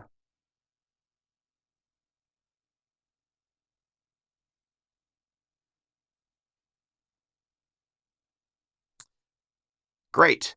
So now we've entered all of our information. Of course, I'd enter many more comments in reality into my financial model. What we can do now is we can forecast revenue. And you can read through the comments here or just listen to what I say. But after you forecast revenue, what you're going to do is you're going to copy your the revenue forecast and paste it directly into here. And so I'll show you how to do that. But first, let's go to forecast revenue. And I did this very quickly. Please do not rely on my assumptions at all. This is not advice to buy or sell any stock. But what I did here was for the forecast here, I set it up so that you enter in percents here. And whatever percent you enter here for revenue growth, for product, for each year, will automatically get filtered to up to here. And you can look at historical patterns if you want to. So 9% growth for Q1 for products back in fiscal 22. Here you had 21%, and then 7%. Over here, it might have been helped because they're off quarter. It might have been helped materially by COVID, the pandemic, people working from home. So what I did here, just to keep it simple, is I just made everything 8%. And I know this is not perfect, but I'm going to let you play with the numbers yourself in order to understand what you think a company is worth. But ideally, I would look at quarterly and year-over-year changes and find a pattern by maybe taking the average historical change. So when I used to model companies, what I would do is this. If I was unsure, I would do this, equals average, and I would take the average, forgot the E, average of the previous quarters right here. And of course, you'd need to normalize for big years like the pandemic, which was a black swan event, meaning a rare event, comma, like you guys get the idea. Here, comma, here, and then there's no data there, and that should be good. And what I could do is close this up here, and I could take an average. So we could see here that the average over these periods here is 7.5% right here. So you could do that if you wanted to. You could copy this and paste a special here as well, just the formulas to get the exact same data for all these. but I'm just going to keep it simple and just leave it at 8%, just for educational purposes. And so this is the revenue forecast. And then what I did in the out years was I cut revenue growth by 0.25 each year. Now, when it comes to services, which is growing faster, I just made it 15% all the way across and then deducted 50 basis points or 0.5% each year in the future. Again, this is just for educational purposes. Now, once you've done that, you'll see here that you have these little spark lines. And these spark lines are a great way to visualize revenue growth when it comes to each individual product and when the company has great quarters or big upticks, et cetera, relative to other quarters. And then what you can do is over here, you have Excel charts what it can see. So what I'm going to do is for the yearly numbers here, what you would do is you can close this and you could see the annual numbers as well. Top line is dollar change, bottom line is percent change. And always double check this information too. If you want, you can always change the source here by going to Sparkline and then edit the data, meaning where it's pulled from. Great, but it's fun. Awesome. So now what we're supposed to do is we are supposed to insert our revenue numbers here. And the way we can do that is, I think I set it up for you. So you just select revenue data. Here we go. Select revenue data right here. So that's what we'll do. So, and I think I'll open up this quarter here, just the most recent forecasted one. And again, these are very rough estimates for educational purposes only. Thank you. All right. So now what I'll do is up here, I'm going to select revenue data. Now, if you can't see this box here, you go to view and then you turn on formula bar. So I will go here to revenue data right here. And then what I'll do is I'll copy and I'm going to go back here to my financial statement. And I am going to get rid of this and paste in my actual sample, paste this picture. And of course, you could turn it sideways if you wanted to get more space. Or what you could even do is you can just do the annual numbers. So if I did the exact same thing again, and I went here to revenue data, and I copied, and then I pasted a special here, you'd see it's easier to see. Great. And let me delete the sample ones here, but I think you guys get the idea. All right, so next up, what we're going to do is we're going to talk about the income statement analysis and forecasting the income statement. So we know that the top line is revenue. And so this data here will feed directly into our income statement. And remember, whenever you see green items, it means it's from another tab. So for example, this here, what you can do is hit Command open square brackets to jump back. That pulls it from there. You see 89 there? And if we go back to our income statement, 89 right there. So these are pulled from the previous tab, hence the color green. So let's take a look at what we got here. Let's expand everything. Again, all these numbers are actual numbers, correct numbers that I got directly from each press release. So I pulled all this information, blue means hard code, from all the historical numbers, and all these EPS numbers are correct. I've triple checked them. And then what you can do is you can forecast the future. And I got the decimals from the press release. Let me delete that comment. So now what we're going to do is we're going to forecast the future. And so E means estimate. And so as of now, Apple reported last night, we're in 2023. Apple just recorded their fiscal Q4, which is September quarter end. Now what we're going to do is we're going to forecast the future. And there's many ways to do this, similar to what I showed with respect to calculating the quarter over quarter and year over year revenue growth numbers.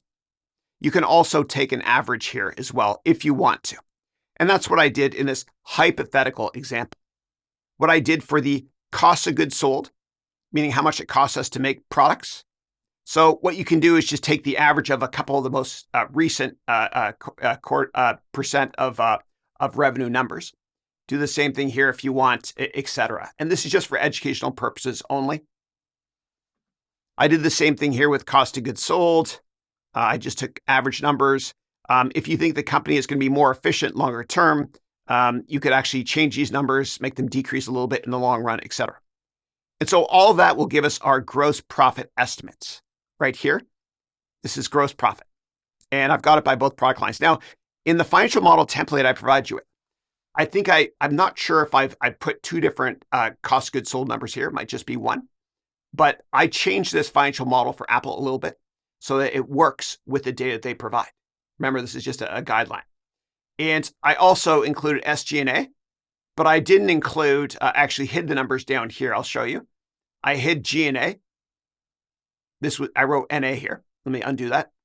Because Apple reports S&M, sales, marketing, and G&A in one line item. And so after we've gone through gross profit here and our gross profit forecasts, we can look at SG&A. And so for SG&A, we can look at percentage of revenue and forecast this way.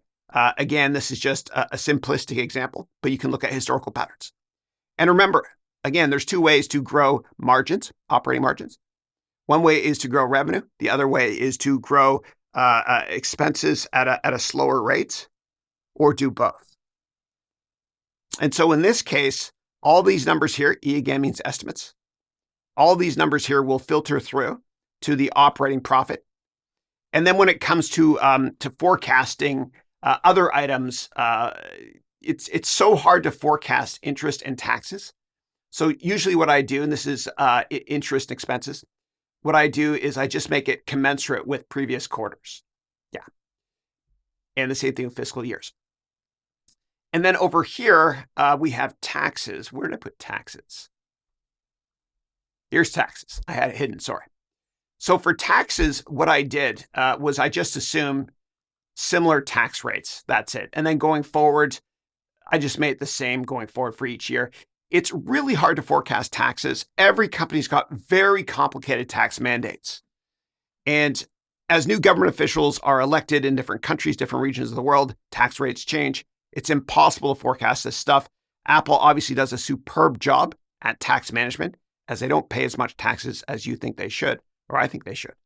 But they're located overseas in many different countries, and they got tax breaks for locating in certain states in America as well.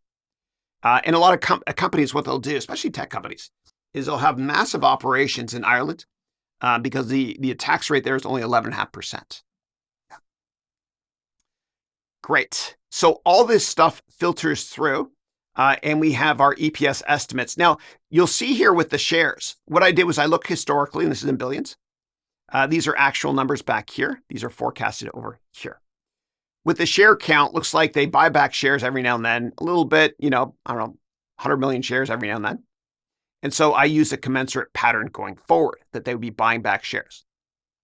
Apple doesn't usually make sizable acquisitions. They're a good steward of cash flow, and quite often they like to buy back shares.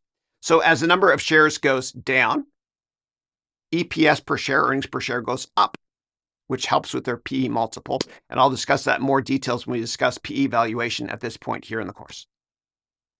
So now we have our income statement created here. Again, this is just for educational purposes. You can put tons of comments in here as well based on the earnings calls that you've listened to or the filings like the 10K, 10Q, and 8K that you've read as well. And so similar to the revenue tab, over here, I've got spark lines. And again, Excel charts what it sees. So what I want to do is close this. So we're just looking at all the annual spark lines here. And hopefully that's helpful for you. Great. I think that might be it. And I think I have to copy and paste the income statement now. So let me go down here to the instructions. Oh yeah, income statement data. So I can grab the income statement data and paste it here as well by going up here to income statement data. I can copy and paste, and I usually get rid of that line there. And then what I'll do is I'll delete this and I'll paste special the image. Here we go.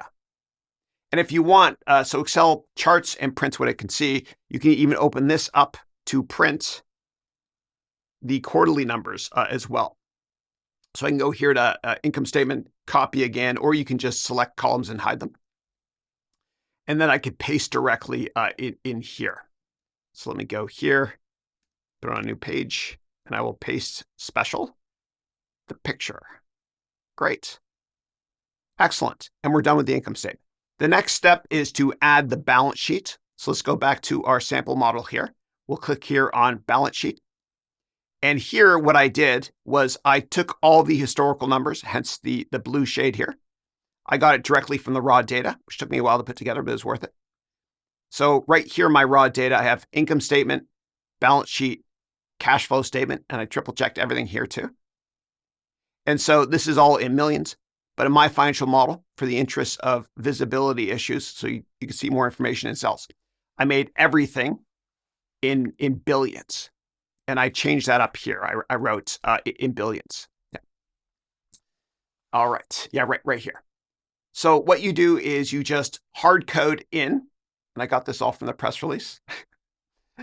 You hard code in all your numbers, and then you can forecast. And it's really tough to forecast the balance sheet. Really, really difficult. What I humbly recommend doing is spending most of your time focused on forecasting revenue. And then after you do that, focus mainly, and this is my bias here, having worked on Wall Street for a long time, focus mainly on earnings, EPS. Because in the long run, EPS and cash flow converge. And so if you are confident that your EPS estimates are correct and reflect cash longer term, then it's really easy to value the company. Because what you do, and I'll explain this in more details in this lecture here, what you do is you value the company based on your EPS estimate in 5 or 10 years, based on the growth rate, then you discount it, which I'll show you in a lot of detail very, very soon. Forecasting the balance sheet is hard to do. So in your balance sheet down here, I wrote, does assets equals liabilities? And this is a good way to double check. Remember that when it comes to your balance sheet, assets always has to equal liabilities plus equity. Remember the scale we talked about in this lecture here.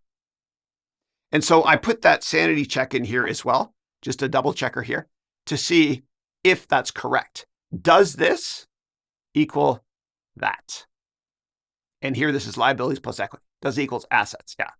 And then I wrote here, and I put rounding in because sometimes I'm 0.001 off, and it's good enough for government work. I mean, it's good enough. Yeah. Great. So these are all the historical numbers here. Now, I changed the look and feel of this relative to the sample template that you have, because Apple has different line items.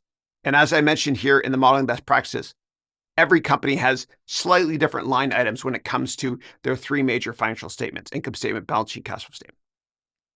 So forecasting is really, really tough. You know, I got everything to balance, but I really wouldn't focus on that in too much detail. Now, if we go back here to the balance sheet, we're supposed to insert the data here. So balance sheet data. So let me delete this, and we'll go here to the balance sheet. So balance sheet data, good. And if I copy that, it's going to be hard to read. So what I might do is just make everything level 1, meaning just look at it on an annual basis. So let me select this here, balance sheet data. And I copy all the way down here. I didn't want you to include that. Copy. And then here, what I do is I'm going to insert my balance sheet by going paste special as picture. And we are done with the balance sheet. When it comes to the cash flow statement, in an ideal world, if you're given the income statement and the balance sheet, you can automatically calculate the cash flow statement. Because what the cash flow statement does is it corrects the income statement by saying, hey, income statement, your year-over-year change in earnings is not really a change in cash, because sometimes we didn't get the cash from the consumer yet. Like somebody might have paid with, I don't know, an IOU or a credit card, and I haven't collected the money yet from them. And so the cash flow statement will take the earnings from the income statement and correct it. And so with a cash flow statement, what you always do is you start up here with net income, which is pulled directly from the income statement. As you can see here, it's in green. And then you add back stuff to it that will correct the income statement. And it doesn't just use the income statement information. It uses the balance sheet as well. And so there's three sections in the cash flow statement. There's cash flow from operations, which is the first section right here, operating cash flows. There's cash flow from investing, and there's cash flow from financing. So what we do is we start with cash flow from operations, meaning cash flow from operating our business. And so what you do is this. You start with net income, and then you add back stuff or deduct stuff that either helped or hurt cash flow. So for example, depreciation is not a real expense, so you're going to add that back. And Apple does not do the best job with disclosing depreciation expenses when it comes to its income statement. But if you read through the financial statement, you'll find all this data, which I found right here in the cash flow statement. Then what you do is stock-based compensation. You can expense that. Companies do that, but it's not really cash. It doesn't cost them money to create shares out of the blue and give it to employees. So you account for that. You also account for other things like accounts receivable. So if I sell something to you and I gave you the product and then you said, I'll give you money later, I can recognize that as revenue because I gave you the product, but I didn't get the cash yet from you. So recognizing that as revenue is kind of tricky. You're allowed to do it, but I haven't gotten the cash. So if accounts receivable goes up a lot, we're going to account for that here by deducting it here from cash flow. So with a cash flow statement, don't think good or bad, cash up, cash down. Just wear a hat and think of, with horse blinders, is this line item on the balance sheet making cash go up or down? And then account for it here. And again, if you're given the income statement and balance sheet, you should be able to make a cash flow statement from scratch. It's really tricky to do though. And what I did was actually hard-coded all the historical numbers. It's a massive, massive effort, but I got this directly from all the 1,000,008Ks I looked at for Apple. The same thing with all these other items here. If inventory went up like crazy, well, you had to spend cash to do that. So it's going to hurt you. Remember, you're wearing the horse blinders cash hat, just thinking cash up, cash down. Same thing with accounts payable. If I owe you money and I haven't paid you yet, that's good for me temporarily, as long as I'm not going to pay penalties with fees. It's good for me because my cash goes up. And I know that it sounds like, wait, that's a liability. Owing somebody money is not good. Well, the point is that with a cash flow statement, you're wearing a hat and horse blinders, and the hat just says cash up, cash down. That's all we're looking at. It's an unemotional process of thinking, is cash going up or cash going down? And you focus on this a lot so that at the bottom of this statement, we can get what's called free cash flow, which I will come back to, which we're going to use to create the valuation for Apple in this hypothetical example using discounted cash flow in this lecture here. That's why we're creating this cash flow statement. So let's go back here to cash flow from operations. And so right here are all the items. Let me go to the most recent quarter they just reported. So cash flow from operations was $21 billion. So it's pretty big. And for the year, they did really well. Yeah. Although it was down year over year for them. Tough year over year comps, though, given the pandemic, helped them with their sales a lot. But we can normalize that in our financial model. Next up, we've got cash flow from investing. And so investing, there's one line item here that's more important than anything else in this cash flow statement. And that's property, plant, and equipment. So if I spend a ton of money to build a factory, to produce a product, that's an investment. And that's why it's referred to as a cash flow from investing activity here. So that's an investment. And that's really, really important. And we're going to come back to that in a second when I tell you about free cash flow calculation. Next up is financing. Remember, we're just thinking cash up, cash down. So if we issued common stock, which they haven't done in a while, but if we did it, that we get more cash in our pocket as Apple. And then there's other things too. If we bought back shares, and if you buy back shares, a lot of shares, it's really good for investors because the share count goes down and your earnings per share goes up, which means your PE multiple is more attractive. But if we did that, if we bought back shares, and they don't always do it, but that would be negative. Not bad, but just negative for cash. Remember, we're not thinking good or bad. We're just thinking up or down with the cash flow statement. All right. And there's other items here as well. So what we've got here is cash flow from financing, cash flow from investing here, and then cash flow from operations. And Then at the bottom here, we look at what was the change in cash. And the change in the cash flow statement will tell you what happened to the cash balance on the balance sheet from this quarter versus last quarter. It tells you a story. And so at the bottom here, you'll see I've got something called free cash flow. And a quick and dirty way to calculate free cash flow, back of the envelope way, is you look at cash flow from operations, to operate your business, minus how much money you spent on equipment. So it's cash flow from operations minus CapEx. So if I double click here, that's exactly what this calculation is. Cash flow from operations minus property, plant, and equipment. And that's really important because this is the basis of valuing the company based on DCF. And when we talk about DCF valuation, we're going to use the cash flow numbers. So remember that number 112. I'm going to link directly to it right there, 112, rounded. So we're going to link to these cash flow numbers here. And then what we're going to do is we're going to value the company based on how much cash they make in the future. I'm not a big fan of DCF because there's too many inputs and so much can go wrong. You know, before I use the example of if X plus 1 is 3, what's X? We know the answer. If X plus 1 plus 3 plus yellow brick plus orange brick is 3, what's X? No idea. So garbage in, garbage out. But it's important to understand when it comes to discounting money in the future using net present value and present value and future value calculations, which I'll get to when we talk about DCF. So now we've got the cash flow here, free cash flow for each year. And I calculate it here. It feeds partially into our model. And I got these numbers here. And again, do not take this as gospel, please. This is just an example for educational purposes. So what we can do now is we can actually go and grab this cash flow statement data, copy, and then we can go back to our model here. And then I can go down here. And of course, you delete all the instructions when you're done with this. But I can delete this here, and then I can paste special that image. And you can also look into paste linking. So it will link directly to your model. Be careful with that, though. It doesn't always work. But when it does work, it's a beautiful thing. But you have to keep all your documents in one folder on your drive, usually for that to work. And when you update the Excel spreadsheet, it should update here as well with paste linking. It's not perfect, though. Great. And that is it. We are now done building out our financial model.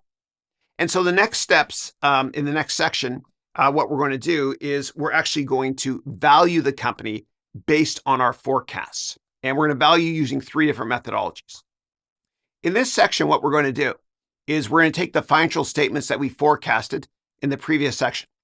And we're going to use our forecast to value the company using 3 different methodologies. One of them is discounted cash flow. The other one is price to earnings.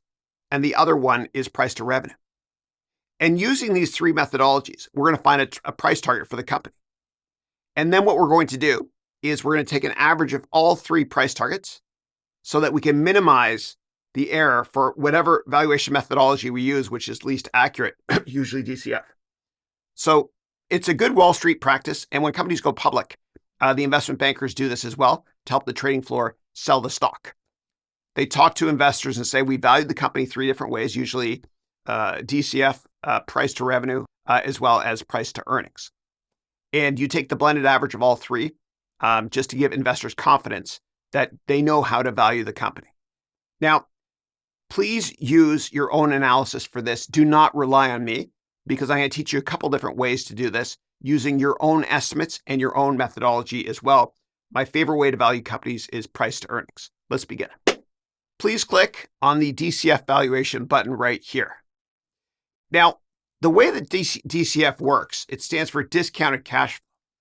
And it's a way to value a company by saying, hey, how much cash are they going to make every single year into the future? Let's value the company using that. But you have to take one more step, which is if you forecast 5 years of cash flow, what about years 6 to infinity? And that's called the terminal value. So I'll explain all of that from scratch. So these numbers here are in billions, and these numbers here are pulled directly, hence the color green, from our financial statements. So this here is from the cash flow statement. So let's pick this number here, which is the forecast, rough estimate, of course, for fiscal year 2028, hence the E estimate. for $165 billion in free cash flow. So what I'm going to do is I'm going to link directly to that, and it's right down here. So what we're doing is we're taking the free cash flow estimates for 5 years into the future to figure out how much the company should be worth using a discounted cash flow valuation methodology. And this number here is just cash flow from operations minus property, plant, and equipment. So let's go back here to DCF now. So now we know where these numbers here come from. And so we have to take these numbers and figure out how much is the company worth. Well, if I just add these numbers up down here, it says 686 billion. Well, that's not the value of the company, because what about years 6 here to infinity, for example? And what about the accounting for the risk investing in Apple or whatever stock it is? Well, we're going to go through a lot of steps to explain that. And the end result from all this is going to be you taking the DCF data, copying and pasting it. Now, if you do that, it might be a little bit difficult to read. I'll show you. If we go directly here, it's going to look like this. And let me delete this and paste in the version I just created. Paste as picture. Might be a little bit tricky to read. It's not that bad, actually. So what I'm going to do is I'm also going to break it up into different pieces. And as with all the financial statements and data that we paste in here, paste special from Excel, you can always add your own commentary as well. You know, what are your assumptions? Why are your forecasts based on this, et cetera? And so this here is the entire DCF. Please don't be intimidated. I'm going to go through this in a lot of detail. Now, what I've done here is I have a number of steps for you, which breaks this up into pieces. Piece number 1, piece number 2, et cetera. Rinse, lather, repeat. And so I've got step A all the way through, and let me go here to see how many steps there were. Step A through step F. So for step A, what you can do is you can even copy this directly into your statement, into your report here. So free cash flow. So let me delete that and paste special here for step A. So now we have, and you can always just add a frame to this to pretty it up if you wanted to by going to picture format, picture border. As Salvador Dali said, Chris, if you strive for perfection, you'll never reach it. It's good enough.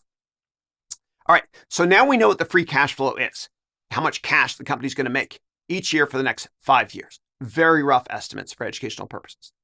So let's move on to step B. Now, in step B, what we're going to do is we're going to calculate, well, what interest rate should Apple pay? Well, Apple is more risky than the US government as an investment. It is what it is. Well, how much more risky is it? Oh, well, let's start with what the US government's interest rate is, and then we'll add some more stuff on top of that, because Apple is a riskier investment than the US government, for example.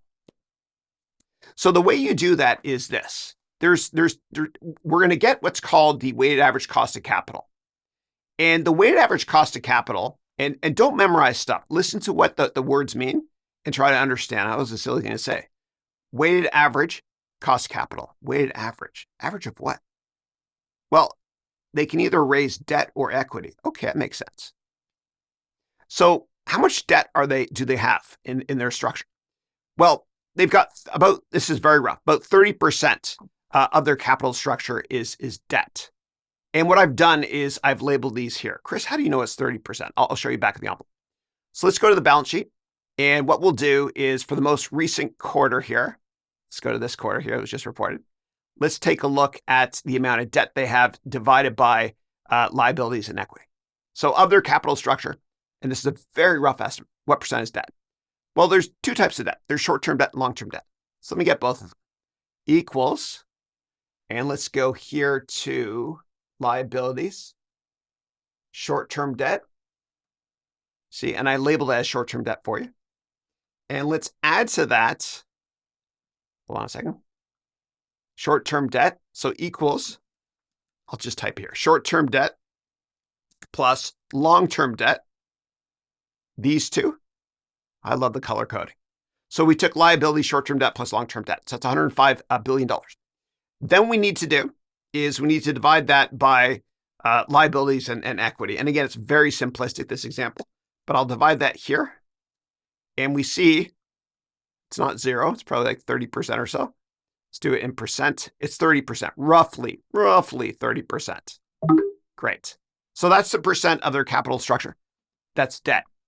back of the envelope, all this stuff. Yeah. So I'm going to go over here. And now we know that 30% is debt. Well, 70% is equity. Obviously, these two numbers have to add up to each other. And I've color-coded these as well and tag them up here so that when you create a formula here, you'll see, instead of just seeing cells, you'll see the actual numbers. Great. So first of all, I think what I'll do is I'm going to run through the cost of debt before talking about the cost of equity. So we know that 30% of their capital structure is debt in this hypothetical example, and 70% is equity. So what is their cost of debt? Well, it's 1.4%. Whoa, Chris, that's way too low, isn't it? It's weighted, and I'll explain why in a second. So let's go down here. The cost of debt, the way that you calculate it is you get the cost of the debt for Apple, which is 5.5%. How do I know that? Well, you can always do a search on, let's go here, Apple corporate bonds. Let's go here. That's really 5.5. It's marked up. I'll show you. All right, so let's go here. Yeah, so it's about 5.5%. Okay. All right, and so 5.5% we'll put here, which I did here, and it's blue, so you type that in. And what is the tax rate? Well, it is what it is, but Apple pays only 15%. Where did I get that from? Let's link directly there. Right down here. And let me unhide this so we can actually see. It's 15%. And that's the most recent quarter for them. All right, and let me hide that there. Really good cash management, actually. So now we've got here in the calculation of the cost of debt, we've got it, which is right here. It's the cost of debt, which is right here, 5.5%, times 1 minus the tax rate. Why do you deduct the tax rate? Because you get a tax break for issuing debt, right? So before you calculate taxes on your income statement, you deduct debt first. So you have to account for it that way. And so the cost of debt is right here. You take the assumed cost of debt of 5.5%, times 1 minus the tax rate of debt. So the cost of debt for Apple is 4.7%. Now, why does it show up here as only 1.4%? Because 30% of the capital structure is debt. So what we did here was we multiplied that times 0.3. If 100% of their capital, say Apple wasn't a publicly traded company, and they mainly had debt and no other ways to raise capital, hypothetically. Well, this would be 100%, in which case the cost of debt here, we would multiply by 0.3, we multiply it by 1, 100%, and that's 4.8% down there around it. Okay. All right, so now we talked about the cost of debt. Now, when you calculate the weighted average cost of capital, meaning what interest rates you discount Apple cash flow at, there's two components. There's debt and equity. We already talked about debt, which is easier than understanding equity. Equity is fun to understand, though. So the cost of equity for Apple is 9.9%. How do we calculate that? Well, let's follow the green arrow down here. Well, what we do is you always start with the government interest rate, the lowest risk rate in the world, which you can use U.S. Treasuries. So in this case, it's 5.3%. I can't just leave you hanging there. I got to show you where I got it from.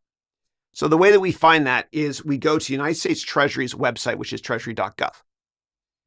And then what we do is we go here to data, and we go to what's called the yield curve. Now, a yield curve usually looks like this. On the x-axis, you've got time, okay? 1 month, 2 months, 30-year. On the y-axis, you have the interest rate. And a healthy yield curve usually looks like this. It's low now, but high later, meaning interest rates are going to be higher in the future.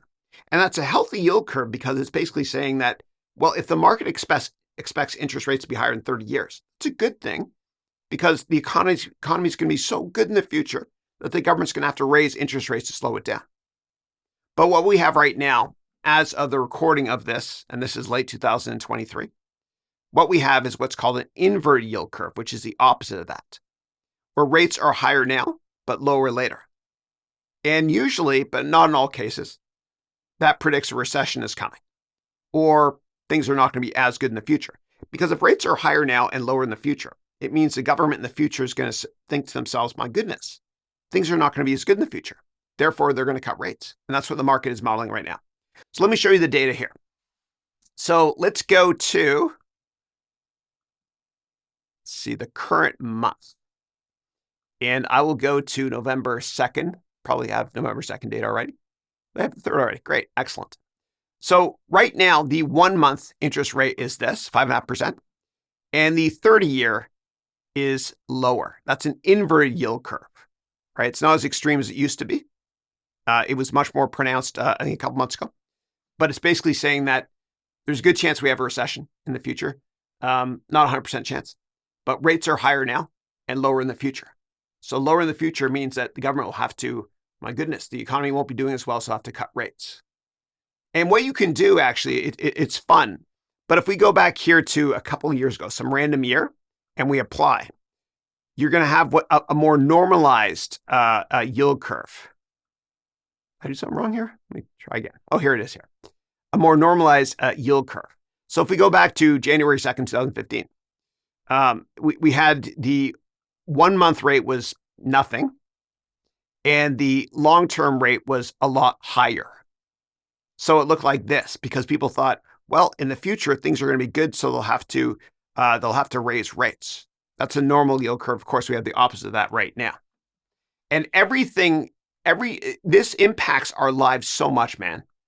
Because if the 30-year rate goes up a lot, then that means that mortgages for us are going to go up a lot. So mortgages right now are 7 to 8%. And that's because mortgages quite often are based on the 30-year. Why 7 or 8%, Chris? I see 5% here. Because we're more risky than the US government. So what I'm doing right here is I'm getting what's called the risk-free rate, the lowest risk investment.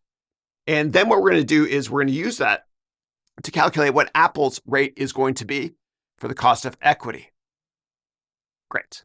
So let's take 5.5% here. And let's go back here. 5.5, 5.3 is fine. I'd be more accurate. And great. So we have that. So the lowest risk rate is US government. And I take the 3-month. You can take 10-year if you want. It's up to you. And now what we're going to do is we're going to calculate the cost of equity. Well, what is the cost of equity for Apple? Well, we have to incorporate the lowest risk rate, which is US government, risk-free rate, and then add more risk to that. How do we do that? Well, there's something called beta. And what a beta is how volatile a stock is relative to the market. So the S&P 500, big index, 500 stocks that comprise US economy, has a beta of 1. Just accept that. And if a company has a beta of 2, that means that whenever the S&P goes up 1%, that stock will go up 2%, and vice versa. And so companies with high betas, like really high betas, like closer to 2, are very risky, but they do very well when the market's going up a lot. Companies with low betas don't go down as much when the market's going down. And so the market has assigned a beta for Apple of 1.31. Let's see if that's still accurate. 1.23. I actually saw the data yesterday, and it was exactly 1.31. So that's what I'm going to use. I'm going to use, actually, no, I can't. It says 1.23 here now. All right, that's what I'm going to use then. 1.23. Great. And what is our assumption for the stock market return? Well, historically, the stock market, the S&P is up, close to 15%. Let me be conservative here, and I'll say 12%. So the US government debt rate, the risk-free rate is 5.5. Through all this calculation, Apple's rate is 13.5, their cost of equity. How did I calculate that? Well, I started with the risk-free rate, which is 5.5%, plus the beta of 1.23 times the market return minus the risk-free rate. And that gave me a cost of equity of 13.5. So now we have that right here. We actually calculate, we take 0.7 times that number below, and we've got our total cost of capital here is 10.85%. Now you can use this to discount these cash flows here. But before we go there, let's go back to our research report here. And let's get step B and paste it here. And of course, you remove all the instructions. in the Word doc. So here, copy, and then here I'll paste special right here, paste as picture. Great, that's done. All right, now what we've got, and we also did the cost of equity here, pardon me, which I'll add in as well. So I'll go to, you can just copy and paste this if you want to, this step here and this below that right here. And yeah. All right, next up, we've got step C, which is the net present value. So what net present value does is it calculates what all that money is we're going to make in the future is worth today. So the easiest way to understand present value and future value numbers is this. If I gave you $100 today, and I told you in the future, you would get 10%, you'll get a 10% return in 1 year. What is that $100 worth in 1 year? It's worth $110. Now, if we're a year into the future and you have $110, and I say, let's do the opposite of what we just did. Let's calculate the present value of $110 using the interest rate of 10%. It's going to be 100. So there's something else called the, that layers on top of that called the net present value, which basically does the exact same thing, except it looks at not just 1 year in the future, I mean, not just discount the $110 of today, $200. It looks at multiple years. And we can use 10% or any rate we want. And here's how you do it. There's an amazing formula called NPV. And net present value is basically, it gets all the free cash flow rates with the interest rate that you set. So basically, and let me calculate here. So I'm going to go, if I highlight these numbers here, these cash flows, and we know a company is worth how much cash it can make in the future. We see down here, the sum is 686. But I can make money by putting my money into other investments. So I have to discount that future value into today's terms. If that sounds complicated, think of the opposite of I give you $100, it's worth 110 in 1 year. Well, what's 110 worth today? $100. So here's how you do it. So you type equals NPV. Then what you do is you select the rate. So in this case, the weighted average cost of capital rate is right there. And then it says, thank you. Now it's saying, well, what are your values? And so I highlight the values here and I discount that back to today. And that's $500 billion.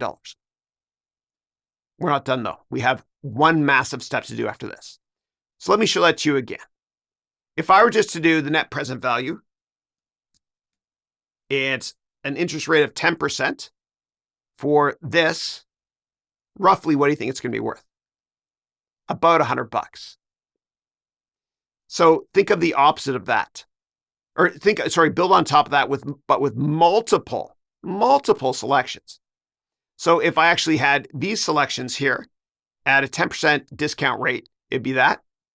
But Apple's cost of capital is higher than that. It's 10.85%. So let's replace the 10% here with this down here.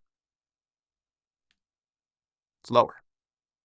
And the math for that is basically, and I color coded these and I also tagged these. So this here is the WACC, weighted average cost of capital.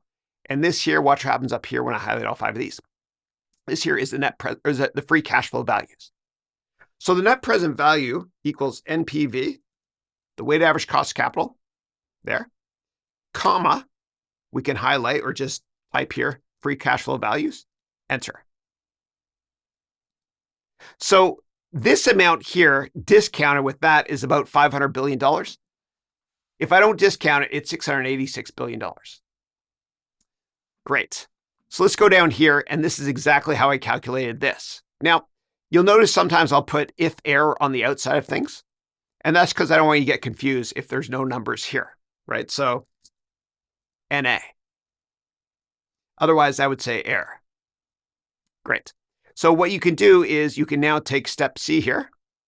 You can copy, and then you can go down here, and I showed you the math here as well. You can just delete one of these and then paste it in and then add your comments if you want. Well, Chris, you explained what this all means, but what about this value here into the future? Meaning years 2029 to infinity. Well, we can calculate that using something called the terminal value. And I'm not a fan of DCF, mainly because of what I'm about to show you, but I have to teach it because it's important to understand discounted cash flow, especially if you buy an apartment that you want to rent out to somebody else. So years 2029 to infinity. What do we do with that? How do we calculate that? Well, there's a formula for you called the terminal value, which is down here. Calculate the terminal value. And the way that you calculate years 2029 to infinity is you basically take the final year estimate, which is this. Then you grow it by the long-term growth rate, which you can make 1%, 2%, or 3%, because companies cannot grow more than 1%, 2%, or 3% in the long run. I promise you. Just think of the U.S. economy; it's so big it can't grow that more than 1%, 2%, or 3%. So what you do is you grow that one more year, and then what you do is you divide it by the WACC minus the long-term growth rate. And that will give you what this value is here, meaning years 2029 to infinity. So again, the way to calculate the terminal value is you take this last year's value here, which I called final year free cash flow estimate, and you multiply it by 1 plus the long-term growth rate, which I wrote here is, see down here, 3%. Because I'm bullish on Apple, I guess, in the very long run. Then what you do is, and let me click here, you then divide that by the weighted average cost of capital minus the long-term growth rate. And you might think to yourself, wait a second, Chris, what if a company has a weighted average cost of capital of 1%, the long-term growth rate is 3%? It's impossible. It just is impossible to have a weighted average cost of capital that low. Great. So we did it. So this is the terminal value. Meaning in 2029, what the year 2029 to infinity's cash flows are going to be. Ridiculous. Because this cash flow here discount is like $500 million, or pardon me, is $500 billion. And what we just calculated here, is multiple times more than that. It's over $2 trillion. This is one of the problems with DCF, which is why I'm not just going to value this company using DCF. But in lectures coming up, we're going to look at other valuations like PE, my favorite, as well as price to revenue. Great. Okay. And you can change this rate if you want to. You can make it 1%, and that's going to look how much it changed that by. Yeah.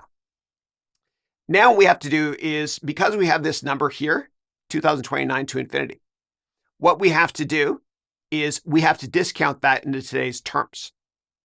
So the way to do that is you take the terminal value, divided by 1 plus the weighted average cost of capital to the power of the number of years. You can make this 4 or 5 if you want. Yeah, that's how you discount it. So now that we have the terminal value, we go here to step D, and we copy this, and then we can paste this directly down here into our research report. All right, the next step is going to be step E, where we're going to calculate the target price. Well, now we know what the equity value is going to be of the company based on our estimates. So if I double click this, it's basically this, which is the net present value of these cash flows here, plus the terminal value discounted. And that equals this amount here. Then we deduct the debt that's on the balance sheet, right? So I deducted short-term plus long-term debt, and it's green because it links directly to our balance sheet. And this gives us a target value of this amount here. Then we take the number of shares, which is from our income statement, and I can always link to there, down here, from our income statement. And then what we're going to do, let me just scroll down here again, sorry. Then now that we have the number of shares, we can take the target value of the company divided by the number of shares to get us a target price of 117. And before moving on to step F, what we can do is we can go here and we can copy this and add this to our report here. So you just paste it down here. And so our base case valuation here is $117 based on a growth rate of 3% in the long run and a WACC of 10.8%. Now, this here is what's called a sensitivity analysis. And what we do here is we look at what is the target price going to be based on different costs of capital, WACC, and different growth. So the most positive thing in our analysis would be to use a growth rate of 3% and a very low weighted average cost of capital. And so what I did for this cell here was I just took 300 basis points or 3% off for each one and added 3% here as well.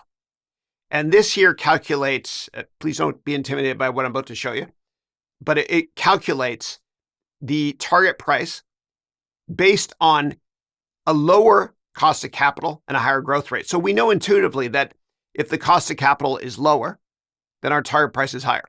And our most bearish case is right here. If the cost of capital is 17%, 16.8, which is 600 basis points or 6% higher than what it is right now, and with a growth rate of 1% longer term, which would mean a tiny, tiny target price. And so, as you can see, there's a lot of unknown elements when it comes to doing discounted cash flow. It's my least favorite way to valuing companies, but it's important to understand cash flow and the whole process of discounting cash flow in general, because if you thoroughly understand the future and present value of money concepts, then you'll be a great investor long-term, and you'll think long-term when you invest as well. So our final step here for DCF is we're going to go to step F, sensitivity analysis, and then we'll go over here, and then we'll go here to step F, and we'll paste this directly here. Paste special. Good, and it will look better for you once I'm done with this course. Thank you. And we're now done with DCF. Add your commentary here if you want to as well. Thank you. Let's talk about valuation using price to revenue. So per this graphic here, you'll see that when you click on this tab here called Other Valuations, step 7, let me get more real estate here, but there's a couple of different parts to it. Part 1, as I wrote down here for instructions, you enter in the stock price. And then within part 1, you can also enter in your cost of capital. And what that means is whatever you want to discount, the amount of money you're going to make in a stock to today's terms, you can use that discount rate, meaning 5.5%, or you can use the weighted average cost of capital. And I'll show you how to do both in a minute. Step 2 right here is calculating price to revenue, which we'll do in this lecture. Then in the next lecture, we'll do step 3, which is price to revenue. And then we'll talk about the blended average target price of all 3 methodologies and our final, what's called just right target price. And I say just right because I give you 3 different ways to value within each of these 3 ways using bearish, neutral, bullish, neutral being just right. And you can always make your own assumptions. So let's now move on to price to revenue, which is valuation methodology number 1. So you're going to enter in the stock price here. Let me actually go and get the exact stock price right now, APL. So Apple is this price right here. So I'll take this and I'll paste special right here. And then here we've got the implied market cap. So the implied market cap takes the number of outstanding shares times the price. And this information, you can always just double click on it or go to see where I got these details from. You can always take this here like this. Don't forget to include the little quote and then paste it here to jump directly to that in my spreadsheet down here. So that is the number of shares as of the most recent quarter. Actually, I should probably change that from 2024 to right now. Yeah. So I'm going to change that really quickly. And I will select this number of shares right here. Great. Good. Okay. So that is the market cap. So the market cap is $2.7685.5 trillion. Let's see how close we are. 2.76. That's close enough. Good. Great. It might be slightly off because after hours, it's up a tiny, tiny amount. Great. So now we have the implied market cap. Now, when it comes to your cost of capital, if you want, you can just use the WACC that you calculated before, or you can type in the current government rate, 5.5 or 5.3%, whatever it is for 3 months treasuries. Completely up to you. I'm going to give you the flexibility to decide what to do. All right, so with price to revenue, what we've got here is the revenue from all of our estimated numbers. And again, this is just a sample estimate. Don't use this as investment advice at all. This is educational. So 420 here, that's going to grab it directly from up here. See right there, 420. 460, 503, this 598.9. Remember that number? 598.9 rounded up. Yeah, that's fine. So we've got the revenue numbers for each year. And we've got the revenue growth here as well calculated for us from our income statement. Now what we do is this. What we're going to do is we're going to value the company using a price to revenue analysis. And a lot of people like to do this for companies as a way to get a sanity check to see if their price to earnings estimate is way, way off, et cetera. And some people value companies based on a price to revenue multiple basis if the company is not profitable too. It's the only way to value the company based on this year's numbers. But it's a good way to slice and dice and add diversity to our target price blended average down here. All right, so what we do is I wrote here a bullish target price using a price to revenue multiple of 8, a bearish target price of 4, and just right of 7.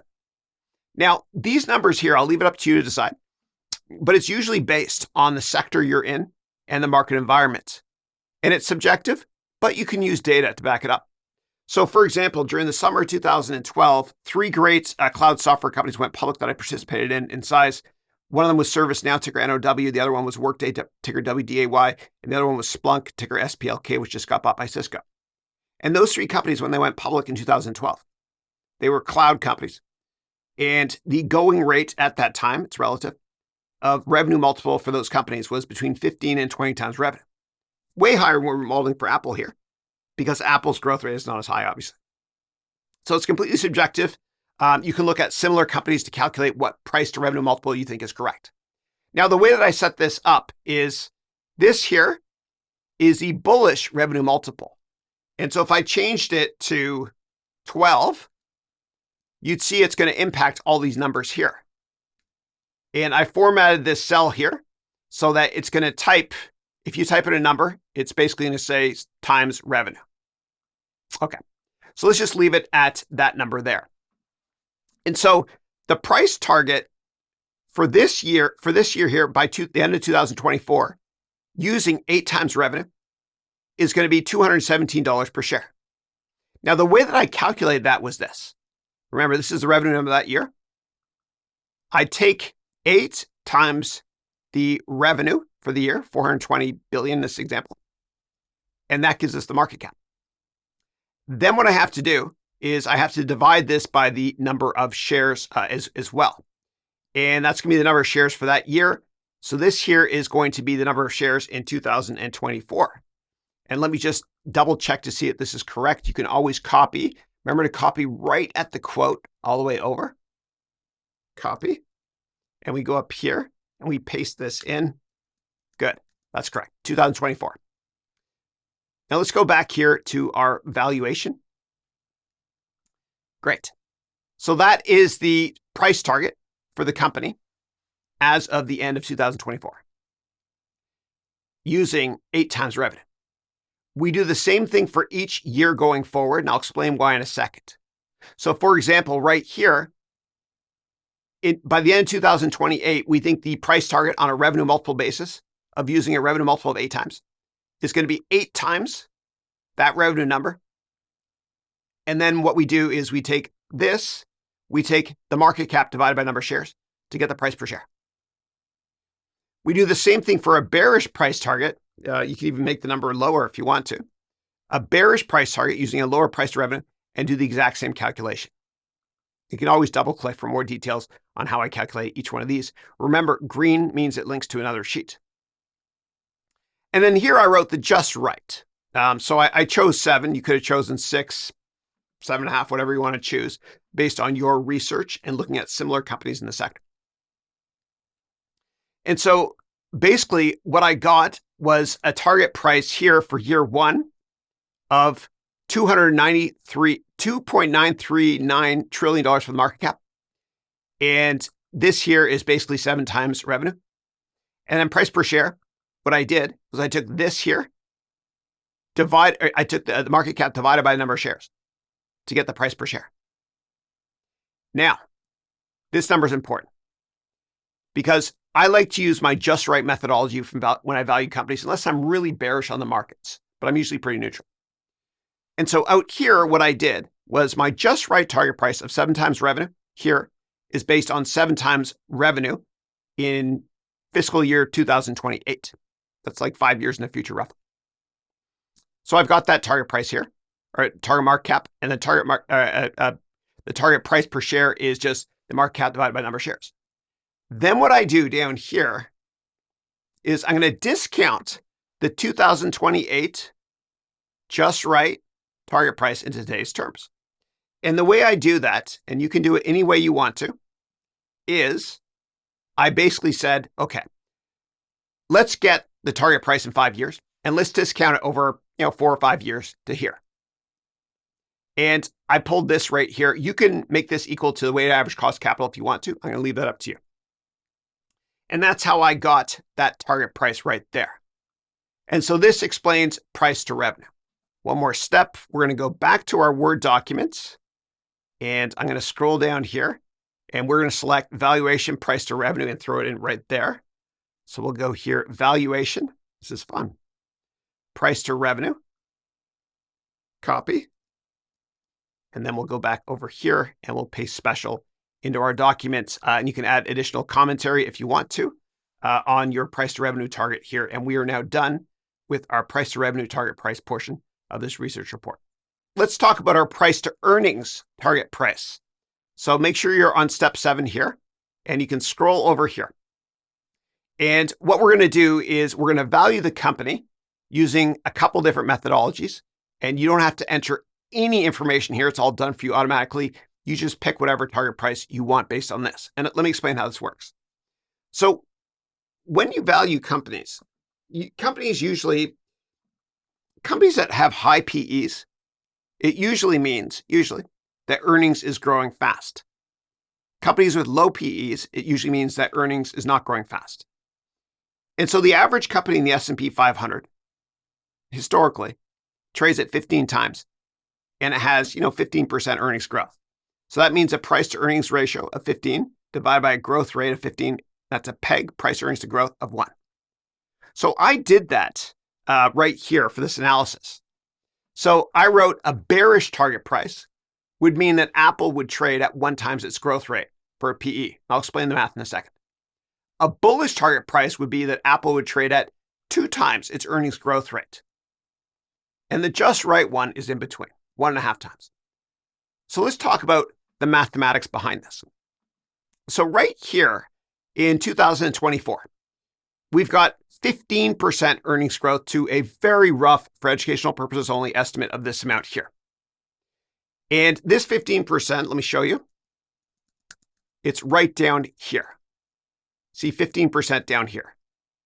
Then we got 13%, 14, whatever it is there.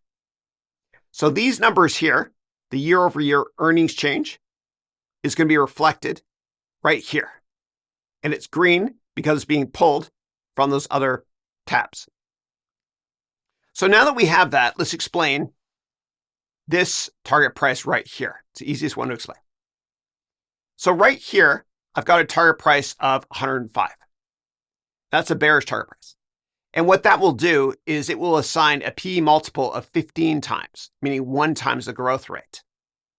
So the math behind it is we take earnings per share times 15% times 100 to make it 115. And that is going to be the price target that year. Okay, so that's going to be based on a PE of 15 times. This will be a PE of 13 times here as well. Then I take the market cap. Okay, now the market cap, we know, is just the price target times the number of shares. And it's the same number of shares we used over here as well. Hold on a second. Go here. Yeah, AF66. That's the number of shares for that year, number of shares for the year after that, etc. The same thing here. That year, the year after. Great. So that's how you explain that. And so if we look at a bullish target price, let's say a bullish target price in 5 years or 4 years, it's fine, depending on what month you're in. So at this point here, we calculate a market cap of $4.4 trillion. Very bullish. Why is that very bullish? Because it's actually using 2 times the growth rate. So it's 26 times earnings. I think Apple now is 27 times or something. Yeah. So that's what it would calculate at, 2 times. And then here you get the market cap, which can be calculated by using the price target and the number of shares.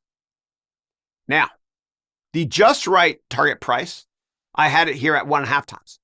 And what that means is it's going to value Apple at 1.5 times its earnings growth rate. So for example, over here, by 2028, we got 1.5 times the earnings growth rate times the earnings per share. And that will get us to a target price of that, a market cap of that, a target price of this. Then what we do down here, similar to what we did before, is we're going to take that price and discount it over 4 or 5 years, depending exactly what month you're in. We're going to discount that back in today's terms. You can use this number here, or you can say equals WACC up here to change to the weighted average cost of capital that we use when we discuss DCF. And that gets me to this target price here. And now what we're going to do is we're going to go here to valuation price to earnings, and we're going to copy this and we're going to insert this directly into our document right here.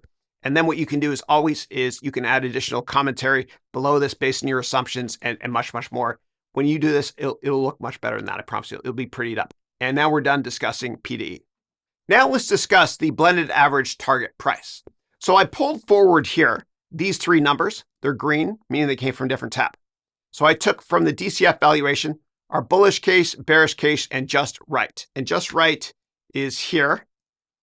And so what we do is we look at the DCF bullish, bearish, just right case. These are green, meaning they're pulled from the other tab. And now we have the target price from all 3 methodologies down here. This is price to revenue using the just right methodology. Right here, this is price to earnings. Right here, this is DCF. I'm not a fan of DCF. And then what we've got here is the average target price for all 3 methodologies right here, which is just an average of those. And then the average to the target price from here. So congratulations, we're now done with valuing this company. Always use your own estimates. As a next step, what I have to do is take this, copy, and then I will go directly here and paste this into our average valuation. You can paste in the DCF there as well if you want to, but I'll just paste this down here. And then you can add your own comments as well. I hope you enjoyed this process as much as I have teaching it. Thank you. In this section, what we're going to do is we're going to talk about technical analysis. If the company you're doing research on is publicly traded, I always leave this till the end. And the reason is because I want you to be focused primarily on fundamentals, then valuation, and then a distant third, right there, is technical analysis. And the reason I say this, and I say this with love of my heart, is because stocks go up and down in a short amount of time for very random reasons. And you can be right or wrong for random reasons. You're fooled by randomness. And so each month has 20 weekdays, meaning 20 days the market's open. And so stocks go up and down in a month for random stuff you can't control. For example, it could be saber rattling between 2 superpowers, geopolitical stuff. Or stocks could go up or down because of fears of inflation going up or down, interest rates changing, or a similar company to the company you're investing in reported good or bad earnings. And so always look at technical analysis if you're going to at all at the end of your research process. And I say this with love in my heart. Day trading is not a career. And it's like gambling. And the worst thing that can happen is you walk into a casino for the first time and you make money. Just like if you're day trading, the worst thing that can happen is you make money the first time. So why am I teaching this? Well, it is important to understand when to take profits on a stock or when to start a position, meaning if the stock is overbought or oversold. So what I'm going to do is in this lecture, I'm going to give you an overview of what to look for when you do technical analysis. And then in the next lecture, I'll give you an example using our hypothetical case, which is Apple. And of course, we'll ask ChatGPT and maybe other AI products to help us with that as well. So let's talk about technical analysis. And what I'll do is, let me use Tesla, I guess, as an example. So when you look at technical analysis for any company, what you want to do is you want to focus primarily on what's called the relative strength index. And let me go here, and I'm going to click here on indicators, and I'm going to make sure that RSI is selected. And what we're going to do is, if the stock is overbought, meaning it's gone up too fast, then we're going to make that green. That'll be a rating of 80. If the stock has gone down really fast and it's oversold, and this is where I like to buy stocks, and this is where I like to cover some of my positions when I'm short, we'll make this red. And I'll explain what this means in a lot of detail. And I'm going to make this bigger here. And it doesn't always work. Some people I've worked with in the past refer to this as voodoo, and I can't really disagree. But basically down here, this is the RSI. This is the chart for Tesla over, I don't know, a couple of years. So when the stock approaches an RSI of 20 down here, when it gets close to it, what happens is people assume that, hey, it's oversold. You'll probably get a dead count bounce or just mean reversion. And so you could see here when it was almost oversold, you saw a bounce back. And it's not a perfect science at all, because you could argue, well, Chris, it wasn't completely oversold. It should have gone down more. It's the last thing you should look at, but it does become self-fulfilling.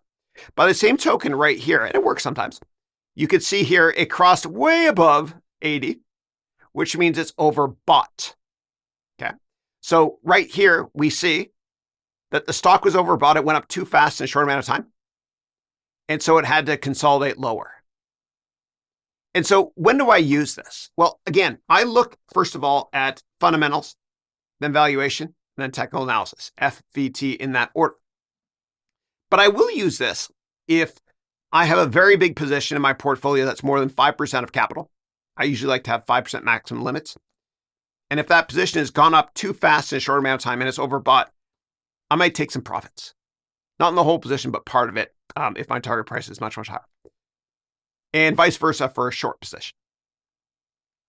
So that's the relative strength index. And that's the most important thing to look at when you're looking at technical analysis. And basically what it means is mean reversion. Something goes down too much, too fast, whatever, it's going to bounce back. A dead cat bounce is what they call it, which is an unfortunate term. So that's the RSI. Next up, what we're going to do is we're going to look at what's called a moving average.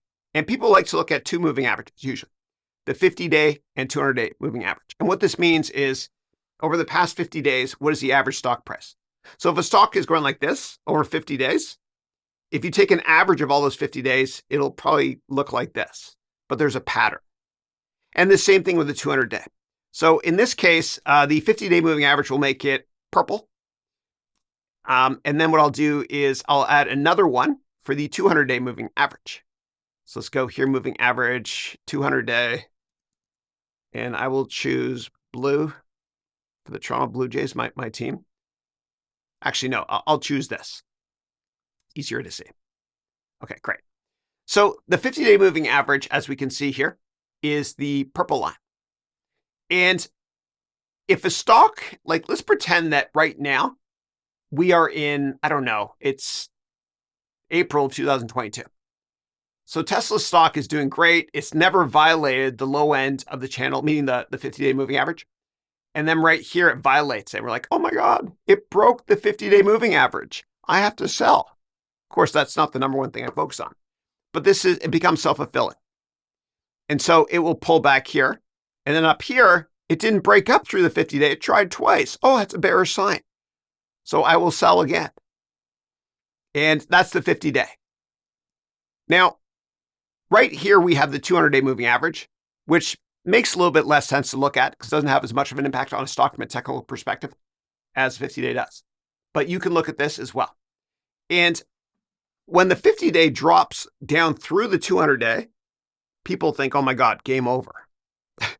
It's really bearish for a stock. I don't really focus on that as much, but sometimes it becomes self-fulfilling. Don't focus on trying to make 5 or 10% or 15% in a stock in a year. It's just too hard because the market can go up or down in a month for that amount, 5, 10, or 15%. Be long-term focused. The longer the view, the wiser the intention, as Warren Buffett said. Also, I'd rather you focus on the destination and not worry about the path. Like, I'd rather you create target prices based on your earnings estimates, your PE, for example, in 5 years. And don't worry as much about the volatility. It'll drive you crazy. And Warren Buffett, another great Buffett quote, he once said that the New York Stock Exchange is the only store in the world where consumers sell stuff when it goes on sale. Imagine that. Selling something you love because it's cheaper. That's what technical analysis will do to you if you focus too much on it. I say it with love my heart. Another thing you can look at are moving averages as well. We talked about RSI. We talked about RSI moving averages. Channel formation is next. So channel formation, what it means is you draw a line to see if the stock is holding that channel formation. And so one way to do this is, let me see here. I wonder if I can draw a line on top of this. I'll just do it this way. It's easier. So I'm going to take a screen print here. And then what I'm going to do is I'm going to go over to the screen print, which is over here. Here it is. Good. And I'm going to draw on this, which will be fun. So let me go here to draw, and I will select a line. Here we go.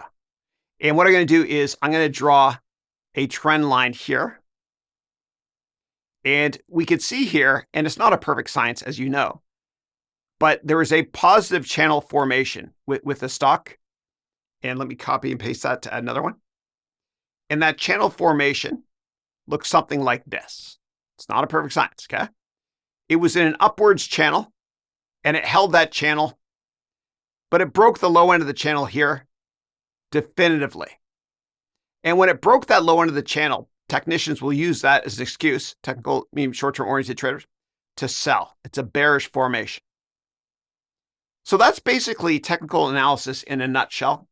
I wouldn't get involved in those Japanese candle charts. It doesn't really have much of an impact. In my humble opinion, this is just my opinion. Make your own, please. Now, one more thing I want to talk about. You can skip the rest of this lecture if you want to, but I want to talk about options. And specifically, I want to talk about, and I'm putting my reputation on the line by saying this. In my years of investing over decades, the best indicator when to go all in and buy more risky stocks within reason is something called the VIX. And I'm going to explain this from scratch, and I'm going to show you the data to back this up. So the Chicago Board of Exchange, the big options market, created something called the VIX. It's a volatility index that looks at how volatile the S&P 500 is going to be based on options activity. And I'll explain this in a chart, which is amazing in a second. But when a stock is really volatile, like has a high beta, it means fear. There's a lot of fear out there. So if the S&P 500 volatility is ridiculously volatile, there's a lot of fear out there. Governments hate that.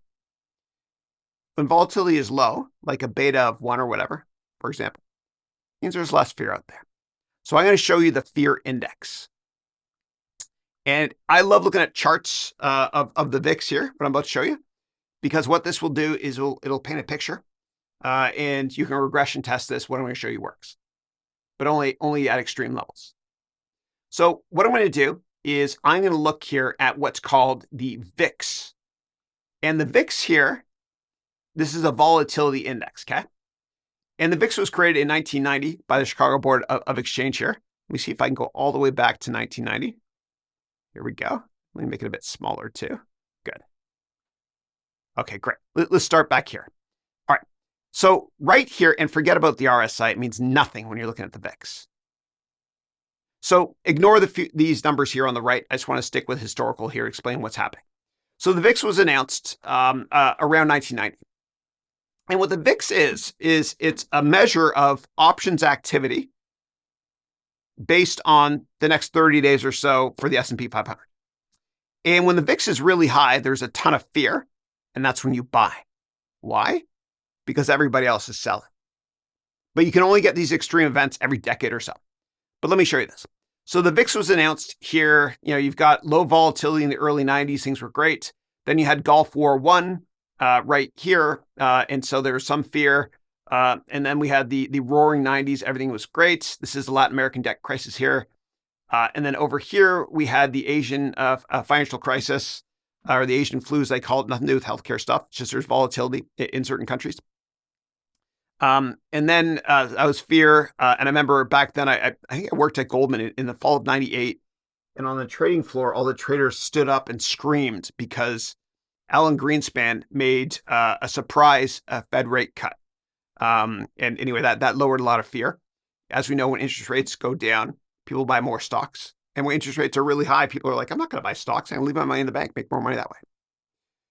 And then right here, we had more fear pop in. Everybody thought this is the emergency Fed rate cut here. And then we didn't have much fear here until 9/11 for obvious reasons. There's a lot of fear. And then credit reasons, Enron, a bunch of companies, like WorldCom 2, et cetera, went bankrupt. And so new tax laws were created like Sarbanes-Oxley, et cetera. And then fear went down. There was no fear. Everybody was really extending themselves, buying multiple apartments in the United States, especially where you can write off the interest in your mortgage. And then what happened was, boom, the VIX spiked. And this was in the fall of 2008 when we were within 24 hours of bank machines not working. And everybody was selling. That's when you buy. When there's, I hate to say this, but I say this in Wall Street, when there's blood in the streets, that's when you buy. And Warren Buffett backed up the truck meeting. He bought a ton of shares, Goldman preferred shares here. I remember that at the time and did exceptionally well. Now, the VIX has only spiked that high in 2 occasions. And you probably know the next occasion I'm going to talk about in a second. When it spikes that high and when everybody is selling, I want you to think about, after you do all your research, buying. And it's going to feel uncomfortable. And you're going to think back to this lesson you're watching. You say, Chris said buy when the VIX is 80, but he's crazy, man. I'm not gonna. That's when you buy. If you're a contrarian in business and when you invest, you'll do well. Because if everybody loves a certain stock and everybody owns it, there's not that many incremental investors to push that stock higher. And vice versa. Be a contrarian and watch your net worth take off. And you can look at behavioral finance reports on this as well by Fuller and Taylor, but they analyze insider buying and selling. And it all depends on who the insider buying is. And they do a regression analysis. Like for me, for years, when I worked in the public markets, I would meet with Bobby Kotick, the CEO and founder of Activision. And this was publicly disclosed. But we would always find out when he bought or sold his own stock in size. And usually when he bought in size, a year later, the stock was higher and vice versa. When it comes to the VIX and there's fear, there's other people I want you to watch. Elon Musk, for example. So if you're unemotional in business in general and with the markets, you'll be successful. So right here, I'll get to Musk in a second, but right here, if you bought in size, you take a little bit of pain maybe for a month or two, but when the market declined to a generational low by March of 2009, we were off to the races. Yeah, it's a good time to buy. Then we saw here that there wasn't as much fear, a little flash crash fear here. I remember that. And then right here, you can't see it, but intraday actually went higher than in 2008. And of course, we all know that this here was the pandemic. And the VIX spiked intraday to up to here, up to 80, all-time high. And everybody was like, you're crazy to buy stocks. That's when you buy. When the VIX is above 80, I don't care what happens. It's going to feel like the world is ending, but things are never as bad as we think. That's when you buy, after you do your research. Let me get back to Elon Musk now. So right here, and you can look at what are called Form 4 filings on sec.gov. Elon Musk bought a ton of shares in Tesla right here when Tesla was way, way down because the VIX was high and he's unemotional. And then in the fall, I think it was November 2021, 6 weeks before the market peaked in January 2022, he sold those shares. And he sold when the VIX was much, much lower as well. So this is a fear index. Don't ever use this as your primary indicator when to buy stocks or sell stocks.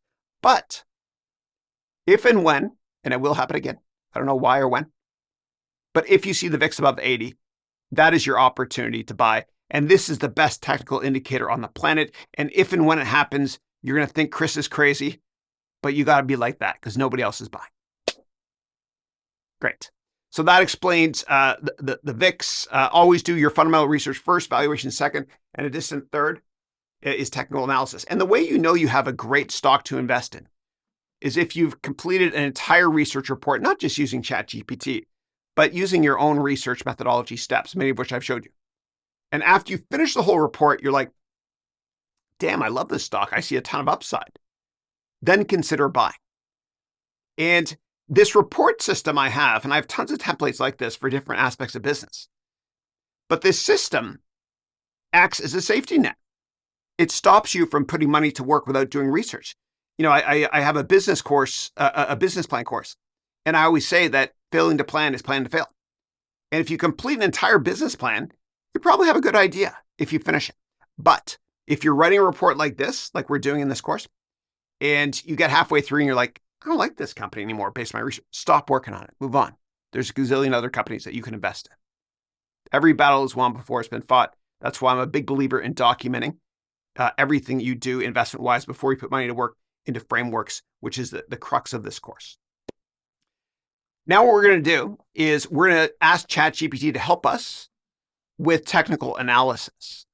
And so I asked the question here. This is a prompt we can copy and paste. Perform an in-depth technical analysis on the stock, include this stock here, obviously, include commentary on the relative strength index, relative RSI, and state if the stock is overbought or oversold and what caused this. Also mention if the stock is above or below 50-day moving averages or 200-day moving averages. Talk about support and resistance levels and all this stuff. Yeah. And these are the other things that I asked ChatGPT to take a look at if possible. One of them is, and you can always gut some of these or add your more after commas. One of them is the short interest ratio, very important. So what this means is hedge funds, if hedge funds all pile onto a trade and if they're all short a stock, what happens is the short interest ratio goes up a lot. And the short interest ratio basically covers, it's a mathematical equation for how many shares are short divided by the average daily volume. I'll show you an example in a second. How many shares are short divided by the average daily volume? And if the number of shares that are short divided by the average daily volume is 10 or higher, meaning it'll take more than 10 days to cover all the shorts, be careful if you're going to short a stock. Maybe look at it long if you're bullish in the company. I don't know. But what happened was these companies shorts get crowded very fast. And in January of, I think it was 2022, it was GameStop. It went up 29.4 times in the month of January alone because it was a crowded short. Too many people were shorted. And if any slightly positive or less negative news comes out, it causes all the hedge funds to freak out and cover their shorts. And so you got to watch it to see if a short is ever crowded. Here's how you check. So I wouldn't ask ChatGPT this in particular, but you go here to finance.yahoo.com. And since we're talking about Apple, which has a relatively short, small short interest ratio, let's take a look. So you go here to statistics. And by the way, a little side note. If a stock that you love and you own does not go up on good news, it might mean it's a crowded stock. Too many people own it, and vice versa. If a stock doesn't go down on multiple negative news data points, it's probably found a floor. All right, let's take a look now at the short interest ratio. So I'm going to do a search for short. Here it is here. So the share short, so Apple's a relatively safe stock. It's so big, generates more cash than any company, really, I think probably more than any company in the world. But there's 93 million shares short. That's really low. And the short ratio is only 1.6.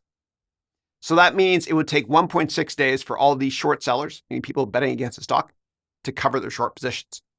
So that's relatively short. And the mathematics is 93, the share short, divided by the average daily volume. So remember that number, 93 million. And I'll go here. And the average daily volume is this. 93 million divided by that. Yeah. So Alexa, what's 93 divided by 59? 93 divided by 59 is approximately 1.5763. Yeah, so that's 1.57, which rounds up to 1.6. So that's the short interest ratio. Let's go back to the questions we're going to be asking ChatGPT. I also asked about recent call option volume and activity related to historical call option activity for the stock. So I don't want to digress too much, but if you click here for any stock in Yahoo Finance, if there's data behind this, it means that there's an options market. And what that means is you could invest in small amounts of money and do calls or puts. Calls, if you think a stock is going to go up a lot, you buy this. The most you lose is this. The most you can make is infinite. And for a put, it's a bet the stock's going to go lower. The most you lose is this. The most you can make is this if the stock goes to zero, which is highly unlikely. And these options instruments always expire on a Friday unless there's a holiday that day. So what you can do if you want to is you can look at the volume and see if there's a volume spike in calls or puts. I don't want to get too much off track here. Yeah, that should be good. And I should really spell check this stuff. So let's copy this and let's go directly into ChatGPT. And let's make sure that here in custom instructions, we have this turned on.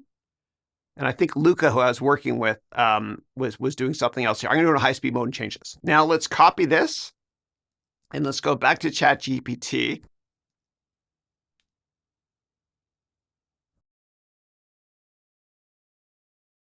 So it really doesn't tell us too much aside from the fact that the RSI is 56 or 57, which means it's well in between 20 and 80. So it's neither overbought nor oversold. So what I'll do, just to be consistent, I will copy this and I will paste this directly into here. And let's see, I'm going to do the same thing, but this time what I'm going to do is I'm going to ask Google Bard, and I'm also going to ask a Bing chat. So let's first of all go to Bard here, Bard, and I got to go back and get the instructions. I'll go in high-speed mode for this.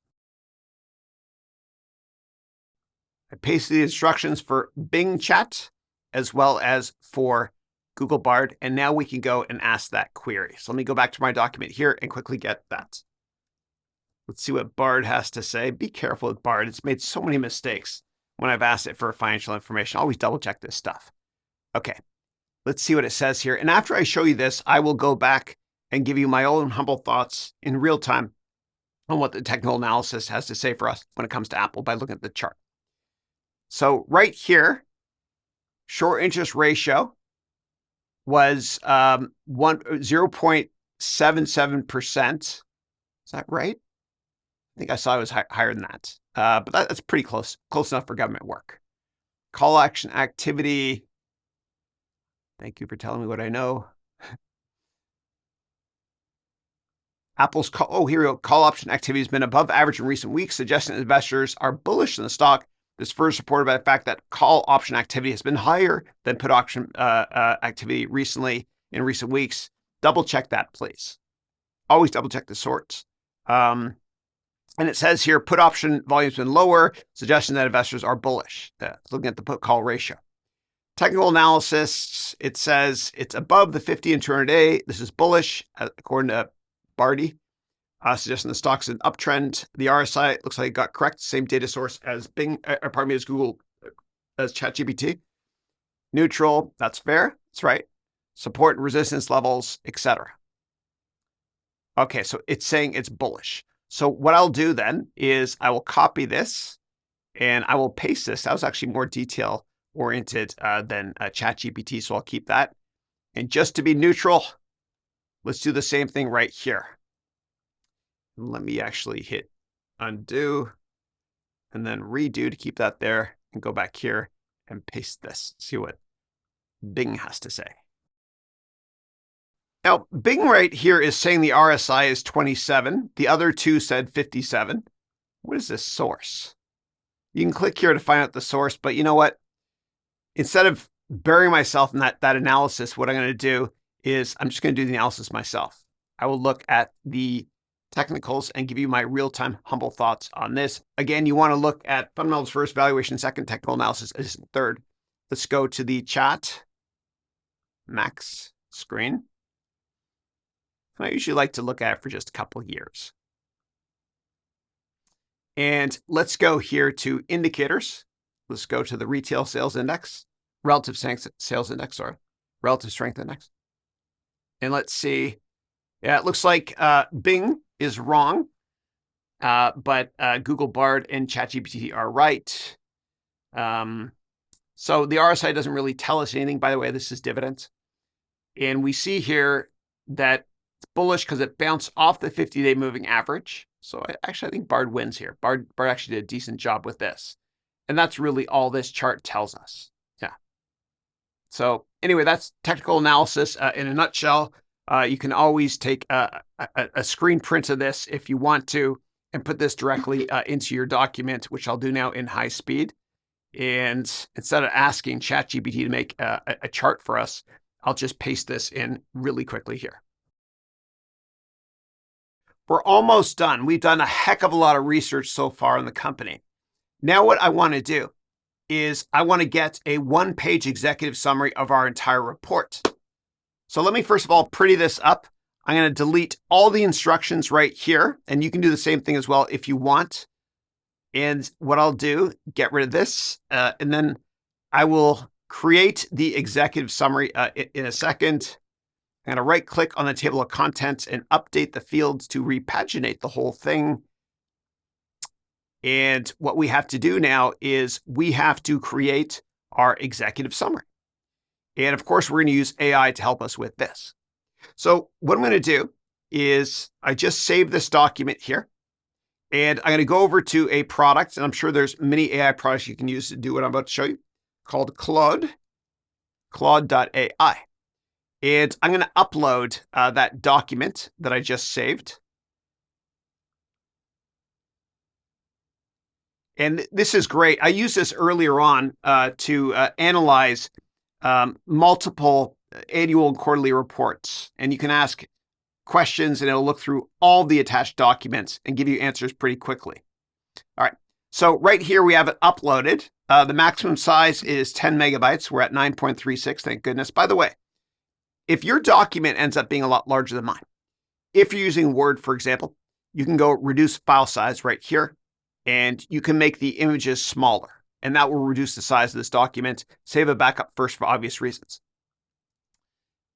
Great. So now what I'm going to do is I'm going to right here, make a one-page executive summary of the document.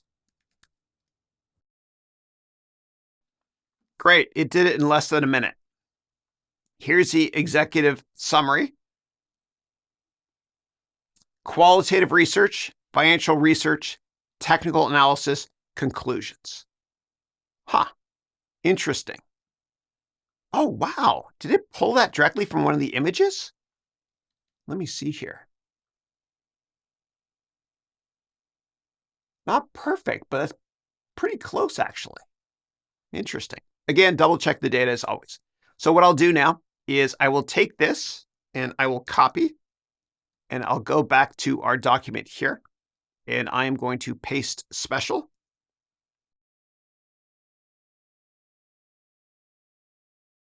That's impressive.